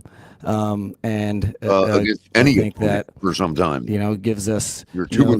excuse and the black and white formula for success moving forward. So I know you can. I think it's pretty obvious from the play. They didn't believe that their season was over. That's difficult to do when everyone's talking to you about the season being over, unless it's not difficult because you choose to focus on the right stuff, and then you can for the help. you can have GPS. efforts like that, and then the National Football League is all about all right. So then you have that window of celebration, but then no one cares, and you're back to work facing another opponent. So we'll have a enjoyable evening, I'm sure, or they will. I will be making up for some lost daddy-daughter time, and then which I'll enjoy. Well, good for you, because Tua hasn't lost any. But I won't be partying. And then tomorrow morning we'll be back at it, getting ready for the Commanders. Mike, I guess what does it say about this team, though, kind of building off that you've been able to respond to probably your two worst games of the season in Cleveland and Baltimore with your two best games in Atlanta and now today? I think I'm very happy that everyone gets to see the side that I see. I see guys. Well, we're happy you're win, happy. Lose or draw, Mhm. Focus and lean Kumbaya. and buy in, and I think eventually you have games where it comes together in situations like that. So I think it's awesome because they deserve it. He's saying not a surprise to me. He's finally glad we and, get to see based what upon he sees in practice. our work weeks, that was something that we knew that if we wanted to gain some respect from the division of that team, we had to earn it. So I think they were steadfast on putting together a good game and showing people that we are better Where's than the our guy record. in the room that asked And then you the have to question, continue are to do you that. gonna- are you plan on when you're playing like this next when you week? start in a hole. But And the week after realistically, it's that? about our football You all evolving. really trying to make a run? Not taking a step back. I think that has been the Questions case we for the need to most ask. part of the season, with exception to games that we over the top shot ourselves in the foot. I think our guys learned from Instead of that and asking him some stupid applied. question and let him prattle on literally, like this how do all they night. fix their game? Every rep for every day with a concrete focus. Sorry, I had to get some and a orange resolve. Milanos in, That's the fun part about the Fan- National Football League is the parity is real. So you better come prepared and with your best. We knew we had to today to get a win here at home. It's been too long since we've been able to say that. But happy that we got it done today against Buffalo. You notice the color of the shirts in the That stands, Mike? flight to Spain a little more enjoyable tomorrow, considering this result. Yeah, I mean, Just the Well, taxi of going international. I think my hope and where I feel our team is at is the focus will only increase. You know, very hard workers in that locker room haven't gotten the results necessarily that they wanted, and so then you push yourself even more, and then you do get the results. That becomes addicting. That focus, that feeling in control over your football existence. That's what you feel when you have complementary football, that not one person or one phase has to carry the load. And that's achieved through one way. And I'm very confident in the locker room that we're going to Spain for a football game, and they will be chomping at the bit to have another game where they get the opportunity to try to put something together and win as a team. So it was a good day at the office for sure. I don't know what to say, ladies and gentlemen. I mean, Yeah, I'm hoping he's just saying it to get Tua propped up because it's not going to end until we can destroy the Steelers. I, But go ahead, John. I'm hoping it's for Tua's sake and not, because I'm hoping that he knows that Tua's not the answer at the end of this season. Okay, I'm just saying, I'm just hoping that I mean, it was Nightwolf made a the good point. offense was for The guy's not going to shit on the win, and he's not going to shit on his yeah, quarterback and all that. I get it, right, you know what I mean? yeah, But I just wish the beat writers wouldn't just let him sit there and prattle on. It's like, ask him yeah, something like, it "Yo, is, are you guys trying to actually continue this and be consistently playing like this? Are you really realistically looking at 10-7 here?" yeah, You know what I mean? That's the kind of questions you need to be asking him. Like, what are we talking about here? You took 5 years to beat the Bills this way. You spent all the resources of your entire season to do it, which is why you went into the game 2-7. You're sitting here talking about how you finally got a 3-phase game against a strong division opponent when you've lost 7 games. mm-hmm. Like, well, you haven't gotten a 3-phase victory against anybody, bro. yeah. In order to answer that question, you have to go on the Dolphin Collective because Alan Poupart and Omar Kelly were in that room. Well, the question is why they don't ask those questions. Yeah, they're not Yeah. going to give you those answers. They already gave you those Well, answers. I don't know. They may if you ask Omar already answered that question, bro. Oh, he Publicly did. on Twitter. Yeah, Oh, publicly he on did. Twitter, he's already answered that question. Yeah, Oh, okay. they'll lose their seat in the room if they do. It was more of a rhetorical question. Yeah. I know exactly why they don't answer that. They don't ask those questions. Then I'm up to. I guess the better question for me is I don't understand why the fans don't want to know the answer to that one instead of just listening to this bullshit about how we beat the Bills today. Mm-hmm. I mean, I don't know. When you wake up in the morning tomorrow, John, and you start listening to the talking heads and the national media and whatever else, it's good. We made the news because the Bills lost. Yeah.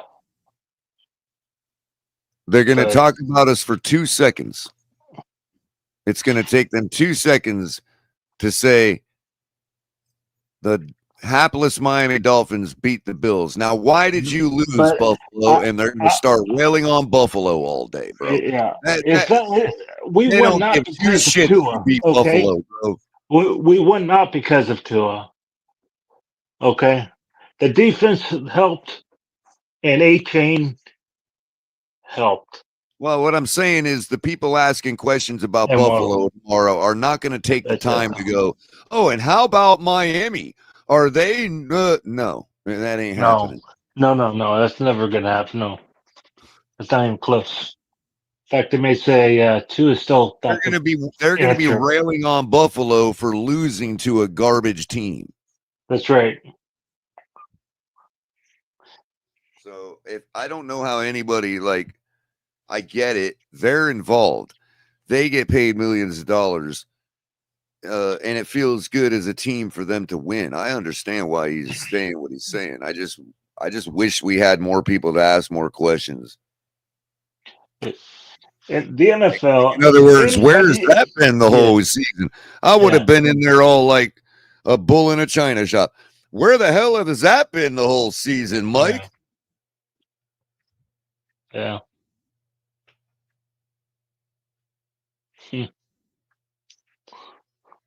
I mean, did you all get together and flip a coin as to whether you were going to finally show us that?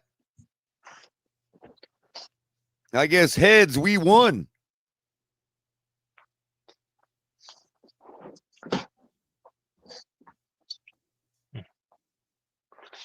Tom Q here? Is Tom here? I don't hear him.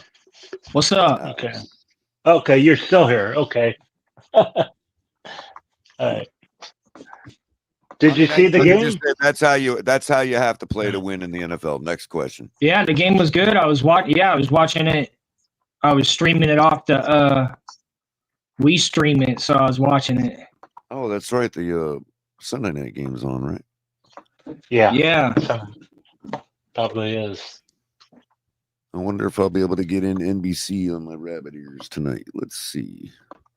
Well, you should. It's NBC. Why don't you try the Super Box? Just because if I can get it on my antenna, I'd rather have Yeah, the it'll be lower clean. latency. It'll be better. Yeah, lower latency mainly. I won't be behind everybody.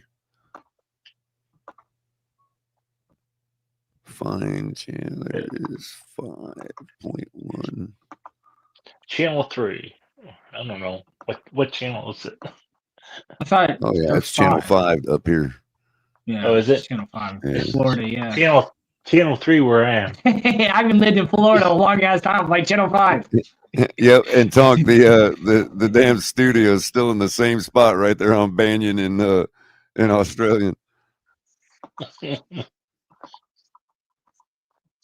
Right when you're going into downtown, you know. Yeah. Or the courthouse.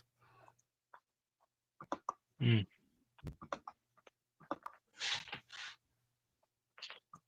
They got a lot more satellites than they used to sitting out there now. Big old dishes frying the whole lake. No, they didn't help at all, Big Nick.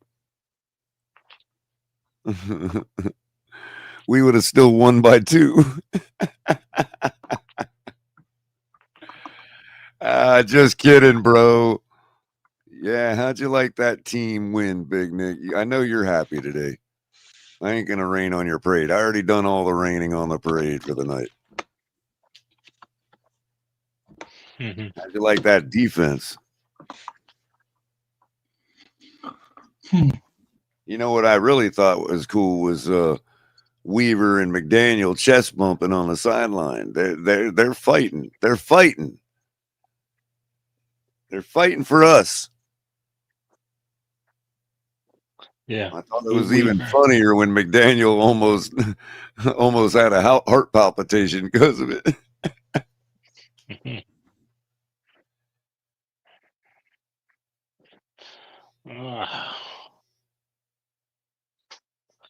Oh wow. They sure would have helped a lot more if he didn't throw 2 interceptions, Big Nick. I'm just kidding, man. No, well. Big Nick, you one of them ones think we're going 10-7 now? You think we're back? Come on, man. I know you better than that. I know you're gonna root for it, and you're gonna enjoy trying, and I will too. I just don't think it's gonna happen, bro. It's gonna be real, man. You know what I mean? I'm just saying, bro. You know what I mean? It's oh man, we got Pittsburgh. Streaming, huh? We got Pittsburgh coming up in a couple games, bro. I know we're gonna take care of the Commanders. I know we're gonna take care of the Jets and the whoever. But I'm just concerned about that Pittsburgh game. That's from tonight. I want to see some flaws. I want to see some humanity tonight. I want to see the Pittsburgh Steelers are just men like everybody else. There's 3-0 right now.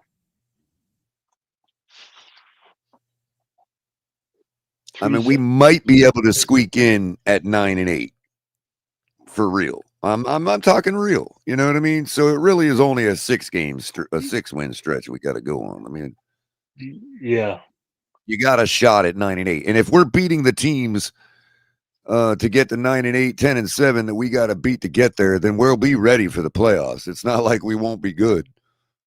Mm-hmm. We have to be good to make that run. So it's all the same. It's all correlated.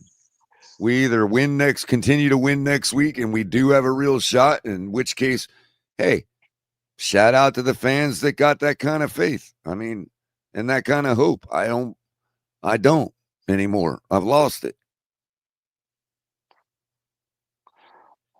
Have I ever seen a team go 1-7 and then come back and almost make the playoffs? Yeah, we just saw Yeah, that. we did.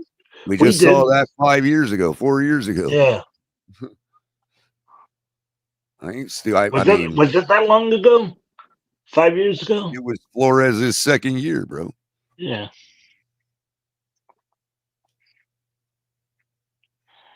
I know it was under Flores. I just couldn't remember when. It's football, bro.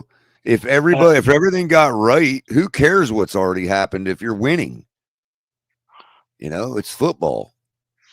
It's a tough freaking sport. So if everything got right and we look back and say, "Oh, we're 10-7," but look how we started. Who gives a shit how we started at that point? But it's got to happen before we can sit here and brag about it. That's all I'm saying. We can't be bragging about it like we're gonna do it. Let's do it first. Yeah, Like we one did game at a today. time. Like we did today. Nobody was have- talking shit today before the game. And you, we you, came ha- out, kick their you have fuck. to do one game at a time, and that's Talk all it. the shit we want. And now we can talk all the shit we want. Because it don't matter if we're bad or we were expected to lose or Buffalo's still better than it. None of that matters. We kicked their fucking ever-loving shit out of them today, and I think it's hilarious. They got to get this win out of them and prepare for I'm next not week. the type of person that thinks we have to lose every game. I don't give a shit about draft picks like that. So, you know, I'm happy we won today. What I'm not happy, what I won't be happy about is people an excuse not to upgrade our quarterback. That's it. I love the win today. I think it was absolutely phenomenal football today by my football team. I'm happy as shit. Can't you tell?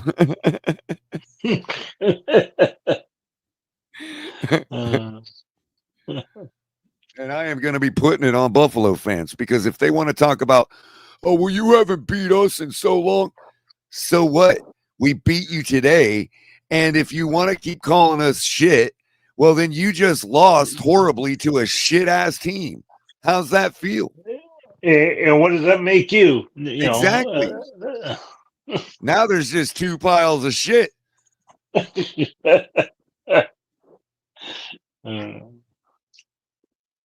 already got nose blind to our shit, so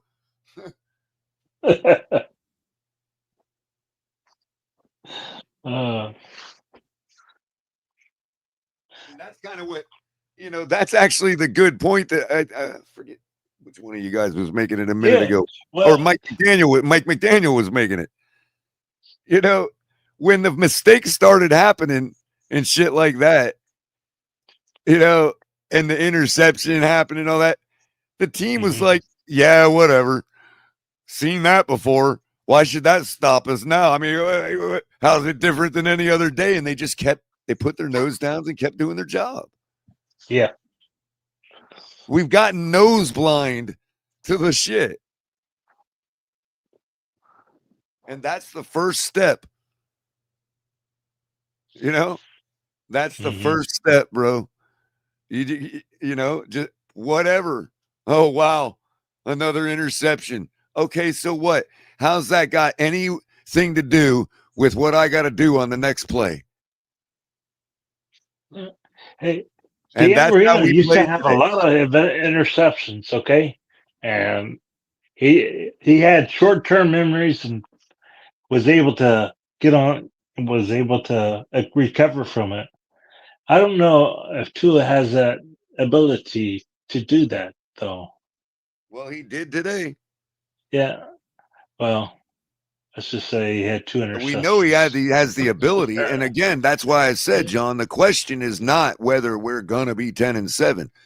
The question is, can we continue to play the way we played today? Period.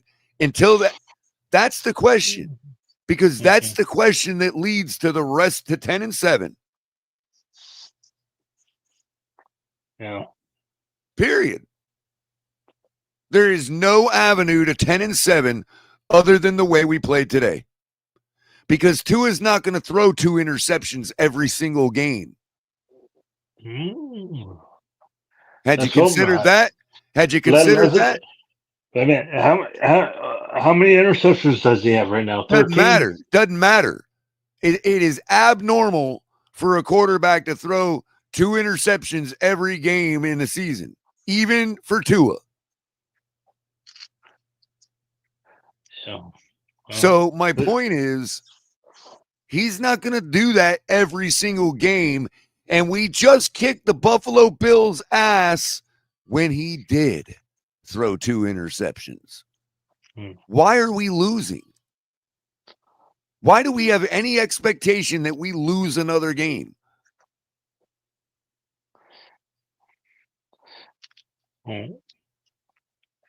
Because we're not, I'll tell you why. Because we're not sure whether we're going to continue to play and execute this way.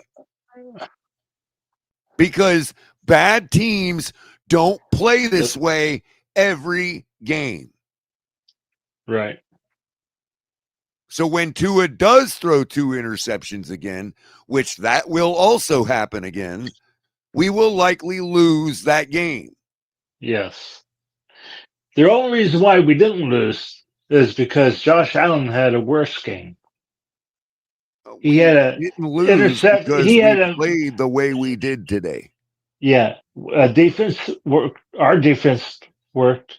Plus, Josh Allen had at least one Josh Allen was interception and 2 carrying. fumbles. Look, Josh Allen was carrying 3 defensive backmen on his back to the end zone when he fumbled. Right. Okay. Right. That was effort on our part, as Crypto That likes was to point out. that was Josh Allen was trying to carry the team. He was down by And- 2 scores. I would expect him to try to take risks. Like I said, Tua can't do what Josh Allen just did. doesn't I mean, matter. Josh Allen had to run for his life and still made the play. And all he got No. was a fumble for it. True. But I mean, still, what I'm saying is Tua wouldn't be able to do that. I'm just saying. The point was that we win when we play this way. It doesn't matter what Tua does. We can beat any team in the league when we play the way we did today. Yeah. Again, the Yes. question is Yes. just, do we play that way again next week? Do we play that way again the week after that? Do we play that way against Pittsburgh to try to eke out a win against them? Because if we do, then we are actually in a good position. Yeah. If you beat Pittsburgh, then if you went out and you still beat Pittsburgh, yeah. Now, everybody that listens to me all the time is going to sit here and say that I think we're going 10-7, and that is not what I'm No. saying. No, that's not what you're saying. Nobody's asking I that gotcha. question. What I'm saying is, we're doing the a what people if. that think we're gonna, if we were to make it through a few teams, like the Pittsburgh Steelers, that would actually be real. It wouldn't be like we luckily won 7 games. Mm-hmm. And we're not going to win 7 games unless we play the way we did today. End of story. Ooh, the safety. Chargers We are made not a a safety. type of team, nor is Tua the type of quarterback for us to play any other way and expect to win. Okay. The score is 3-2, by the way. Oh, Jesus. Chargers, Here we go. 3-2. Chargers just made a safety on Rodgers. Yeah, I agree, Ghost. That's what I'm trying to basically tell John, is that it's not a matter of whether you believe we're going to go 10-7. It's a matter of whether you believe we're going to continue to play the way we played today. Because that is the pathway to 10-7. So in other words, John, if you were to say, yes, Color, I believe we're going to continue to play this way. I'm not saying you do. I'm saying if that's what you were to say, then I would say, okay, then we're going 10-7, 9-8. Yeah. If you said to me, color, I don't think we can continue to play this way every single game. Then I would say, then we're not going 10-7.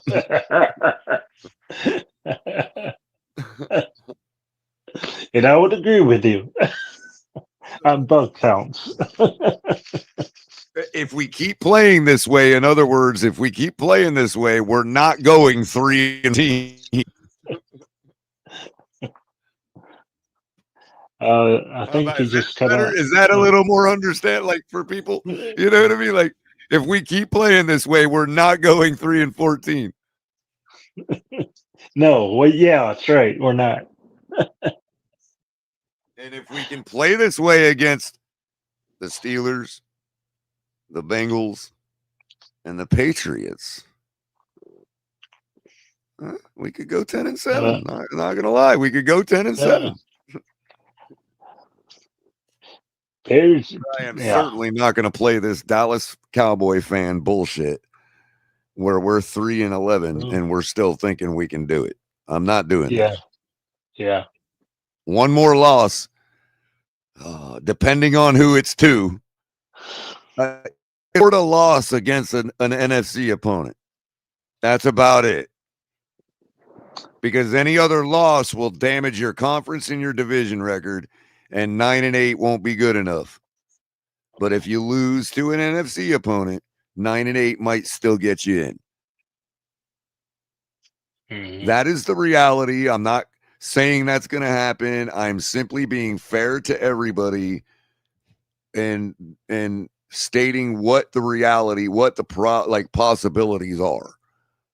That is a factual mathematical possibility that not only could we run the table and go 9-8, 10-7, but be in a position where our division record and conference record is actually better than everybody else's. That we may have to break a tie against. Mm. And that's how the NFL goes sometimes. You know, you could easily, quickly find yourself like with the worst pathway. But you could also find yourself quickly with a really great pathway, even though you sucked for early in the year. Buffalo just they needed this one and they didn't get it because of New England. That's right, and that's now a conference and a division loss, John. Yeah, that's right. And one of those losses is to the very Patriots themselves.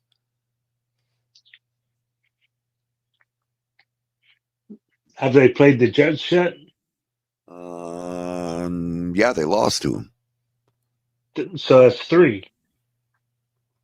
No, the Patriots. Hold on a second. Let me see. Oh, the Patriots. I mean, the Jets, though. You said the Jets beat them? I think so. So that's the Jets, Patriots, and Dolphins. No, the Raiders beat them. Oh. The Raiders and Steelers. But the Raiders was the opening game of the season with a brand new head coach. AFC. That's right. Raiders are in the AFC. That's right. Okay.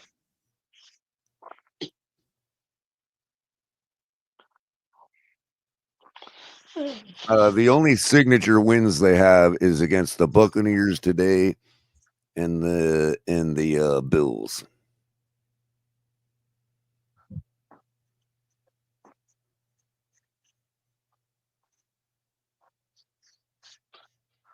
You're talking about the Patriots?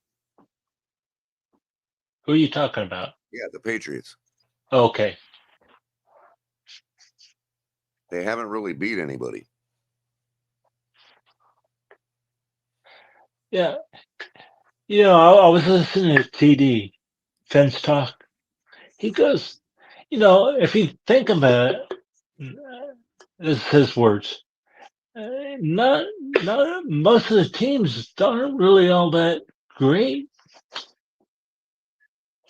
I mean, if you really get right down to it, I mean, he thought we could beat the Bills because last time we played them,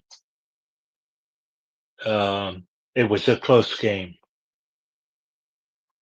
and So they were a winnable team. They're a beatable team. I mean, the even the Chiefs with their record. I mean, they're a beatable team. He's saying, Yeah, anybody. that's what I just said. Yeah, but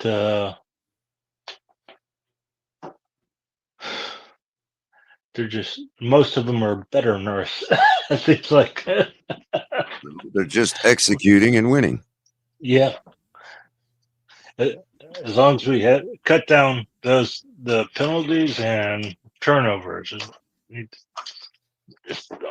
yeah, we got fortunate today with the turnovers.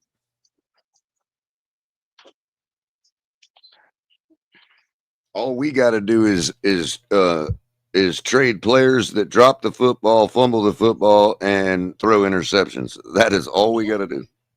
I'll tell you what, I don't think you could find a player that dropped any ball, did you? Can you? Was there a player that dropped the ball? Not everybody was perfect. That's not my point, though. Oh, well. I mean, Tua is the one that. Thank you, Scrappy, for being a member for 29 months. We were just going over how many people over 30 months we got now, but Scrappy, you got one more month to make it to that group, man. Appreciate you, buddy. Color, I just want to say you rock, brother. Much love. I appreciate you, Scrappy. Been with us for a long time through thick and thin. Scrappy's a real one. Everybody be like Scrappy and become a member. Hit the like button. Thank you, Scrappy. I'm going to give you an update on the score, and then I got a jet because I am getting destroyed, tired. I think it's still 3-2, right? Yeah, I think so. Yes, it is. Yeah, Pittsburgh leading 3-2. 2:28 left in the first quarter. Pittsburgh is 5-3. Once again,